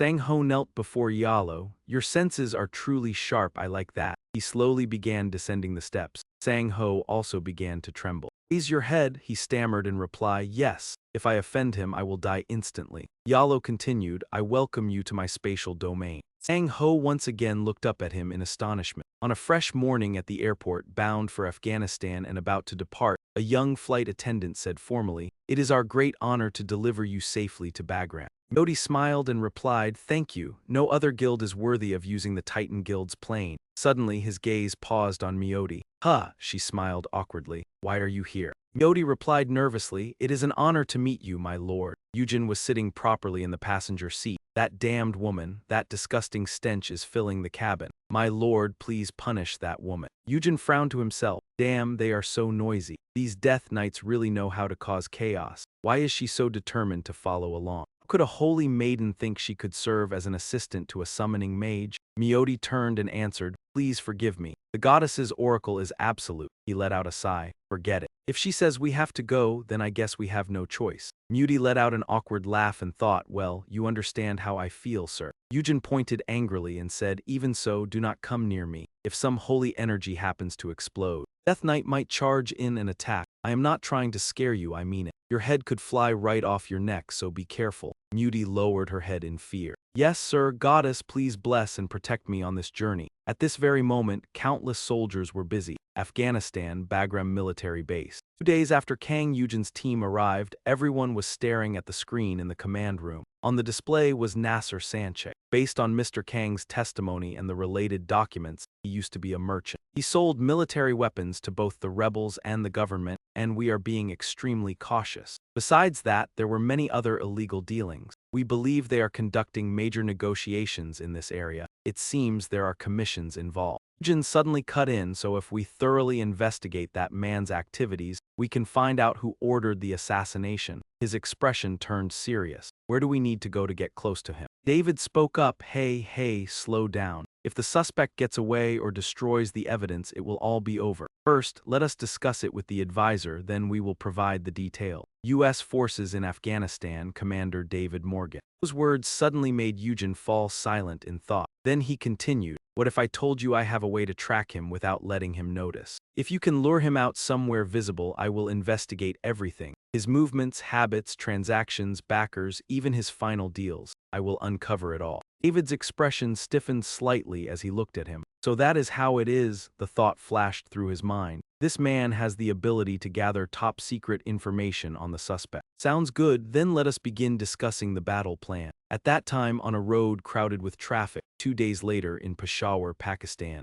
Eugene drove while glancing beside him and asked, why do you look so tense? A senior American intelligence officer replied, this is my first time in the field. He looked outside and reassured her, calm down, just think of it as a trip. Look over there, pretty, right? The ruined, abandoned building looked desolate beyond words. Not exactly pretty, is it? This area was attacked recently. Eugene continued, it seems like this kind of thing happens often. She answered, yes, it really does happen often. Elsewhere it would be utter chaos. Here it is just everyday life. The people suffer terribly. It feels strange being back on a battlefield. It reminds me of my time in Enfen. Rachel looked a little surprised. Was it because he was too confident in his own strength, enough that he still had room to think about other things? Ahead stood a massive hotel. We are here. Remember, do not draw attention. At that moment in the restaurant area of the hotel, Ji and Jiao were slicing their pieces of meat together. Rachel whispered, that man over there, the one in the light blue shirt, sitting at the second table behind me. Eugene's human eyes stared fixedly in one direction. He suddenly said, delicious, this is exactly my kind of food. Rachel tensed up. Sir Eugene, when you get the chance, attach the tracking device to him. He answered calmly, I already did. Her eyes widened as she thought, when did that happen? I did not notice a thing. He continued, once you finish handling things, come see me. I will be waiting outside. Rachel accepted the order. Yes, please wait a moment. A dark aura of life appeared beneath the soles of his feet. It has been a long time since I felt this. The system panel displayed a notification, summoning spell. Skill summoned, Eugene stood leisurely in front of the hotel entrance. Traffic still streamed past. This place is definitely better than in Fen. Suddenly, several poorly dressed children came over, speaking Pakistani. Eugene said coldly, "Are they begging for money?" But from the looks of it, it would be hard to find these children's relatives. He handed the children some money, but his gaze had already shifted elsewhere. Eugene's eyes widened and he exclaimed in surprise, "Oh, how interesting. It is rare to see a child this bright and innocent. It is hard to come across one both innocent and gifted like this." Suddenly, Eugene, standing some distance away, waved toward the little girl where she stood. Her cheeks flushed red as she hesitantly said to him, "Hello." Eugene stood right in front of the gifted girl and replied, "Hello." Suddenly, the little girl lowered her head and hesitated for a while without saying anything. Her small hands, a little dirty, suddenly opened out. Eugene only smiled gently as the girl finally gathered the courage to speak. Her bright eyes looked up at him. All right, wait a moment. At this rate, all the kids will swarm over." Suddenly, Eugene's gaze froze, his eyes widening. Something beneath the torn lower part of the little girl's clothes was bulging oddly. In the blink of an eye, everything exploded. Damn it, I'm dead. The building was already shattered, and now another explosion erupted on top of it. System panel announced, "Soul armor activated." Eugene's face darkened at what was unfolding before him. An innocent little girl stood alone in a corner. "I've really become weak. I only returned to Earth not long ago and already." Becho hurried over. "Lord Eugene, are you all right? Are you hurt anywhere?" He shot him a glance and asked, "Were they targeting me?" Vecho shook his head. "No, sir." At the same time, 7 explosions went off simultaneously. Eugene's lips trembled slightly. It seemed 7 children had already died, and there was a very high chance of other victims as well. Vecho was frightened by the look on his face. Eugene turned around and said coldly, "We're pulling back now. Using an innocent child as a sacrifice. It has been a long time since I've felt this enraged. Those damned terrorists, I will find them and wipe them out one by one." A week after that horrifying incident, a black vehicle sped forward, sending dust flying in all directions. In the back sat 2 hooded men trembling violently, with armed insurgent soldiers beside them. One of the men, his head covered with a red sack, spoke up. "Our benefactor, please save us, please." Inside the sack, Eugene's face twisted in irritation. "That bastard really jumped in after all," David roared angrily. "You're planning to charge straight into the enemy stronghold? I won't allow that." A week earlier in the commander's office, Eugene calmly folded his arms and replied, "You don't need to gather any forces. I alone am enough." A voice rang out in mockery. "Going alone like that, what exactly do you think you can do?" Rogers stood with both hands in his pockets, his voice turning icy. "It's extremely difficult to tell ordinary people apart from insurgents. Or are you planning to kill everyone without caring who they really are?" He lifted his head, his expression fierce, each word as sharp as a fatal stab.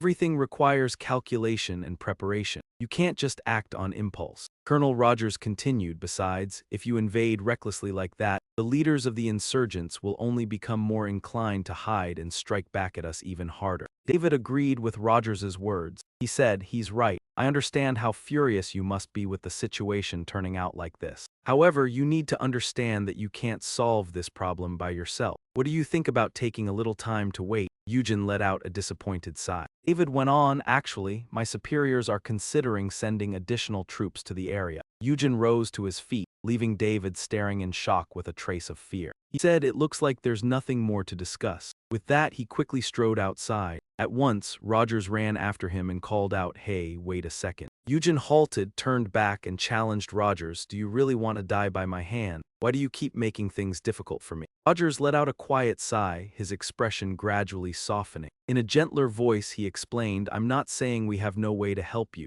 Rather, if you want to continue this mission, I have one condition for you. Instead of charging headfirst into the enemy, I want you to assassinate the insurgents according to the designated targets that must be eliminated." Eugene's attitude changed at once, and a triumphant smile spread across his face. "At last, we're finally talking properly." A photograph was placed on the table. The baker Roman. He was operating as a black market arms dealer. Working with the Afghan authorities and the insurgents, he was the only supply source enabling the insurgents to stand a chance of defeating us. In a few days, the insurgents would ambush the cargo vehicle and take him hostage. "Our benefactor, please save us. We will help you." "So you will be there as well, meaning you will also be captured and use that chance to monitor him. I'm fairly certain you can infiltrate their headquarters without encountering any problems." The insurgent soldiers shoved Eugene's and another man inside. They were thrown into a cramped, dark, freezing room. Beneath the cloth over Eugene's head was a murderous gaze and a sinister smile. He thought, perfect, I slipped into their stronghold smoothly, so should I begin now? Excitement surged inside him.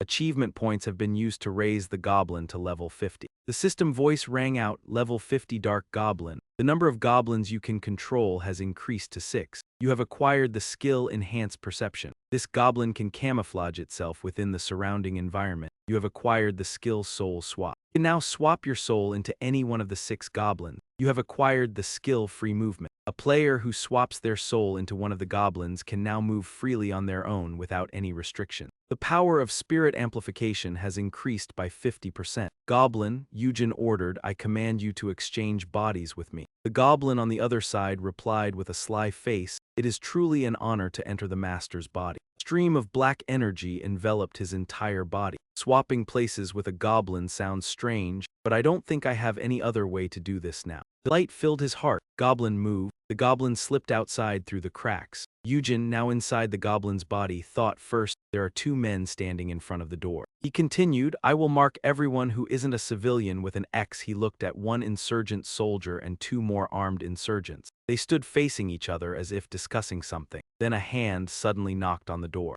Eugene saw Henry standing there talking to someone else. He thought, I've finally found him. Excitement rose in him, the leader of the insurgents. The substitute goblin suddenly said, Master, should we begin acting now? Eugene asked in confusion, what? Why? The substitute goblin wore a dangerous expression. It seems an execution is about to take place. Bullet is about to be fired through someone's head out there. In an icy voice, Eugene said, swap back. The substitute goblin smiled wickedly and replied, as you command, Master. Across a barren desert, sand and dust swirled thickly through the air. An insurgent soldier raised both hands high and shouted, as the heirs of God, all of you must accept punishment and worship our God. For anyone who resists, they will receive a punishment 1,000 times more painful than before. Eugene sat there with a gloomy, ashen face. 25 insurgent soldiers, 18 hostages, and the cries of many other dead souls in this desert. The unfortunate people who had been forced to endure this suffering. I don't want this to happen to me. I want to live. I want to see my family. Mom. Henry glared down at Eugene. Surely you are someone who truly worships your God. In a mocking tone, he said, shouldn't that God have personally delivered the punishment instead? That's exactly why you're a filthy bastard, daring to invoke the divine while harming everyone. Suddenly, he tore apart the rope binding his hands, and the insurgent soldier stumbled back several steps in terror. What? He's an awakened one. Eugene advanced coldly amid the panicked screams of the insurgent soldiers. Shoot him. Kill that man. The insurgents raised their guns at Eugene, but not only was he unafraid, he kept walking forward. He spoke coldly, saying that scum like them no longer even deserved to receive God's punishment. Then Eugene raised his hand high, sending the soldiers into a panic as they pointed their guns in every direction. Eugene wore a sinister expression meant for the souls of the dead, for those unfortunate people who had been murdered by them. Suddenly, the ground trembled and the wrongly slain skeletal soldiers advanced toward the troops. The rebel soldiers fled in terror, shouting that he was a demon and that Satan's soldiers were coming. One soldier sitting in a vehicle screamed, shoot them down, damn it. The skeletal soldiers used shields as cover and raised the swords in their hands. The terrified rebel soldiers gritted their teeth in fear. Damn it, he shouted, drive now. He yelled at the top of his lungs, shut the door, hurry up. Ramson charged in aggressively with a massive hammer in hand. He roared in a commanding voice, Ramson is here with you, follow me. The soldiers knew him as Ramson, the level 8. Immortal Knight number 4 of Kang Eugene. In his previous life, he had been regarded as one of the greatest dwarf warriors. He marched straight ahead without the slightest hesitation when suddenly an arm holding a club rose up. A massive explosion erupted and screams rang out everywhere. Eugene stood above them and taunted, show our leader what you're worth. He revealed a bizarre smile. Even God would only hand down this kind of punishment. They will pay for what they have done. This is only the beginning. I will turn all of you into warriors from the land of death. Eugene strode among the skeletal soldiers, searching the area for the remaining hostages. Henry stepped up before him, holding a gun aimed at someone. You don't move. Eugene looked at the man standing beside Henry. He was an American citizen, the same one who had been crying earlier. He thought of the photo Rogers had placed on the table and stared straight at the man before him, the illegal arms dealer.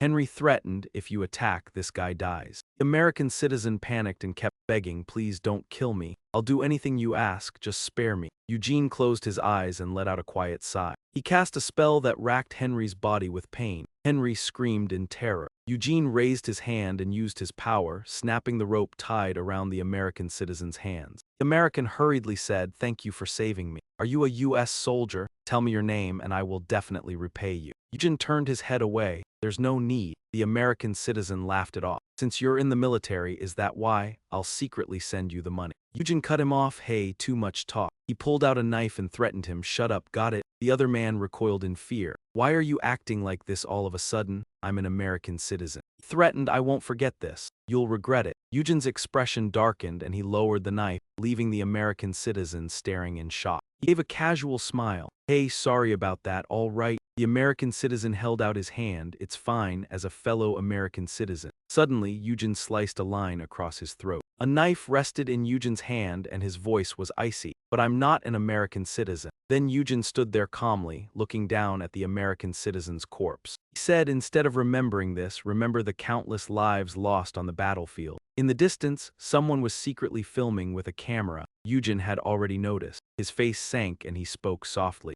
Every word that left his mouth was terrifying, and the one hiding over there, "Step out now. I'll count to 5. If you don't come out, you'll die. 1, 2. At a base in the middle of the desert, Eugene looked at the man who stepped out and asked, "Are you a military reporter?" The man with glasses replied, "Yes, my name is Tom. I heard there were hostages, so I came here." Eugene showed a sinister smile. "You came at just the right time." He said, "From now on, follow me and film." Tom was stunned. What am I supposed to film?" Eugene turned slightly and said, "The conclusion of the terror at Military Airport 3G in the command room." A subordinate handed David a photograph. "Sir, please take a look. It's a little strange." David's face turned pale with fear as he looked at the picture. He said, "What is this? The rebels have that many tanks. They're all advancing toward the base." He asked, "Is there some kind of internal conflict?" The subordinate replied, "This information was sent by hostage rescue team A that was dispatched there. When they arrived in rebel territory, the ones holding the 37 captives had already been captured. We also found Roman's body. David praised them as expected of our finest legion." "How many casualties did we take?" The subordinate answered, "We suffered none." Commander David's eyes widened. "What?" He looked utterly unable to believe it. In rebel territory and not a single loss. The subordinate was puzzled. There was no clash at all. He asked, "How could that be?" The subordinate pointed at the tablet screen. "Right now, many videos and images are spreading online." David could hardly believe his eyes. "This is." News headline attached to a video. "At last, a savior has arrived in this war-torn land. Kang Eugene, an awakened from Korea, has declared war on the terrorists." Kang Eugene's fury is echoing across the desert. David turned stiffly toward his subordinate and asked, "Has this video been edited? Where did you get this information?" The man replied, "It came from the social media page of a military reporter named Tom." David looked frightened. "I see, then all the pieces fit." He stared at the screen. "With such a massive rebel force, they are preparing for a decisive battle. They are advancing toward Kang Eugene's army of the dead. My statue of the goddess shines in the sunlight."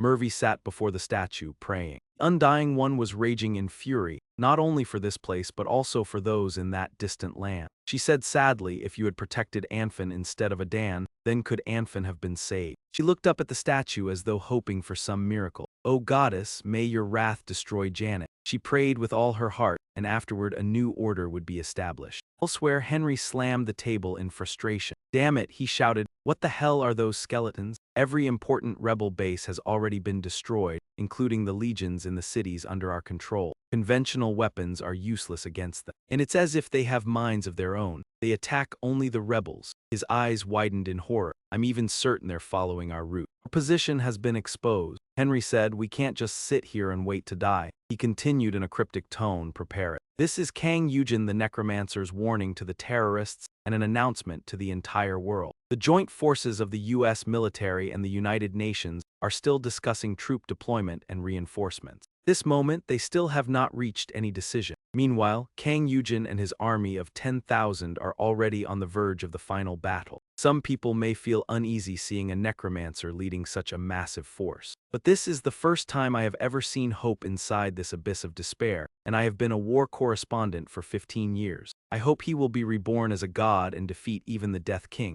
Victory in this battle will turn him into a god." Eugene smiled mysteriously. That goblin's energy is getting close now. He looked into the distance, toward the sound of approaching vehicles. I was just wondering how much longer that man planned to keep hiding. He finally decided to crawl out of his bunker at last. His face darkened, his eyes blazing with excitement. "Let's do this." He stood there with his companion. His face was full of confidence. "Just burn away the rest of this trash." Hooves slammed against the ground with a thunderous noise as Kiba, walking beside Eugene, spoke. "Never imagined there would come a day when I could fight alongside my lord." Eugene answered at once, "I will not disappoint you. They say you are a fine warrior." Following behind, Ramson raised his hammer high. The prince had truly become a lord. "Follow our lord and enjoy this festival of blood." In front of Eugene, the enemy kept firing without pause. "Wipe them all out." At those words, the skeleton soldiers roared and raised their shields to block the bullets. The battlefield was utter chaos, and the enemy was cut down by sword. The enemy inside the tank saw it and flew into a rage. "Those cunning bastards, blow them all away." The tank's cannon shifted into position, ready to fire. Right after that, Eugene saw an arcane shell explode behind them. He turned and shouted Ramson. Ramson immediately charged forward. "My lord, please leave this to me."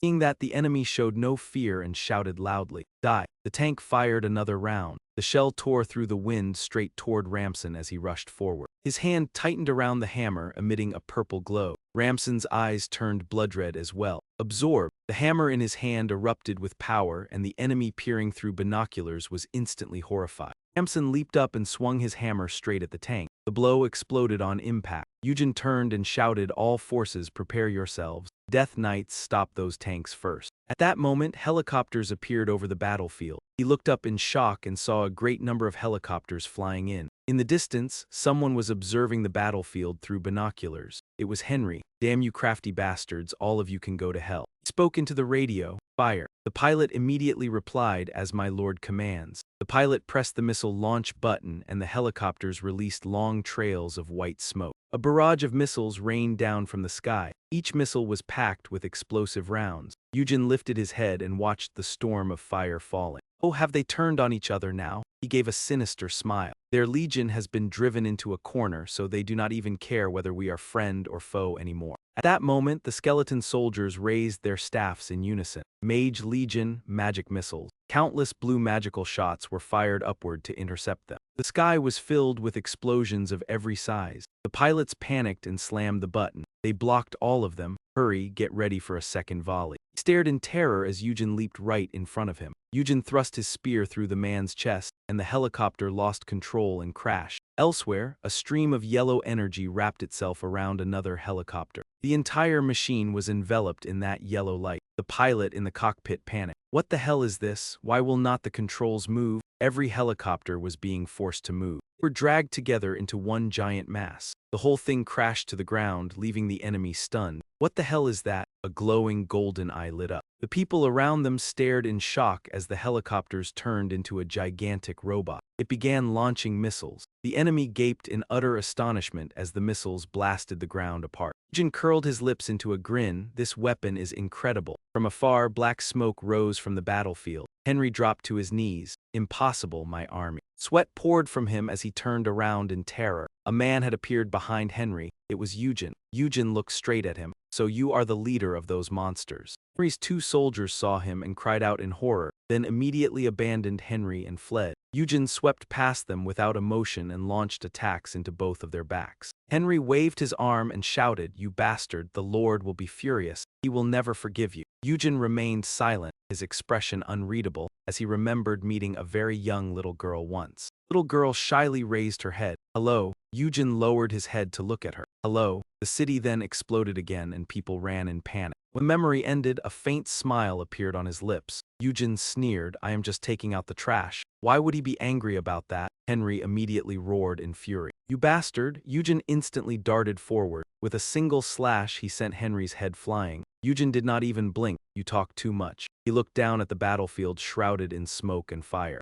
After the battle against the rebel forces, the news reported that one man had ended a war even the American military could not touch, and that story spread across the entire world. He shook hands with an official amid loud cheers. The The American people, exhausted by a prolonged war along with those involved, praised Kang Eugene to the skies. He became the hero of the world. Countless newspapers put Eugene on their front pages. However, there were also individuals who feared his overwhelming power, a power comparable to that of an entire nation. Kang Eugene, whose strength could not even be measured, be left in peace. Kang Eugene, an awakened Korean, had displayed terrifying power beyond belief. At that moment, South Korea was highlighted in gold on the map. Ironically, the country that feared his power the most was none other than South Korea itself. At the Adan Guild, has director Hong heard about this yet? 4 people were seated in the office. Seung-gu lowered his head. I knew he had talent, but I never thought it would be this monstrous, he thought in fear. He commands a skeleton army of more than 10,000 C-rank entities. Min Chan immediately gave his opinion. All right, let us analyze the matter carefully and discuss our plan of action. Even the atmosphere in the meeting felt deeply unsettled. He assessed the situation grimly. The worst part is that they already disliked the fact that he refused the deal, and now that they fully understand his power, everything will become even more troublesome. Seung-hun grew furious the moment he heard that. Why are they acting like we are planning some kind of coup? Hae Min was anxious as well. I heard that some commissioners are even proposing to ban our guild master from setting foot in their countries. Suddenly, Seung-hun picked up his phone. A notification flashed on the screen. Urgent disaster alert. Ministry of National Defense. November 29. The Daegu dungeon has collapsed. He cried out in alarm, Vice Director. They are saying the dungeon collapses have already spread all the way to Daegu. Min Chan froze in shock. That cannot be possible. Picked up the remote and turned on the TV. There were no dungeons in Daegu reported to be on the verge of collapse, yet the screen showed chaotic scenes from the streets. This is Daegu, and it is currently 8 p.m. We are at the site of a sudden dungeon collapse at Dragon Station. The area is now under red alert and cannot be approached, while fleeing civilians are being assisted by the military. Military bases in the surrounding area have been mobilized to evacuate residents, but with monsters appearing so suddenly, the current situation looks far from promising. Government has ordered immediate martial law and requested support from nearby guilds. Min Chan stammered, this is impossible. Staring at the devastation before him, he thought to himself that a dungeon this stable had suddenly collapsed. At that moment in Daegu, the alarms blared non-stop. Young girl curled up under her blanket clutching her head. Mom, Dad, I'm so scared. Please come quickly. A huge foot suddenly slammed onto the ground as the monster sniffed around. With its nose, its eyes gleamed as it muttered that it could smell humans. It appeared outside the girl's window, and she turned pale as she looked over in terror. It spotted her at once. The monster's hand smashed through the window and reached in to grab the girl. Just then, someone rushed over. Dong-ju leaped up from behind the beast.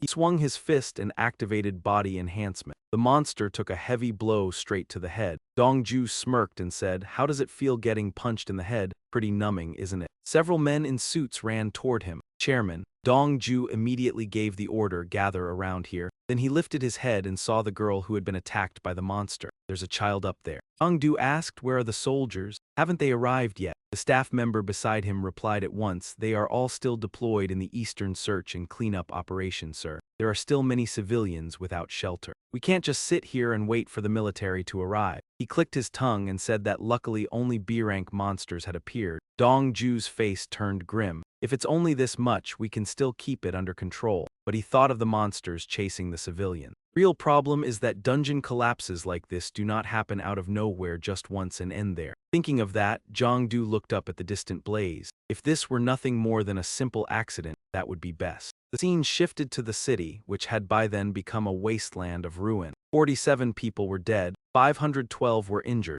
and property damage had nearly reached 50 billion won. The impact of that mysterious dungeon collapse that struck during the night was as horrifying as the destruction it had caused. Long lines of cars streamed away. As memories of the dungeon shock from 5 years earlier resurfaced in everyone's minds once again, causing a massive wave of frightened citizens to evacuate. At the Adan Guild, 2 days after the dungeon collapse in Daegu. I'm really worried. I don't think I can stay here much longer. Sung-gu was surprised. You still haven't been able to contact the association chairman? Min Chan replied, no. He's probably still in the middle of dealing with things. I'm sure he'll contact us soon. Hearing that made him even more restless. I can't just sit still anymore. I'm going to take the train and check out the lower-ranked dungeons nearby. Even if it's only a little, I want to become stronger. Min Chan did not stop him and simply looked up at Seung Hun. If that's the case, then go with Chief Gu, Seung Hun. I think that way it'll be easier to stay in contact. Later, near the subway station, Sung Gu stood beside Hai Sun and turned to Seung Hun. Be back in about 3 hours. He answered, understood. Good luck down there, director. After saying that, Seung Hun turned to the 3 people behind him and said, all right, then keep watch at the nearby cafes. They replied, yes, sir. Suddenly, he noticed someone in a black hooded shirt walking toward them. The person passed right by him, and as his head shifted slightly, Seung Hun immediately turned to look, his face full of confusion. What was that? He remembered the masked face smiling. It felt like that person had smiled faintly after seeing him. Seung Hun let out another breath. I probably just saw wrong. Then his phone suddenly rang. What is it? Seung Hun answered, hello, director. Hai Min shouted through the phone. Seung Hun, have Sung Gu and Hai Sun already entered the dungeon? Seung Hun replied, yes, they just went in. Hai Min turned pale upon hearing that. This is bad. What are we supposed to do now? Seung Hun was confused. Did something happen? Then he heard a shocking piece of news. Gasa just collapsed a little while ago. Seung Hun's face went deathly pale. Elsewhere, the 2 of them were sparring on a grassy field. Sung Gu threw a punch that forced Hai Sun backward, leaving a white skid across the grass. She dropped to one knee, breathing hard, and Sung Gu immediately reached out his hand. He helped Hai Sun back up and said with a smile, you did really well. She replied, so did you. Sweat dotted Hai Sun's face. Director Hong, no matter how many times I see it, I still have to admit your skills are incredible. I honestly think you're as strong as someone who awakened physical abilities. Sung Gu blushed at the praise and scratched his head. I still have a long way to go. Compared to the guild master, well, I never thought you would compare me to a death knight anyway. He thought back to Kiba. Back then, I was almost killed. Remembering that time with Kiba, he knew he had not been able to hold out. That had been before the guild master went to the Middle East on business. Sung Gu turned to Hai Sun and said, by the way, shall we head out now? It's gotten later than I expected. She agreed, yes, let's go. Sung Gu walked ahead and stepped onto the escalator. The moment he looked up, he noticed the scene before him. The city in ruins, birds amid a sea of fire, left Sung Gu horrified. What? The city had been completely destroyed. Buildings were burning everywhere and signs had collapsed. Sung Gu ran over to a badly injured person and cried out, how could this have happened? Owen spoke up when he saw him. Something terrible has happened at Sadeng Station, sir. He froze in shock. Sadeng? Owen trembled as he explained. It all started when a 6-star dungeon collapsed. Right after that, 4-star and 5-star dungeons began collapsing one after another. Sung Gu instantly broke out in a cold sweat. Ranked dungeons are collapsing all at once. I have relatives in Sadeng. He said to Hai Sun, can you handle things here? She asked in surprise. Then what about you, Chief Hong? Determination appeared on Sung Gu's face. I have to go to Sadeng. Elsewhere, the sky was drowned in a grayish red. A man shouted, hurry, run. Civilians were being chased by countless wolf monsters. A hand wrapped in blue light rose into the air, and the power lifted both the monsters and the vehicles into the sky. They were slammed back down with a thunderous crash. The man wielding that power was breathing heavily. They just keep chasing us. Guild Master of the Steel Hammer Guild, the Wind Mage of the Republic of Korea, Bak Sang-yu, noticed Min Chan leading civilians into a shelter. He shouted to those around him, everyone, move toward the Mace Guild Master and take shelter there. Staying inside the guild's dungeon will be safer than remaining outside. He stepped forward, young Min Chan. Min Chan immediately turned around. Guild Master. The man gave a faint smile. Who would have thought we'd meet again in a situation like this? How strange. Engo looked at him and thought, you used to be my most capable subordinate, but now you're the vice leader of a rival organization. Min Chan spoke up. Our awakened members will be here right away. Please wait a moment. The man laughed loudly. Right, it's very dangerous out here, so get inside quickly. He nodded at Sango, then I'll go in first. The man let out a breath and thought, the Adan Guild is only being carried by Kang Eugene alone anyway. So I wasn't expecting much in the first place. Sango looked on in confusion, then suddenly froze in shock. So where exactly are those monsters? A gigantic horned wolf appeared, baring its fangs at him.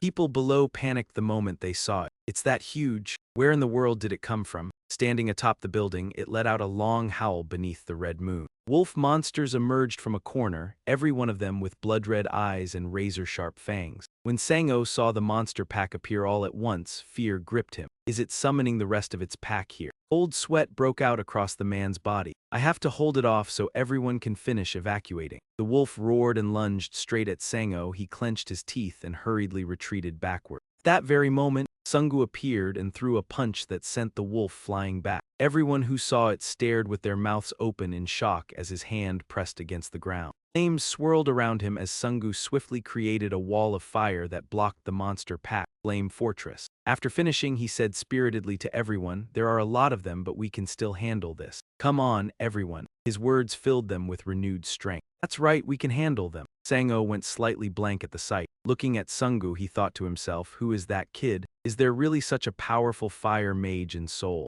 Just then, a missile slammed into the giant wolf. The people below were stunned by the sight. Several helicopters had appeared in the sky. Everyone immediately shouted, "It's the CDC, the CDC is here." Right after that, the giant wolf gave a laugh as shards of metal from the explosion pierced the soldiers and mages. "What is this?" Everyone fell into panic. "What the hell? It isn't hurt at all, it bared its teeth. Earth really is an interesting place." The people around Sungu broke into alarmed chatter. Did that wolf just speak to us? He thought to himself, no. He stared at the towering wolf. It wasn't the creature itself making the sound, but a voice hidden deep within it. The giant wolf continued, "I will use you mortals as sacrifices to ascend to the third rank." Even Janet and Uriel's 72 officers only reached the second rank. A surge of electricity burst from the horn on its head. The people below were horrified by what they saw. The lightning released by the wolf instantly struck straight down. Sungu was hit by the lightning and cried out in pain. Sango was struck as well, his eyes turning white, and even the helicopters in the sky were burned up. The wolf watched as a helicopter crashed into a building and exploded. Sungu struggled to stay on his feet, his whole body trembling. "We have to stop it. I can't fall here." Looked at him with clear admiration, impressive and also extremely annoying. The lightning struck Sungu once again, racking him with agony. He could no longer hold out. Veins bulged across his face.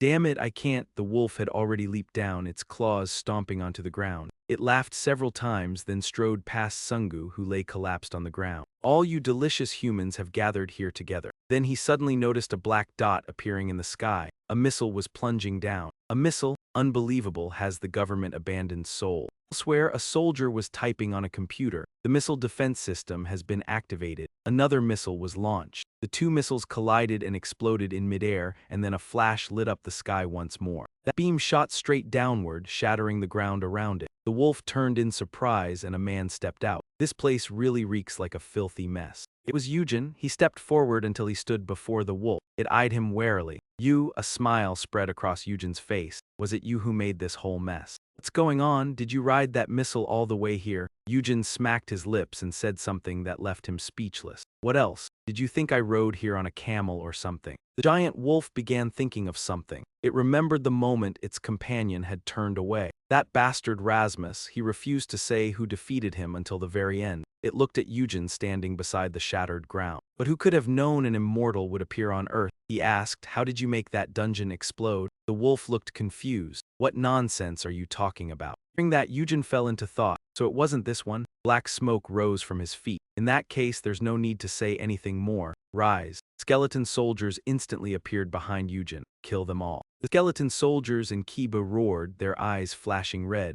All of them charged into battle against the wolf monsters. "As you command, Your Highness." The skeleton army hacked down one of the wolves. Eugene also gripped his sword and leaped in front of the giant wolf. It quickly blocked his blade with its horn but still felt a trace of pain. Eugene gave a triumphant smile, but then the horn released lightning once more. Eugene was startled when he saw the lightning spreading out. The surge erupted powerfully right in front of him. Taking advantage of the moment, the wolf sprang up onto the rooftop. It said to the still-stunned Eugene, "Go back, immortal. When I return, I will come looking for you." After saying that, the giant wolf flicked its tail and left. Seeing that, he was left speechless. "Are you seriously running away?" It was stepping into the dungeon gate. "I can't just let it go like that." A short while later, Eugene was standing in an empty place. "You have entered Uriel's courtyard." Two window panels popped up at once. "You cannot choose between dual mode and Legion battle because they are not yet authorized. Please choose a mode. Visit, infiltrate, conquer." It's caught off guard. "What's this? This is a little different from last time with Rasmus." Eugene quickly made his choice and reached out to press the option. "Whatever, I'll choose conquer this time."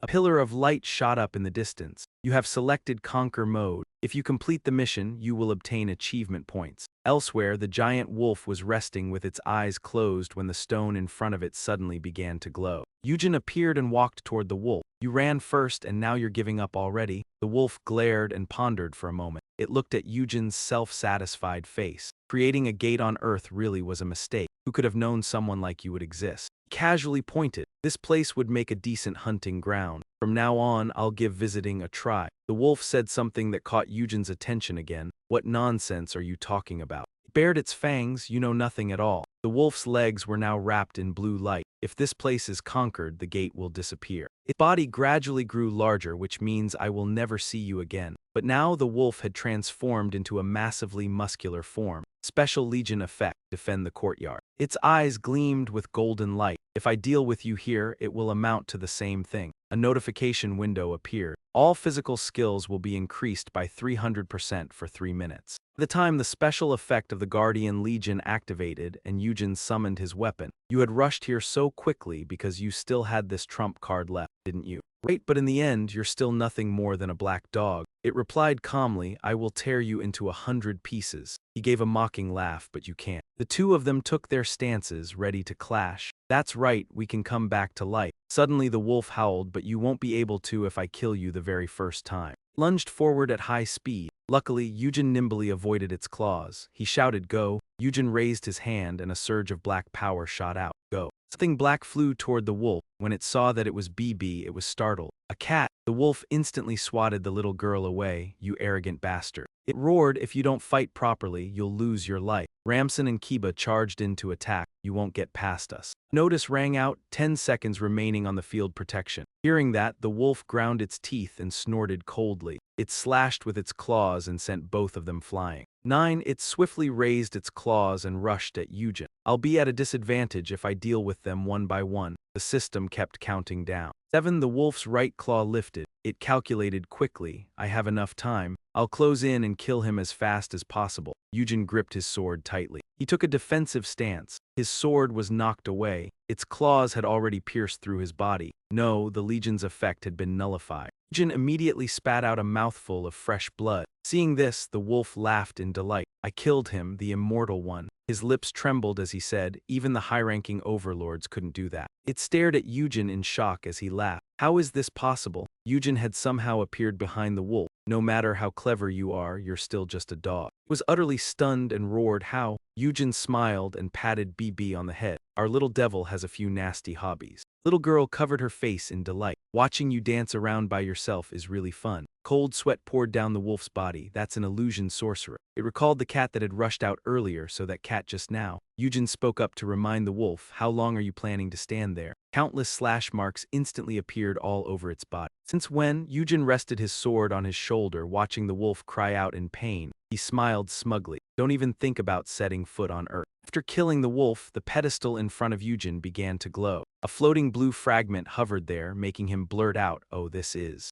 Eugene picked it up. I've finally collected them all, the third space fragment. Suddenly, 2 yellow fragments rose into the air. He and Bibi watched the 3 streams of light gather overhead. The third space fragment has been collected. The fragments have linked together and formed the proof of space. The 3 fragments fused as one and the light scattered. They became a purple stone. A notification immediately appeared. Proof of space, a dungeon space that can be possessed. A dungeon that has lost its master will seek a new one. Eugene smiled. Ah, so this is the thing they said we needed. At that moment outside, Eugene was coming up from the dungeon when Seongu immediately called out to him, Hyung, we're in trouble. In a panic, he said, besides Gasa, dungeon breaks have been happening one after another. He immediately asked where. Seongu quickly listed them off, one after another along Route 4. I heard on the radio they've already reached Sukmyung Women's University. Eugene thought to himself, Route 4, ah. The city still looked grim and he said to Seongu, go check the scene. You handle the surrounding area. He immediately answered, yes, boss, be careful. Elsewhere, a monster was sent flying by a slash. Everyone was fighting the monsters. Damn it, why are there so many? Has the backup still not arrived? The monsters kept crawling out of the dungeon without stopping. Seeing this, they were all terrified. Suddenly, something came crashing down onto the monster horde. Then sharp pillars rose from the ground and sealed off the dungeon entrance. A mechanical beast roared and the monsters were blown apart by a single strike. Jimn was riding a horse suspended high in the air, looking down at the scene below. He thought to himself, this should buy us a little time. He recalled the map. From there to Sukmyung Women's University. I've summoned them at every dungeon that's breaking out. Eugene watched the battle below. If I join in too, we can clear them out quickly. But if the breakouts keep happening, this will drag on forever. I have to stop it at the source to keep it from spreading. Reason that the dungeons weren't breaking out at random but along Route 4, so someone was definitely doing this on purpose. The image of Gasyun flashed through his mind. In that case, the next place is. The scene shifted to near the station, where Eugene stood outside with his arms crossed, waiting. He found it strange. That's odd, 30 minutes have already passed, but the dungeon still hasn't broken out. Eugene looked out over the silent city and thought, why? The only difference is that I got to Gasyul first. Eugene's face turned gray. If my guess is right, then someone who knows me must be the one causing these dungeon breaks. Suddenly, two people appeared and called his name, Kang Eugene. The two introduced themselves. I'm Lee Myunjin, Vice Guildmaster of the Singing Guild. I've heard a lot about you. I'm Ochu, Guildmaster of GOAS. It's truly an honor to meet you. The crowd immediately began murmuring, Kang Eugene is here. Even if the Seoul Station dungeon breaks out, it won't be a problem with him around. Seeing that, Eugene seemed to ponder something. Once he reached a conclusion, he walked toward the crowd. Myunjin called out to him, Kang Eugene. Eugene stopped in front of a girl wearing a coat. Hey, the girl immediately looked flustered. What is it? Without hesitation, he threw a punch straight into her face. The people around them were stunned by what he did. Everyone rushed over. Kang Eugene, what are you doing? Just then the girl sat up and said, what? I only disguised myself a little and you still hit me. It was Sang-ho. He rubbed his face. I'll let everyone see what a rotten personality you have. Eugene widened his eyes. Just disguised yourself a little. What a joke. As soon as he said that, he drove a vicious kick into Sang-ho's body. The man trembled and clutched his stomach. What are you doing? Eugene sneered, if you commit a crime, you have to take the punishment. Isn't that right?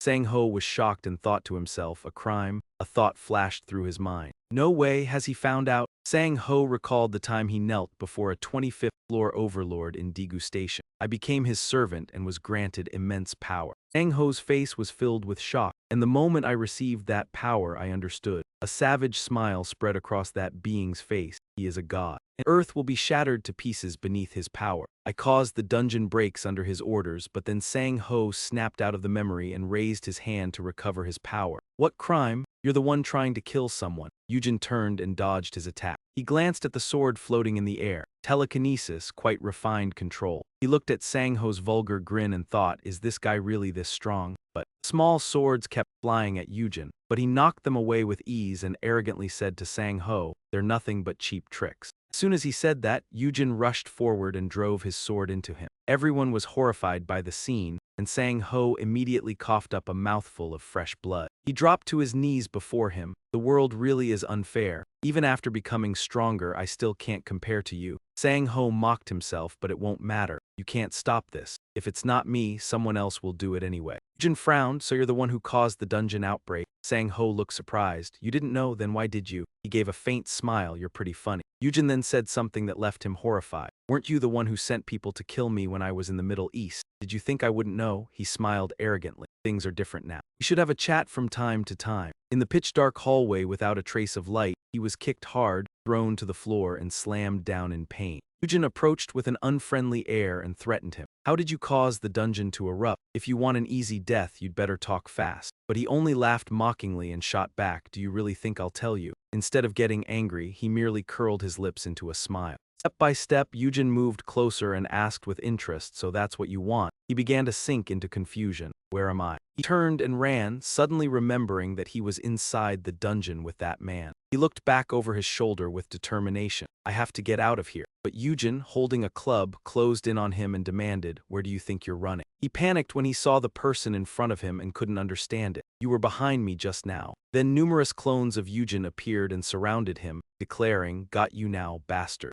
His face twisted, cold sweat poured down, and his whole body trembled. Then a sky-piercing scream rang out noisily. They arrived in front of an elevator area with a signboard. Bibi, smiling brightly and full of excitement, showed off proudly. I can't believe I actually found it on Earth. With both hands on his hips, he asked for her opinion. Do you like it? The little girl jumped up and down happily and answered, of course. The original ghost cloak belonged to me. Over by the pillar, he was still bleeding non-stop. Seeing that, Bibi burst out laughing with delight, clearly very pleased. Eugene, feeling suspicious, asked her, what did you show him? The little girl laughed as well and honestly admitted, a game of hide-and-seek. If you're caught, you get beaten to death. Suddenly, his eyes flew wide open in terror. At that moment, he stepped forward with a cruel expression and asked, awake now? He was so terrified that he immediately dropped to his knees and begged on his own, "Spare me. I'll tell you everything." Eugene said nothing and kept the smile on his lips. He did not hide it at all and bluntly stated, "I already know everything." Right after that, a long trail of fresh blood splattered out. Holding a scythe in his hand, Eugene declared, "You've dragged the people on Earth into this too." Only afterward was everything gradually revealed. When this man was trapped inside Bibi's ghost magic, he had confessed everything. He recalled in detail everything he had learned. The man confessed how he had become a servant of Lord Yalo, which allowed him to avoid the monster's attacks. The final piece was also deciphered by Eugene, but because he was still human, he had unlocked the stone dungeon barrier. Returning to Bibi, her cheerful face relaxed with relief. "That truly is a relief, Master." Even so, he felt somewhat discouraged because he had already guessed it beforehand, but he is a servant of the Lord of Space, so he will revive soon enough. Eugene cast a certain look downward and said calmly, "By then he will no longer be human, so he won't be able to do that anymore. It's over, let's go." In the sky, the wyverns flapped their wings fiercely. Suddenly, the familiar black hole appeared and opened again. Eugene and Bibi stepped out and he said, "This time it's the wyvern dungeon." A huge, magnificent castle came into view. On the wall stood a statue of a tiger-headed creature bearing its fang. On a pedestal, there was also a statue of a strange and terrifying creature. Bibi looked around nervously at the surrounding. "Master, this place is so scary. It feels like ghosts might appear." Eugene stepped forward and pushed the door open. Looking at the object on the throne, he said with interest, "I found the return stone." Eugene moved closer to the glowing stone. At that moment, the system appeared with an explanation and a confirmation prompt, "Proof of space." It is reacting to the return stone of the Wyvern Nest dungeon. Synchronization rate, 72%. Would you like to claim the Wyvern Nest as your territory? If you claim it as your territory, you will receive land according to the synchronization rate. Confirm, reject. Eugene stared at the object before him and gradually remembered. This was the guidance Morty had once told him, now echoing again. A dungeon master is chosen by the dungeon. If you gather all 3 fragments of space, one dungeon will react to them. After recalling that, he agreed without hesitation. There was no need to think twice. Confirm. The system quickly completed the request and added another question. The Wyvern Nest has been claimed as a spatial territory. Before registering it on the ranking board, would you like to rename the dungeon? Eugene suddenly came up with a fresh new name. Dan, the system finished updating and immediately switched modes. A guide for managing spatial territory has been created. The guide will be read automatically after the 30-day stabilization period. You will receive an expedition challenge. If you fail to defend the dungeon, you will lose the dungeon gate. Part of the territory may be seized. After the 30-day protection period, lords from other territories may challenge this territory. Spatial territory, Adan, Lord Kang Eugene, energy, servants, citizens, Wyvern Army, dungeon. Seeing him clutch his head in pain, Bibi ran over and asked with concern,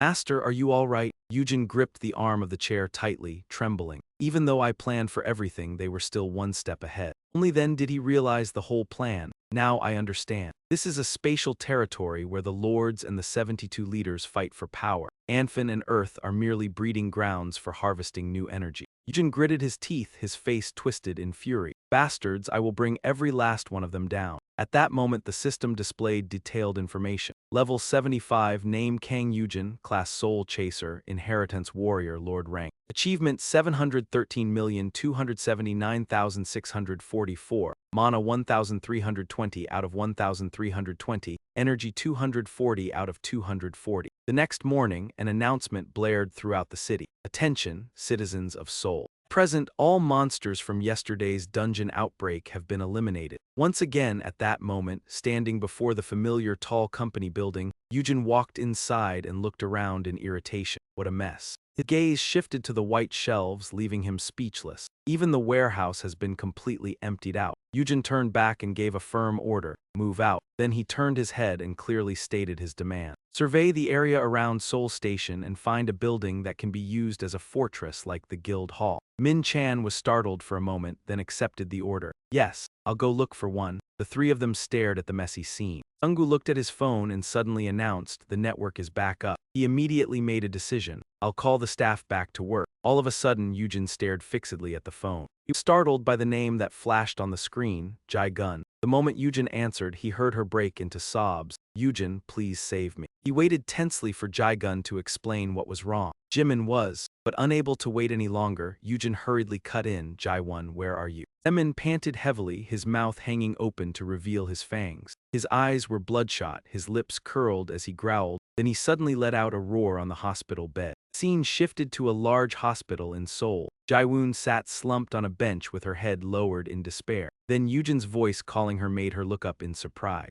Jaewon seemed desperate as she ran over and threw her arms around him. Eugene, Jaegul burst into frightened sobs. What happened to Zemin? What's going to happen to him? She buried her face in Eugene's chest, unable to speak clearly. If Zemin dies, He gently raised a hand and stroked Jaegul's head to calm her. Jaewon smiled softly and assured her, it'll be fine, Jimn will be okay. He gave her a confident, reassuring smile. Trust me. Jaewon looked up at him in surprise as well. He opened the hospital room door and walked straight inside where Jamin lay on the bed, his gaunt face turning to look over. The moment he saw who had entered, his eyes shifted over. Hey, Eugene took one look at his condition and quickly guessed the truth. You were bitten, weren't you? Jimn immediately confirmed it and pointed out the exact spot. Yes, on the shoulder. His gaze shifted aside as his whole body trembled in fear. What will happen to me? Eugene remained calm and asked a question instead. You know about vampires, right? Hearing that term, Jimn looked startled and repeated it, vampires. He nodded firmly in confirmation. That's right. Simply put, you're going to become a vampire. Hearing that, he became frightened and stammered, then do I have to live the rest of my life in darkness? Eugene quickly corrected him with the truth. Oh, you can still see the sun, but tomorrow you'll die and only leave behind a body transformed into a vampire thrall. He stressed the important point even more. What you're thinking of is a true vampire, but you'll only turn into a blood-sucking servant. To put it plainly, you'll just become a monster. Unfortunately, once you've been bitten, there's no turning back. Zemin broke down helplessly, sobbing as he called out, Hyung, but Eugene had still not finished speaking. However, there is a way to escape death. He lowered his gaze and asked Jimn, do you want to live? Tears poured from his eyes even harder. Yes, I want to live. In a dark corner, Vemoth was sucking the blood of his prey. He sank his fangs deep into the girl's shoulder blade. After finishing, Vemoth tossed the victim aside and wiped his mouth. This truly is paradise. He raised a hand to stroke his chin, looking deeply satisfied. This world is overflowing with humans. Vemoth looked up at the sky in hesitation. Dawn is coming. Should I really be content with only one each day? Suddenly, a mocking voice rang out. Found you. He turned his head and quickly recognized the victim. That's the brat I bit last night. But who's the one beside him? There's no need to throw myself into danger with dawn approaching. Vemoth swiftly decided to leap away and flee. I need to get out of here now. Suddenly, his arm was seized. Startled, Vemoth froze and was yanked backward. Eugene had already slammed him down onto the ground. He pulled out a chain and wrapped it around the man's neck. In pain, Vemoth struggled with all his strength to tear the chain off. Eugene turned back and called Zemin over. Come here, he handed him a sharp weapon and ordered, use this and pierce his heart. Seeing that hesitation, Eugene asked again, do you not want to live anymore? He was still visibly shaken and hesitant. I do, but how am I supposed to stab him? Can't you do it for me? Hearing that, he let out a weary, helpless sigh. Eugene had to explain everything clearly again. In any case, this guy will burn up when the sun rises, and once he dies, you, as his thrall, will die with him too. Eugene quickly laid out two choices. You can follow that bastard and die together with him, or you can kill him and keep living, even if it means becoming a vampire. He spoke bluntly and let Jimn think it over. Your choice. Fell into deep hesitation. Jimn knew clearly what his heart wanted as he recalled the scene at the hospital. I want to live. Nuna is still crying and waiting for me. His eyes changed, filling with resolve. Even so, Zemin no longer hesitated and raised the knife high. I want to live. At last, he drove it straight into Vemod's body, and fresh blood spattered in droplets across the empty air. Zemin still stared upward in shock. He was utterly stunned by the strange movement. Blood. Then the blood abruptly changed direction and shot back the other way. Zemin panicked, unable to understand as he watched it rush toward him. Then he opened his mouth and let the blood fly into it on its own. Eugene stood behind him, watching with a satisfied smile. Looking at Zemin before him, he declared that the ritual was complete. Just like that, the blood inheritance is finished. His ears had changed, growing longer and pointed. Fingernails also lengthened and turned black. After absorbing the new bloodline, he had completely changed. I feel like I'm going to live. The scene shifted to another land shrouded in mist. At the same time, within the territory of Adan, Kiba walked along with a calm, satisfied expression and remarked. So quiet, he looked at the space before him in a daze. Beyond the boundary of this endless territory, I wonder what exists. Suddenly, a large crowd approached from afar, and when Kiba saw them, he let out a low growl under his breath. He raised his hammer in front of him and demanded their identity. Who goes there? What business do you have in Adan? Hearing that, it began to put on a mysterious air. This spirit knight spoke in an extremely gentle tone and made a request. If possible, please allow us to meet the lord of this domain. The entire city of Seoul had fallen into chaos after the incident. Many unstable dungeons collapsed, monsters poured out, and the effects spread further. The whole world was shocked by the monster riot in Seoul after Daegu. Long lines of vehicles streamed out of the city, and the people of Seoul were all fleeing the disaster. Although there had been an official announcement from the government, it failed to earn the public's trust. The government declared for several days in a row that it could control the dungeons and prevent panic, but very few people believed it. So the government had no choice but to adopt another measure. It accelerated the signing of a defense treaty with the Adan Guild as a way to deal with the situation. In the end, it brought at least some effect, though it continuously placed pressure on the Adan Guild. The scene then shifted to the vast airport area in Seoul. Voices of scornful gossip could be heard near the gate. How disgusting. The young men all turned to look in one direction. What's going on in Korea? Look, everyone's staring at that person. You really can't compare the real thing to what's on YouTube. Maro stepped outside first and greeted him. Yuan-chan, long time no see. He looked a little surprised, then warmly reached out a hand to help. It really was quite a long journey. Please let me carry the luggage for you. She clutched the bag tightly to herself and gestured her refusal. It's fine. The misunderstanding about the dream was also quickly cleared up. These are the documents the immortal requested. He smiled and assured him, I will complete the mission and deliver them to him personally. At that moment, Eugene had just used a portal to teleport. He lifted his head and stared up in confusion, asking, what is that? Eugene looked at the massive city gate in bewilderment. There is something like this in the territory too. From afar, Bibi came running over from behind and shouted loudly, Master. He turned his head, glanced at the surrounding scene, and asked in confusion, what is all this? The little girl, still calm, asked back with interest, isn't it pretty? Bibi bared her teeth and giggled, proudly emphasizing her contribution. They have all kinds of things in the space store, but it was very hard to choose the pretty ones. At that moment, the system sent a detailed notification to the Adan Space Territory steward Bibi. Space energy owned, 0% of total space energy, 30,000 out of 500,000. Eugene looked straight toward the flower garden again in confusion. I told you to manage it well, and you turned it into a flower garden. Only then did he fully understand why the energy had been drained. Space energy was directly tied to the army protecting the territory. Adan Space Territory steward BB. Space energy owned, 0% of total space energy, 30,000 out of 500,000. You already used up the 10,000 points I gave you yesterday. Seeing his reaction, the little girl anxiously asked, you do not like it? Eugene could only scratch his head awkwardly and reply, it's fine. Then, suddenly sensing something strange, he became wary. With a hesitant expression, Eugene cast a glance aside and asked, what is that sound? BB also honestly confessed what had happened. Ramson asked, so this disciple helped. The little girl shook her head a few times, exasperated and at a loss for words, saying he kept saying life needs hobbies or something like that. Then he pointed straight in one direction and asked again,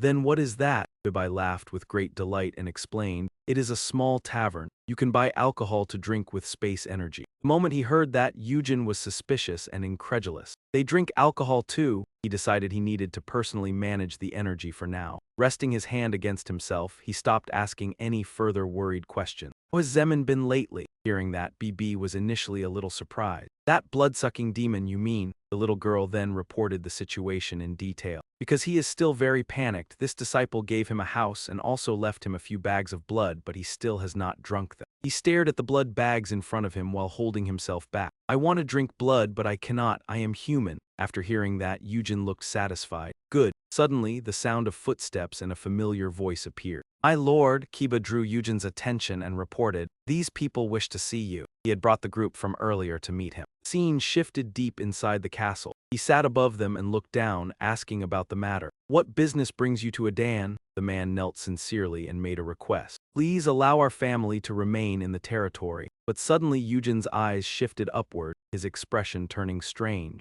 At that moment, the system summarized the situation and presented two suggestions. Pu clan had come to the territory exhausted from a long life as refugees. He could either order the soldiers to drive them away or persuade them and accept them as territory residents. He responded indifferently, that has nothing to do with me. There are a few things I need to ask. The man nodded respectfully and prepared to answer. Thank you, my lord. What would you like to ask? But Eugene suddenly posed a strange question. From 1 to 10, I do not know where to begin asking. Hearing that, the man also asked back in confusion. Wonder how long you have been the lord of this territory. Eugene did not hesitate to answer bluntly. One day. After hearing that, the man seemed somewhat surprised. So that is how it is. Then he honestly began telling his story. Before coming here, we went to a place called Ott. That was a territory led by Lord Ott. But we could not endure the harsh tax laws, so we left that land and came here. After learning that, Eugene asked back, you came from another space territory? He obediently nodded in confirmation. That is right, we can travel beneath the territory. Recalling the information from earlier, he asked for details about the tax law. What exactly is this tax law you mentioned, and how does it work? The man broke into a cold sweat and honestly explained clearly.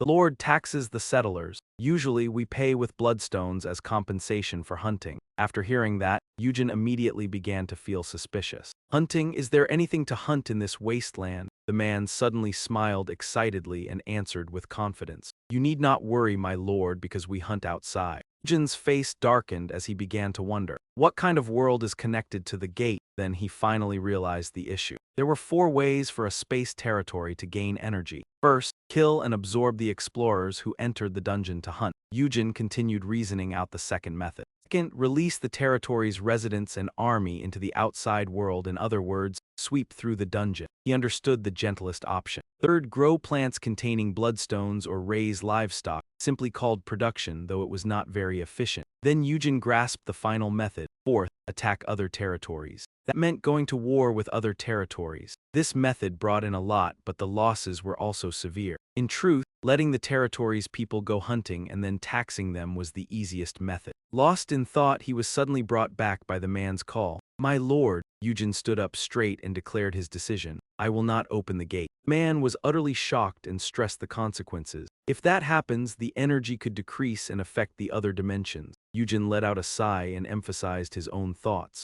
Of course I have to find another way. Beyond that gate is my homeland. The man looked flustered, sweating nervously. Forgive me, my lord, but… Eugene smiled and waved his hand casually. It's fine. Then he turned around, walked inside, and waved as he instructed them. Whether you want to settle down or leave is up to you. Get some rest. The corridor lights were still burning. Remembering what had been announced, he frowned tensely. The territory would be protected for 30 days immediately after its declaration. After those 30 days of protection, the new lord could receive declarations of war from other lords. After 30 days of stabilizing the territory, you would have to face the challengers. If the defense failed, you would lose the dungeon gate. Part of the territory's assets could be plundered. Just as that person had said, my territory would become prey for those waiting to pounce on newly established territories. Eugene turned and walked away even faster. Before that began, no matter what, not only did he need an army, he also had to find a way to increase the territory's energy. Sometime later, the work had already begun and was being carried out. 20 days passed in territory time, 5 days in real time. The Adan space territory prepared for an invasion from other spaces, and a military base system was rapidly constructed. The scene then shifted elsewhere, where things were just as busy.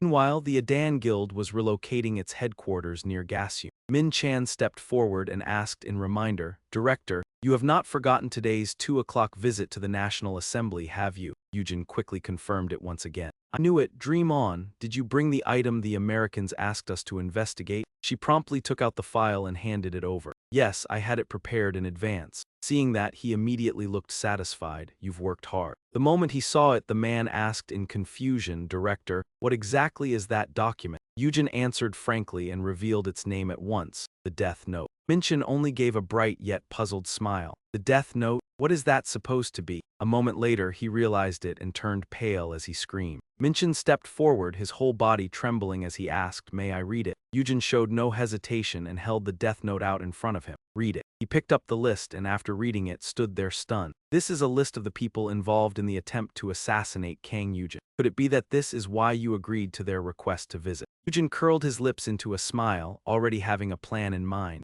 Of course, it'll be much easier to deal with all of them when they're gathered in one place. In a dark mood, he declared forcefully, I never expected so many people to be behind my assassination attempt. I'll take every last one of their heads. Then, as he began the first step of his plan, Eugene said, Contact the National Assembly. I'm going there right away. Scene shifted to another important place, the National Assembly of the Republic of Korea. Seo Guk turned and greeted him with a friendly handshake. To quickly rose to show courtesy as well. Goodness, there's no need to be so formal, Congressman Choi. Please have a seat. He sat back down and smiled smugly. I heard that brat Eugene has finally agreed to show his face, huh? To cast a sideways glance filled with sinister calculation. Did that bastard have any other choice? Seo Guk let out a sigh and spoke with confidence. If that punk wants to keep enjoying the benefits of this country, then he has no choice but to come and cooperate. The man beside him shared the same view. I agree. He's turning the noble work of our Ministry of National Defense into a complete joke. Hearing that, To brought up the matter of persuasion. Come to think of it, were the conditions we offered really appropriate enough? The confirmation hearing is based on the judgment of the Ministry of National Defense. We even proposed recognizing his guild on the same level as the ministry itself. And yet he still refused. Seo Guk remained full of arrogance as he declared, "Do you think he has any other path left if he still wants to live in Korea?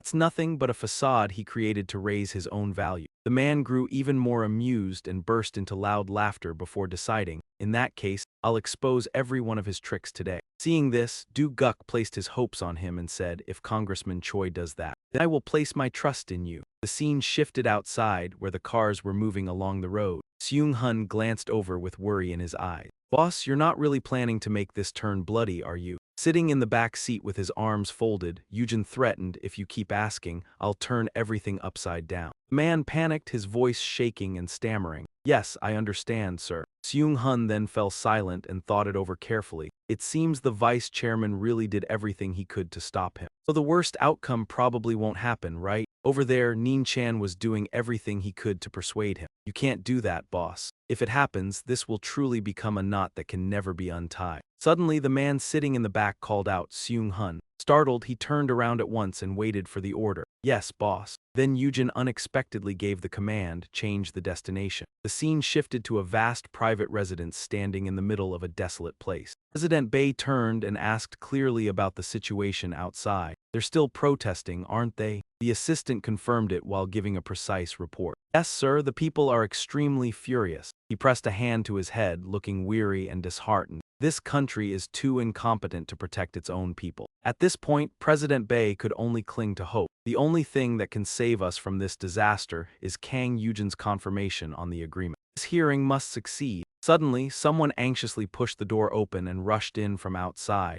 "Mr. President," he immediately turned toward him as if he had already anticipated it. "I suppose it's about time. We should head to the National Assembly as well." But the man turned pale and stressed urgently, "No, that's not it, sir." Trembling with fear, he delivered the report in a rush. "Kang Eugene is currently at the Blue House." The moment President Bay heard that, he could hardly believe it. "What? He came here instead of going to the National Assembly?" Scene returned to the inside of the National Assembly. An hour had passed since Kang Eugene's meeting with the president. Everyone was still sitting inside, talking noisily among themselves. "Why is he so late? It's not even the first time he's toyed with us like this. He's become far too arrogant." With a probing look, Seo Guk glanced sideways and whispered, "Nothing bad has happened, right?" Even To could not give an answer. "I'm not too sure either. He's always treated a government summons like trash." Grinding his teeth and scowling in anger, he snarled, "Kang Eugene, you bastard. Do you think your standing is higher than the National Assembly itself just because you've gained support from people all over the world?" To recalled what had happened and showed clear regret. "Should have killed you in the Middle East before you had the chance to become this powerful." Suddenly, Eugene walked in calmly in a suit, one hand tucked into his pocket. "Hello, it seems everyone is already here." One of the lawmakers, furious at this point, immediately demanded, "Kang Eugene, are you looking down on the National Assembly?" He did not bother answering and simply pulled out a chair. The others grew even more enraged at that reaction. "Are you not even going to acknowledge us? Please give us an answer." Still wearing the same expression, Eugene turned and said, "Prosecutor Lee Kang-jin, please hand me the confirmed information." The man obediently complied and gave it to him. "Here, sir." Looking over the list, he made his decisions one by one. "I'll eliminate this one. This one is utterly useless." Eugene frowned and calculated carefully. "There's a lot of trash in here, but I can't kill them all." "Still, this isn't bad, is it? That's already more than half of them." After that, he stood up and calmly got to work. "All right, let's continue." Seung-hun also turned around, completely baffled. "What? We're leaving already?" Eugene tossed the file back and said firmly, "I've already confirmed who they are." Unable to hold back any longer, one man shouted, "Hey, where do you think you're going? To you, is this hearing just some kind of joke? Sit down right now." In response, he curled his lips into a contemptuous smile. Hearing, is this supposed to confirm whether I'm joining the thing you people call the Ministry of National Defense, something I never had any intention of getting involved with? At that moment, Eugene suddenly picked up the microphone. Not only did he declare that he would not join, but he also emphasized, "I will not be joining the Ministry of National Defense or anything else. So there is no need for any more hearings. I only have one warning for all of you." Without any hesitation, Eugene spoke with pointed meaning. "Those involved in the missile terror attack aimed at killing me." He then stressed it even more bluntly. "Those who deliberately caused the prison break phenomenon for the sake of personal gain." Eugene openly issued a harsh warning. "As for those whom we have judged to be unnecessary in the battles ahead, you will pay a terrible price for all the crimes you have committed up to this very moment." He curled his lips into a smile as he delivered this shocking revelation. "All the evidence connected to this has already been leaked to the press." With a sinister, pleased look, Eugene instructed, "Remember to watch the news and find out why you all deserve to die." Theo stammered and struggled to his feet to question him. "What the hell are you talking about? How can you be so arrogant?" But he paid him no mind and simply kept walking forward.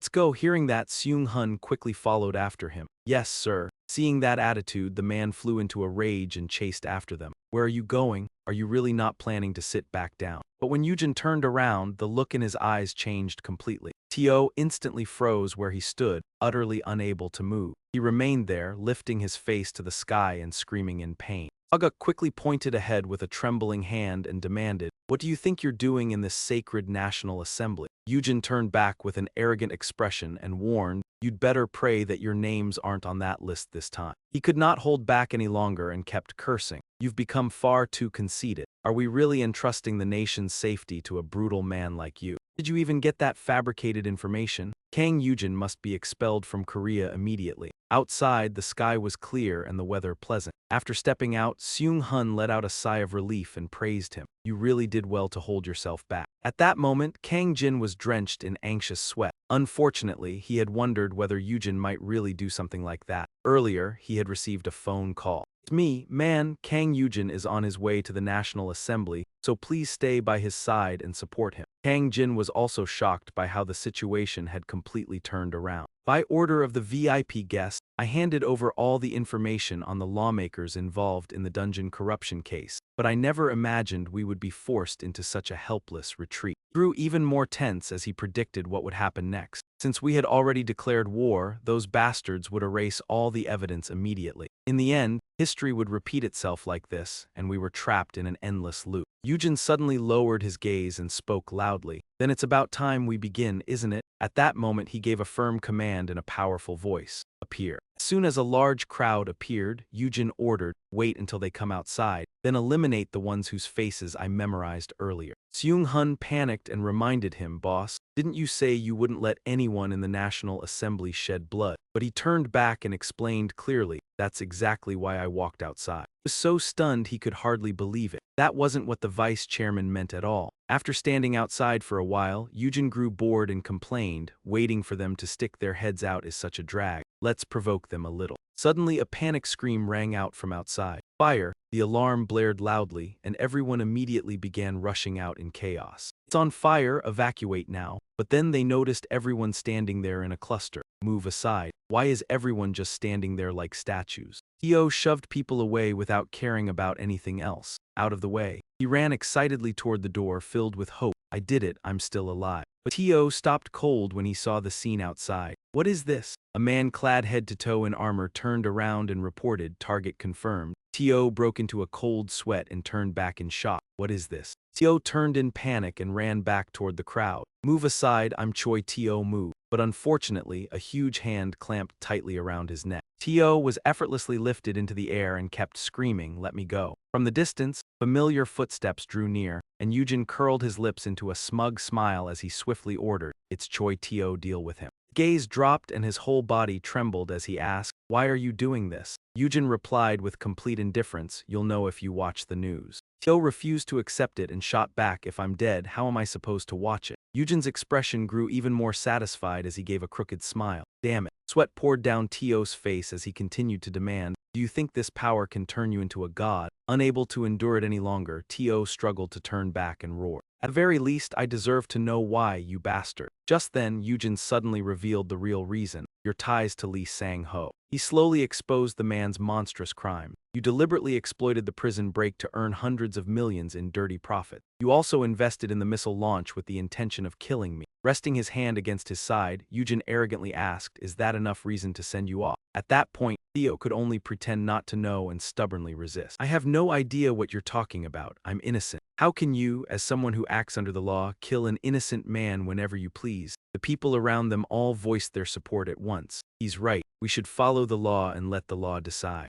But Eugene merely smiled and declared, "Sounds nice, but today I am the law." Teo became even more frantic and cursed at him. "You crazy bastard. This is the Republic of Korea, the Democratic Republic of Korea. Think you can stay here after killing someone?" Before he could finish speaking, his neck was snapped, and he convulsed in agony. The people standing nearby widened their eyes in horror. A terrifying black creature coldly emphasized, "You have insulted the king." He rested one hand on his hip and looked toward the eager crowd. "All right, who wants to go next?" Watching them tremble, Eugene warned them, "If you don't want to burn to death, then my advice is to run as fast as you can." Seung-hun saw the horrifying scene and immediately vomited. Kang-jin ran over and froze in shock at what was before him. This is insane. Is he really planning to carry out a revolution in this rotten country, even if it means becoming the most brutal murderer in history? The scene shifted to another, more private and secluded place. Baeyeon Man lifted a hand to his chin, thinking back clearly to a warning and a proposal. He recalled the moment the two of them met. "Kang Eugene, why are you here instead of at the National Assembly?"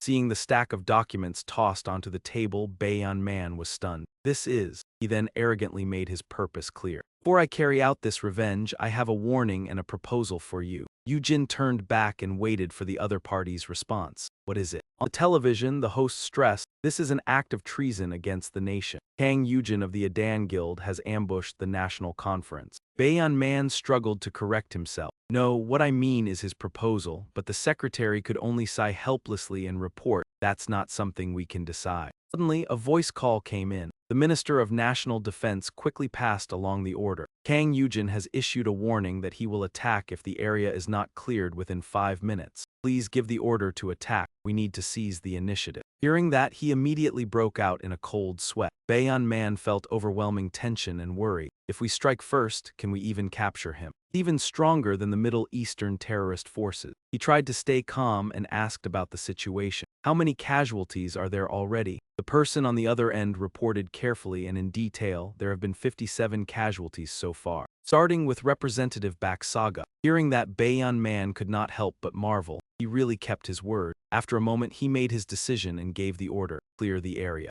But the Minister of National Defense on the other end objected. "We can't do that. This is a serious rebellion targeting the nation." He angrily repeated himself once more, "I said clear that area. That's an order." The other side did not dare say another word. "Understood." Baeyeon Man then hurriedly began making preparations. Secretary Hwang arranged a press conference for him immediately. The secretary obediently followed the order. "Yes, sir." The scene shifted back to the company building where someone said in disbelief, "I never thought the boss would really do that." Eamon looked deeply worried, extremely worried. "Vice Chairman, what is going to happen to us now?" Wonchun looked crushed, lowering his head as he emphasized, "This is not a simple matter." The news on the television continued. He kept shaking his head and clasping his hands, unable to believe this was the most unpredictable and brutal rebellion in the nation's history. Mintran kept sighing from beginning to end. Heejang scratched his head innocently and thought in simple terms, "They're bad people too, aren't they? Won't everything be fine since quite a lot of the public supports him?" But that moment he grew even more frustrated and negative. "Not fine at all. Keep dreaming." Mord smiled, still thinking simply, "The Undying One has already become a king. He is not the kind of person who would submit to the control of those standing at the top of this ruined country." Mintrang became even more helpless and could only plead. Thannu, sensing the mood, came over with Heyman carrying a bottle of water and a pill. "Please take another dose and get through this, sir." He tried to regain his initial composure. "All right." While Minchin was drinking water, the TV announced, "Breaking news, As soon as the report was read, he immediately sprayed the water out. The president has just announced the autonomy of the Adan Guild at a press conference. Adan is now recognized as a sovereign state and the host. Continued to add, in addition, besides expressing gratitude to the leader of the Adan Guild, Kang Eugene, the president also announced that once the ruined National Assembly is reorganized, a referendum will be held on the Adan Guild becoming an autonomous state. At that very moment, he walked in through the door outside. "What's wrong? Why does everyone look like that?"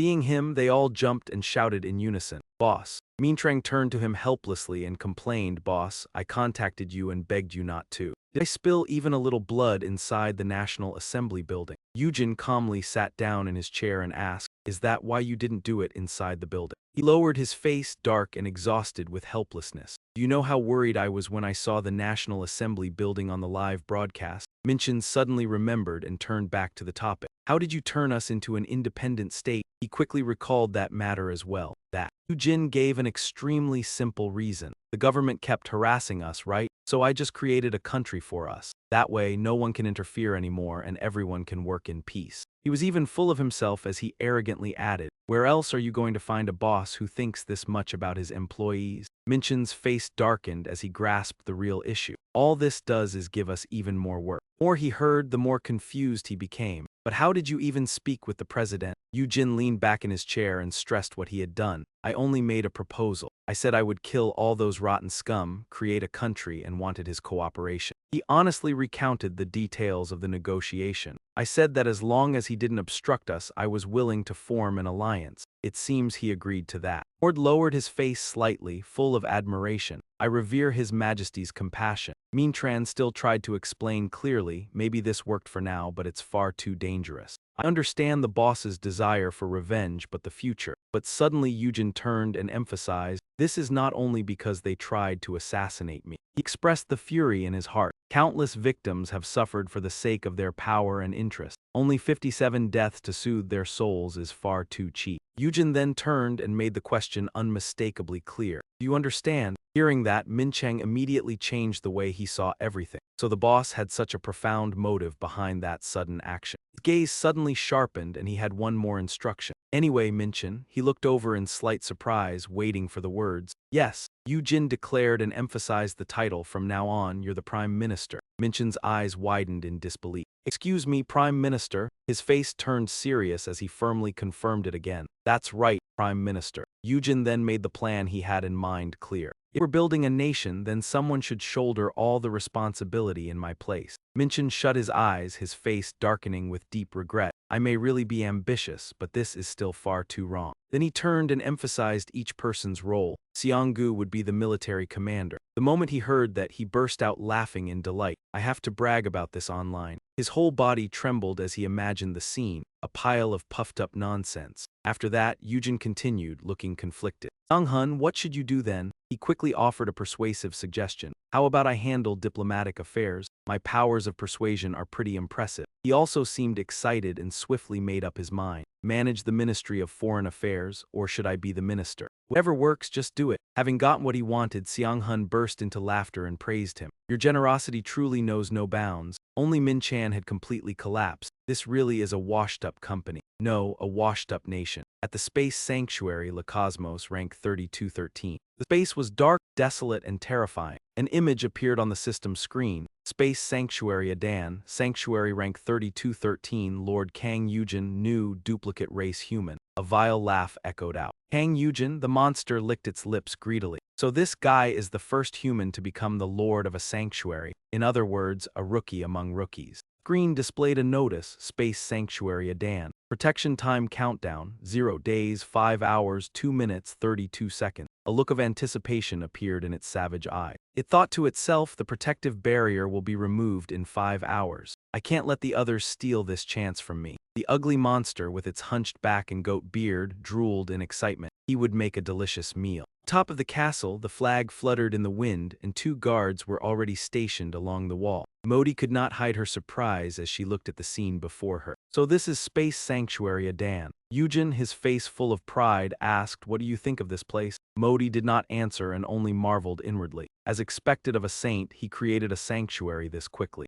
Then she seriously voiced a concern. I mean no disrespect, my lord, but shouldn't this place's defensive system be built up more securely? Eugene answered confidently, we already have Kiba and the undead army, so that's enough. Unexpectedly, Modi shook her head in disagreement, making him curious. She lowered her eyes slightly and continued, naturally, no army can compare to the undead army. However, warfare between sanctuaries uses very different tactics from ordinary battles. Modi stressed how serious this was. Once the protection period ends, the sanctuary war will come from both the left and the right. At that time, my lord, you will no longer be able to use the undead army. Jin frowned slightly and asked, what do you mean by that? Modi explained briefly, it's like chess, my lord. The lord of a territory cannot directly participate in the battle and can only use the resources within his own territory. Eugene asked in confusion, why am I not allowed to fight? That's ridiculous. Modi did not answer that question and only slowly asked, then would my lord like to try a mock battle? Frowned in curiosity. A mock battle. The dazzling sunlight shone onto the clock tower as Eugene and Modi teleported inside it at the same time. The system kept sending out notifications, leaving him overwhelmed. Sanctuary War tutorial starting. Please place your energy core, 10k, 20k, 30k checking hypothetical enemy. You have been connected to the human race Kotlet. In the blink of an eye, the scenery turned into an open stretch of land with a vast grassy field. Eugene was bewildered. What is this? An army appeared in his consciousness and Eugene thought in shock, that's the bipedal tiger tribe. The bipedal tiger spoke up and requested, my lord, please give your orders. Eugene was dumbfounded. What is this? After surveying the entire scene again, he gradually realized that this building was a station for creating manpower. There were even resource and troop count stats. Beside him were the words, Bloodstone 100, troop count 5 out of 10. Very quickly, Eugene figured it out. So this is a battle simulation? He tried sending out an order with his mind. Then first, mine more bloodstone. The bipedal tiger tribe immediately replied, understood. Eugene stared thoughtfully at the construction panel. Shelter, farm, enchantment tree, training grounds, dragon cave, bar, forge, street stall, flower garden. He told himself that the things he could build right now were only the ones already available in the sanctuary. Eugene thought to himself, I need suitable units and facilities in the sanctuary if I want to prepare for war between sanctuaries. Next, he began forming a strategy. For now, build the training grounds first, then add more manpower and spirit units. Right then, the system announced, you've reached the troop limit. Please build more shelters. Eugene gritted his teeth in frustration. Why is this so hard on my first try? Suddenly, a noise behind him drew his attention. Looking at the army in armor ahead, Eugene grew uneasy. The enemy army? Have they already attacked? Sure enough, after only a moment, the system reported. Defeat, you have lost the sanctuary war. A mock battle does not reflect a real battle. If you lose in a real sanctuary war, you may take revenge through a duel. Eugene clicked his tongue and ground out angrily, damn it, this thing is way too complicated. I'd rather let someone else deal with it. At that moment, Modi walked over to his side and coldly asked, Master, what do you think? Eugene voiced all of his thoughts. It feels like my hands and feet are tied, like I can't fight on my own. Are all the lords of the other sanctuaries like this too? Do they just seize the bloodstones of other sanctuaries as if they were playing with toys? Modi slowly explained, sanctuary war is extremely important to the lord. Only lose a tiny amount, yet they can rank up safely and steadily that way. He still did not understand one thing, then what is a duel? Just now I saw that it said I could take revenge through a duel. She immediately answered carefully, sanctuary war is a battle between the resources of each sanctuary, whereas a duel is a battle between the lords. Eugene asked in confusion, then why not choose a duel right from the start? Modi showed no sign of impatience and continued explaining to him slowly. You cannot simply force a duel if the other side has not agreed to it. You may only compel a duel after losing a sanctuary war. And at that point, the other side is forced to accept. Eugene curled his lips in interest. I like that. As long as I can take everything back after losing the sanctuary war, that's enough. The bustling streets filled with people coming and going, the market was crowded with shoppers. Bibi was eating as she walked. Suddenly, she noticed something and hurried over, calling out, Master. The little girl asked worriedly, has that saintly woman left yet? Eugene smiled and said she already left. Bibi replied gloomily, I was really shocked that you went with her.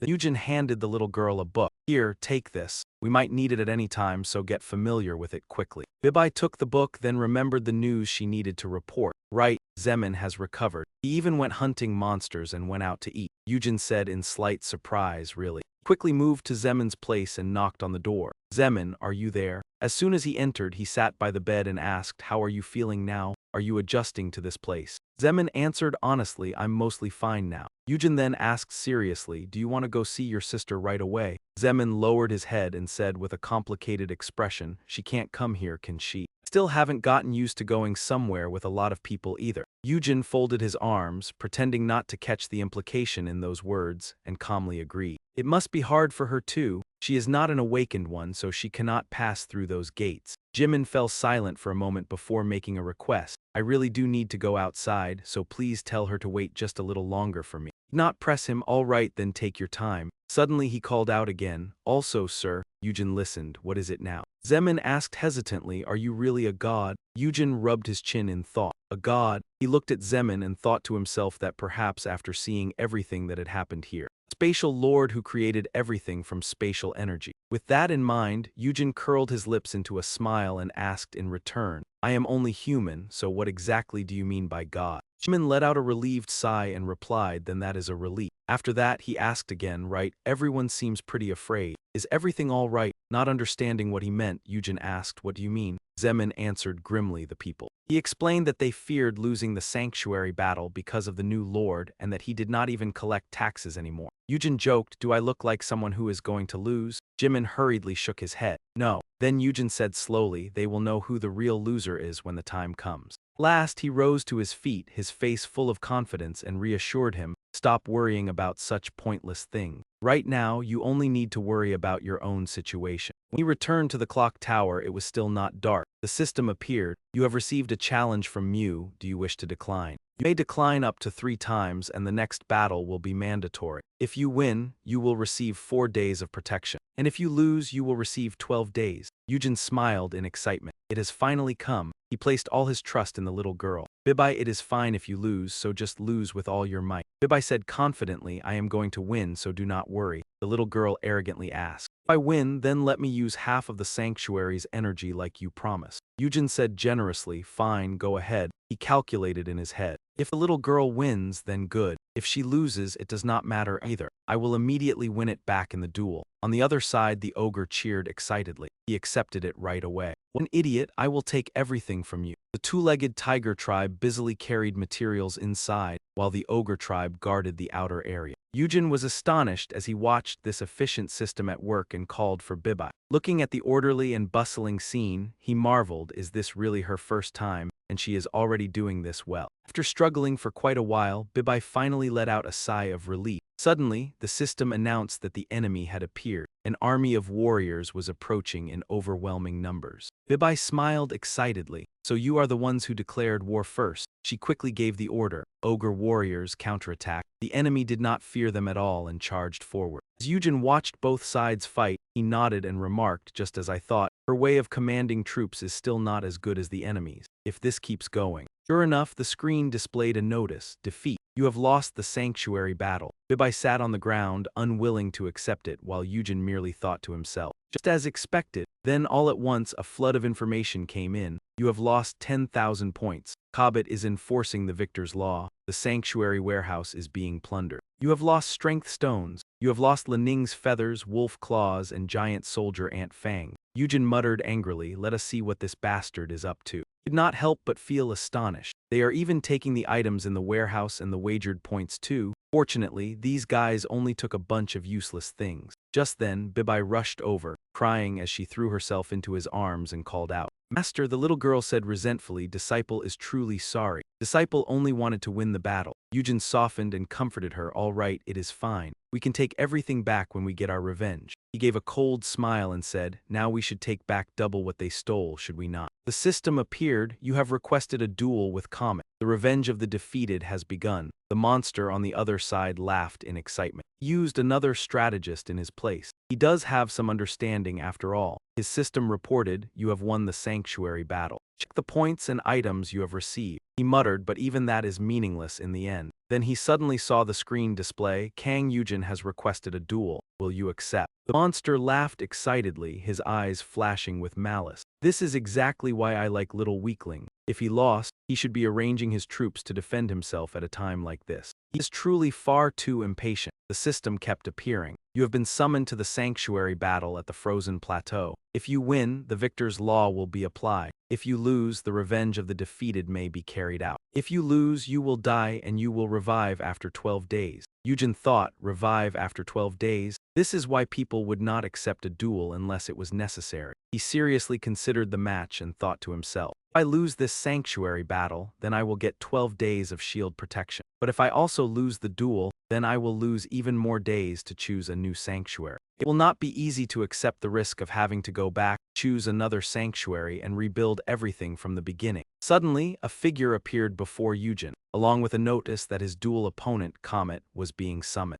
Comet appeared with a crafty grin and stepped forward, getting straight to the point. Esteemed new lord, may I make a proposal? Eugene asked back, what is it? Comet proposed it would be very dull if treasure were not counted in a bloody battle like this. So how about you and I each wager 1 dungeon as the reward? Eugene pondered in silence, watching him warily. Comet kept throwing out provoking words. Are you already thinking about defeat? You will never reach a high rank with thoughts like that. The corner of Eugene's mouth lifted. I can read every thought in his head. He calmly agreed to the request. Fine. In that case, why do we not make the wager even bigger? Since we are already doing this, we might as well go all the way. Comet laughed excitedly. You truly are generous. He suggested, then let us bet 100,000 points each. On the surface, Eugene calmly agreed. Done, but inwardly he hesitated a little. This is really. The system announced the first exit of Gasiel. Longing to planet Earth has been wagered, and the Tower of Nesha from planet Rak has been wagered. The moment the announcement ended, Comet smugly rushed forward. Rookie brat, shall we begin?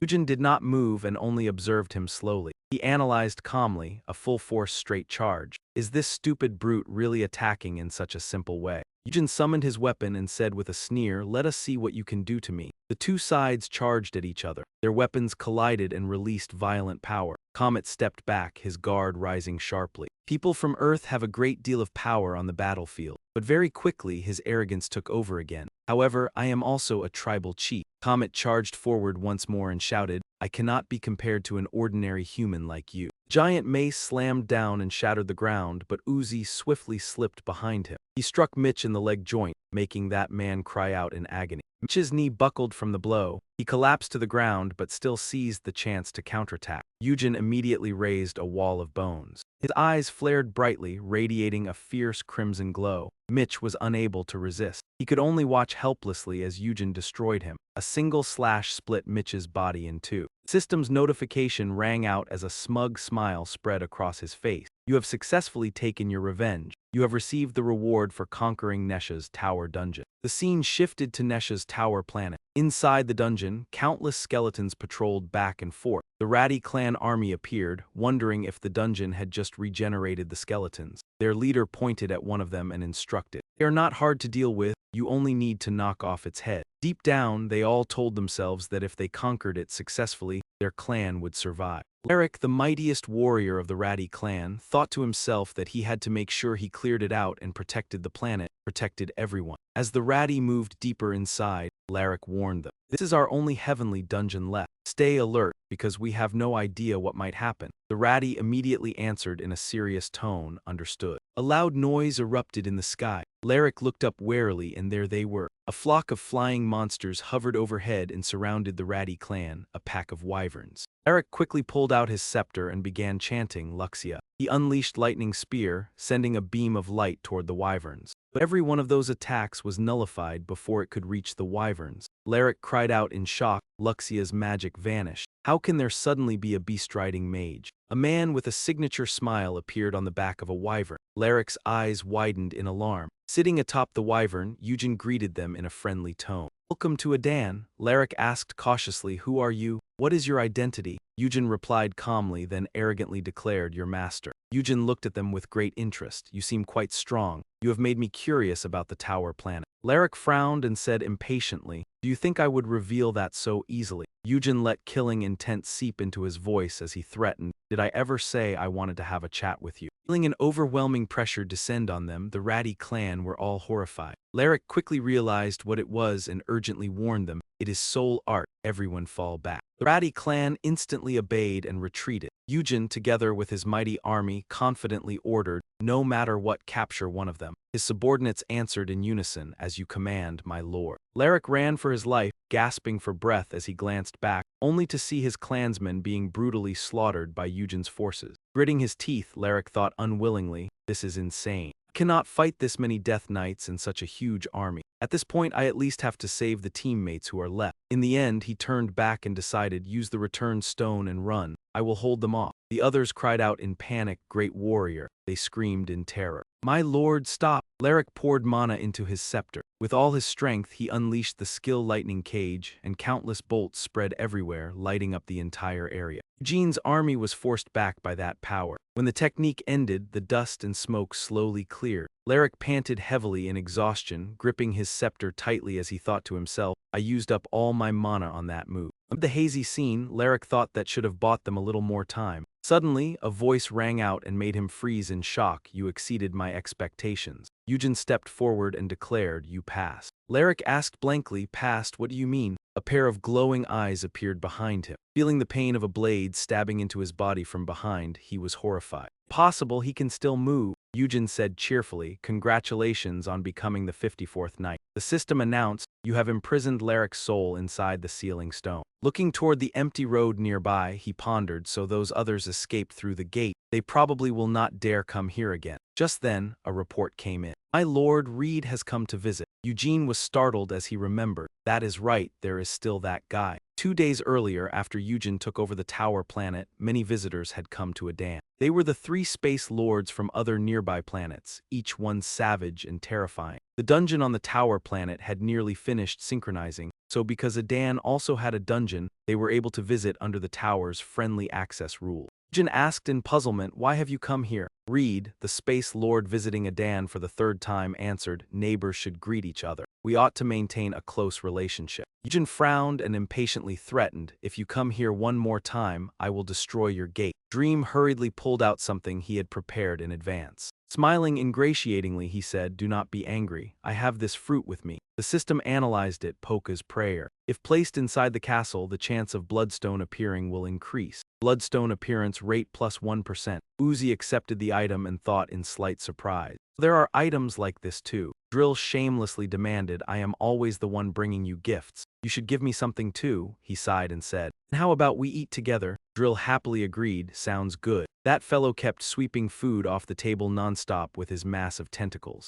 The sight of him eating was so ugly that even Bibi hid behind Eugene's back. While eating, he laughed and said, how embarrassing. Annoyed, he demanded, now that you are full, tell me the real reason you came here. Dream calmly wiped the corner of his mouth and said, let me ask you this first. He asked him, you know what powers exist on the tower planet? Eugene nodded. Yes. He stated what he knew, the natives, the Ratty clan, and the different guilds, the Black Hat Guild, the Red Hammer Guild, and the Yellow Chameleon Guild. Reed was astonished. How do you know all that? Eugene answered indifferently, I got myself a rather useful informant. He thought to himself that it was a member of the Ratty clan he had turned into a death knight. Dre narrowed his eyes in excitement. Oh my, it seems someone was faster than me. I wonder who it was. In that case, I will be direct. He extended an invitation. I serve the supreme being Razaki and belong to the strongest guild, the Yellow Chameleon Guild. Do you want to join me? Eugene sneered and refused outright. Why would I do that? I alone am enough to protect the dungeon. Reed refused to back down and said with a smile, just like a new space lord. If you only have one dungeon, then perhaps that might work. He shot the question back at him, but what if you have 2 or more?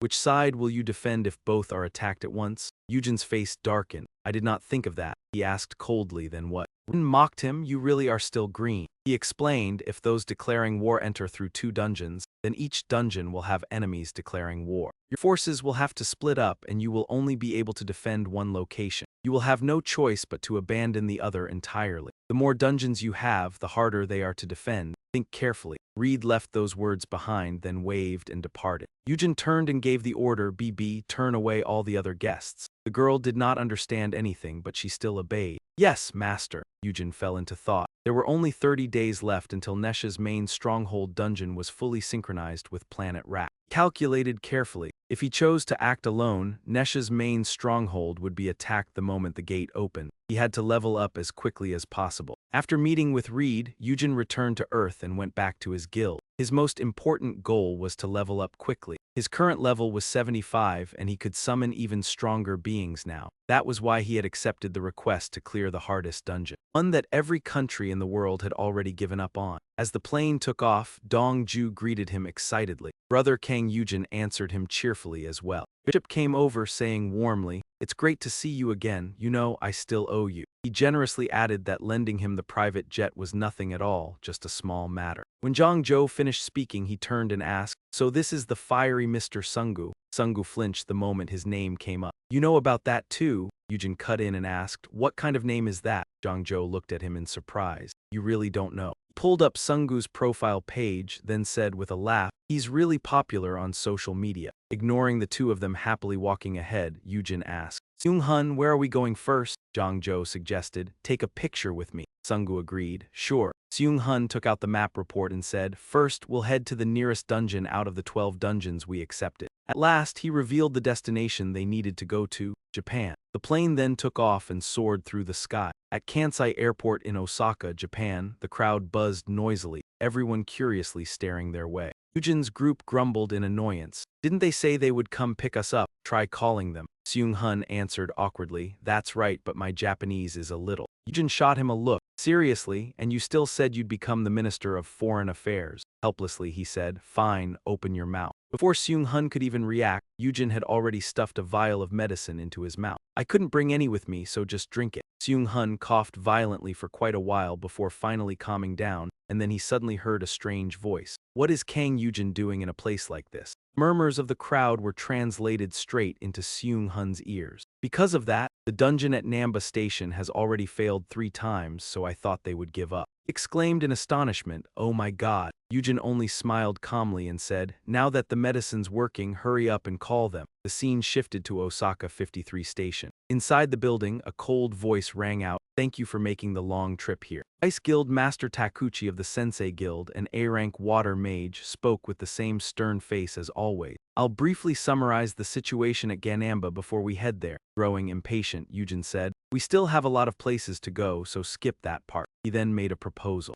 "To keep things simple, Sungu and I will capture the dungeon as fast as possible, then move on to the next one." Takuchi sneered inwardly. So confident. No matter how strong they were, there had to be a limit. He was puzzled. That was why having a well-rounded team was common practice. Just how was he planning to conquer a dungeon like this? Seeing that Takuchi said nothing, Eugene stated firmly, "Don't worry, just come along. I'll clear the dungeon completely according to our contract." In the end, Takuchi had no choice but to give in. "Then, at the very least, let me go with you. I need to write a report so we can mine bloodstones in the future." He thought to himself, "Let's see how Kang Eugene clears a dungeon." Eugene pondered quietly. Bringing him along would only slow him down, but then he remembered that the more sensei mined, the more benefits his guild would receive. According to the contract, after clearing the dungeon, the rate for dividing bloodstones and relics between the Adan Guild and the Sensei Guild was 7-3. Guild Master of Adan Guild, Kang Eugene, had signed it. Thinking of that, he nodded in agreement. "All right then, but you'll have to protect yourself." As soon as he finished speaking, Eugene turned and asked Dong-ju, "Bishop, then you should come too." Man asked excitedly, "I can come along." Dong-ju was thrilled inside. "I can't believe I actually have the chance to fight beside Brother Kang. He has never cooperated with another guild before. I really want to see how he captures a dungeon." The whole group headed to Ganamba. Leading the way, Eugene said, "All right, so there are 4 of us, let's go." Watching the 3 people in front of him, Takuchi hesitated slightly. He could not believe those 3 were really going to conquer a dungeon that even Japan's best team had failed to clear. He started calculating. They could not even use the return gate anymore. If they failed, they would definitely die. Even so, after all that hesitation, Takuchi still stepped inside. The moment he entered, he warned them, "Please be careful. From here on, there are werewolves." But what lay before his eyes was a ruined scene, with werewolf corpses scattered everywhere. Takuchi asked in horror, "Where did they all go?" Dong-ju calmly handed him something. "Take this." Bewildered, Takuchi took the dagger in his hand. Dongju sighed and relayed the message. He said that since you're tagging along, you should collect the bloodstones as well. He looked calm on the outside, but inwardly he was still deeply shaken. It had all happened in the blink of an eye. Dongju recalled what had happened a moment earlier. As soon as they entered the dungeon, the wolves charged at them. The two of them knocked them all down and pushed forward. He could not help but marvel. Eugene was already incredibly strong, but Hong Sungu's abilities were also above A rank. The two of them crouched there, splitting open the heads of each werewolf one by one. Takuchi panted wearily. What is going on? Why am I the one collecting bloodstones now? Just then Eugene returned with his skeleton army and urged them on. Let's keep moving, Dongju calmly asked. Finished already? Takuchi gaped in shock. No way. He wiped out all the basic monsters in the station in just 5 minutes. Gate leading to the next location appeared. Eugene smiled and said, all right, next. Molten lava spread out before them. The scene now looked like hell itself. Eugene's team stepped inside and he gave it a quick assessment. This time it's a volcano. Sungu scanned the area and reported, the gate is over there beyond the rock. Can we jump down? Takuchi objected immediately. No, we can't. Eugene asked curiously, why not? Explain the consequences. The volcano will erupt and spew lava if we move a certain distance away from the island. This dungeon has to be conquered another way. Frowning, he asked, what way? Takuchi immediately described the method. We start by dealing with the lava-flying fish living in the magma. That way, this island will connect to another island and create a path. We use that method to get out of the lava zone. Eugene sank into thought, his brows tightly furrowed. Then he suddenly gestured. Rock! A gigantic lava monster rose up. A glowing pair of horse-like legs appeared and Eugene pulled on the reins to control it. He summoned several more mounts and took the lead. All right, get on quickly. When Rock clears the way, stay right behind him. Takuchi refused to accept it. He shouted, didn't you hear what I said? If we leave the island, the mountain will erupt. But Eugene only cut him off coldly. They're my eyes. Takuchi stared in shock. Your eyes? Eugene looked toward the creatures hovering ahead. You can see them with the naked eye. They're circling in the air over there. He explained it to him. They live near volcanoes. If they make contact, they'll explode. Fortunately, they aren't too close to the magma. Eugene curled his lips into a smile and said confidently, as long as we stay near Rock, they won't attack. So there was an uphill slope ahead, with Eugene's group following close behind. Takuchi curiously asked, Brother Eugene, where did you get that information? Eugene answered, from my master. I couldn't possibly know every monster in every country. Dongdo was a little surprised, so Eugene really did have a master. Sungu was curious too. You mean Anfin? Did you learn magic from that person as well? Eugene shook his head and replied, no, I taught myself that. I learned things that were far more important. Sungu wondered, more important? He only saw Eugene flash a sinister smile. Eugene recalled the image of standing amid countless colors and flames, with conquest and extermination ruling over fear.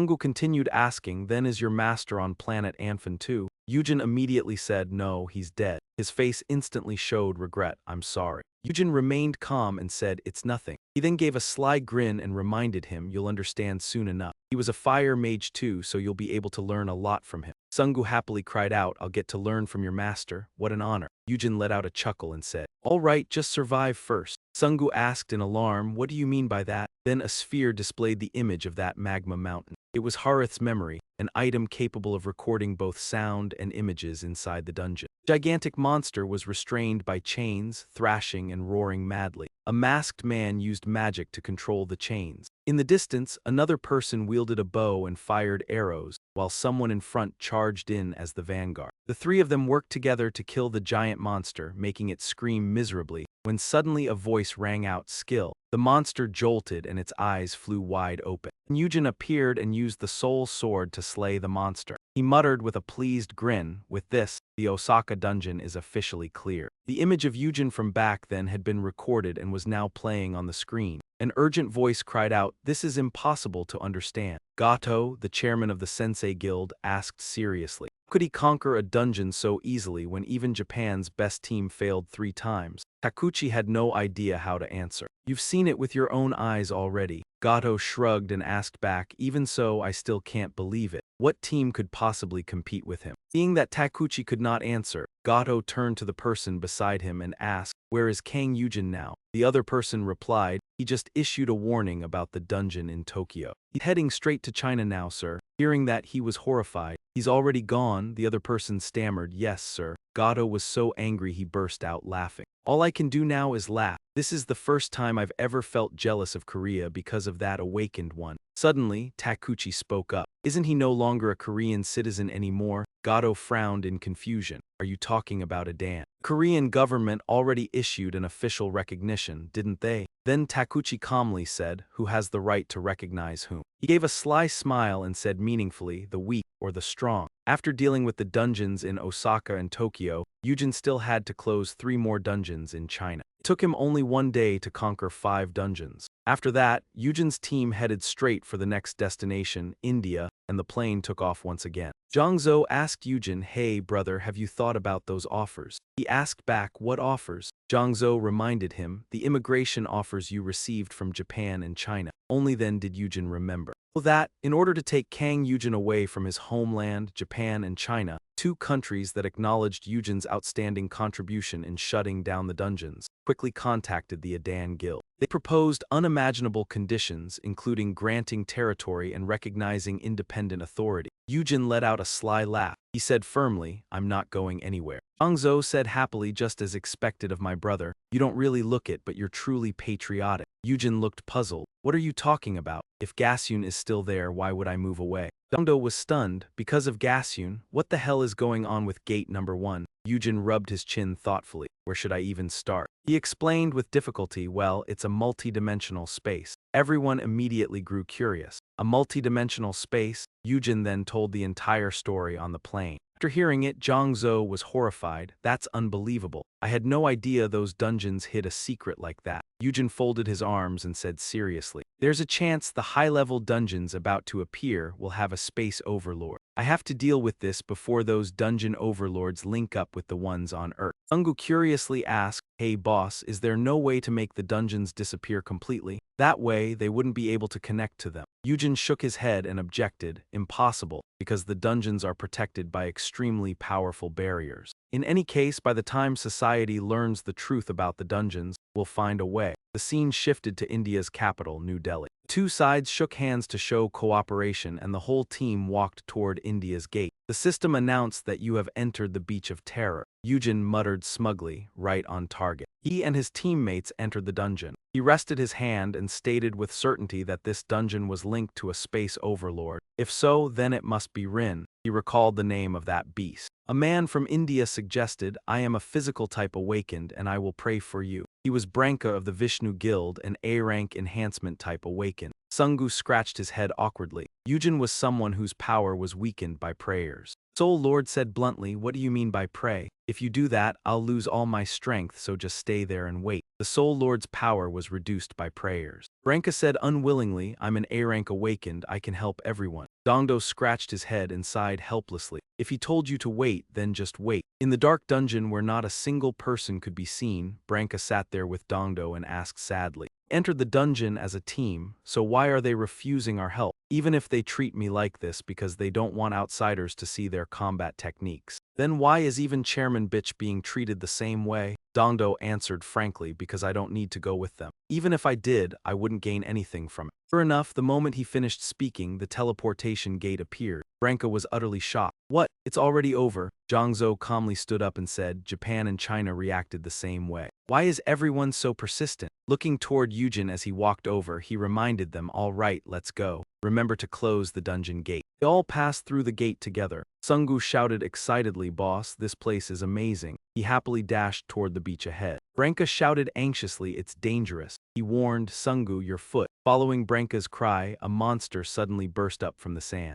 Sungu gently pinned the monster down, letting out a relieved breath before jolting in surprise. You scared everyone there. He raised it excitedly and asked, boss, there's a huge crab here. It's been forever since I had such delicious crab, let's cook it. Duanji was still shaken as he warned them that they moved in groups. Let's hurry. Sure enough, a swarm of crab monsters quickly surrounded Sungu. Eugene merely stood still as the crab creatures made him laugh in amazement. What a good year for catching crabs. They only saw Sungu roast them with fire until they were fully cooked. Eugene suggested that grilled king crab tasted great too, and since he was hungry, it was time to cook. The crab shells had all been stripped of meat and were scattered across the ground. Unzi stared in shock, unable to close his mouth. Wait, what is this? He looked at the delicious crab feast before him. Dongju still made demands. Brother, pass me a paper cup. Eugene agreed that he wanted one too. Here's the cup, Dongju said happily as he invited them. Hey, foreign friend, come sit down too. Stop making that face and enjoy it. Blanca was still terrified, though the warning in his voice had already softened. Everyone, this is a dungeon. They might be poisonous.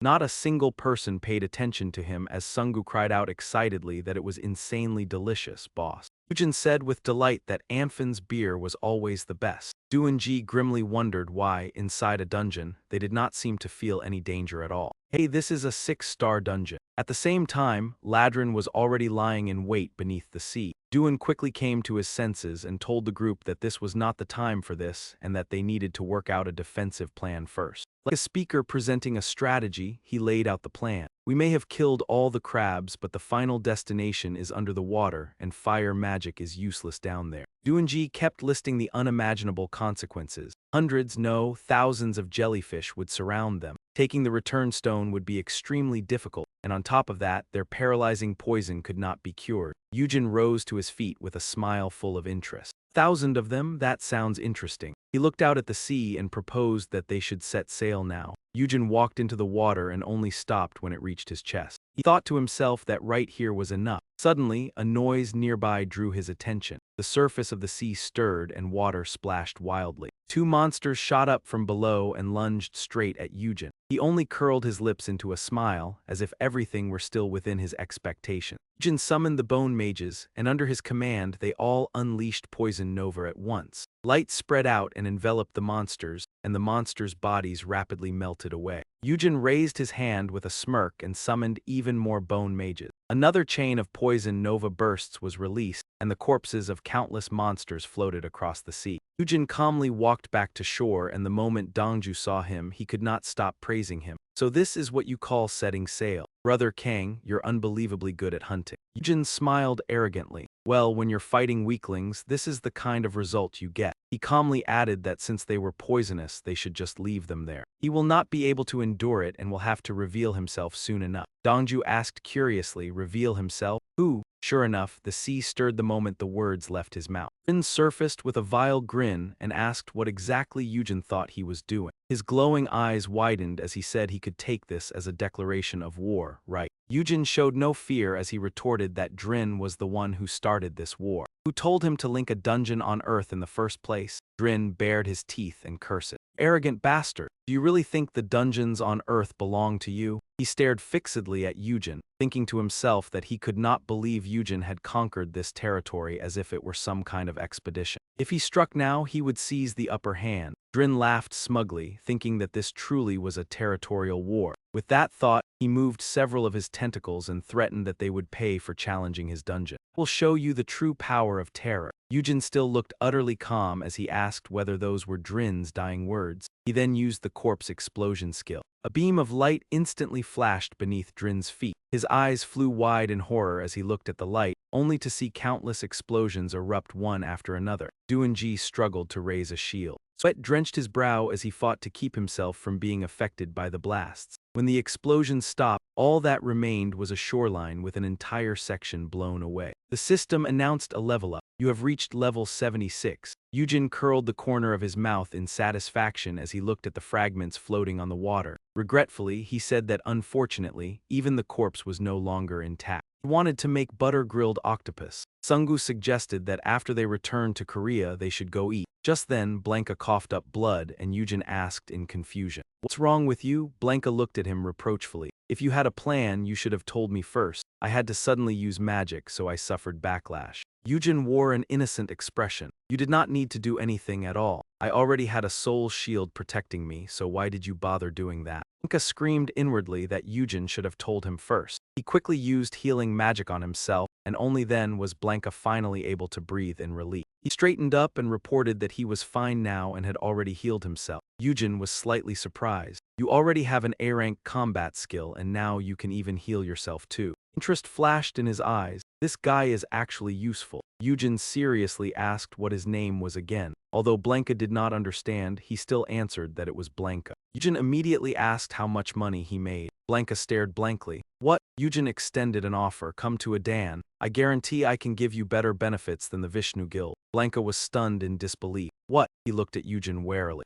Why is he suddenly trying to recruit me? Blanca refused at once. I am truly grateful for your offer, but I am very close to the guild master. Vishnu is the place I will devote my whole life to. Eugene sneered and his gaze became even more possessive. Look at this guy, he is pretty loyal. In any case, there were plenty of ways to persuade him. The whole team got into the car to return and cheerful laughter echoed inside. I cannot believe you cleared an unbeatable dungeon that easily. The Vishnu Guild master, Kasim, said sincerely. I am very grateful. Eugene crossed his arms and cut him off, saying the flattering words were enough. He had something he wanted to ask for. Kasim froze and asked what request he meant. Eugene immediately stated his demand. Hand Blanca over to Adan. Both Kasim and Blanca were stunned. Kasim naturally refused. Blanca and I are as close as brothers. Eugene repeated brothers. Then he asked in all seriousness how much money would that cost. Kasim immediately objected. No, you can't bribe me with money. Blanca called out, moved, Chairman. Eugene calmly laid out the benefits.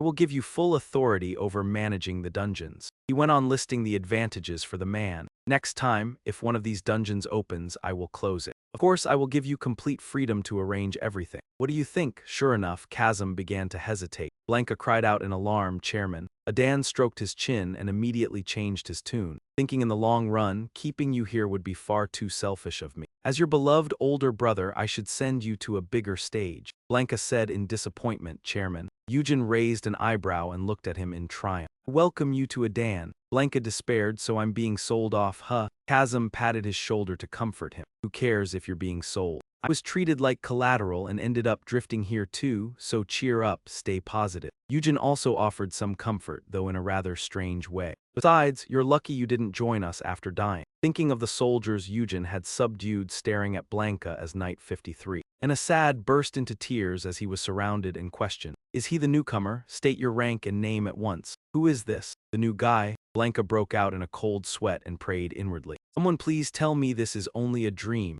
Newspapers kept reporting on the continued conquest of dungeons around the world. Then came another article about the conquest set to happen in 1 hour, Paris saved. There's even a headline saying the whole world had been saved. One paper emphasized it even more, Earth's final fortress, Kang Eugene is drawing closer. Only 3 days, that was all the time Kang Eugene needed to clear the world's toughest dungeons. At the Korean government, the news broadcast moved on to another report. Under the headline Breaking News, the United States sends a national representative to Adan. The anchor reported that after Japan and France, the United States had also established diplomatic ties with Adan. Requesting cooperation from the Korean government, Adan had formed an alliance with the United States. A man who heard this news let out a bitter laugh. Korean President Kim Byung-man eased his worried expression. Whether he signed a treaty or not no longer mattered. The man opposite him agreed. That's right, our hands are tied. The young man asked, how are the people reacting? The Prime Minister of Korea replied, they only see it as an agreement. Byung-man thought anxiously.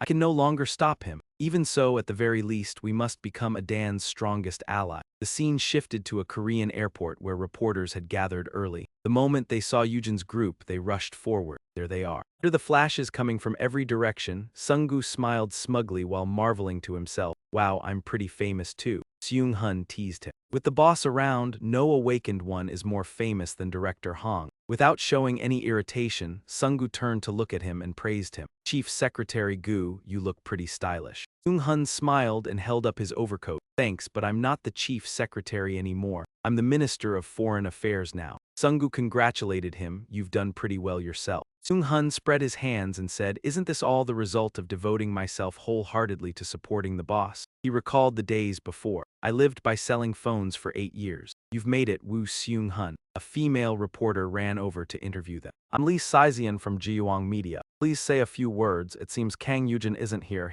Before she could finish speaking. Seung-hun cut her off sternly. He is the king of Adan, yet you still call him Kang Eugene? The female reporter hurriedly corrected herself. Where is the king of Adan? He answered coldly, His Majesty is in the dungeon. The easily misunderstood reply left her stunned. Do you mean His Majesty is in an American dungeon? Seung-hun shook his head. No, why would it be in the United States? The reporter still tried to ask when His Majesty's schedule was, but Seung-hun coldly replied. Can't disclose that. He only offered a slight hint, but His Majesty has probably already arrived at Seoul Station. The reporter gasped in shock. Seoul Station. The scene shifted to Seoul Station. At this moment, not a single person was there. Inside Eugene's tower, a curious voice rang out, "Why are we here?" While watching the screen, Eugene said calmly, "They're plotting to link the territories together now that the protected time has ended." At that moment, a girl's information appeared. Advanced Fortress of Multidimensional Space. Lord Leah, Human Race, Battle Record. Territory battles 102 wins, 542 losses. Duels 640 wins, 230 losses. He became interested.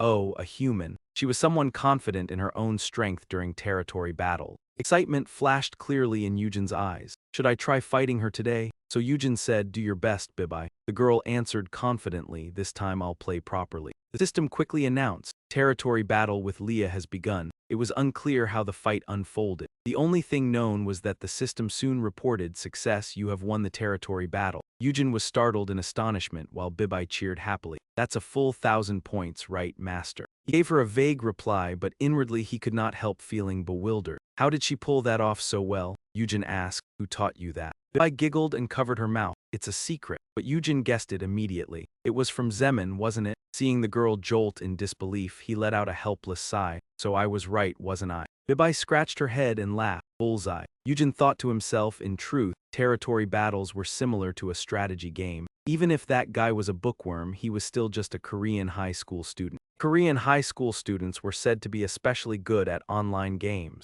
Eugene teased, "I'll leave this to Jimn from now on." Bibi panicked, thinking he meant it, and hurriedly stopped him. "No way, those are my points." Suddenly, a blue light flashed. Eugene laughed as he looked at the screen, just as I expected. The screen showed that Leah had requested a duel. Fulfilling the loser's request, the duel will begin automatically. The scene shifted to a barren desert. Eugene arrived there through the teleportation matrix. Then he paused slightly when he looked ahead. Leah had been standing there waiting for a long time. She lit a cigarette and mocked him. "Just think, I lost to a newcomer and that person is right here." Leah kept throwing out probing questions. "You came from Earth, didn't you?" Place has been the hottest topic these past few days. "Your name is Kang Eugene, right? We should introduce ourselves first, shouldn't we?" Eugene frowned, all warmth vanishing from his gaze. He asked directly, "What exactly are you trying to pull?" Leah feigned innocence. "What are you talking about? I was only saying that since we've met, we should at least be a little friendly." Eugene coldly pointed out, "We're going to have to kill each other anyway, so there's no need to become friends." She snorted with laughter and muttered, "Definitely a newcomer."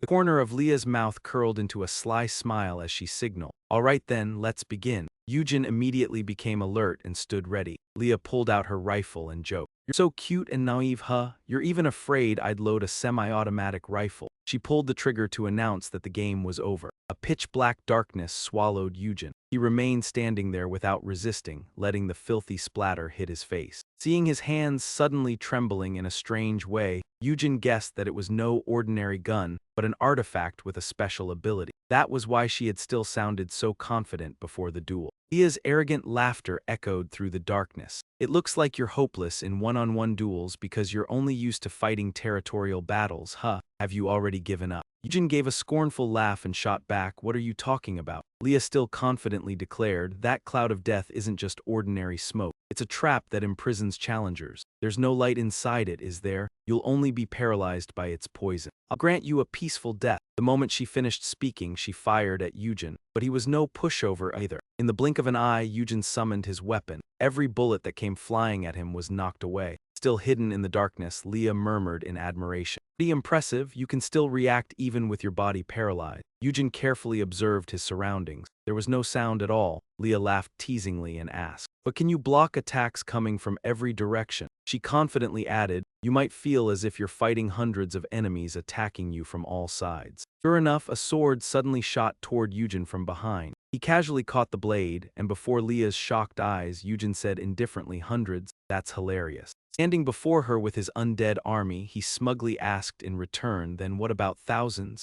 Eugene gave the order, "Go capture her." His army instantly flared red-eyed and muttered, "Grant the king's enemy the privilege of death." The vanguard skeleton soldiers charged forward, and Leah clicked her tongue and turned to flee. But one skeleton had already rushed ahead and swung its sword at her. Leah hurriedly used her handgun to block it and barely saved her life. She fired straight at the skeleton soldier's eye socket. However, as soon as one fell, two more rushed in. Faced with the densely packed army, Leah grew wary. The skeleton's slashes kept coming and were blocked in rapid succession. Leah kept backing away and thought to herself, the cloud of death isn't doing anything at all. She desperately searched for a solution. I can't fight all these summoned soldiers one by one. I have to focus all my power on that summoner. Before Leah could even react, a shadow appeared beside her, and the black-armored knight coldly raised his sword and brought it down. Leah's scream rang out in agony. Dust and smoke filled the air, blocking the view. Leah's hat was blown away as well. She coughed up blood with difficulty. Covered in countless wounds and with several swords lodged in her body, Leah stood unsteadily in the middle of Eugene's undead army.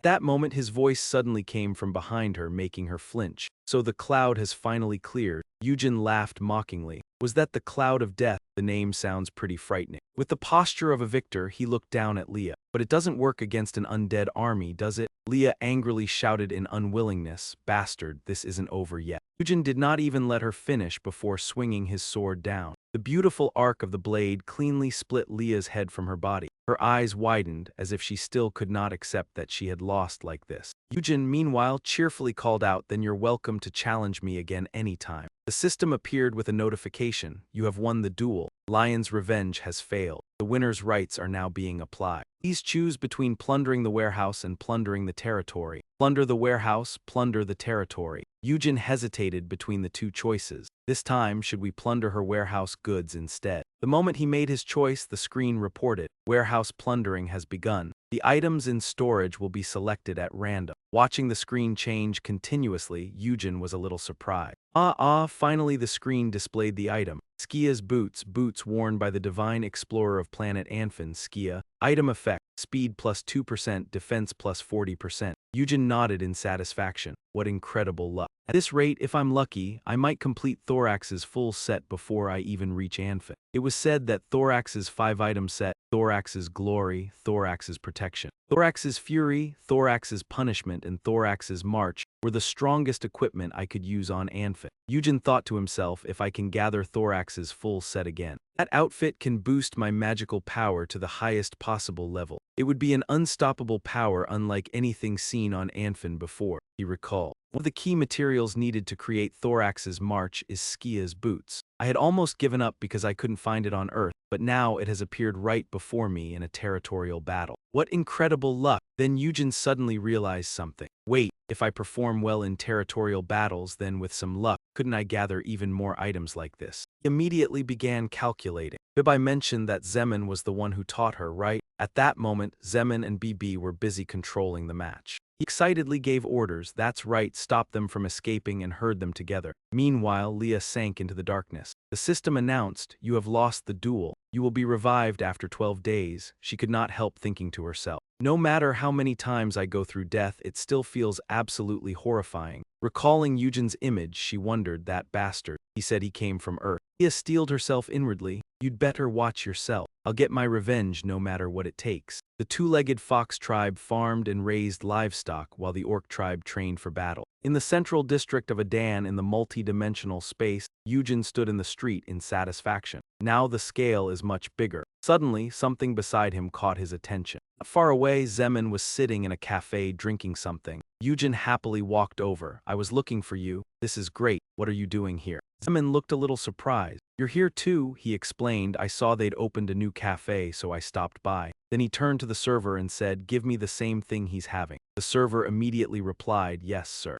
Seeing Eugene actually take a sip, Zeman cried out in shock, what? You're really going to drink that? Sure enough, after just one mouthful, he spat it all out and coughed violently. Zeman explained, it's blood. Eugene looked at the cup in disgust. They really sell all kinds of bizarre things here. Still at that cafe, Eugene sat beside him and asked about the situation. By the way, are you good at territorial battles? Did you learn it from games? Zeman answered honestly, I played a little, but I quit before my 3rd year of high school. He nodded, I see. Eugene then made a suggestion. Would you like to fight a few territorial battles for me? Zeman hesitated a little. Couldn't you ask some professional gamers instead? I'm not very confident. Eugene sighed. How could I possibly trust other people? Eugene looked at Zeman with a trusting expression. It doesn't matter if you lose. Winning or losing isn't important. What really matters is whether I can trust you. Moved, he said, I understand. Having achieved his goal, Eugene smiled and reminded him, The next territorial battle is in 4 days, which works out to about 1 day on Earth. Until then, get some rest.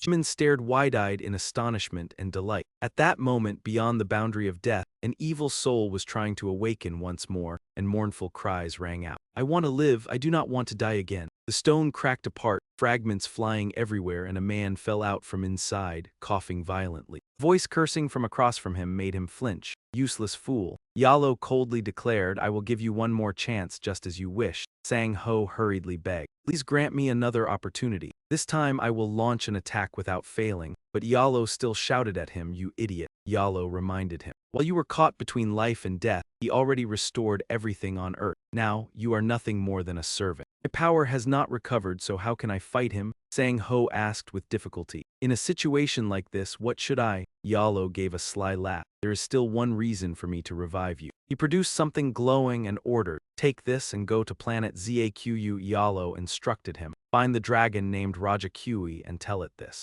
It can destroy Earth. I will allow it to enter planet Ipiran and live there. His face at that moment was filled with malice. He continued issuing orders. After that, go to Earth and stir up unrest to divide the people, preparing to turn them into my servants. The power of this item will aid you. Sang Ho knelt down and respectfully raised both hands to receive it. With a solemn expression, he replied, I will obey your command. As the light faded, it revealed the shape of an exquisite ring. System explained, Yalo's ring. This is a ring containing the magical power of the 3 spatial sovereigns. Yalo's mark is engraved on this item. The user can freely alter its form at will through polymorph magic. Total magic power increases by 200%, and energy recovery speed increases by 200%. Scene shifted to the housing complex for workers and their families in the Adon region. Jaiwon glanced at the clock and confirmed over the phone, okay, 7 tonight, right? Hearing the question from the other end, she answered, yeah. Eugene cannot make it. That is right, he has something to do. Okay, see you later. Jaiwon turned on the bathroom light. She went inside and opened the faucet. She carefully washed herself clean before the appointment. Lowering her eyes, she thought, if only Eugene could come. After all, this is the first-class reunion in 5 years. She recalled the phone screen showing her messages with Kang Eugene. At that time, she had asked, can you come to the class reunion I mentioned before? But Kang Eugene replied, I do not have time. Maybe next time. Jaiwon could only say, yeah, all right then, make sure to take care of yourself. She thought to herself, but it cannot be helped. He is the busiest person in the world. Jaiwon stepped out of the room wrapped in a towel. The moment she came out, she saw someone calling to her. Nuna. Jimn gave an awkward smile and said, long time no see. Jaiwon rushed forward emotionally and hugged him, calling out Jimn. Crying bitterly, she said, it is okay, it is okay. So what if you became a vampire? You are still you. I will accept everything. Jimn awkwardly patted her to comfort her. Nuna, could you please let go of me? Jaiwon still held him tightly until Jimn reminded her. Nuna, Hyung Eugene is here too. Froze. Eugene stood outside the door, waving at the siblings. What a touching sibling reunion. Jaiwon immediately blushed deeply in embarrassment. Jimn could only force a dry smile. Jaiwon hurried back to her room at top speed. Eugene asked in confusion, why was she so startled all of a sudden? Jimn answered helplessly, are you asking because you truly do not know? Eugene waved his hand and turned to leave. All right, you two have a nice talk. Jimn asked, are you leaving already? He calmly replied, do you think I have time to spare? I still have to get back to the dungeon and level up as quickly as possible. Eugene stepped out the door and said, I am off. The closing door signaled that he had left. Jimn was still astonished. Leveling up, he is still training so diligently even though he is already that strong, he thought to himself. He is more dedicated than I thought. Eugene strode toward the car. Did you check the dungeon I mentioned? Seung-hun replied, yes sir, I will take you there now. Scene shifted to Mokdong Station, exit 4. Eugene stepped out of the car. Before going inside, he instructed them, I will be here all day, so if you want, you can head back to eat and rest. Seung-hun immediately replied, understood, boss. Please do not worry. We will guard the entrance like an iron wall. Eugene nodded and said, all right, work hard. The iron gate released a powerful surge of electricity. The system announced, you have entered the grasslands of Mivik. Please choose one of the modes below. Duel, territorial war, visit, infiltration, and conquest. Looking at the screen still displaying the message, you have entered the grasslands of Mivik. Please choose one of the modes below: duel, territorial war, visit, infiltration, and conquest. He muttered, as expected, this dungeon belongs to a spatial sovereign. Eugene pondered in calculation. Based on my experience, most dungeons that reach 6 stars are owned by dungeon masters. Meanwhile, dungeons with even higher energy levels usually belong to the 3 spatial sovereigns. He thought, this dungeon is no exception either. Because those spatial sovereigns are trying to link themselves to the entire world, it is only a matter of time before one of them successfully connects to Earth. Jimn reflected, of course, I can sever the connection by conquering the dungeon. But if a spatial sovereign comes here, Earth will suffer enormous damage. I cannot deal with every dungeon all at once. Eugene grumbled irritably, what a headache. That aside, why is there not a single monster here? Did they not invest even a little energy into this dungeon? Suddenly, a teleportation gate appeared. Eugene smirked and guessed, so he means I do not need to waste time in a tiny place like this and can just go meet him directly.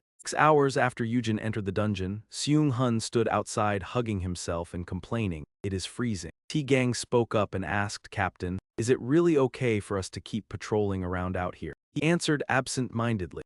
T-Gang voiced what he had been wondering, have we not already become an independent state? Why are we still on South Korean soil now? Seung-hun quickly reminded him, hey, the treaty has not been signed yet. Besides, do you think we are in North Korea or something? Crossing his arms, he explained, but you are right. We are people of another nation. If you move to Adon under the status of a South Korean citizen, you will become a worker of Adon. T-Gang nodded and said, so that is how it is. Seung-hun asked gloomily, forget that for now, but why hasn't the boss come out yet? T-Jeong immediately agreed, you're right. Judging by the usual time spent in a dungeon, the boss is already a bit late. Glancing at the clock, his anxiety surged again. 6 hours had already passed, which was nearly a full day here. Seung-hun hesitated as he looked inside when T-Jeong suddenly caught sight of a new report. There was fresh news about these dungeons. Whatever he saw made his eyes go wide. This is, Seung-hun said impatiently, what is it? Turn the sound up. On the phone, the news anchor announced. The dungeons are being reset simultaneously from this moment onward. At present, 11 dungeons in Seoul, 4 in Daegu, and 37 in Busan have already been reset, out of a total of 22 newly recreated dungeons.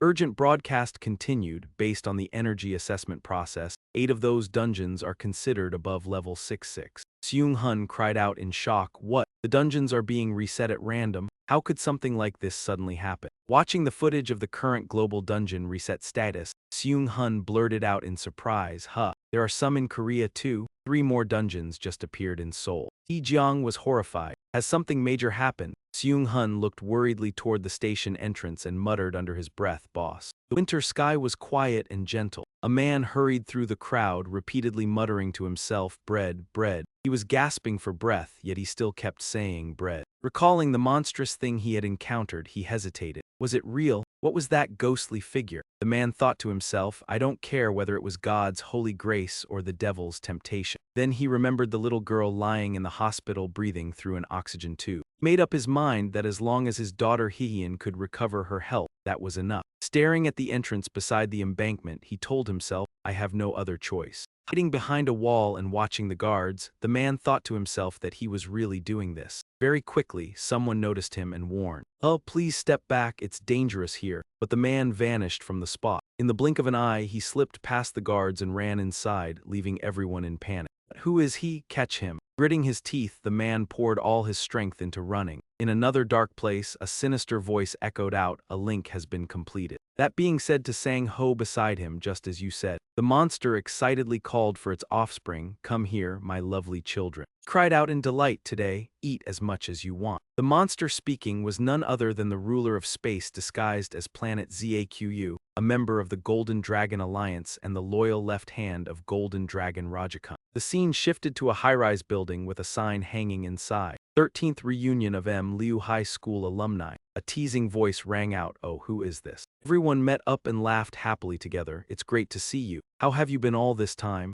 His friends said to Jigun Jigun. Just as I thought, Eugene can't come here today, right? She stammered awkwardly at a loss for words. I don't think so either. But the girls still sighed in disappointment. What a shame. We all gathered here because we thought Eugene would come. Jaiwon chimed in as well, saying it really would have been nice if Eugene had come. She thought to herself that Eugene would surely be happy too if she could meet her old friends again and reminisce about the past. Just then, a noise sounded from outside the door. Woon wondered what was going on, saying it was terribly noisy outside. The door was suddenly smashed open, and someone rushed in to warn them. Please find a place to hide immediately, there are monsters outside. But it was already too late. A swarm of giant spiders had already poured inside. They quickly tore that server who came to warn them to pieces. At that moment the shell woman strode in cheerfully. Was this banquet prepared for me? Everyone trembled in fear. She laughed excitedly. This place is overflowing with the scent of fresh prey. Back on the busy yet peaceful streets, Jimn happily strolled along, taking in everything around him. Looking at his reflection in the glass, he spoke to himself. I thought I had already gotten used to multi-dimensional space, but just as expected, the human world is still the best. It's honestly embarrassing that I can only go for a walk at night. All of a sudden, something appeared on the main road. Seeing the armored tank, Jimn grew curious. What's going on? But he quickly brushed it off and kept walking forward. When Jimn turned on his phone, he was startled. What the hell? Something's wrong. The news on the screen read, emergency. A dungeon break has occurred at Seoul Station, Gangnam Station, Isu Station, University Station, Guru Station, Daram Station, Juksan Station, Wanak Station, Kachasan Station, Wangsimni Station, Seoulung Station, Mokdong Station, and Jongno 3 Ga Station, Gyeongdaemun Station, and Yangyi Station. We urge residents to quickly seek the nearest shelter or move to a safe location. Jimn was horrified. This is real, there are 14 dungeon breaks in Seoul alone. Then he suddenly realized something serious. Wait, if it's the university station, then that's exactly where my older sister is having her alumni gathering. At the same time, the shell woman had already arrived in front of Jaiwon, while a flock of giant creatures circled overhead. Passers-by fled in terror. A flare was fired, and several more followed to stop the creatures from advancing. The soldiers hurriedly directed the civilians. Please move quickly and take shelter here. Seeing the number of monsters continue to increase, one soldier clenched his fist. Damn it, what the hell is going on?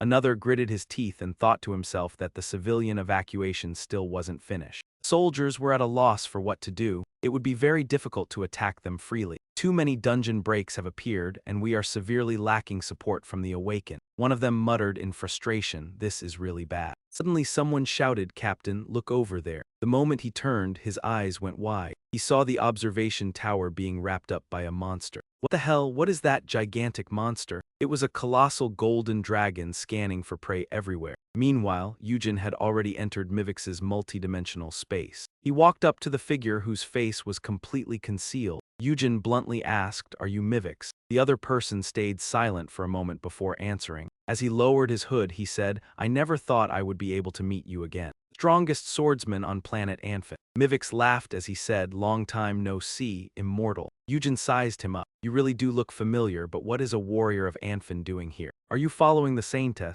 Mivix seemed slightly surprised. The Saintess, you mean? She's still alive? Eugene instantly caught the key point. Still. Pretended not to know anything and replied, that's right, she's still alive and she's even helping me now. Mivix burst out laughing. The Saintess is helping you, even though her fate is truly miserable. Chuckling, he said, I can't believe she betrayed the Alliance and is now standing on the side of the immortal to save Anfin. Eugene suddenly cut in, isn't that your fate instead? He sneered and calmly exposed him. To save yourself, you betrayed the Alliance and joined Janet's side. If you shared the same goal as the Saintess, then you truly had no other choice. Mivix did not get angry and only replied slowly, if you're calling me a traitor, then you're mistaken about something. He explained that on the first planet, Janet was not someone who could be opposed. He was a new order. An absolute law that not even the gods could stop. Mivix smiled and reminded him in a friendly tone, which is why calling me a traitor isn't exactly accurate. Eugene said with disdain, what nonsense. He arrogantly declared, law, everything will end the moment I destroy it all.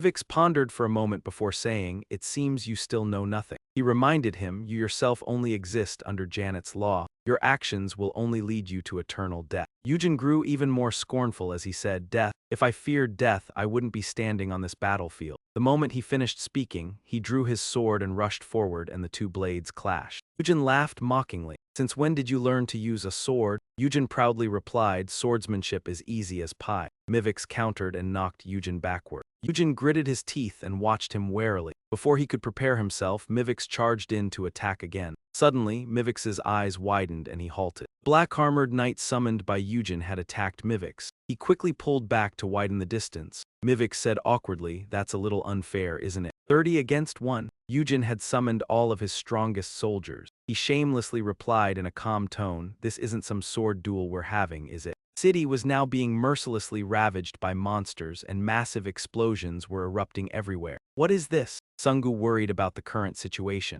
"Another dungeon has broken too." He asked about the situation elsewhere. "How is the area around Adan doing?" His subordinate gave a detailed report. "Director Choi Hyacinth is holding the line there, but it seems to be a bit too much even for her." Even Sungu was shocked by how unfavorable the situation had become. "What? Hyacinth isn't lacking in experience dealing with rank monsters. Has it really gotten that bad?" The employee went on to describe the emergency unfolding. "A dragon just appeared at Namsan, so everything is in complete chaos. All the monsters around Seoul are heading toward Namsan." He broke out in a cold sweat as he remembered the crucial location right behind Adan. Sungu anxiously asked about one person's safety. "How is the boss?" "It doesn't look very promising. He still hasn't come out of the dungeon." Everything happening was far beyond control, which made him extremely tense, especially at a time like this when he was absent. The radio was reporting on the recent phenomenon, saying that powerful bosses were controlling all the monsters. But because they were moving in an orderly formation,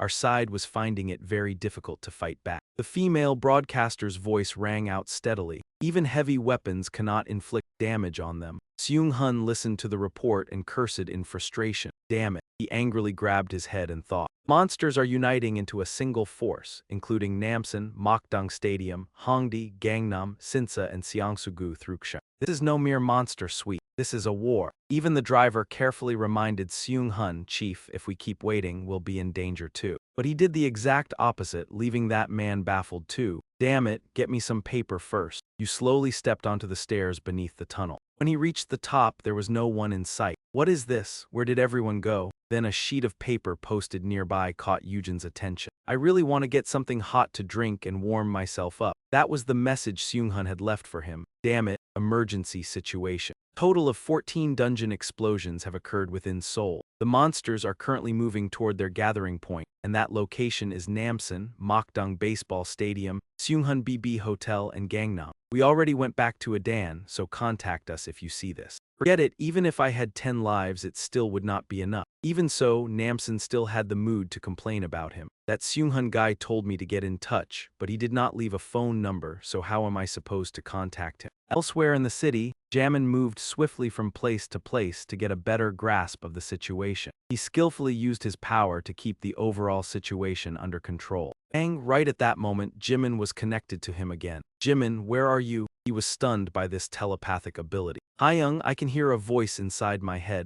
How can you do this?" Eugene only gave a brief explanation before getting straight to the point. "Because you are my subordinate, do not worry about that. How is everyone doing?" Jimn reported the condition of their teammates. "All of Seoul is in complete chaos right now. The areas around Namdan and Adan are the worst. I heard Sungu and Hessen are fighting around there." He then asked about the people who had not been mentioned yet. "What about you and Jiwon? Did Jiwon not go to the class reunion today?" He was just as clueless. "I am on my way there now. I cannot get in touch with her." Eugene hurriedly asked, "Where is she?" Jimn gave the location, and that name alone was enough to make him freeze. "The Bibi Hotel in Hongdae." Eugene recalled the words written on the note and could not help but shudder. What? Inside the dark hotel lobby, countless people were tightly bound in thick layers of spider silk like cocoons. Jiwon struggled to breathe in the cramped space. "I cannot breathe." Sarklot opened her mouth wide and grinned smugly at the horrific scene she had created. She was delighted with what she had accomplished. With this many earthlings, could devour even Rajikun and this entire planet. But there was still one thing that made Sarklot admit defeat. That was that Aolo had gotten hold of Earth first. In front of her were countless innocent human cocoons. Sarklot was ready. "All right, shall we begin?" She moved closer to a man. With her right hand, she brushed aside the webbing and revealed his pitiful, frightened face. Sarklot stared down at him with gleaming eyes, and her smile gradually became more inhuman as screams rang out. He leaned in close to that man's face and released a venomous spider, ignoring his frantic screams. Throughout the hotel, the anguished cries of innocent people whose lives were in danger echoed everywhere. She struggled desperately to break free from the bindings and escape. Outside, there was nothing but dirt and stone, everything reduced to ruins by the monsters. He and the other man had arrived, and neither could help but marvel at the sight before them. The whole building has turned into a spider nest. It has only been a few hours, and they already managed to do this much. The area was covered in spider silk and human cocoons, enough to terrify anyone who saw it. These monsters reproduce extremely fast, and there are so many of them that they are hard to deal with. To handle this swarm, Eugene called on an assistant, Lyric. He gave Lyric an order: "Take care of those spiders, Lieutenant." Eugene calmly assigned the task while you Goblin go find G1. He was more than willing to carry out the order. "The master's lover is she. I accept your command, Lieutenant." Sarklot savored the delicious prey before her. "It has been a long time since I have had such a pure soul." She eagerly anticipated the life about to be born. "A truly special child will surely be born." Sarklot moved toward G1. "I am about to invade your body and turn you into a cocoon for my child." A baby spider slowly crawled out of her mouth, intending to absorb that human cocoon. But suddenly, a thunderous explosion erupted, as if to stop her breeding plan. Her scheme ruined, Sarklot let out a furious shriek. In G1's eyes, joy and emotion mixed together as he arrived just in time. "Sorry I am late, G1." Eugene was just as relieved to see that she was still safe. "Did you wait long, G1?" Jimn hurried over to help G1 out of the tangled mess. "Did you notice anything strange? Are you okay? Are you hurt?" However, they only managed to save her while the others had already been invaded and died. But the rest of them, the brutal sight of those pitiful lives made him grit his teeth in sorrow. Eugene thought of those innocent people. "They were hoping I would come. If I had gone to the gathering, they might have made it home safely." She seemed greatly intrigued by his appearance. "So Earth actually has a warrior like this, I see now. So this is why the space overlords had such a hard time linking the dungeon." Eugene directly asked for Sarklot's identity. "Spider, what is your name?" She slowly introduced herself. "I am Sarklot, a space overlord of the Golden Dragon Association, in the same group as that white one." Only then did Sarklot suddenly remember that she had heard of him before. "Are you talking about that rookie soldier, right? Now I remember, he said you came from Earth." Eugene ended the introductions there. "Fine, I remember your name now. Now it is your turn to learn what paying the price means. Today you will not be granted a peaceful death." Sarklot was driven into a rage by Eugene's arrogant attitude. "Arrogant fool, you are merely a human, and yet you dare challenge me." She used magic to command the demonic spiders to charge and attack. "Children, tear him apart until nothing is left." He gripped his hammer and prepared to defend himself. "Jimn, protect G1." The huge hammer looked imposing and majestic, bolstering Eugene's courage even further. He resolutely swung it down onto the floor, and the ground was struck so hard that it burst apart. It was like an earthquake had ravaged the place, shattering the stone and floor. All around were scattered fragments mixed with smashed spiders. Seeing her offspring crushed to pieces, Sarklot burned with rage. "How dare you hurt my precious baby?" She had not even finished speaking before Eugene struck her hard in the abdomen, sending Sarklot flying backward. Her half-human, half-spider body slammed straight into the wall behind her in obvious pain. He then continued attacking Sarklot with his supernatural power. Sharp spikes rose up and pierced through her body as though they meant to turn her into a hedgehog. Eugene looked at her pinned to the wall and mocked her. "You look exactly like a spider specimen." Helpless, Sarklot could only curse, "Bastard." Meanwhile, he calmly watched as Sarklot Eugene used his hand to manipulate gravity, forcing the spikes deeper into her body. He wanted Sarklot to understand what it meant to suffer a fate worse than death. "Hold on a moment, my anger will never settle if I let you die like this." Infernal Flame Slash was unleashed, ready to clash with the ferocious monsters. Flames had already spread throughout the city, as if engulfing the monsters in a sea of scorching heat that burned flesh. Outside, Sungu and Saratudo were facing an extremely savage horde of monsters. They came flooding in, eyeing them like easy prey. He alone stood before them and fought back against the monsters, but no matter how bravely he battled, the enemy numbers were far too overwhelming. He gritted his teeth, fighting while thinking through a strategy. What should he do? His magic was almost depleted. Sungu was deeply troubled by the situation. He needed time to recover. But if he left this place, the households in Adan would. The giant wolf suddenly went berserk and charged straight at him, leaving Sungu frozen in shock. The man shouted anxiously to warn him, "Director." Knowing he could not avoid it, Sungu had no choice but to face it head-on. Damn it. But then something appeared, snapping him awake right before his eyes. A thunderous explosion erupted, blasting away everything around them and throwing everyone into panic. A gigantic figure slowly stepped out from the rubble, imposing and valiant. It was Bibi's puppet. The little girl had arrived just in time to save them. "Sungu, you did great," and Sungu was utterly stunned. Bibi stood excitedly atop the stone giant, praising him. Only then did Sungu clearly see the one who had come to rescue him. He was overjoyed to see the little girl's smiling face. Bibi. Morty was summoned to use healing magic and restore some of Sungu's strength after the battle. She carefully warned him, "You still have not fully recovered. Do not push yourself too hard," but he had already improved noticeably. "I can feel the vitality returning. Thank you, Saintess." Sungu asked about everyone else. "Bibi, how is the boss? Master will be here soon too." The chaos outside had already been cleared away by the stone giant, which eased their minds somewhat. "We have been saved. Everything will be fine as long as the boss is here. I heard the bones will be summoned soon as well." But then Morty suddenly remembered something and she froze for a moment. Morty mentioned a rather strange name, the Plague King. "So he has finally appeared, the Plague." It took her several hesitant seconds before she could explain the name clearly. "Yes, that is the nickname of the Bones, Zionist. He is notorious even within the undead army. 200 years ago, Bones Zionists slaughtered 30 million people. That is why even his mere appearance was regarded as a plague." Oh my god, thinking of his superior's instructions, he was stunned. "The boss told me to follow the bones and learn more magic. But will I really be okay?" Yet Sungu still forced out a smile, just as expected. "He is like the boss's teacher, so he must be even better than the boss in this field." But Morty immediately denied it. "No way," she revealed the harsh truth. After the undead built their own army, the number of lives he had taken over the past 20 years was no less than 100 million. At that point, he could no longer stay optimistic. "Boss, can I really keep trusting you?" Just then, Eugene appeared right behind them, startling everyone. "Are you people talking behind my back? Boss, you did not waste the praise meant for Sungu. While I was away, you held on very well. Now it is their turn to deal with the real cause of this calamity. Now then, let us go take that damned dragon's life." In another corner of the city, the monsters were still rampaging wildly. Their enormous size left everyone who saw them in awe. They are terrifying, as expected of the boss. Eugene nimbly leaped high to avoid the bony hands reaching up from below. He quietly calculated the gains. There was still plenty of experience left in Namsan Jisha. He then looked forward to the rank he was about to reach. "I will hit level 80 soon.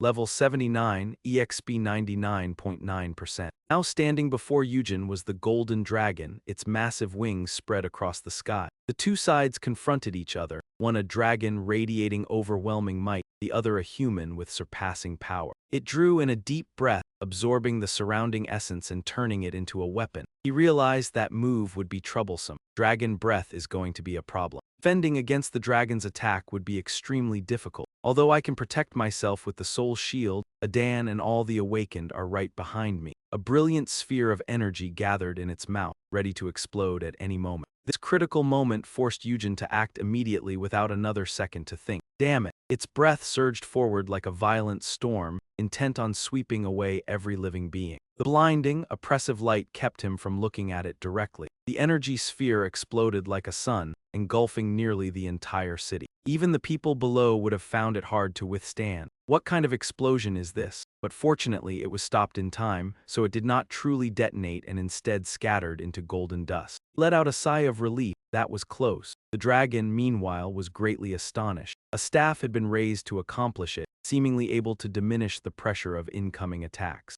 Eugene beamed when his reliable aide stepped in at just the right moment. "Looks like you were not late after all." Zionist looked up at the dragon and asked mockingly, "Golden Dragon, would Young happen to need a friend?" He refused. "No, it is one of Janet's subordinates. In any case, it is useless to me, so just kill it," he said in a low voice. "Then that will not be difficult." The dragon's information appeared. Golden Dragon, Rajakun, leader of the Golden Dragon Guild of Planet Zok and overlord of space. Rajaki spoke up. "You blocked my nearly eternal breath. You who have already died yet cannot die. Who exactly are you?" Zionist exhaled dark energy and replied coldly, "What a load of nonsense." His eyes blazed with killing intent as he ordered, "A subordinate of that filthy bastard Janet should shut that disgusting mouth of his." The moment he finished speaking, he swung his staff and shouted, "Burn him down until not a single bone remains." Seeing the powerful aura rushing toward him, the golden dragon could not hide his shock. In the next instant, a huge explosion erupted in the sky as blue flames rose upward. Smoke gradually spread throughout the air. From within it, Razaki emerged with a faint laugh. "Dry bones, so you are a fool after all." Its gaze sharpened and shone with a cold glow. Against a body that has reached the highest level of magic resistance, this kind of attack is useless. Ionis showed no sign of being outmatched and smiled instead. "Do they look like ordinary flames to you?" But now the scales on Razaki's body were slowly regenerating. and he cried out in genuine shock. What? Its body was now being reformed, its eyes glowing with a turquoise light. This magic. Could this be the flame that will never go out, even in the deepest layer of hell until the target dies? Hellfire. Zaki declared, "You cannot pierce my scales with something like that." Zionist raised his staff high and laughed loudly. "It seems the firepower is still not enough. In that case, let us raise it a little." Seeing this, it gaped in utter shock, unable to predict what was coming. Rings of magic formation appeared around him like spiderwebs. Then came dragon heads bearing their savage fangs, along with his warning, "I will show you what true hell looks like." Hydra. The information appeared, a 9-headed dragon that lives in the deepest layer of hell. Zionist shouted, "Summon 100 of them." In an instant, countless hydras appeared. His eyes turned sharp with grim ferocity as he roared hellfire. In an instant, the hydras threw their mouths wide open, revealing spheres of hellfire. Razaki stared in stunned disbelief at the scene before him. A tremendous surge of energy erupted, its radiant aura blazing in every direction. His entire body was swiftly engulfed by the light, gradually sinking into a hazy blur. Razaki screamed in agony and resentment, and in the next moment he was completely erased, dissolving into tiny glowing specks of dust drifting through the air. Eugene stood with a hand on his hip and looked up in admiration. "You really are extraordinary as always." Then he turned back and asked, "So how does it feel after being sealed away for so long?" Giannis replied, "I still cannot sense the passage of time. More importantly, have you found Thurath's execution yet?" Eugene slowly closed his eyes and let out a sigh. "Again, I've tried so hard to find it, but I still haven't gotten anywhere. Thurath's execution is one of the weapons in Thurath's item set." Giannis kept insisting that he had to find the execution, but it was not in the achievement shop or the dimensional shop. He could not even find its recipe. Eugene was starting to wonder whether it truly existed at all, then turned his gaze into the distance and urged him on. "Let's talk later, for now go with the Death Knights. Let's get through this by starting the battle." Giannis agreed, "All right." As soon as he finished speaking, Giannis turned and walked away while Eugene remained standing there with a hand on his hip. Eugene gave a faint smile. "All right, I'll leave these monsters to you. As for me, I need to deal with the mess that dragon left behind." His eyes settled on something that was budding and growing, and he judged that if the root of that thing kept spreading and blossoming in Seoul, it would become a major problem. Suddenly, his eyes widened in brief shock. Eugene looked up at the sky and asked in confusion, "What the hell is this?" This energy. His gaze sharpened and spread wide. At that moment, a red light was flashing across the dark sky overhead.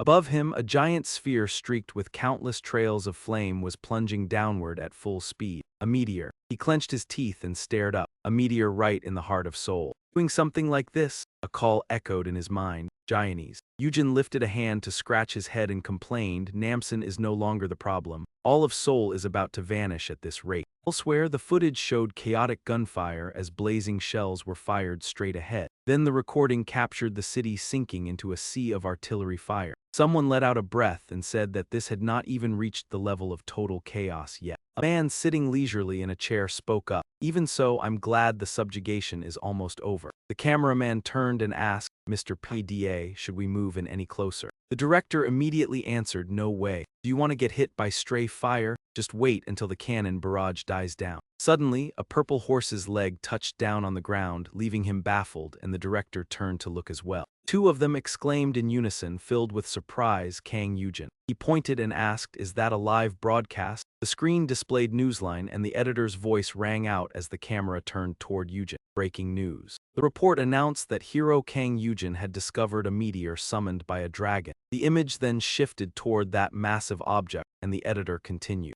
According to him, the meteor will crash directly into Namsen, and it is expected to cause damage in approximately 15 minutes. The footage then changed to tanks rushing forward one after another. The soldiers who were confronting monsters at that location have urgently evacuated the scene under Mr. Kang Eugene's orders. As for the monsters, they are now completely under his control in Namsen. Eugene wore an expression and gaze full of pride. Hero is standing alone on the battlefield and intends to stop the meteor fragment. His family also stared intently at the screen, focused on listening to the news. "We ask all citizens to prepare for the thermal shock that will occur after the meteor strikes. Let us all pray together for his safe return." Beneath the gloomy sky and black clouds, Eugene looked down and asked awkwardly, "Was I being a little too shameless just now?" Then he lifted his eyes again. "Even so, He could not exactly say that his summoned creatures had done it. Eugene turned and asked Giannis, "Why did you create such an inconvenient situation for humanity?" Giannis burst into laughter. "Shouldn't I knock before arriving on Earth? I'll also wipe out all the monsters along the way."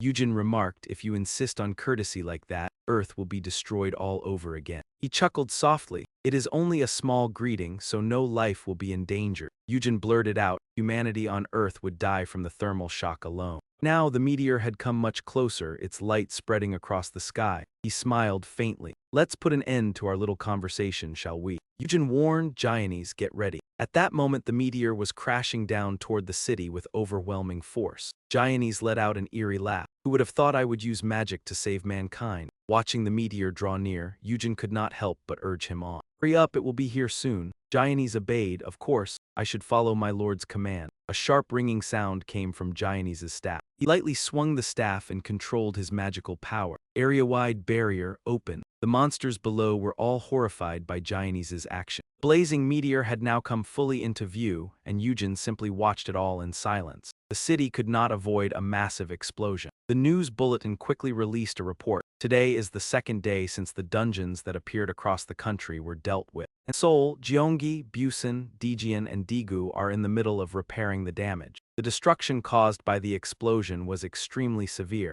Some countries even had to resort to nuclear weapons just to partially contain the monster. And because of that, our country has been recognized as one of the few that succeeded in keeping the damage to a minimum." The report did not forget to praise Eugene. "There is no denying that everything was made possible by Guild Master Kang Eugene's extraordinary abilities. At the same time, concern was expressed over the recent events. Dungeons continue to open, and monsters are pouring out on every front. The citizens are facing the most important decision they have ever had to make." The commentator then raised a question. "We recognize Adan's independence and its protective forces, or simply watch him lead? It all depends on the decision we make." At the company, the news broadcast was turned off shortly afterward. Jin raised the issue. "The current situation seems favorable for us. However, we should still prepare for the possibility that most of the votes will oppose us." Kang Jin immediately voiced his agreement. "You're right. If the constitutional reform is rejected, then we will have to leave Korea." Lee Kang-jin had once been a prosecutor of the Republic of Korea. Under the orders of the current minister, he helped Kang Eugene and has now officially joined the Adan Guild, but his opinion was rejected. "No, Adan will not be going anywhere. We will declare the area we are currently using to be our own territory." He awkwardly interrupted, "Sorry, but wouldn't we have to leave if our right to autonomy is denied?" Hammond had no choice but to explain in his place. "That would be easier, but the president probably will not agree to let us go, even if Adan becomes an anti-government organization." Kang Jin became flustered and asked again, "Are you saying we would be committing treason against the government or something? If we do that, there will be armed conflict."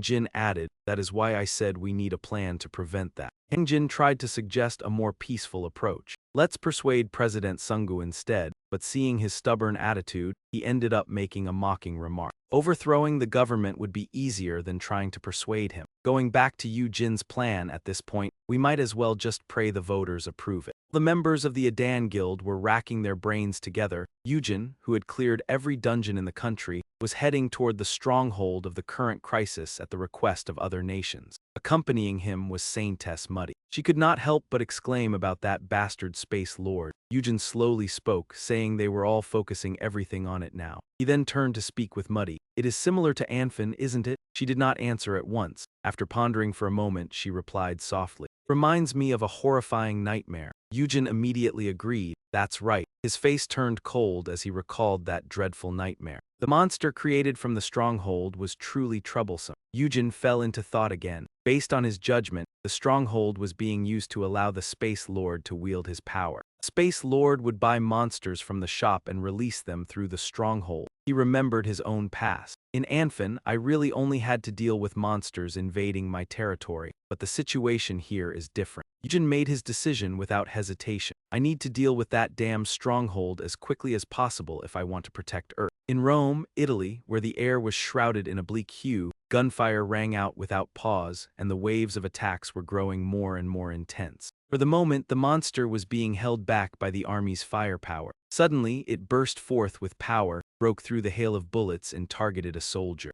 Followed was an unavoidable and brutal clash. Seeing the situation turn unfavorable, the commander gave the order, "Move the wounded out, we retreat immediately." Hearing the command, the soldiers quickly shouted to each other as they boarded the vehicles, "Move, hurry up." Once everyone was accounted for, the commander ordered the convoy to roll out. He anxiously watched the time. 4 minutes left. The soldiers stared toward the city in full alert. "We planted bombs at multiple positions around the city. Cannot kill them all, but they will slow the monsters' advance." Suddenly, the vehicle braked hard, sending the whole squad pitching forward. One soldier shouted in confusion, "What the hell, why did we stop?" But he realized the problem himself the moment he looked up at the sky. Damn it, flying monsters! A flock of vicious eagles was diving toward them in a frenzy. The moment the commander grasped the situation, he gave a sharp order, "Shoot them." With no other choice, the soldiers jumped out of the vehicle to make their stand. Rain of bullets poured upward, blocking the monsters' flight paths, but one of them swiftly closed in on a soldier. In that instant, the soldier shut his eyes tight and waited for death's judgment. Yet the pain he had been expecting never came. The soldier looked up in astonishment. Every single monster had been taken down. The stunned soldiers turned to look behind them. Who was it? It was none other than Eugene. One man blurted out in shock, "You are Kang Eugene, the savior of the Middle East." He wasted no time and immediately ordered Muddy. "Muddy, go treat the wounded. I'm going to the stronghold." She accepted the order. "Yes." A soldier hurriedly called out to stop Eugene with a warning, "Wait, there are bombs everywhere." He only cast the man a cold glance and asked, "What bombs? When will they go off?" The soldier answered while gently trying to persuade him, "In 59 seconds, so it would be better to leave after that." But Eugene only tossed out a brief farewell to Muddy before heading into the city. "Damn it, Muddy, see you later," she answered him. "Yes, my lord." The soldier hurriedly tried to stop him. "Don't, the blast will." But he and his horse were already racing toward the city. Eugene calculated silently.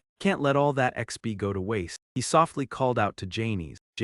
Eugene then ordered in a low voice, "Destroy all of them within 30 seconds. Hearing that, he burst into delighted laughter. "Destroying towns is my favorite pastime, no matter what happens." At once, the ground lit up brilliantly, and before the ferocious monsters could understand what was happening, explosions spread everywhere. Immediately afterward, the city was swallowed by a chain of explosions. After the destructive blast caused by Janies, tree roots began to grow up from beneath the ground. Just as he had predicted, it really did grow wildly. Eugene asked, "Isn't everything almost over already?" The Colosseum was now wrapped in a vast forest. Suddenly, a blinding white beam of light appeared in the sky. He lifted his head and stared up blankly. Then a tremendous force slammed into the ground, shattering the earth and sending dirt and stones flying in every direction. Nictor slowly emerged through the thick smoke, his heavy voice rumbling. "A human who holds death in his hand, you are the one Lord Rajakui wishes to eliminate." With a smug look, Eugene confirmed it, "That's me." The man immediately flexed his arm and tightened his grip on the hammer as he introduced himself. "I am Nictor." Nictor pointed his hammer at him and declared grandly, "With my own hands, I will avenge Lord Rajakui." At the same time, the system window displayed information about him. Space Lord Nictor of planet Zaqu. A giant warrior under the Gold Dragon Society. Eugene did not regard Nictor as a threat. He sneered at the man's bold declaration. "So how exactly do you plan to do that? Are you stronger than Rajakui?" Nictor angrily shot back, "I cannot compare to a great lord like Lord Rajakui. That is why I pledged myself to him." But Eugene cut him off with a difficult question. "Then if I kill him, will you follow me?" The atmosphere shifted in an instant. Nictor faltered at the question. Very next second, Nictor swung his hammer up and roared in fury. "How dare you insult a warrior? I will not be swayed. I will smash you into minced meat." The hammer, carrying all his rage, came crashing down without mercy. Its force was terrifying, and every strike shattered the ground itself. Yet Eugene was completely unharmed after Nictor's attack. He let out a mocking remark, typical of you giants. "If you were even a little smarter, this fight might have been more interesting." Eugene's taunting tone already foretold Nictor's end. Behind Nictor, the ghosts had successfully slipped close enough that he had no time to react. They finished him off. Nictor roared in fury, "You damn flies." Even so, he could not stop the ghosts' razor-sharp blades. Their eyes blazed with deathly light, and in just a few strikes, Nictor was completely brought down. Watching the scene, Eugene's lips curled slightly upward. Looking at him lying motionless on the ground, he could not resist sneering. He was nothing but a big lump of flesh. Then Eugene turned and told Janies, "Burn away the rest of the roots." He replied curtly, "Understood." The entire city was now completely engulfed in a sea of fire. Janies stared at the sight before him in astonishment. In this place too, there was a link to Janet and the space fragment was shining brilliantly. He agreed with him. That's right, this must be the key to bringing peace and happiness to Janet. Eugene thought to himself, among the 9 roots in Korea, we already possess 3 fragments from them, making a total of 5 fragments. That includes the one we obtained from the terrifying dungeon and the fragment we have now. He put the space fragment into his inventory. It seems the drop rate has increased. Suddenly, Eugene realized something was off and asked Zeanhi, but this is strange. Why are all the roots concentrated in densely populated areas or historical sites? He pondered for a moment, then reluctantly admitted, even I do not know. Hearing that, his gaze sharpened and he let out a soft breath. It was actually better that they had appeared in such an obvious place, because if those spatial overlords could hide themselves and stir up trouble, that would be quite troublesome. Then the scene shifted to the front of Jeju Manjang Cave, at the Jeju Manjang Cave ticket booth, where the security guard looked out from behind the counter and jolted in surprise when he saw Junpyo. He hurried out to ask him what was going on so suddenly. Junpyo turned back and informed him that the maintenance schedule had just been moved up. The guard could not help complaining that he should have been told immediately, since there were still tourists here. Junpyo could only smile awkwardly before reminding him, I am sorry, but do not let any more visitors in and have everyone head toward the exit. Since it was Junpyo's order, the guard had no choice but to comply. Right, still he could not suppress his curiosity and asked what those boxes were, because they did not look like the repair workers from last time. Junpyo smiled gently and calmly reminded him that they had just changed companies, so he should stop being nosy. While the construction was underway, all he needed to do was cooperate. He stepped into the dark cave, where the workers were carefully arranging everything in preparation for their plan. Junpyo cautiously instructed his bodyguard to stop anyone who tried to enter. The man nodded and answered, yes, Chairman. He walked over to the electric formation the members had already prepared. The preparations were complete. Junpyo raised the glowing ring, unable to hide his excitement, and ordered everyone to step back. Sang-ho showed a grim smile, clearly looking forward to this ritual as well. The summoning ceremony for Lord Yellow began. Meanwhile, after arriving at the route in Rome, Eugene flew straight to London to fulfill England's request. At a villa in the outskirts of London, England, Toffler leisurely brewed tea while listening to the television news. At present, Kang Eugene of Adan has been deployed to take part in the campaign to reclaim London. The exhausted soldiers, worn down by the long battle, were greatly encouraged when they heard the news of his arrival. The female announcer continued recounting the developments up to this moment. He and the Undying Legion are fully prepared for the coming battlefield. Please watch this excerpt of the footage. A moment later, Eugene's heroic image appeared on the screen, and the old man merely glanced at it and said that he had arrived. Toffler gave another introduction to him, the second candidate for saving this world, Kang Eugene. Though central London had suffered severe damage, it had at least become more peaceful. Eugene sighed to himself that he had been pretty lucky. Miyuti quietly confirmed that they now had 6 fragments. Suddenly, Tom stepped forward and praised him, saying that he really was the best. Smiling brightly with gratitude in his voice, the man said, Kang Eugene, if it were not for you, just thinking about it gives me a headache. He was Tom Clarkson, chairman of the United Kingdom Awakened Association. Eugene answered politely that it was mutually beneficial anyway. He thought to himself that his experience points were rising, and he had also collected spatial fragments. But then Clarkson proposed a deal to him regarding the spatial fragments. Why not sell the spatial fragment you just obtained directly to England? Eugene could not help staring in shock as he confirmed, you know about the fragments. Man simply replied in a calm voice that Eugene must be surprised, since that term had not yet become common across the world. Then Tom began explaining what the fragments were. A spatial fragment was a stone that only appeared when one destroyed structures built by the overlords. They were the cores of dungeons, and although this had not yet been made public, English researcher named James Toffler had already predicted that they would appear. He briefly described the current state of the world. America, Japan, China, and Germany were all searching for and studying them, so England also needed a sample. Eugene was suddenly stunned when he heard that familiar name. The man who had predicted the spatial fragments was James Toffler. It felt as though he had heard that name somewhere before. A hazy patch of memory surfaced in his mind, in which Toffler was presenting his hypothesis. I have calculated a hypothesis regarding the return stone. As everyone knows, the return stone can turn a dungeon into a gold mine or become the key to escape. One horrifying scene after another flashed through his mind. But dungeons are not mines. The bloodstones we plunder are actually the trap they laid out for us. In that memory, the old man declared that monsters were extraterrestrial beings. Eugene snapped back to reality, and it seemed that he had understood everything. Eugene realized that the old man he had once seen in a documentary was from England. On the news, Toffler presented the conclusion to his hypothesis. Humans on Earth have come closest to the truth of the dungeon. Based on my hypothesis, the dungeon is their passageway. In other words, it is the gateway that brings aliens to Earth. From that moment on, he remembered the old man's name, Dr. Toffler. The scene changed elsewhere, where a black car came to a stop and the man stood beside its door. "And let us part here. Thank you once again for protecting London." Eugene's voice carried a trace of regret as he added that he hoped they would think carefully about the proposal he had made regarding the spatial fragments. The man readily agreed, smiling with narrowed eyes as he said that he would deliver the message to Parliament. "All right, I will look forward to their response." Eugene's eyes followed the car as it drove away. Beauty stared at Eugene in astonishment, utterly unable to believe that she was actually seeing her lord make a request of someone else. "Is the doctor you mentioned really that impressive?" His gaze turned sharp as he replied to her that the old man was the only person in this world who had uncovered most of the secrets of the dungeons. Eugene added that spending a little time to meet him would not hurt. A short while later, the two of them were standing in front of Toffler's building. Sunlight streamed into the room through the glass windows. The interior was decorated in a simple, classical style. The old man spoke up and asked, "Well, does it suit your taste?" Eugene, who was sipping his tea, froze and looked up in surprise. "Korean?" Eugene cautiously probed, saying that the man spoke Korean quite well.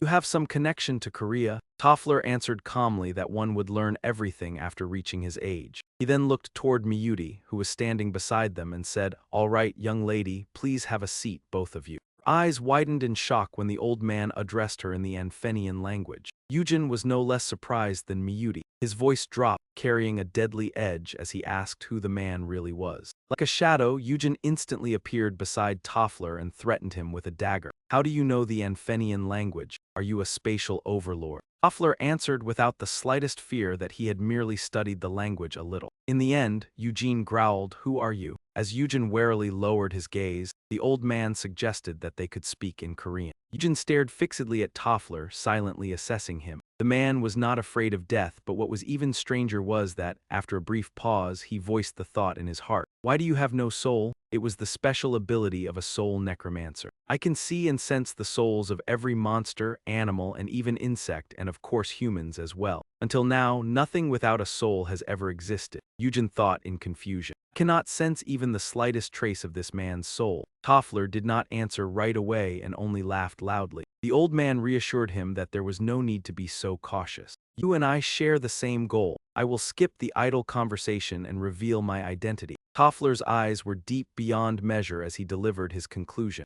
"I am someone from another dimension." Eugene still asked suspiciously, "Did you come here from another dimension? But even so, why can't I sense your soul at all?" Toffler replied, "I can't tell you anything more." The old man swept his gaze over him and said firmly, "I don't really care whether you kill me, but didn't you come here because you wanted to ask me something?" Eugene lowered his eyes. His gaze was filled with thought. At last he gave in. Returning to his seat, he said, "We'll hear what you have to say." Muti sat beside him, listening as Eugene spoke further. "You'd better tell us everything you know, don't play games." Toffler answered calmly, "There's no need to be so wary of me. We share the same goal." He asked, "To protect Earth?" The old man said resolutely, "To protect each of our planets." Eugene folded his arms across his chest and asked in confusion, "Is your planet called?" Toffler did not want to answer yet. "How should I put it? You understand the issue too." Then he stated once again, "Fine, forget it. I don't care where you came from. As long as I can protect Earth." Eugene did not beat around the bush and went straight to the point. "Do you know how?" The old man merely stayed silent. He suddenly asked, "Do you know what Janet truly is?" Eugene answered only vaguely. Drawing from his own experience, Toffler concluded it doesn't matter how it was created, what matters more is what it means. He continued explaining, at its core, it is a supernatural network between planets, and that thing was created by Janet. Puzzled, he asked, "Are you talking about space travel?" Toffler nodded and replied, "Exactly." Calmly, he recounted that long ago, because the initial links were unstable, Some beings traveled across dimensions, just like when you were transported to Anfin 5 years ago. Eugene looked displeased and asked, "Have you been watching me since then?" The old man objected, "Of course not, I only heard it through the news." Toffler clarified, "I wasn't waiting for you from the start. I was simply waiting for someone who could protect his home planet." Impatient, he let out a long breath. "That's enough of the long introduction. Just tell me how to protect Earth." The old man's face turned dangerous. If Janet possesses the supernatural network, then dimensional territories are the intermediate links between planets. Toffler glanced toward Muti. "We must establish a firewall to block that connection." She was startled as well when the old man looked at her that way. Muti spoke up, "A god." Toffler nodded and said, "That's right, a planet's god is like a firewall. It obstructs the connection." He went on to analyze, "Earth's god will soon be born and will protect it from Janet's power." Muti's face turned grave. "Can we stop it simply by protecting that god?" Infant had a god, but in the end, even that was beyond its power. Toffler agreed, "That's right. No matter how strong a firewall is, it cannot block every virus." He declared with certainty, "That is why someone must become a powerful vaccine, someone who can completely eliminate the virus that breaks through the firewall." Toffler looked at him and said meaningfully, "As a soul summoner, Kang Eugene, you know exactly what I'm talking about. The weapon Janice is searching for, the thing with the power to destroy everything that opposes it." Eugene thought to himself, Truss's execution. He was startled when the old man repeated his own question. "You said I have no soul, didn't you?" The old man continued, "I can see hope in you." Eugene frowned in confusion. "What do you mean?" Toffler's brows drew together, and with profound conviction he said, "You have eyes that can see the truth." He added, "You are like the person I have always sought, the one I have always been waiting for." Toffler suddenly rose to his feet. "I've said all I can. I'm glad I was able to meet you like this." Both Eugene and Muti were shaken by that action. Watching the old man's back as he left, he stood up and chased after him. "Where are you going?" Eugene reached out to stop him. "We still have a lot to discuss." He rushed forward, but his arm passed straight through Toffler's body. Eugene's face clearly showed his unwillingness to accept it. The hand that had pierced through the old man's body stiffened as well. Toffler remained silent, his lips barely moving. He left behind a final sentence before vanishing into the light. "You found yourself at the end of this long battle. I hope you can uncover the truth." He turned and looked behind him, calling out, "Giannis." Eugene's voice was icy cold. "It seems we truly need to find the execution." The man accepted the order, of course. Zeanhi explained, "Truss's execution is the ultimate weapon that only a soul summoner can wield. But you must first find the answer before solving the riddle." He cut him off. "I'm talking about something else." Eugene waved his hand, creating a spatial door as he said, "Let's go." He resolutely turned back to search for everything about Thua Ras. Meanwhile, the Adan Guild had successfully signed a treaty with the South Korean government and become an independent sovereign organization like a new nation. Black car sped down the road as Seung-hun said in amazement, "My goodness, should I be calling you Prime Minister now?" Hearing that, Min-chan burst out laughing and asked, "Since when did you learn words like that?" The corners of his lips lifted as he smiled with narrowed eyes. "Hey, I really didn't do much at all, did I? You handled all the hard parts." "Prime Minister?" Min-chan was helpless before the way Seung-hun addressed him. "Prime Minister? Good grief." Then he reported the news. "I just received word that our chairman has also finished his business in England. He'll be back soon." Min-chan immediately understood and nodded. "We should hurry back and tell him about the achievements we gained today." Inside, he kept screaming with joy, his lips trembling as he held back a smile. "I never dreamed I could rise this far in rank, all the way to Prime Minister." Min-chan seemed unable to believe it, and not just that, he was the Prime Minister of a new nation with influence across the entire world. Running a hand through his hair, he smiled smugly. "Maybe now I'm greater than anyone else in the world." Seeing that confidence, Seung-hun felt deeply uneasy. "Anyway, keep up the good work, Prime Minister Dung." The car gradually slowed down. It sped through the gate. On the wall were the words Adan City State. Min-chan's car passed by a place where two people were arguing loudly. "I already told you that you can't go in here. And I already told you that the chairman was the one who invited me to Adan." The two of them looked over in confusion, then heard someone say with certainty, "I checked carefully and your name isn't on the appointment list." That person still tried to persuade him, "I'm a famous elder awakened from India, really." The guard did not believe him and said irritably, "Look here, how am I supposed to know someone from India?" A familiar voice rang out, causing that man to turn his head. "Granka," Seung-hun waved excitedly. "Granka, come here and go with us." The man called back loudly to Seung-hun. As they walked into the building, Seung-hun asked Han Blanca, "When did you arrive in Korea?" If you had told us earlier, we would have sent someone to receive you. He pointed at Min Chan as he introduced him. You should speak through this man.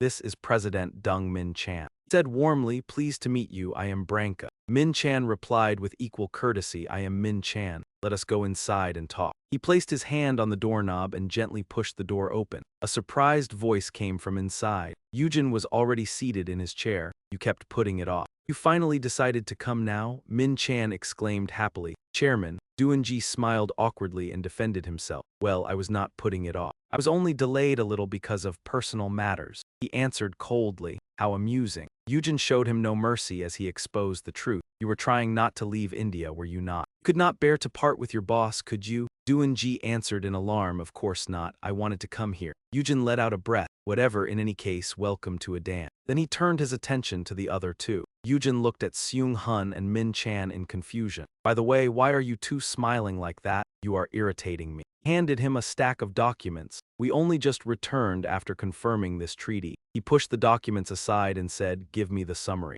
Min Chan honestly summarized the contents for Eugene. All right, first, Korea has recognized the independent sovereignty of our Adan, and they have allowed the people to hold dual nationality by amending the constitution. The people will not need to give up their Korean citizenship even if they become citizens of Adan. He replied with satisfaction, well done. Min Chan smiled brightly. It is all thanks to you. Chairman, or should I call you king from now on? Eugene calmly said something that left him stunned. Call me your majesty. Idiot. The conversation turned awkward and he arrogantly crossed his arms. Why? Min Chan was dripping with sweat. Nothing, your majesty. Eugene leaned back in his chair and sneered. I am joking. We are independent now, so relax. Call me whatever you like. He gave a stiff laugh, so it was a joke. He lifted his face, his serious expression returning. In any case, that is not what matters right now. Bring everyone here. Chan went blank when he heard Eugene say that. I have something important to say. A moment later, overlapping footsteps sounded. Hai-sun and Sungu entered together. Brother, did you call us? He answered, yes, come in and sit down. He was briefly surprised when he looked to the side. Rinka, he greeted him with a bright smile. It has been a long time, Sungu. They hurriedly sat down and Min Chan stepped forward to ask. Chairman, what important matter did you want to discuss? His gaze sharpened. Invading the outer world. He froze at those words. Invading the outer world. Eugene began getting straight to the point. Until now, we have always tried to stop the connections of those spatial lords, and because of that, Earth has suffered enormous damage. His voice sank heavily. The enemy will continue connecting to this place. If this goes on, the cities will no longer be able to survive. Min Chan looked plainly flustered. Then, Eugene spoke of a dark future that stunned everyone. If there must be a place turned into a battlefield, then it should be their territory. How can we keep fighting on Earth? He clasped his hands together. With a dangerous look in his eyes, he made his decision. We cannot keep merely stopping them forever. We will strike first. Sungu cautiously asked. Are we going to Anfin, brother? Mo Dai seemed to realize something, her eyes filling with light. She cried out and Eugene answered him with a half smile. No, Anfin will be our final destination. There is no need to go there yet. We will head to Planet Geese first. Sungu stiffly asked again, Planet Geese. He nodded and answered, that is right. It is the planet where the Kim Long Guild exists. That Yajaki who connected to Earth last time is there as well. The more Eugene spoke, the more confident he became, ambition pouring from every word. We will hunt them down and strengthen our forces. The next day at Seoul Airport, a voice rang out. Brother, the preparations are complete. Sungu asked in confusion, are we leaving right away? Eugene replied, wait, one more person will be joining us. He asked, puzzled, has everyone from the expedition team not already arrived? He turned to Seung Hun and pressed him, you contacted him already, did you not? He nodded and answered, yes, I contacted him. A man walked over with brisk steps and called out, hello, Brother Kang. Eugene turned with a cheerful greeting, President Bai, you came right on time. Seeing the familiar man before him, Sungu was utterly confused. What are you doing here, sir? President Bai Zhang laughed loudly as he replied, what do you mean by that? Are we not on the same team now, invading the outer world? As expected, you really are always different. He looked at him and explained. Called him because we do not have a tanker. Sungu asked curiously, a tanker? Eugene replied, yes. He looked toward Hai-sun, we already have a scout and a tamer. Then he shifted his gaze to Branka, a warrior priest who can heal himself. Eugene looked at Mo Dai with complete trust, and a healer who can treat us. All turned their eyes toward him. Now we look more like a team, do we not? After waiting and hearing nothing about himself, Sungu finally asked, "Brother, what about me?" Eugene gave a sly smile. "You are going to get special tutoring." For him, he had no idea he had already fallen into a trap. Fear stirred in Sungu's heart. Was it that terrifying teacher who had once trained him? He sprang up in panic to protest. "Brother, I only just realized it. We do not have a main damage dealer. I think I should join in and—" He cut Sungu off, throwing his last bit of hope straight into the trash. "Someone is already handling that, so do not even think about running away.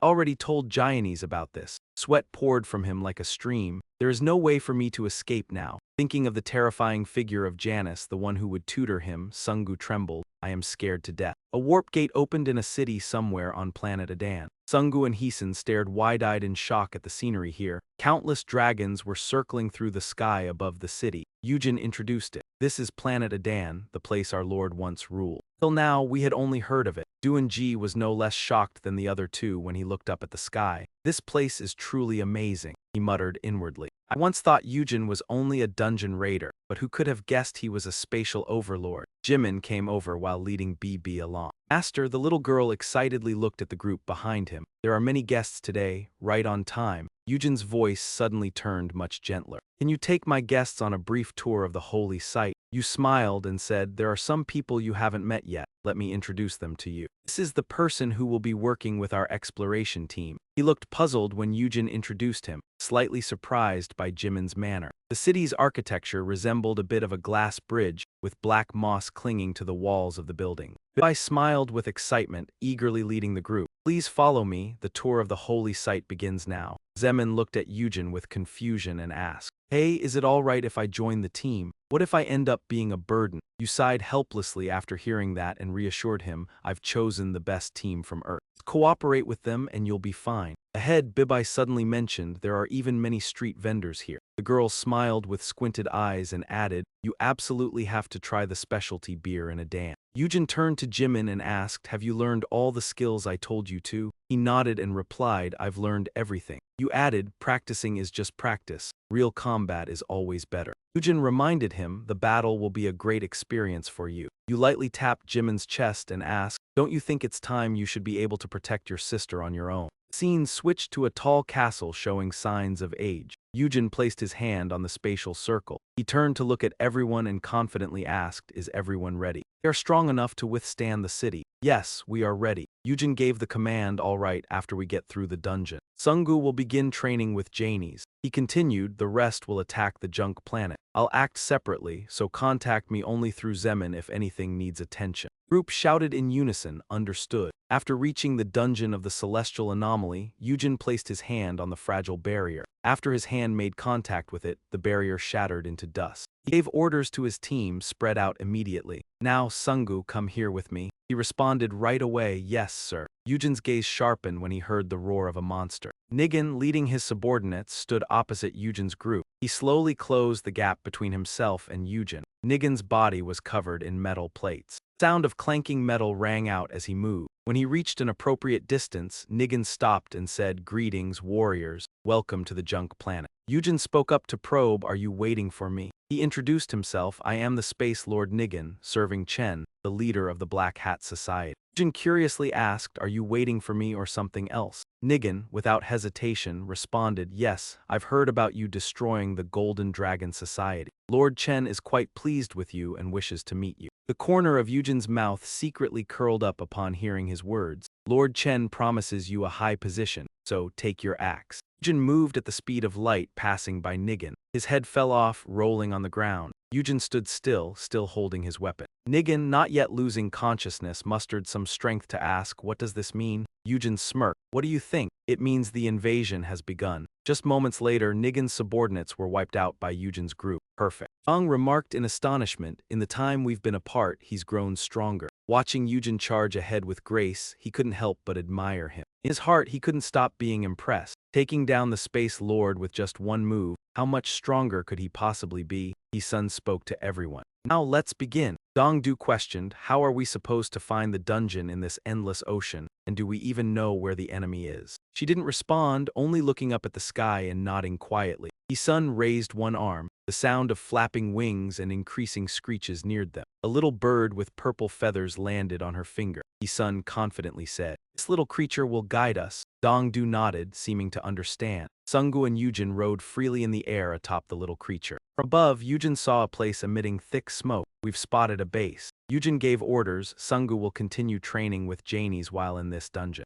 Sungu responded softly, "Yes, sir." On the outside he was calm, but inside his heart was trembling. "It's almost time." He spoke loudly, pulling him out of his thoughts. "What are you doing? Get down." Sungu replied, "Yes." Eugene, with no mercy, kicked him off the creature. Sungu's eyes widened in shock. The next sound was his scream as he fell. Eugene's lips curled into a smile. "From now on, every time you breathe, you'll be trained." He reminded him, "Do your best to survive." Sungu thought in fear. No, his heart tangled in confusion. "I'll soon hit the ground, how do I?" Suddenly, a eerie laugh rang in Sungu's ear. Janies, who had appeared next to him, said, "You dare ask me to teach you? How arrogant." He said angrily, "Then I'll give you a test." Sungu's face turned pale, gritting his teeth. Janies launched an attack toward him. "Let's see if you're qualified." Eugene, riding the little creature, watched the explosion in the sky caused by Janies. He reflected on the first time he met Janies. She survived, right? Hong Sungu. Sungu struggled against the pressure of the flames. Eugene hoped for him. "If you can make it back in one piece, you'll be an SS-ranked hunter." He turned back, adopting a serious demeanor as he gazed at the base.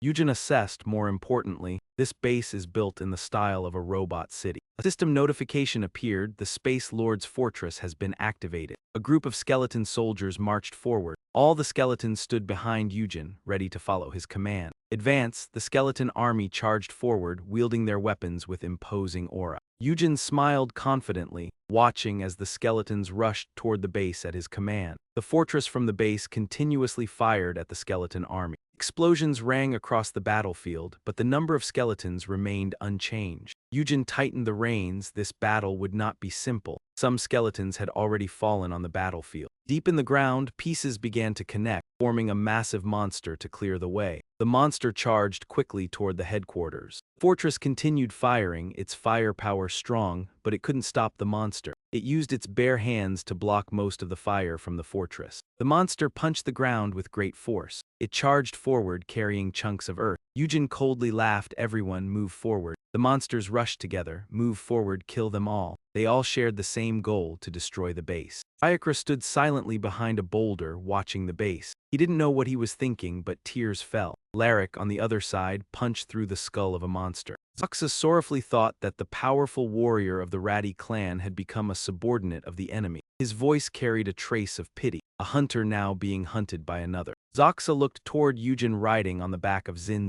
The prophecy of the Lord might just come true. The system displayed a notification. "You've attacked an abandoned base. You can choose to destroy or occupy." "Destroy, occupy," he pondered. "Occupy, huh." Eugene recalled the devastated image of Leah from before. He thought to himself, "I vaguely remembered the name Leah. Was she the one I killed last time? Looks like she hasn't resurrected yet." I stretched out her arms before him. "Master, could you give me this, please, this castle?" Eugene scoffed. "I have no intention of taking another planet." He pressed the destroy option on the screen. Destroy it. The modern base before him was reduced to scattered parts in moments. Eugene grinned slyly, wondering what her expression would be when she resurrects and sees her base completely destroyed. He then worried, wondering if Zeman was okay. The branches shook violently. A voice from the hawk goblin, unconscious before him, assessed that there was nothing special continuing like this. The planet's destruction would be relatively smooth. High Sun grinned, squinting as he patted Zeman's shoulder. "Now, my Lord Vampire, why don't you eat your fill so we can move on?" He lowered his face helplessly. "All right." Zeman bared his fangs and sank them deep into the hobgoblin. He swallowed mouthfuls of blood. Zeman felt recharged, power enveloping his body.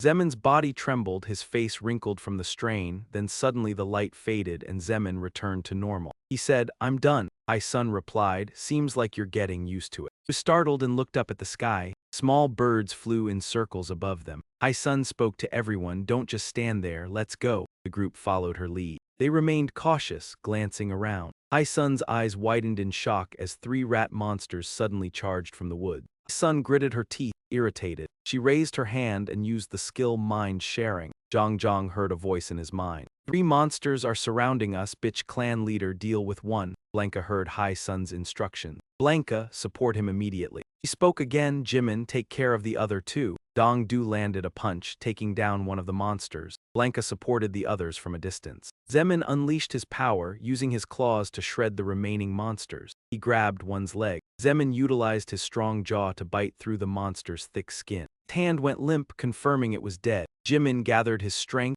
blood dripping from his mouth. Hai-sun looked at the number of monsters he had taken down, but more monsters, this time wolves, appeared. She screamed in fear, sweat pouring down like a river. No, Zemin growled, his mind still echoing with a voice. The monsters have surrounded us, Zemin, fall back immediately. Hai-sun sweat profusely as she watched the light enveloping Zemin. He growled, seeming ready to unleash his power. Before Hai-sun could stop him, Zemin charged into battle. She felt a tremor in her heart. No, Hai-sun saw his expression, panicking. He's losing control again. Zemin charged into battle alone against the wolf pack, his eyes white. He lost control, charging like a moth to the flame. With a single claw strike, Zemin took down nearly a dozen wolves. Hai-sun thought anxiously, at this point, we have to support him until he stabilizes. From behind them, another wave of monsters appeared. These monsters were tree-like, covered in countless teeth, slowly advancing. Hai-sun cursed inwardly. Why now? Following her instincts, she glanced up at the sky, shouting in panic.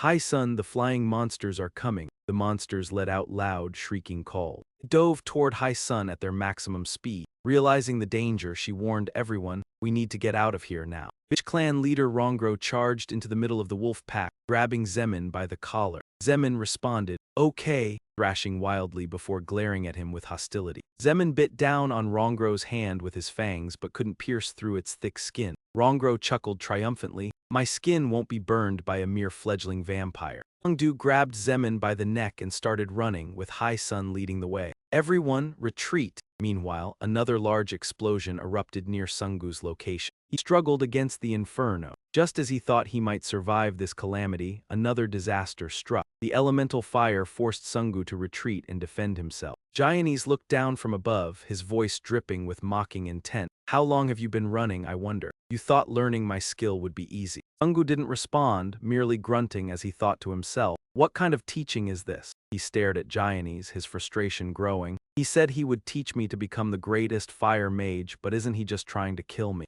Sunggu's hand brushed against a nearby branch. He exhaled lightly, preparing to launch a counterattack. Naturally, these unusual actions drew Zeanhi's attention, who enhanced his flames. Zeanhi watched with delight as Sunggu enveloped the branch in magical fire. Now you're serious, huh? Zeanhi formed a fireball, throwing several fiery projectiles. Well, let's see your skill then. Sunggu crouched down into an attack stance. He leaped into the air, using the fireballs as stepping stones. He swung the branch, slicing through the fire coming his way. Sunggu finally closed in on Zeanhi, raising the branch high to strike. Zeanhi, without breaking a sweat, grabbed the branch from Sunggu. The fire surrounding it vanished without a trace, all absorbed by Zeanhi. Sunggu's eyes widened in shock as he thought, he absorbed my fire. Zeanhi coldly remarked, a fire mage can't block a fire attack. He created another fireball, gathering fire elements into it. Sunggu scanned the area, keeping a close eye on every movement Zeanhi made. Moments later, a massive explosion erupted. Sunggu was blasted to the ground. Struggling, he got up as Zeanhi's mocking voice echoed, you haven't given up yet, huh? Fireball Zeanhi created had grown enormous. Sunggu clicked his tongue and muttered, this bastard. Zeanhi raised his staff, directing the fireball towards Sunggu. Let's see if you can block this. Zeanhi sneered as the fireball rushed towards him. Sunggu's body had stiffened all over and he could only stand there, rooted to the spot, watching it rush toward him. He had no way to dodge and his body had already reached its limit. He suddenly thought of the scene of Jimn absorbing his fire magic. If I can't block it or avoid it then, seeing Sunggu's reaction, that man felt confused. He dropped to one knee while spreading the other leg wide. Sunggu thrust both hands forward. If that's the case, then there is only one way left. He would use Jimn's method against him. If I can't do it, then I'll die. Closer the fireball came, the greater the pressure he could feel. The ground beneath Sunggu's feet had already cracked into tiny fragments. He used his bare hands to stop the fireball. Even Jimn was surprised by Sunggu's decision. Sweat poured down his face as if he had just bathed. He absorbed the fire element with remarkable smoothness. At last, that enormous fireball disappeared. Sunggu gasped as though he had never breathed before. Clenching his fist, he cried out in shock, I did it. I really absorbed it. Sungu could clearly feel the power moving through his body. This power was gradually seeping into him. This was Janice's magic. Janice descended from the air and slowly walked over to him. You've learned the basics already. Sungu called out joyfully, Master Janice. He said sincerely, thank you for teaching me such a new method. That flame absorption you just showed me was an excellent example. Sungu forced a smile, his mouth smiling while his heart was not, as he recalled the explosion from before. Even so, I really could have died, sensing the murderous aura. His face twisted as he timidly looked behind him. Janice came charging over with his staff in hand, who said the lesson was over. Give your thanks for after the training is over. Sungu turned pale, his nerves tightening once more, and another huge explosion erupted in this place. The scene shifted to evening at a quiet base in the middle of a pine forest, where only lamps lit up each small corner. Suddenly, Raksa appeared, panting heavily as if he had been running in great haste. When he ran to the gate and saw his companion, Raksa shouted, Revido. Revido anxiously asked in rapid succession, did something happen? Raksa, what happened that made you so hurried? How is Madame Saman? Raksa immediately replied, because the savior has finally appeared. I need to meet Madame Saman at once to report this.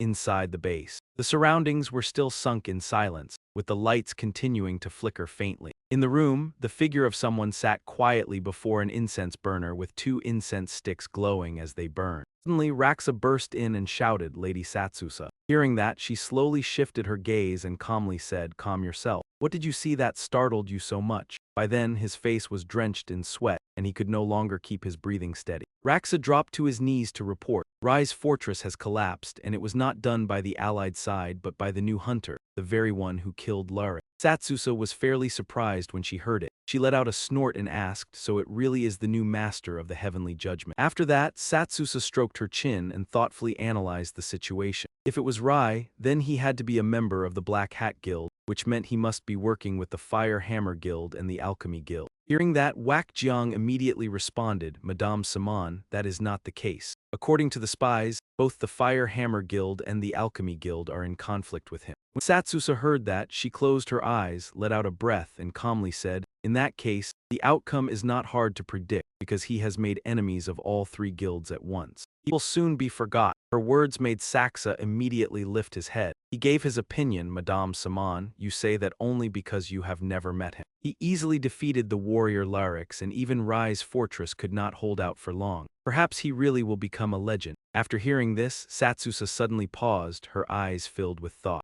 She closed her eyes and calmly asked, a predator that devours other predators. When you say legend, do you mean he will appear and save this planet? After hearing that, Waksa blurted out in surprise, exactly. He narrowed his eyes with a smile and said excitedly, at last, this planet may receive salvation, Madame Saman. I am truly happy. Suddenly, Saksusa spoke up, how pitiful. That remark made Saksa widen his eyes in confusion, while she continued speaking in a calm voice. That legend is only a fabricated story meant to inspire hope in the younger generation. The true legend has been passed down since ancient times. As she said this, Satsusa looked on with danger in her eyes, then lowered her voice. On the day a predator that devours other predators appears, that planet is on the verge of destruction. That is the true legend handed down since ancient times. Her voice still echoed in Rakra's ears. Now the only thing we can do is hope that he is not the legendary predator. Hearing this, he could not stop trembling as he blurted out, I cannot believe it. Suddenly, a loud noise rang out and startled them both. Daxa shouted, what was that? When they went outside, they saw that the forest side had already burst into flames. The fire was raging fiercely, warning them that intruders had arrived. Satsusa raised her voice and asked, what is happening here? When Revido saw her, he respectfully called out, Madame Saman. Then he reported, a massive army of undead is advancing toward us from the far side of the forest. Please withdraw at once. Hearing that, confusion appeared on her face as she muttered, why all of a sudden? The guilds have been too busy fighting one another. That is why they paid no attention to small tribes like ours. So why now? Waxa spoke up and asked, could it be, Revido, that this undead army does not include skeleton soldiers? Revido asked in surprise, how did you know? It is a kind of bone monster I have never seen before. Those words made Raxa widen his eyes in shock. Seeing him trembling in fear, Revido thought to himself, he is the one who killed Lara. Meanwhile, on the other side, Eugene had already advanced with Xinxing toward the base. All around them stood thousands of skeleton soldiers, already waiting with shields and weapons in hand. The monsters remained in battle formation, staring fixedly at Eugene. He looked around and wondered, what is this place? When the monsters saw him, they mocked him with laughter. You look weak and you must have little experience. At that moment, Zaxa rushed outside to check the situation. When he witnessed that scene, his eyes flew wide in utter shock. Sweat poured across Zaxa's face as he thought in horror, no way. Ahead of him was Eugene, sitting imposingly on Xinxing's back. The two radiated a brilliant glow, and Rakra became certain in his heart, just as I thought, it really is him. At that moment, Eugene's gaze was icy, with a crooked smile on his lips. He gave the order, wipe them out. At his command, the skeleton soldiers began to move forward step by step. They shouted in unison to raise their morale, fully prepared to fight this battle to the end. Revito immediately turned and ordered his men, we must buy as much time as possible for the villagers to evacuate, prepare for full-scale combat. Both sides were just about to hurl themselves into a fierce clash when a surging gale suddenly swept in from nowhere. The sight made everyone freeze in astonishment. Seeing that, Eugene also let out a startled sound. That gust of wind marked Laric's arrival. He dropped to one knee and respectfully said, "My lord." Seeing Laric kneeling before him, he asked, "Laric." He pleaded earnestly, "Please have mercy." But then Eugene noticed something and widened his eyes in surprise. He looked at the pair of eyes glowing blue on Laric's face. He inwardly marveled, it is conveying its own will before its master's command. Then Eugene asked, "Are they of the same race as you? If I do not do this, what will you do?" Faced with that question, he could only lower his head in silence. A moment later, Laric finally answered in a low voice, "They are the native people of this planet. They have nothing to do with Janet's power. I respectfully beg for your mercy." On Rakra's side, when he saw that scene, he could only call out inwardly, "Laric." Meanwhile, he merely let out a quiet sigh, not knowing what to say, though inwardly he thought, "It has been a long time since I last had to negotiate like this." Unzi recalled what had happened during the previous battle and reflected, strangely enough, every member showed signs of betrayal, yet I could still forgive and restrain them. Meanwhile, Laric remained bowed, waiting for his answer. Then suddenly, a notification appeared. "The knight Laric sincerely hopes that you will spare his people. If you heed Laric's plea, he will repay you with undying loyalty." Seeing that, Eugene exhaled softly and said, "Fine, come back." Hearing that, he looked up at Eugene in surprise. Then Eugene turned away, while Laric, still bowing behind him, respectfully said, "I will repay you with loyalty and wield my sword at the king's command." At that moment, the system announced, "The summoned creature has sworn loyalty." The struggle for dominance has been reduced to the maximum extent, from 320 points to 1 point. Seeing this, the monster soldiers cried out in joy, "We are saved, Laric has saved us." As Eugene was preparing to leave, he suddenly came to a stop.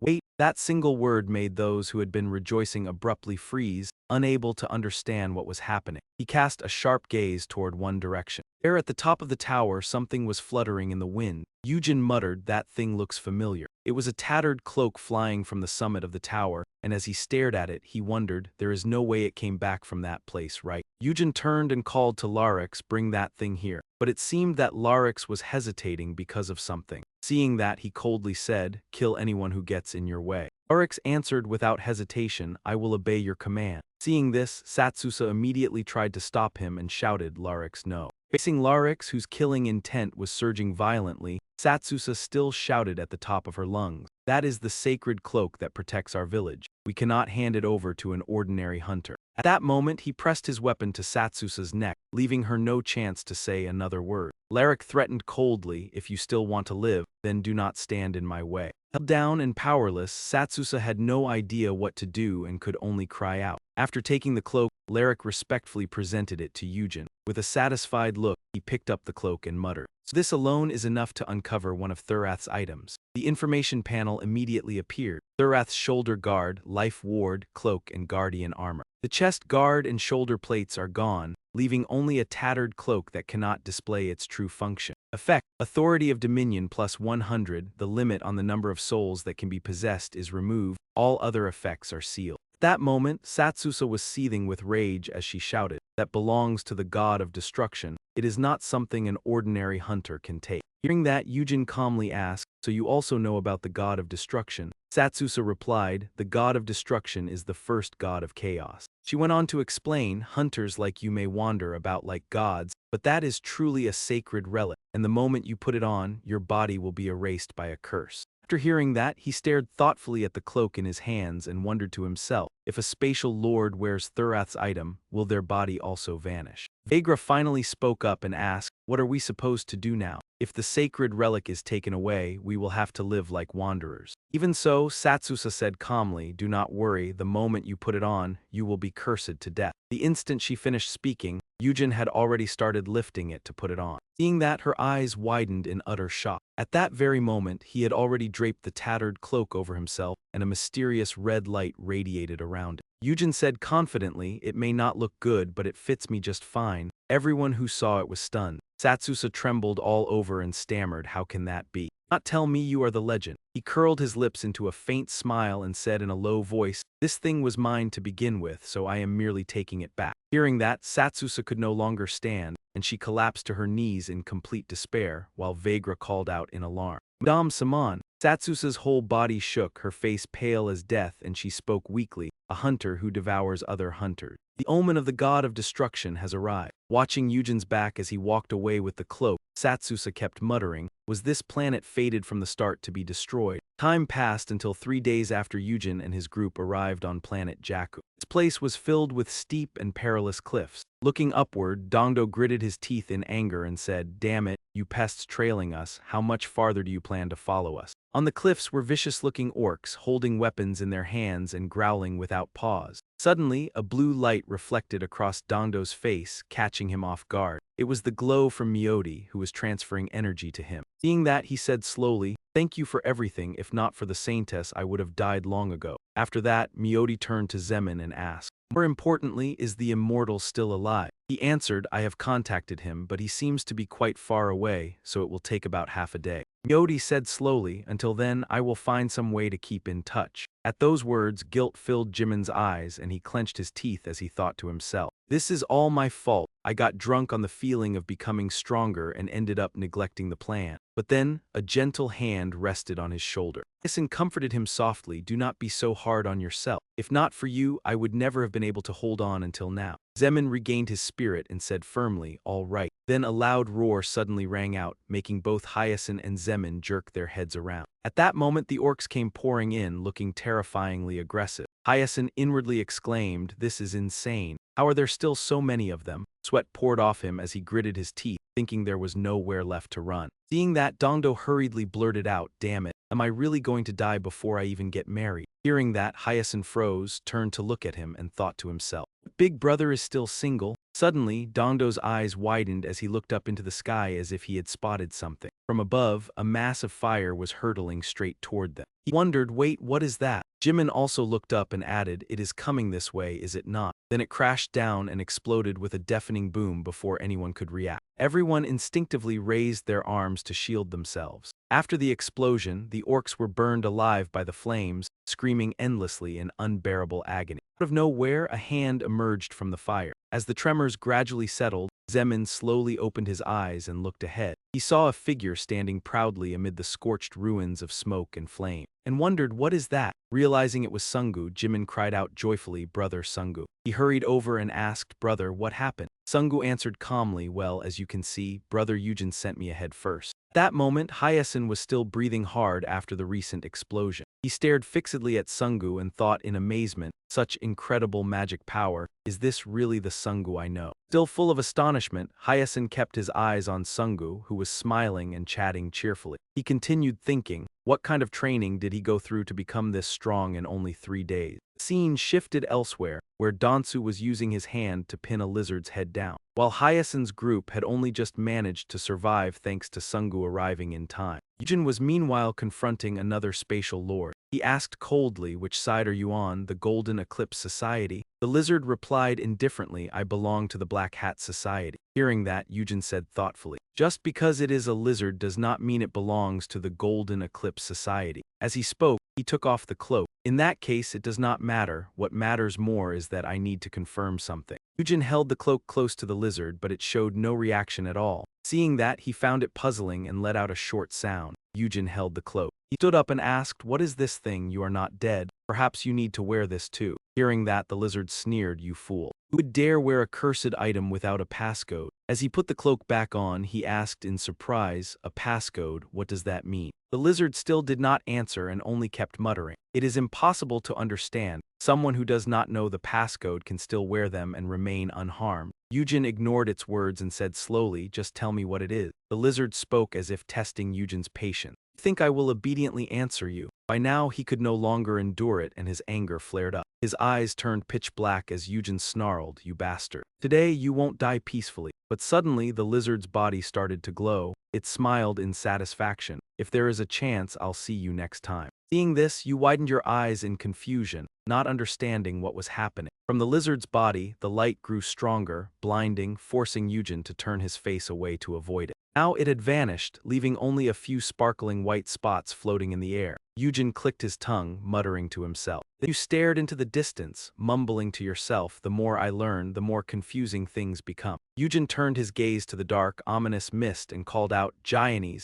then slowly spoke. "I remember when you joined my team. You said I was someone special." At that moment, Zeanhi respectfully replied, "You are a special person, my lord." Hearing this, Eugene questioned, "Does that mean I won't die wearing this?" He immediately responded, "Yes, your existence is proof of escaping Thurath's curse." Not stopping there, Zeanhi recalled the image of the robe radiating a brilliant aura. Then he added, "Before you took it, Janet's minions had hidden it and all of them vanished." During this, you curiously asked, "You mean they died, but they were still alive?" Zeanhi answered briefly, "Vanished, not dead." He then recalled the image of the monsters vanishing. He further explained, "All of Thrash's items collected from Anfin are armors. However, the moment you wear them, you will vanish. So if we touch Thorax's only offensive weapon, Thorax's execution," Zeanhi made a statement, "we can completely destroy the spatial overlords. We won't let them continue to revive, no matter how many times you kill them." After hearing this, Eugene grinned with satisfaction, murmuring, "Now, the pieces are falling into place."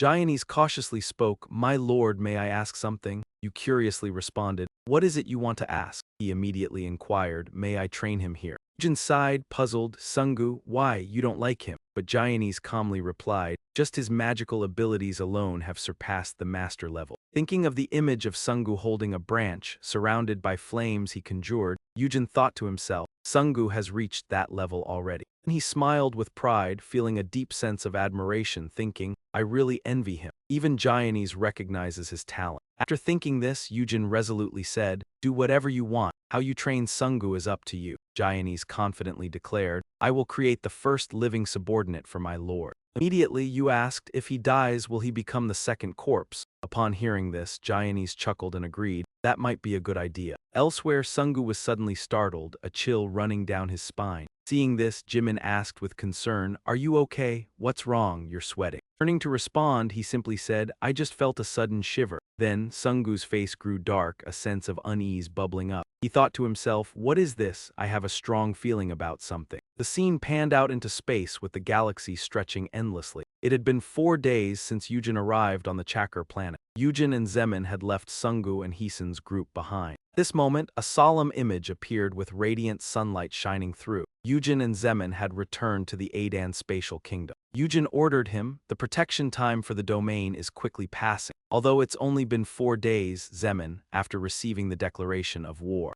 Make sure to strengthen the domain's protection again." After saying this, Eugene turned away, but Zemin hesitated before speaking up. "Well, I have something I want to ask you." You furrowed your brows and asked, "What is it?" He hesitantly said, "I'm trying to buy some items. Could you lend me some points?" Zemin continued, "I'm saving up to buy an item, but it's a bit expensive." Eugene wondered, "The points I already transferred to you aren't enough. What item is it?" His gaze lowered as he stammered, "It's..." After hearing this, Eugene suddenly exclaimed, "The heart of the vampire lord." He flustered, saying, "I'm sorry, I'm asking for too much." He recalled the comforting words from Two Sons. Zemin silently reproached himself on Jakku. "How did I become a burden to my teammates just to finish my task? I need to grow stronger now," he thought, clenching his lips in frustration. In his mind, he couldn't stop thinking, "Just as I thought, I can't keep relying on Eugene forever." Moments later, you spoke up. Wait. Zeman blinked, his eyes widening in surprise. Eugene had opened the system menu and was carefully reading the information. He stroked his chin, murmuring, 200,000 points, pretty expensive. However, Eugene had to admit,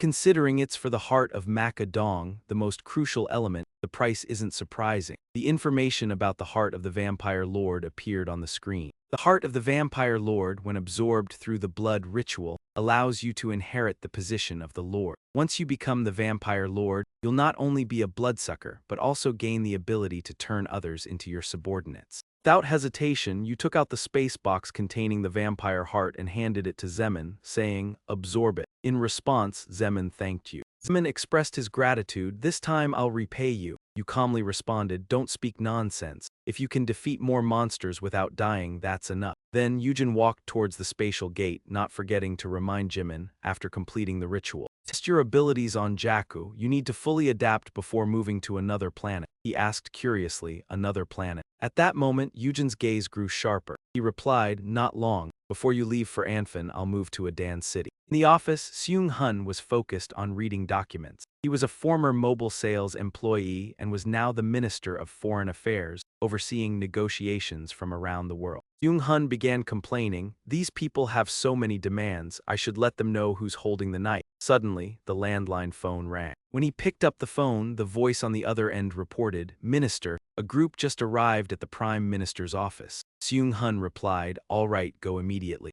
Scene switched to a meeting room where everyone had gathered. He slowly walked in. Seung-hun introduced himself. "It's a pleasure to meet you all. I am Seung-hun, the Minister of Foreign Affairs." He then walked to the center of the room and bowed to everyone respectfully. Min Chan spoke, "Minister Gu, this negotiation is about." Before he could finish, Seung-hun raised his hand to stop him, "Mr. Prime Minister." He continued, "Please trust me with this negotiation." As Min Chan watched Seung-hun reviewing the documents, he wondered, will Minister Wu handle the negotiations personally? He did an excellent job signing the Adan agreement. Should I let him handle this negotiation as well? And so, throughout the meeting with the Canada-Japan Council, Seung-hun kept presenting his views. He emphasized the key information. "I have reviewed all the data and recommend that you prepare matters related to first reporting the emergence of dungeons rated 6 stars or higher, as well as cooperation strategy." Watching Seung-hun present so clearly, Min Chan felt satisfied and thought to himself that the man was truly skilled at negotiations,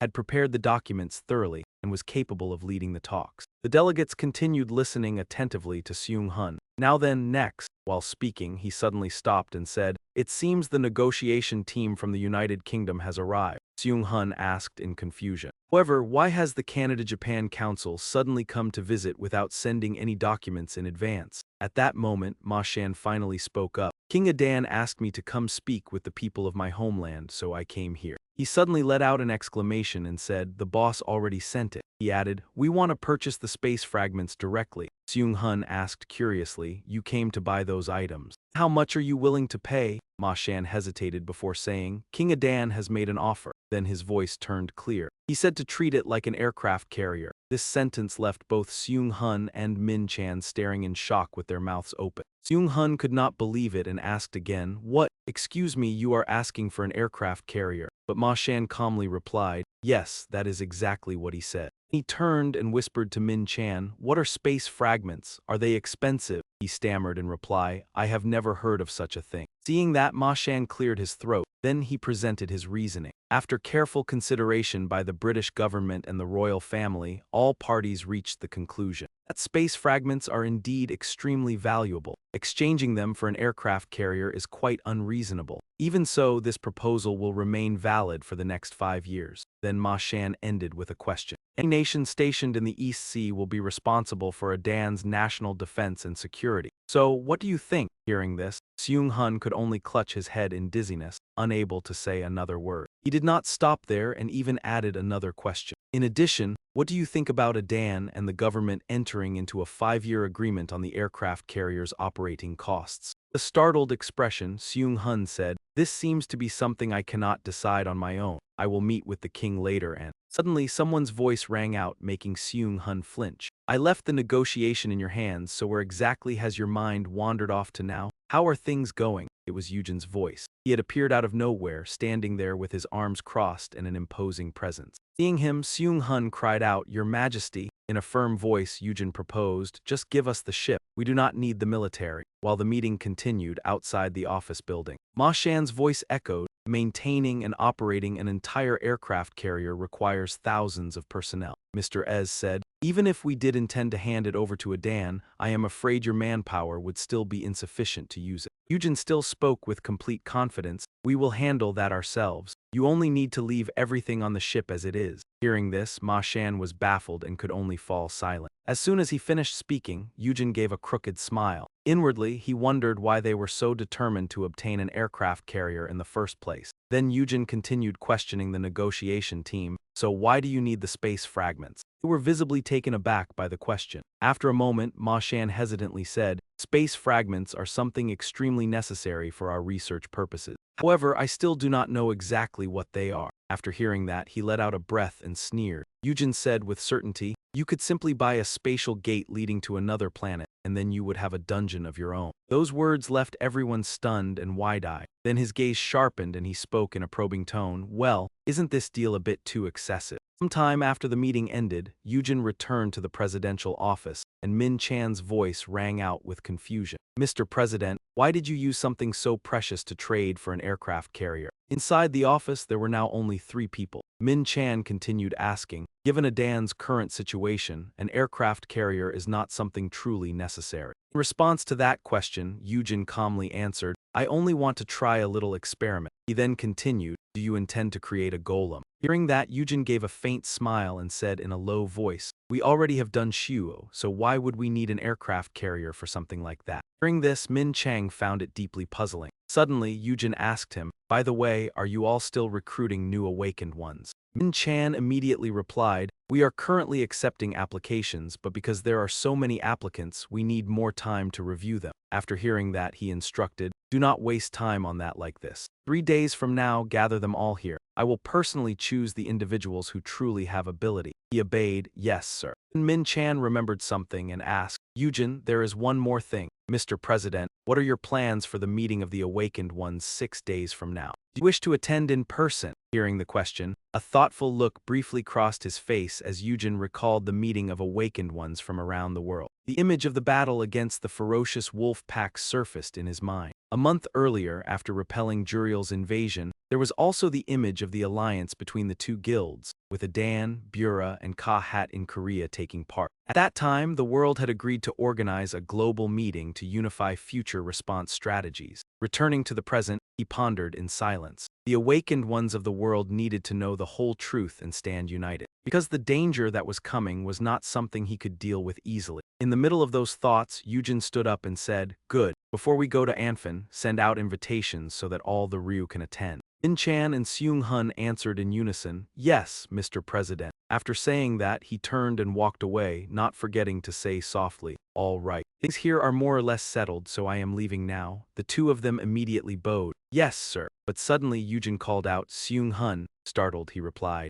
"Yes." With a weary expression, Eugene pointed at Seung-hun and scolded, "Are you really the Minister of Foreign Affairs? Stop beating around the bush and go back to working as a secretary. Just now I saw that you are absolutely terrible at negotiating. You do not have the slightest talent for this at all." Hearing that, Seung-hun could only lower his head, press his lips together, and swallow his grievance. "You once bought a phone from someone with no talent for negotiation." After saying that, Eugene quickly left. At that moment, he covered his face in dejection and muttered to himself, "I never thought I would lose my minister's seat like this." Seeing that, Yuan Zhuang asked with concern, "You okay?" But Seung-hun paid no attention and kept blaming himself. "Now I'm nothing more than a secretary." Then something suddenly occurred to him and his eyes widened as he thought, "Wait a second." Seung-hun immediately lifted his head and wondered, "A secretary? The president of Adan Asia's chief of staff, if that's the case." As that thought struck him, he burst into laughter so hard his whole body shook. Min Chan, standing behind him, broke out in a cold sweat and hesitantly called out, "Hey, Seung-hun." Suddenly, Seung-hun shouted, "Doesn't this mean I've been promoted?" His cry echoed through the entire office building,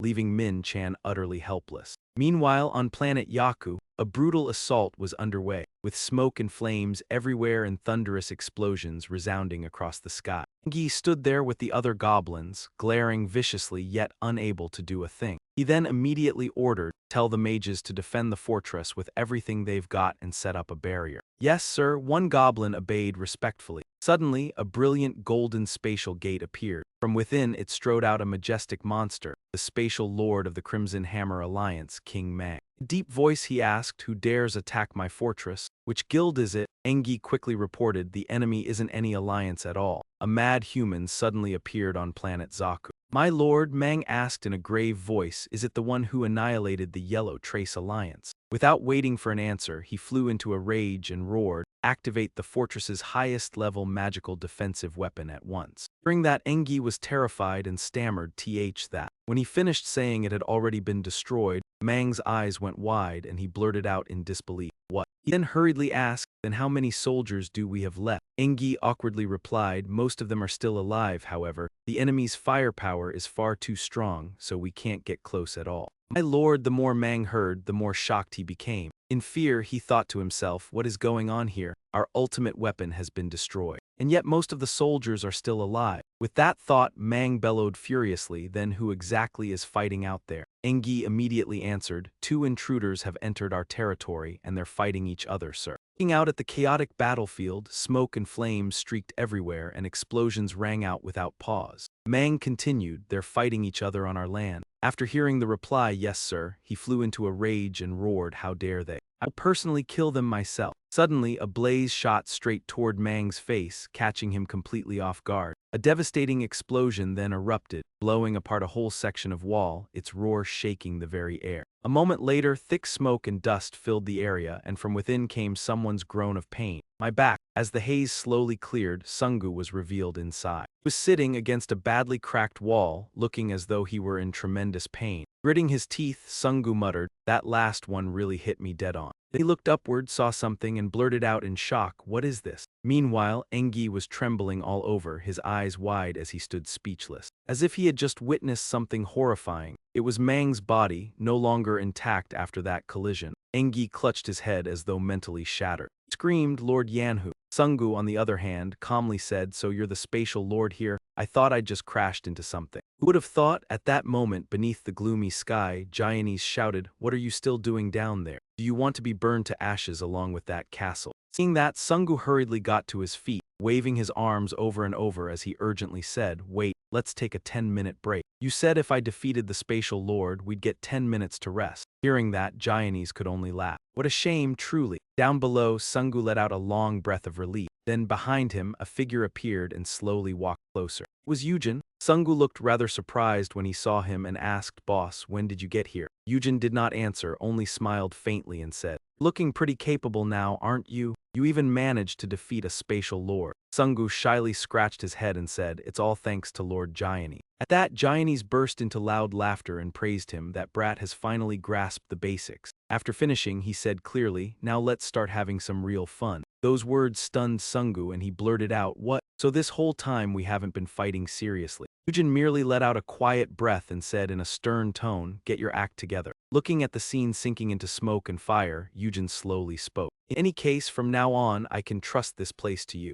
Then he suddenly remembered Zemin and wondered, "But I wonder how much Zemin has improved by now." At that same time, he was staring at his enemy with icy eyes, making the man tremble non-stop. In a cold voice, Zemin threatened, "Do you still want to live?" On the ground lay a soldier so badly wounded that his body was no longer whole. Trembling violently, he begged, "Please spare me, my lord, please spare me. I'll do anything you want." Zemin only looked at him coldly without saying a word. The soldier looked up in panic as though seeing something terrifying. Zemin then sliced open his own palm and let the blood drip down. In a lifeless voice, he said, "Drink." Zemin's hand tightened as streams of bright red blood kept pouring down. The blood ran onto the soldier's face and he could only grit his teeth in terror. In a low voice, he said, "If you agree to accept my blood, you will be reborn and become my servant." Then a shrill scream echoed through the entire space before everything was swallowed by darkness and the scene shifted to a pine forest. High Sun spoke up, "Wait, let's rest for a bit." Rongro agreed as well, that's a good idea. Let's get ourselves ready before the next wave of monsters comes crashing in.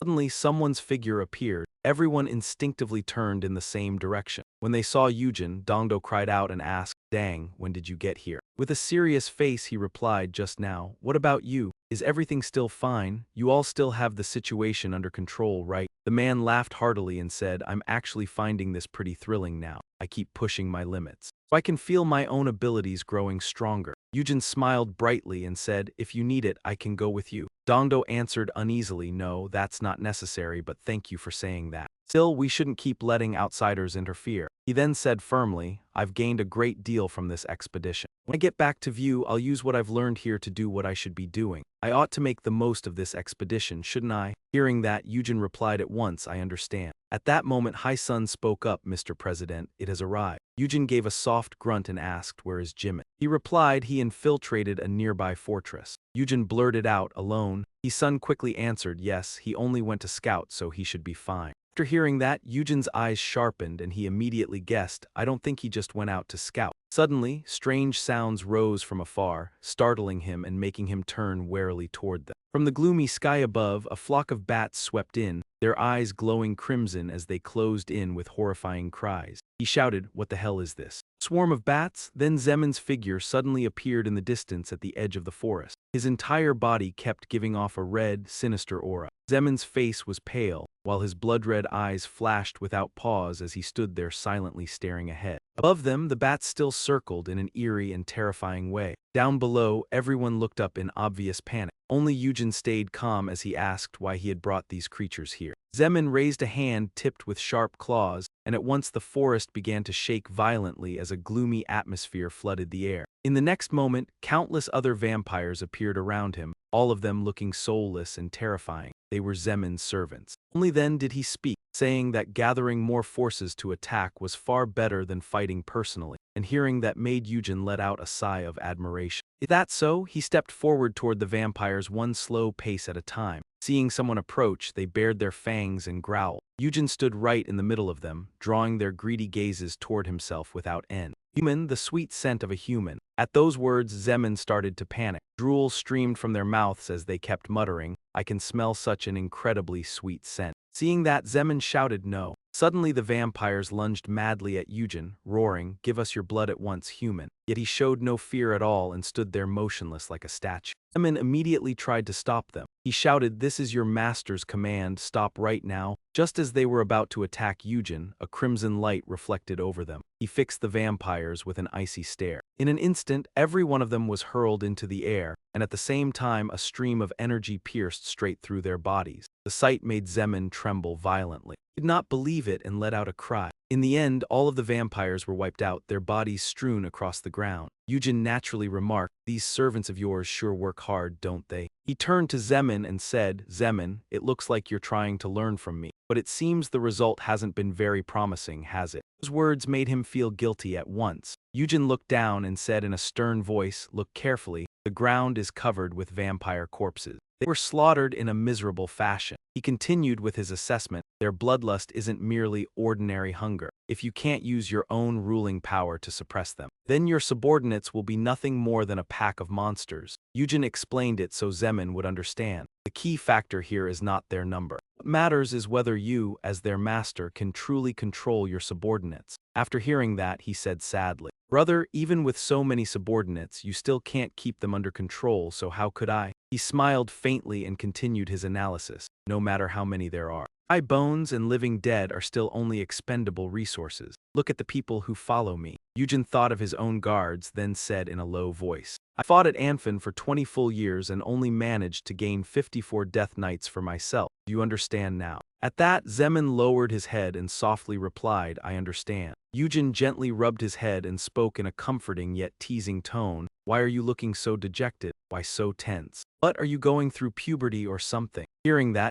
Zemin could only laugh awkwardly as time slowly passed within the spatial kingdom of Adan. Thus, Zemin gradually became a vampire lord, and 3 days later, by Earth's time, the long-awaited interview for Adan's new awakened candidates finally arrived. Inside a large room, everyone had gathered, each of them waiting nervously to become part of Adan. Eugene began to speak, order. He said clearly, everyone chosen today will become both citizens and awakened ones of a Dan. Now we will begin the screening at once. The system panel immediately appeared. Appraisal and analysis skill has been used. It can read and analyze the target's abilities, stats, and skill. In the quiet hall, the screening continued. Eugene's voice kept ringing out, that one, and that one too. Gaze landed on a red-haired young man and he said, red hair, you pass too. At last, the screening came to an end, and Eugene announced in a low voice. 23 people passed that round of screening. Follow the staff's next instructions. The rest of you may leave now. Hearing that, the crowd below erupted in uproar. What? One person protested angrily, you haven't even tested us and you're already sending us away. Another agreed and said, exactly, how can you judge people just by looking at them like that? The room grew noisy as everyone began shouting over one another, you have to give us a chance at least. I guarantee I can pass your test with flying colors. Please let me take the test. Hearing that, Eugene hesitated slightly. But he quickly made up his mind. Fine, I'll give you all a chance. Eugene said bluntly, but I don't have much time to waste. As he spoke, a stream of black aura flew over. Eugene's eyes shifted to the side. Then he set the condition, anyone who can endure for 30 seconds will be considered to have passed. Beside Eugene stood a towering death knight with glowing blue eyes. A dark aura poured endlessly from his body. In a low voice, Eugene warned, but the price of failure will be your lives. Eugene asked who wants to try. At the sight of that, everyone broke out in cold sweat in fear, and one person blurted out, this is completely absurd, looking at the Death Knight's imposing appearance. Everyone felt disheartened and thought to themselves, we have to risk our lives. Do they want us dead if we fail this test? Then suddenly, a hooded man. The mysterious heir stepped forward and said, I'll do it. One young man warned him, if you act recklessly like that then. The man slowly pulled back his hood, and the moment his face became visible, the young man cried out in shock, you are. That man was Kang Chun, and the information panel stated it clearly. Before Kang Eugene appeared, he had once been South Korea's top awakened. He rose from F rank all the way to AA rank, but the details of that rise remained an absolute secret. Seeing that, everyone cried out in astonishment. Kang Chun? Why is Kang Chun here? The people around him immediately broke into heated whispers, utterly unable to believe it. They all turned to stare at him in disbelief. But hadn't Kang Chun never worked with anyone before? So why was he suddenly applying to a Dan now? Even Eugene himself was left baffled. This is strange. When I used appraisal, I clearly didn't detect a single high-ranking awakened anywhere. He looked at the man before him in confusion. How had the system dared to assign him an AA rank opponent now, level 78 Kang Chun? Resting his hands on his hips, Eugene asked, you look capable enough, so why do you want to join a Dan? From below, Kang Chun called up and admitted, my purpose is not to join a Dan but to speak with you. His expression turned serious as he stressed, then come back another day. I do not have time right now. Yet the man stubbornly remained and tried to persuade him. It will only take a moment. I sincerely hope you can spare me a little time. Eugene curled his lip in annoyance. You really are troublesome. Then he turned away and pointed as he ordered, throw this man out. Bodyguards immediately nodded and obeyed. They stepped forward and surrounded Kang Chun, telling him, please leave. If you wish to meet the president, please submit an official request to a Dan. His whole attitude suddenly changed again, and then Kang Chun unexpectedly proposed something else. How about this instead? He pointed straight at Eugene and demanded, if I can hold out for 30 seconds against that Death Knight, then you have to talk to me. Eugene found it amusing and turned aside with a reminder. Eugene, it seems that man is looking down on you. What do you think, want to fight? Ansat's eyes blazed with fury as he made up his mind. I will take him down within 30 seconds. The atmosphere shifted at once, the two sides like fire and water as they faced each other with surging momentum. Ansat's gaze was cold and fierce, brimming with fighting spirit, while Kang Chun carefully studied his opponent. Seeing that everyone was in position, Eugene shouted and declared, all right, then let's begin. In the very next instant, he vanished without a trace. That made Kang Chun's eyes widen in shock. In the blink of an eye, Ansat had appeared and launched a frontal attack. Kang Chun was forced down and struggled, unsure how to handle it. Eugene stood at a distance and silently observed the fight. After watching closely for a while, he finally realized something. He could block Ansat's attack with his bare hands. It did not look much like Biza Keung's body enhancement ability. Could that dark red substance wrapped around his body be his true power? Even so, Eugene remained confident as he waited. I've never seen an ability like this before, but Ansat has kept leveling up until he reached S rank. No matter how special that skill may be, he is still only an AA rank bastard. He understood it clearly and grew even more expectant. This gap in rank was not something easily overcome. yet Kang Chun still kept his calm expression. Possessing a subordinate of ska rank, he suddenly revealed his strength and declared, "As expected, Dr. Toffler did not misjudge you in the slightest." Eugene froze when he heard that familiar name. Toffler? Kang Chun had no intention of giving up. "If I lose to a mere subordinate like this now, it would be a serious blow to my pride." He tightened his grip even more around the strange object in his hand. Eugene's eyes widened in utter shock at his rank. Above Kang Chun's head, his level had changed. Level 78 Kang Chun. In an instant, he rose by 10 levels. Level 88 Kang Chun. Even he could not believe what was happening before his eyes. A change? At that moment, Ansat's eyes widened with a vague sense of unease. The thing in Kang Chun's hand slowly dissolved and disappeared, and with perfect calm he declared, "It's over." The weapon in Kang Chun's hand had not stopped yet when Eugene suddenly appeared and blocked the attack. He raised a hand in front of him to signal a halt and said firmly, "Stop." 30 seconds have already passed. Kang Chun broke into a cold sweat as realization hit him. He had stopped his attack with only one hand. Eugene turned back and pointed at the teary-eyed figure. "Ansat, I will settle things with you later. For now, return to the summoning waiting room." Standing behind him, Kang Chun brought the matter up again. "Well, are you willing to talk to me now?" Eugene paused, then broke into an amused smile. "So you know Toffler and also possess a power that can transform. Fine then, this conversation should be quite interesting." The scene shifted to a sealed room where the two of them talked. Kang Chun's legs had been shackled tightly. He looked at his own body in confusion. "What is this?" Just then, Eugene walked over to the table and explained, "A little while ago, someone suddenly ran off in the middle of a conversation. He was a specially detained prisoner, so we could not use violence either." Kang Chun was already sweating as he stayed on guard. A tool that could suppress power like this. Right after that, Eugene sat down in his chair, ready. He calmly began probing for information. "So, what is your purpose in approaching me?" Kang Chun did not hesitate to confess the reason. "I came here because of Dr. Toffler's message." Kang Chun's face turned serious as he made it clear. "Dr. Toffler believes that you are an exceptionally strong candidate who may be able to save Earth. He said that in order to save Earth from Janet's clutches, you need to gather the passcodes." Suspicion filled Eugene's eyes as he emphasized, "Passcodes." Then he sank into thought again. Come to think of it, Drake guy on planet Jakku mentioned some kind of passcode too. Even while dying, he kept speaking in riddles. You would not understand. Someone who does not even need a passcode and can still wear it. But no matter. Why would someone like you need to know that anyway? Eugene folded his arms and asked in confusion, "What exactly is this passcode they keep talking about?" Kang Chun could not give him an answer. "I do not know either. He only told me to pass that message on to you." Eugene let out a weary sigh and said, "I need to know what it is before I can even look for it." Then Eugene forced himself to calm down. Still, this information does shed light on quite a few things. Suddenly, another question came to him. "But tell me, what is your relationship with Toffler? Who exactly is he?" At that moment, Kang Chun's face grew contemplative as he stressed the key point again. "Already know that I am a freelance awakened one with no guild, but I was recommended by the mediator." Hearing that, Eugene looked puzzled. "What is the mediator?" Kang Chun only gave a simple explanation. "It is the organization Dr. Toffler works with." Eugene became even more surprised and stated clearly,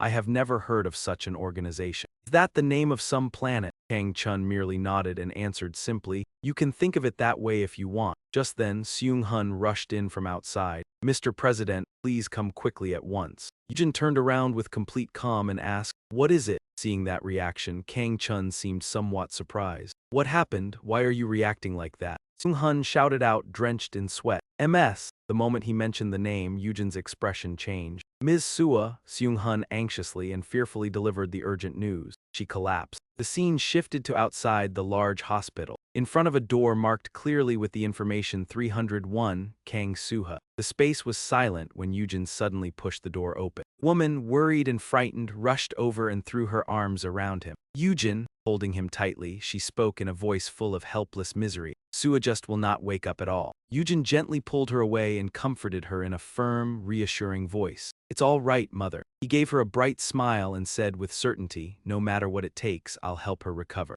"Please don't worry." Seeing her son like that, she was stunned. Eugene turned around and urgently gave a swift order. "Minchin, take my mother outside first." He nodded and immediately carried out the command. "Yes, Mr. President." Sua was still lying on the hospital bed without any change. He stepped closer to the bed and asked about her condition. "Modi, how is Sua's situation now?" But she came to a very strange conclusion. "There is absolutely nothing wrong with the girl's body. That only made Eugene even more puzzled and curious. And why hasn't she woken up? Modi suddenly brought up something else. Do you still remember when Dr. Toffler said that a god was about to descend upon Earth? He remembered it clearly and answered at once. I still remember. He said we had to find and protect the god who was about to descend to Earth. Eugene grew impatient and wanted to get to the point. But what does that have to do with Sua? The moment he said it, he also realized something was wrong. No way, could it be Sua? She tensed up and confirmed it. That's right. Through the flow of energy, Modi had discovered something mysterious. I'm not sure what happened either, but even though it is still faint like a dream, I can still sense the presence of holy power inside the girl's body. The girl must be meeting a god in some long dream right now. She could offer no other solution. At the moment, all we can do is wait for her to accept that god. There is one more thing Modi needed to add. When she opens her eyes, she stressed the change that would come afterward. The girl will awaken as a goddess, one who can hear the voices of the gods. The scene shifted to Eugene's large company office. Inside, Seung-hun was sweating nervously. The president's office.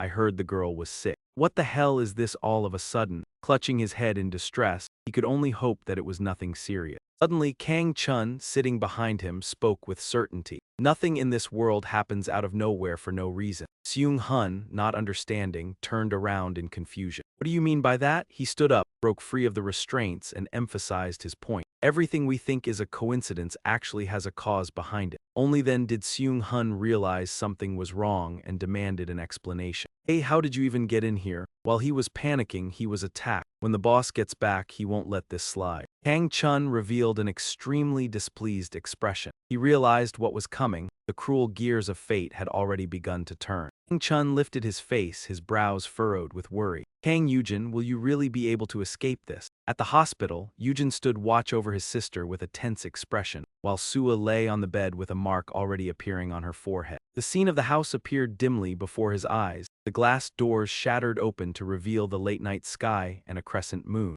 Seung-hun's whole body trembled as his face twisted in pain. Only then did Minchun appear and anxiously ask about the situation. Minister Gu, are you all right? He struggled to push himself upright and spoke with difficulty. Prime Minister Jin. Eugene had also arrived, and seeing the strange scene, he asked, what happened here? Hearing that, Seung-hun fearfully turned toward the president. He scratched his head and awkwardly explained what had happened. I was muttering to myself when that man suddenly burst in. After that, I can't remember anything anymore. He immediately grew suspicious and pressed further. Did he say anything? Seung-hun broke out in a nervous sweat as he recounted it. He said that in this world, nothing ever happens suddenly without a reason. That was what he meant. But the moment he heard that, Eugene understood the implication. He meant that everything follows the law of cause and effect. Even so, part of him still found it hard to believe. Even Sua being chosen as a goddess. Eugene walked to the shattered glass door and looked outside in confusion. It sounded like I had imagined it all along. Yet at the same time, I understand nothing at all. Then he turned his thoughts to another matter, Uaji, the organization backing Kang Chun and connected to Toffler.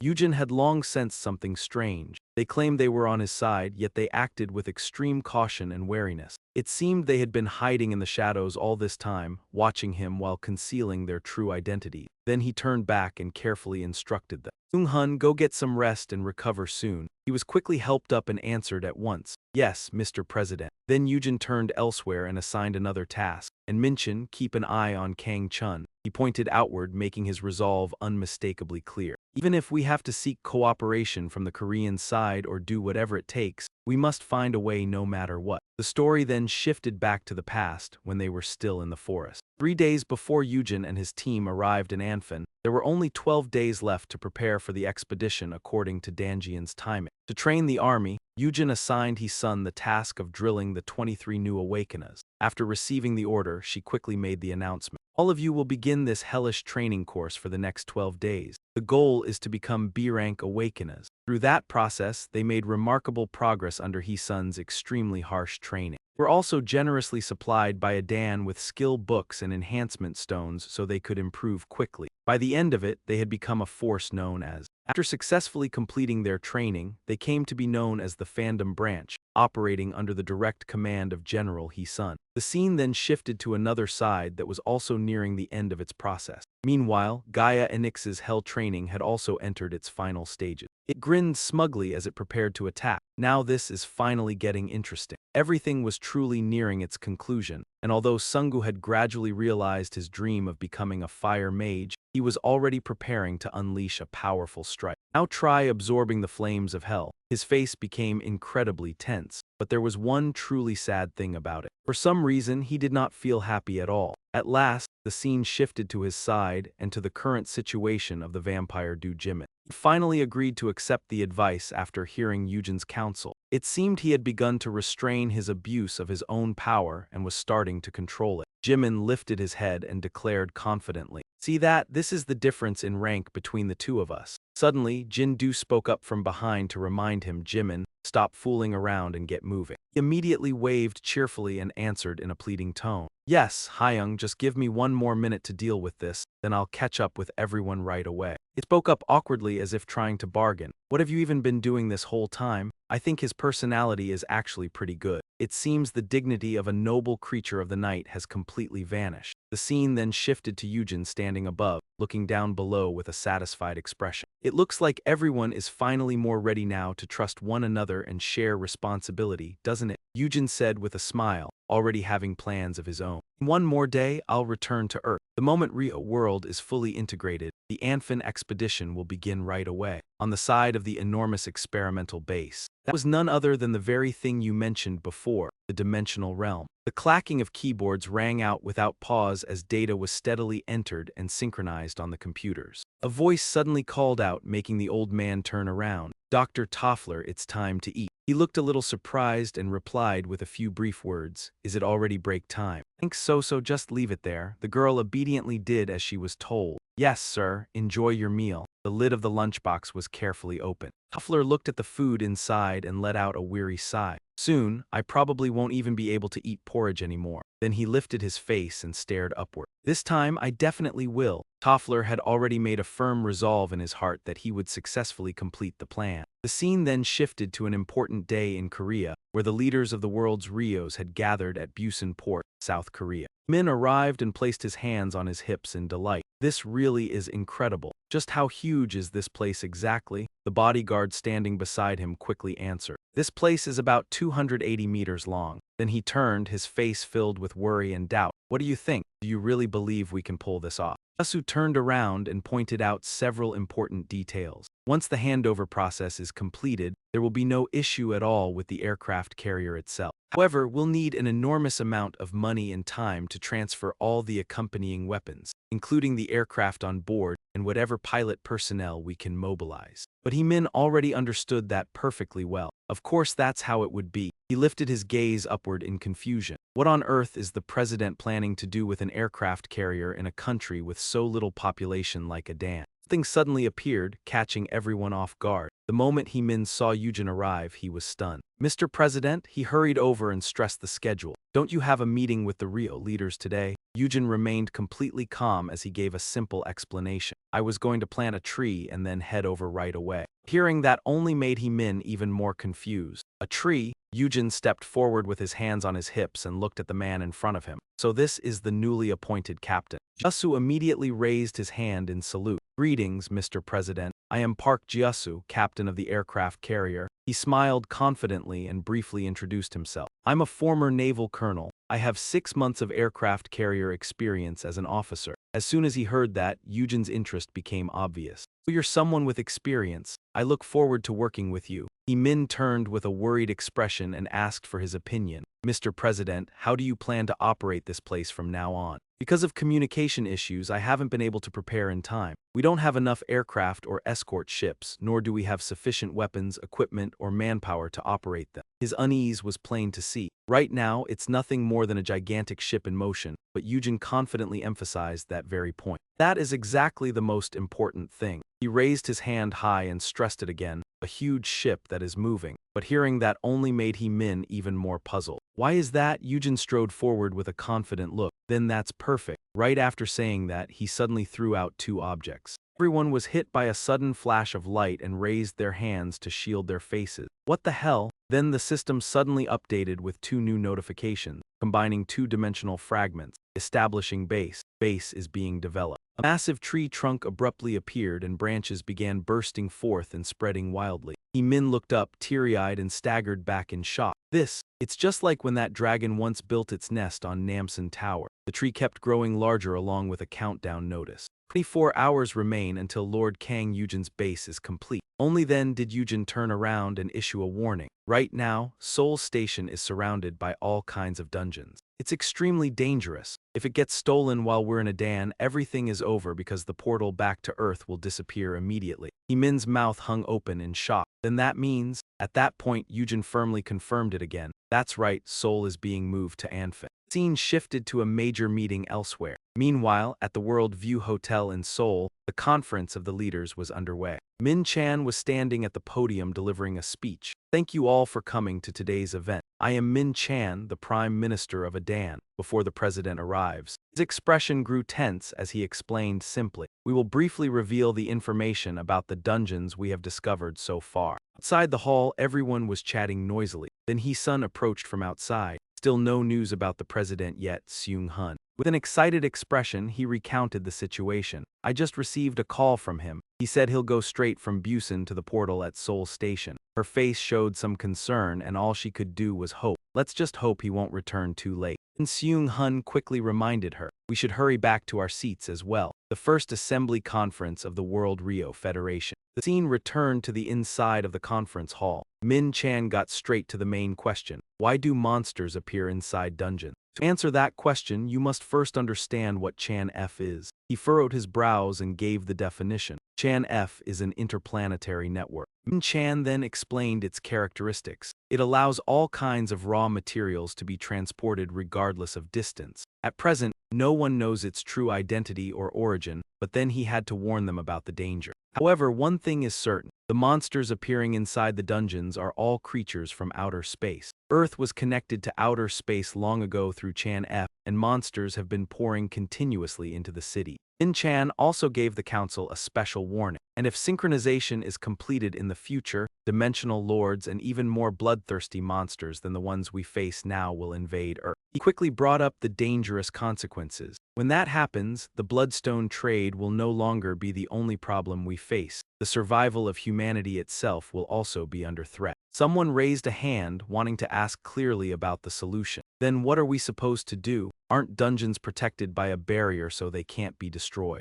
Min Chan stressed it with a grave expression. That's right, dungeons cannot be destroyed, but we can sever their connection to Chan F. The man asked nervously, sweat breaking out on his face. Do you have a way to do that? Suddenly, Eugene smiled and answered with absolute certainty. Of course there is. He walked inside with a confident bearing. That's exactly why I'm planning to head to Anfin. Eugene proposed a simple solution. On that planet, there is an ancient weapon called Thorax's Judgment. As long as we find it and complete it, we can forcibly connect the Charnit rifts. He smiled smugly and stated his intention outright. The reason I invited everyone here today is to unite all the Ryus of the world so they can protect Earth while I am away. They began looking at one another with obvious suspicion. Does Anfeng really have that kind of weapon? To think a goddess with such transcendent power still exists in this world. Very possible. A man sitting back in his chair with folded arms raised a question. Are you sure you're going to Anfin to save Earth? Man grimaced, his face full of doubt. All this time, hasn't Adan always monopolized all information about the dimensional fragments and refused to let others possess even a single dungeon? Protecting Earth is just an excuse. In truth, you people only want to monopolize the enormous profits from Anfin's dungeons, don't you? Hearing that, Uzi curled his lip and shot back, profits. Humanity is standing on the brink of extinction, and you think we still have time to talk about profits. He raised his hand high and explained the reason clearly. All I want is to protect my family and the planet they live on.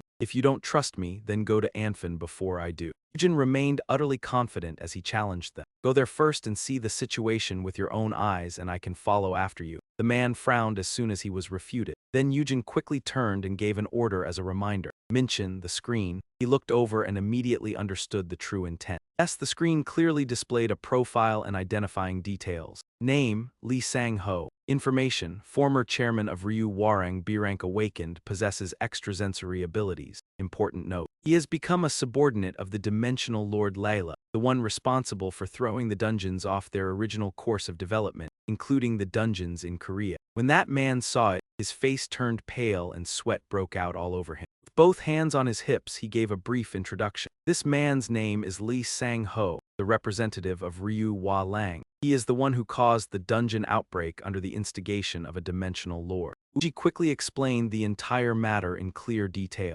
Because of him, monsters that were never supposed to break out within 30 days after a dungeon reset attacked us after only 1 day. That was why Seoul and nearby areas suffered devastating casualties. He had also keenly uncovered those actions. He used the same trick during the simultaneous dungeon outbreaks that appeared all across the world. Eugene bluntly listed his crime. Besides him, there are still many other lunatics out there. For example, that criminal organization in America, they even managed to create an artificial dungeon. This way, he wanted to issue a warning to the council. In the future, when the synchronization process ends and the apocalypse descends, we will encounter more and more traitors like them. Those who join the ranks of cruel dimensional lords like Lee Sang-ho are traitors willing to sell out the whole earth just to save their own lives. Eugene used those words to warn everyone present. Things have already come to this and you're still thinking about profit. Surely no one here harbors such thoughts, right? He deliberately asked again for emphasis. Isn't that so? Uzi smiled in obvious satisfaction.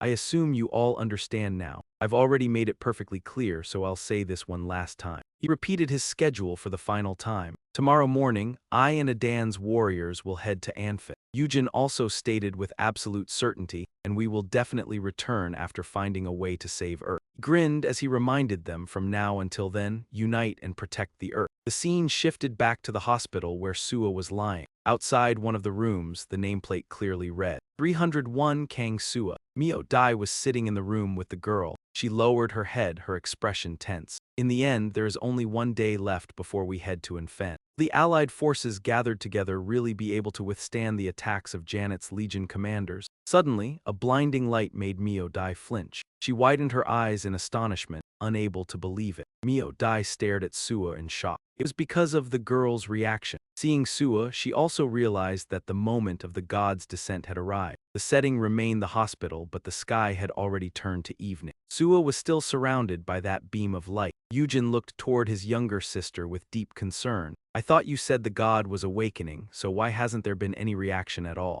The girl all right? Mio Dai glanced over and reassured him with certainty. Yes. Fortunately, the assimilation process is extremely stable. We only need to wait until the girl responds. He did not ask further and instead became focused. I understand. Seeing Eugene walk closer, she was startled. He looked down at Suwa and made a request. Why don't you introduce yourself first? Is your name? Is introducing yourself really that hard? From inside the girl, a strange voice rang out. I wonder what a seed newly born on a planet would be called. Hearing that, he asked back in surprise. A seed newly born? You mean there was originally no god on this planet? Sua's eyes suddenly opened slightly. The girl sat on the bed and calmly explained. Although this is the first time we have met, we have actually known each other for a very long time. After such a long span of history, we have finally met like this. But after hearing that, Eugene asked in confusion, what do you mean by that? Can you explain it in a way I can understand? Suwa opened her eyes wide and tried to explain briefly. Essence gives rise to phenomena, and humanity can only receive those phenomena. The infinite privilege of that deceitful stretch of history is once again reaching its final point.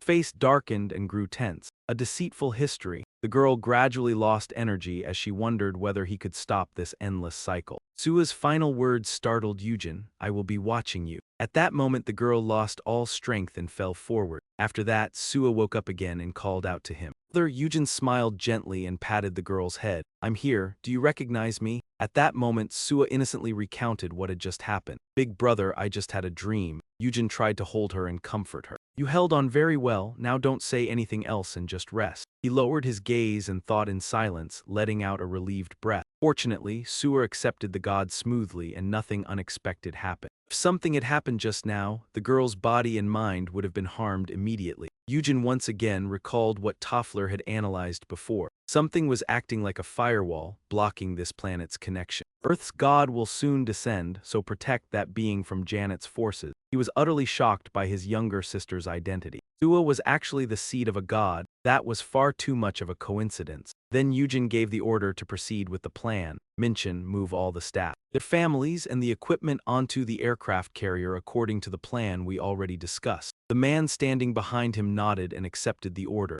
Yes, Mr. President. He then glanced over and added a careful reminder. Remember to take care of Sua while I'm away. Eugene looked down at his younger sister and steeled his resolve. Even if I lose everything, I still have to protect Suha. Level 50 Kang Suha was originally just an ordinary person. But from the very first awakening, the girl became a priestess serving the god descending upon Earth. Healing skill, purification. In front of a construction site stood a sign that read, "No entry." I only wanted to check how the progress compares to what was publicly announced. Worker standing in front waved his hand and explained that no one was allowed to enter this place. The guard kept pleading, but I have worked here for 10 years already. Is it really that hard to just let me take a look? Then suddenly, a car came speeding over. The car door opened and footsteps stepped out. Sang-jun walked toward the construction site and asked in confusion, "What is going on?" That employee turned around excitedly. Director Lee Sang-jun. The man hurried over and quickly explained the situation. "It is nothing, sir. I only wanted to see how the construction was progressing, but this guard keeps stopping me." After hearing that, he immediately grew annoyed. "Why do you even want to know about that?" The man calmly explained his reason. "Is it not only natural to be curious about it? I've worked here for 10 years, yet I have never once been involved in a renovation project like this, not to mention everything that has been happening lately." Sang-jun let out a small breath and smiled. He turned around and agreed on one condition. "Fine, I will let you see it. Come on, get in." As they walked inside, lights illuminated the darkness. Once he got in, the man could not stop praising him. "As expected of you, Director. We have worked together before, so talking really is easy. Well, of course, I know you have been running things very well. But this is a precious natural relic, is it not?" The man glanced around and explained his reason. "I guess because I have been attached to it for so long, I am a little worried it might be damaged." Sang-jun had no intention of questioning him. "I understand your concern." Suddenly, the growl of a monster echoed out. Seeing his reaction, Sang-jun asked, "What are you so startled about?" The man turned back in shock and asked nervously, "Did you hear something just now?" He still kept a calm face and asked coldly, "Hear what?" The man remained tense and wary as he stared around. Inside the cave was a swarm of bats with glowing red eyes. Sang-jun curled his lips into a sly smile and guessed, "Looks like two-star bats." Then water suddenly came pouring down in a rushing stream. The man reached out and tested the falling drops with his hand. From afar, Sang-jun saw the guardian beasts. He curled his lips into a sinister smile, clearly delighted. "A precious natural relic, you say?" At that moment, he finally revealed his true form. "Why insist on coming to a place you cannot even protect yourself?" Fiery blue flames were lit, and Sang-ho slowly walked deeper inside. He dropped to his knees with utmost reverence before the throne. Then Sang-ho slowly spoke in audience. "Your loyal subordinate Lee Sang-ho." He lowered his head deeply to complete the formalities. "I seek an audience with my lord." Only then did the lord ask about Eugene. "Is there any news of the immortal yet?" He quickly reported the information he had gathered. "An aircraft carrier, no. They are building a base on a gigantic ship moving across the sea. It seems that once it is completed, this base will be moved somewhere else." He curled his lips and stroked his chin with a mocking smile. "Are they planning to escape Aden then?" What a headache! The lord regained his usual bearing and asked, "Is there anything else?" Sang-ho remained in the same posture as he continued. "I also heard they are planning to explore and fend together with Adamha's awakened ones." The moment he heard that, he was shocked. And Fen, he quickly guessed the reason as well. That man is planning to find the hidden code. The lord stepped down from the throne and walked forward. "I am very pleased that everything is proceeding so smoothly." He had already been scheming in advance and was fully prepared. While he is away from Earth, the lord's heart grew ever more vicious and determined.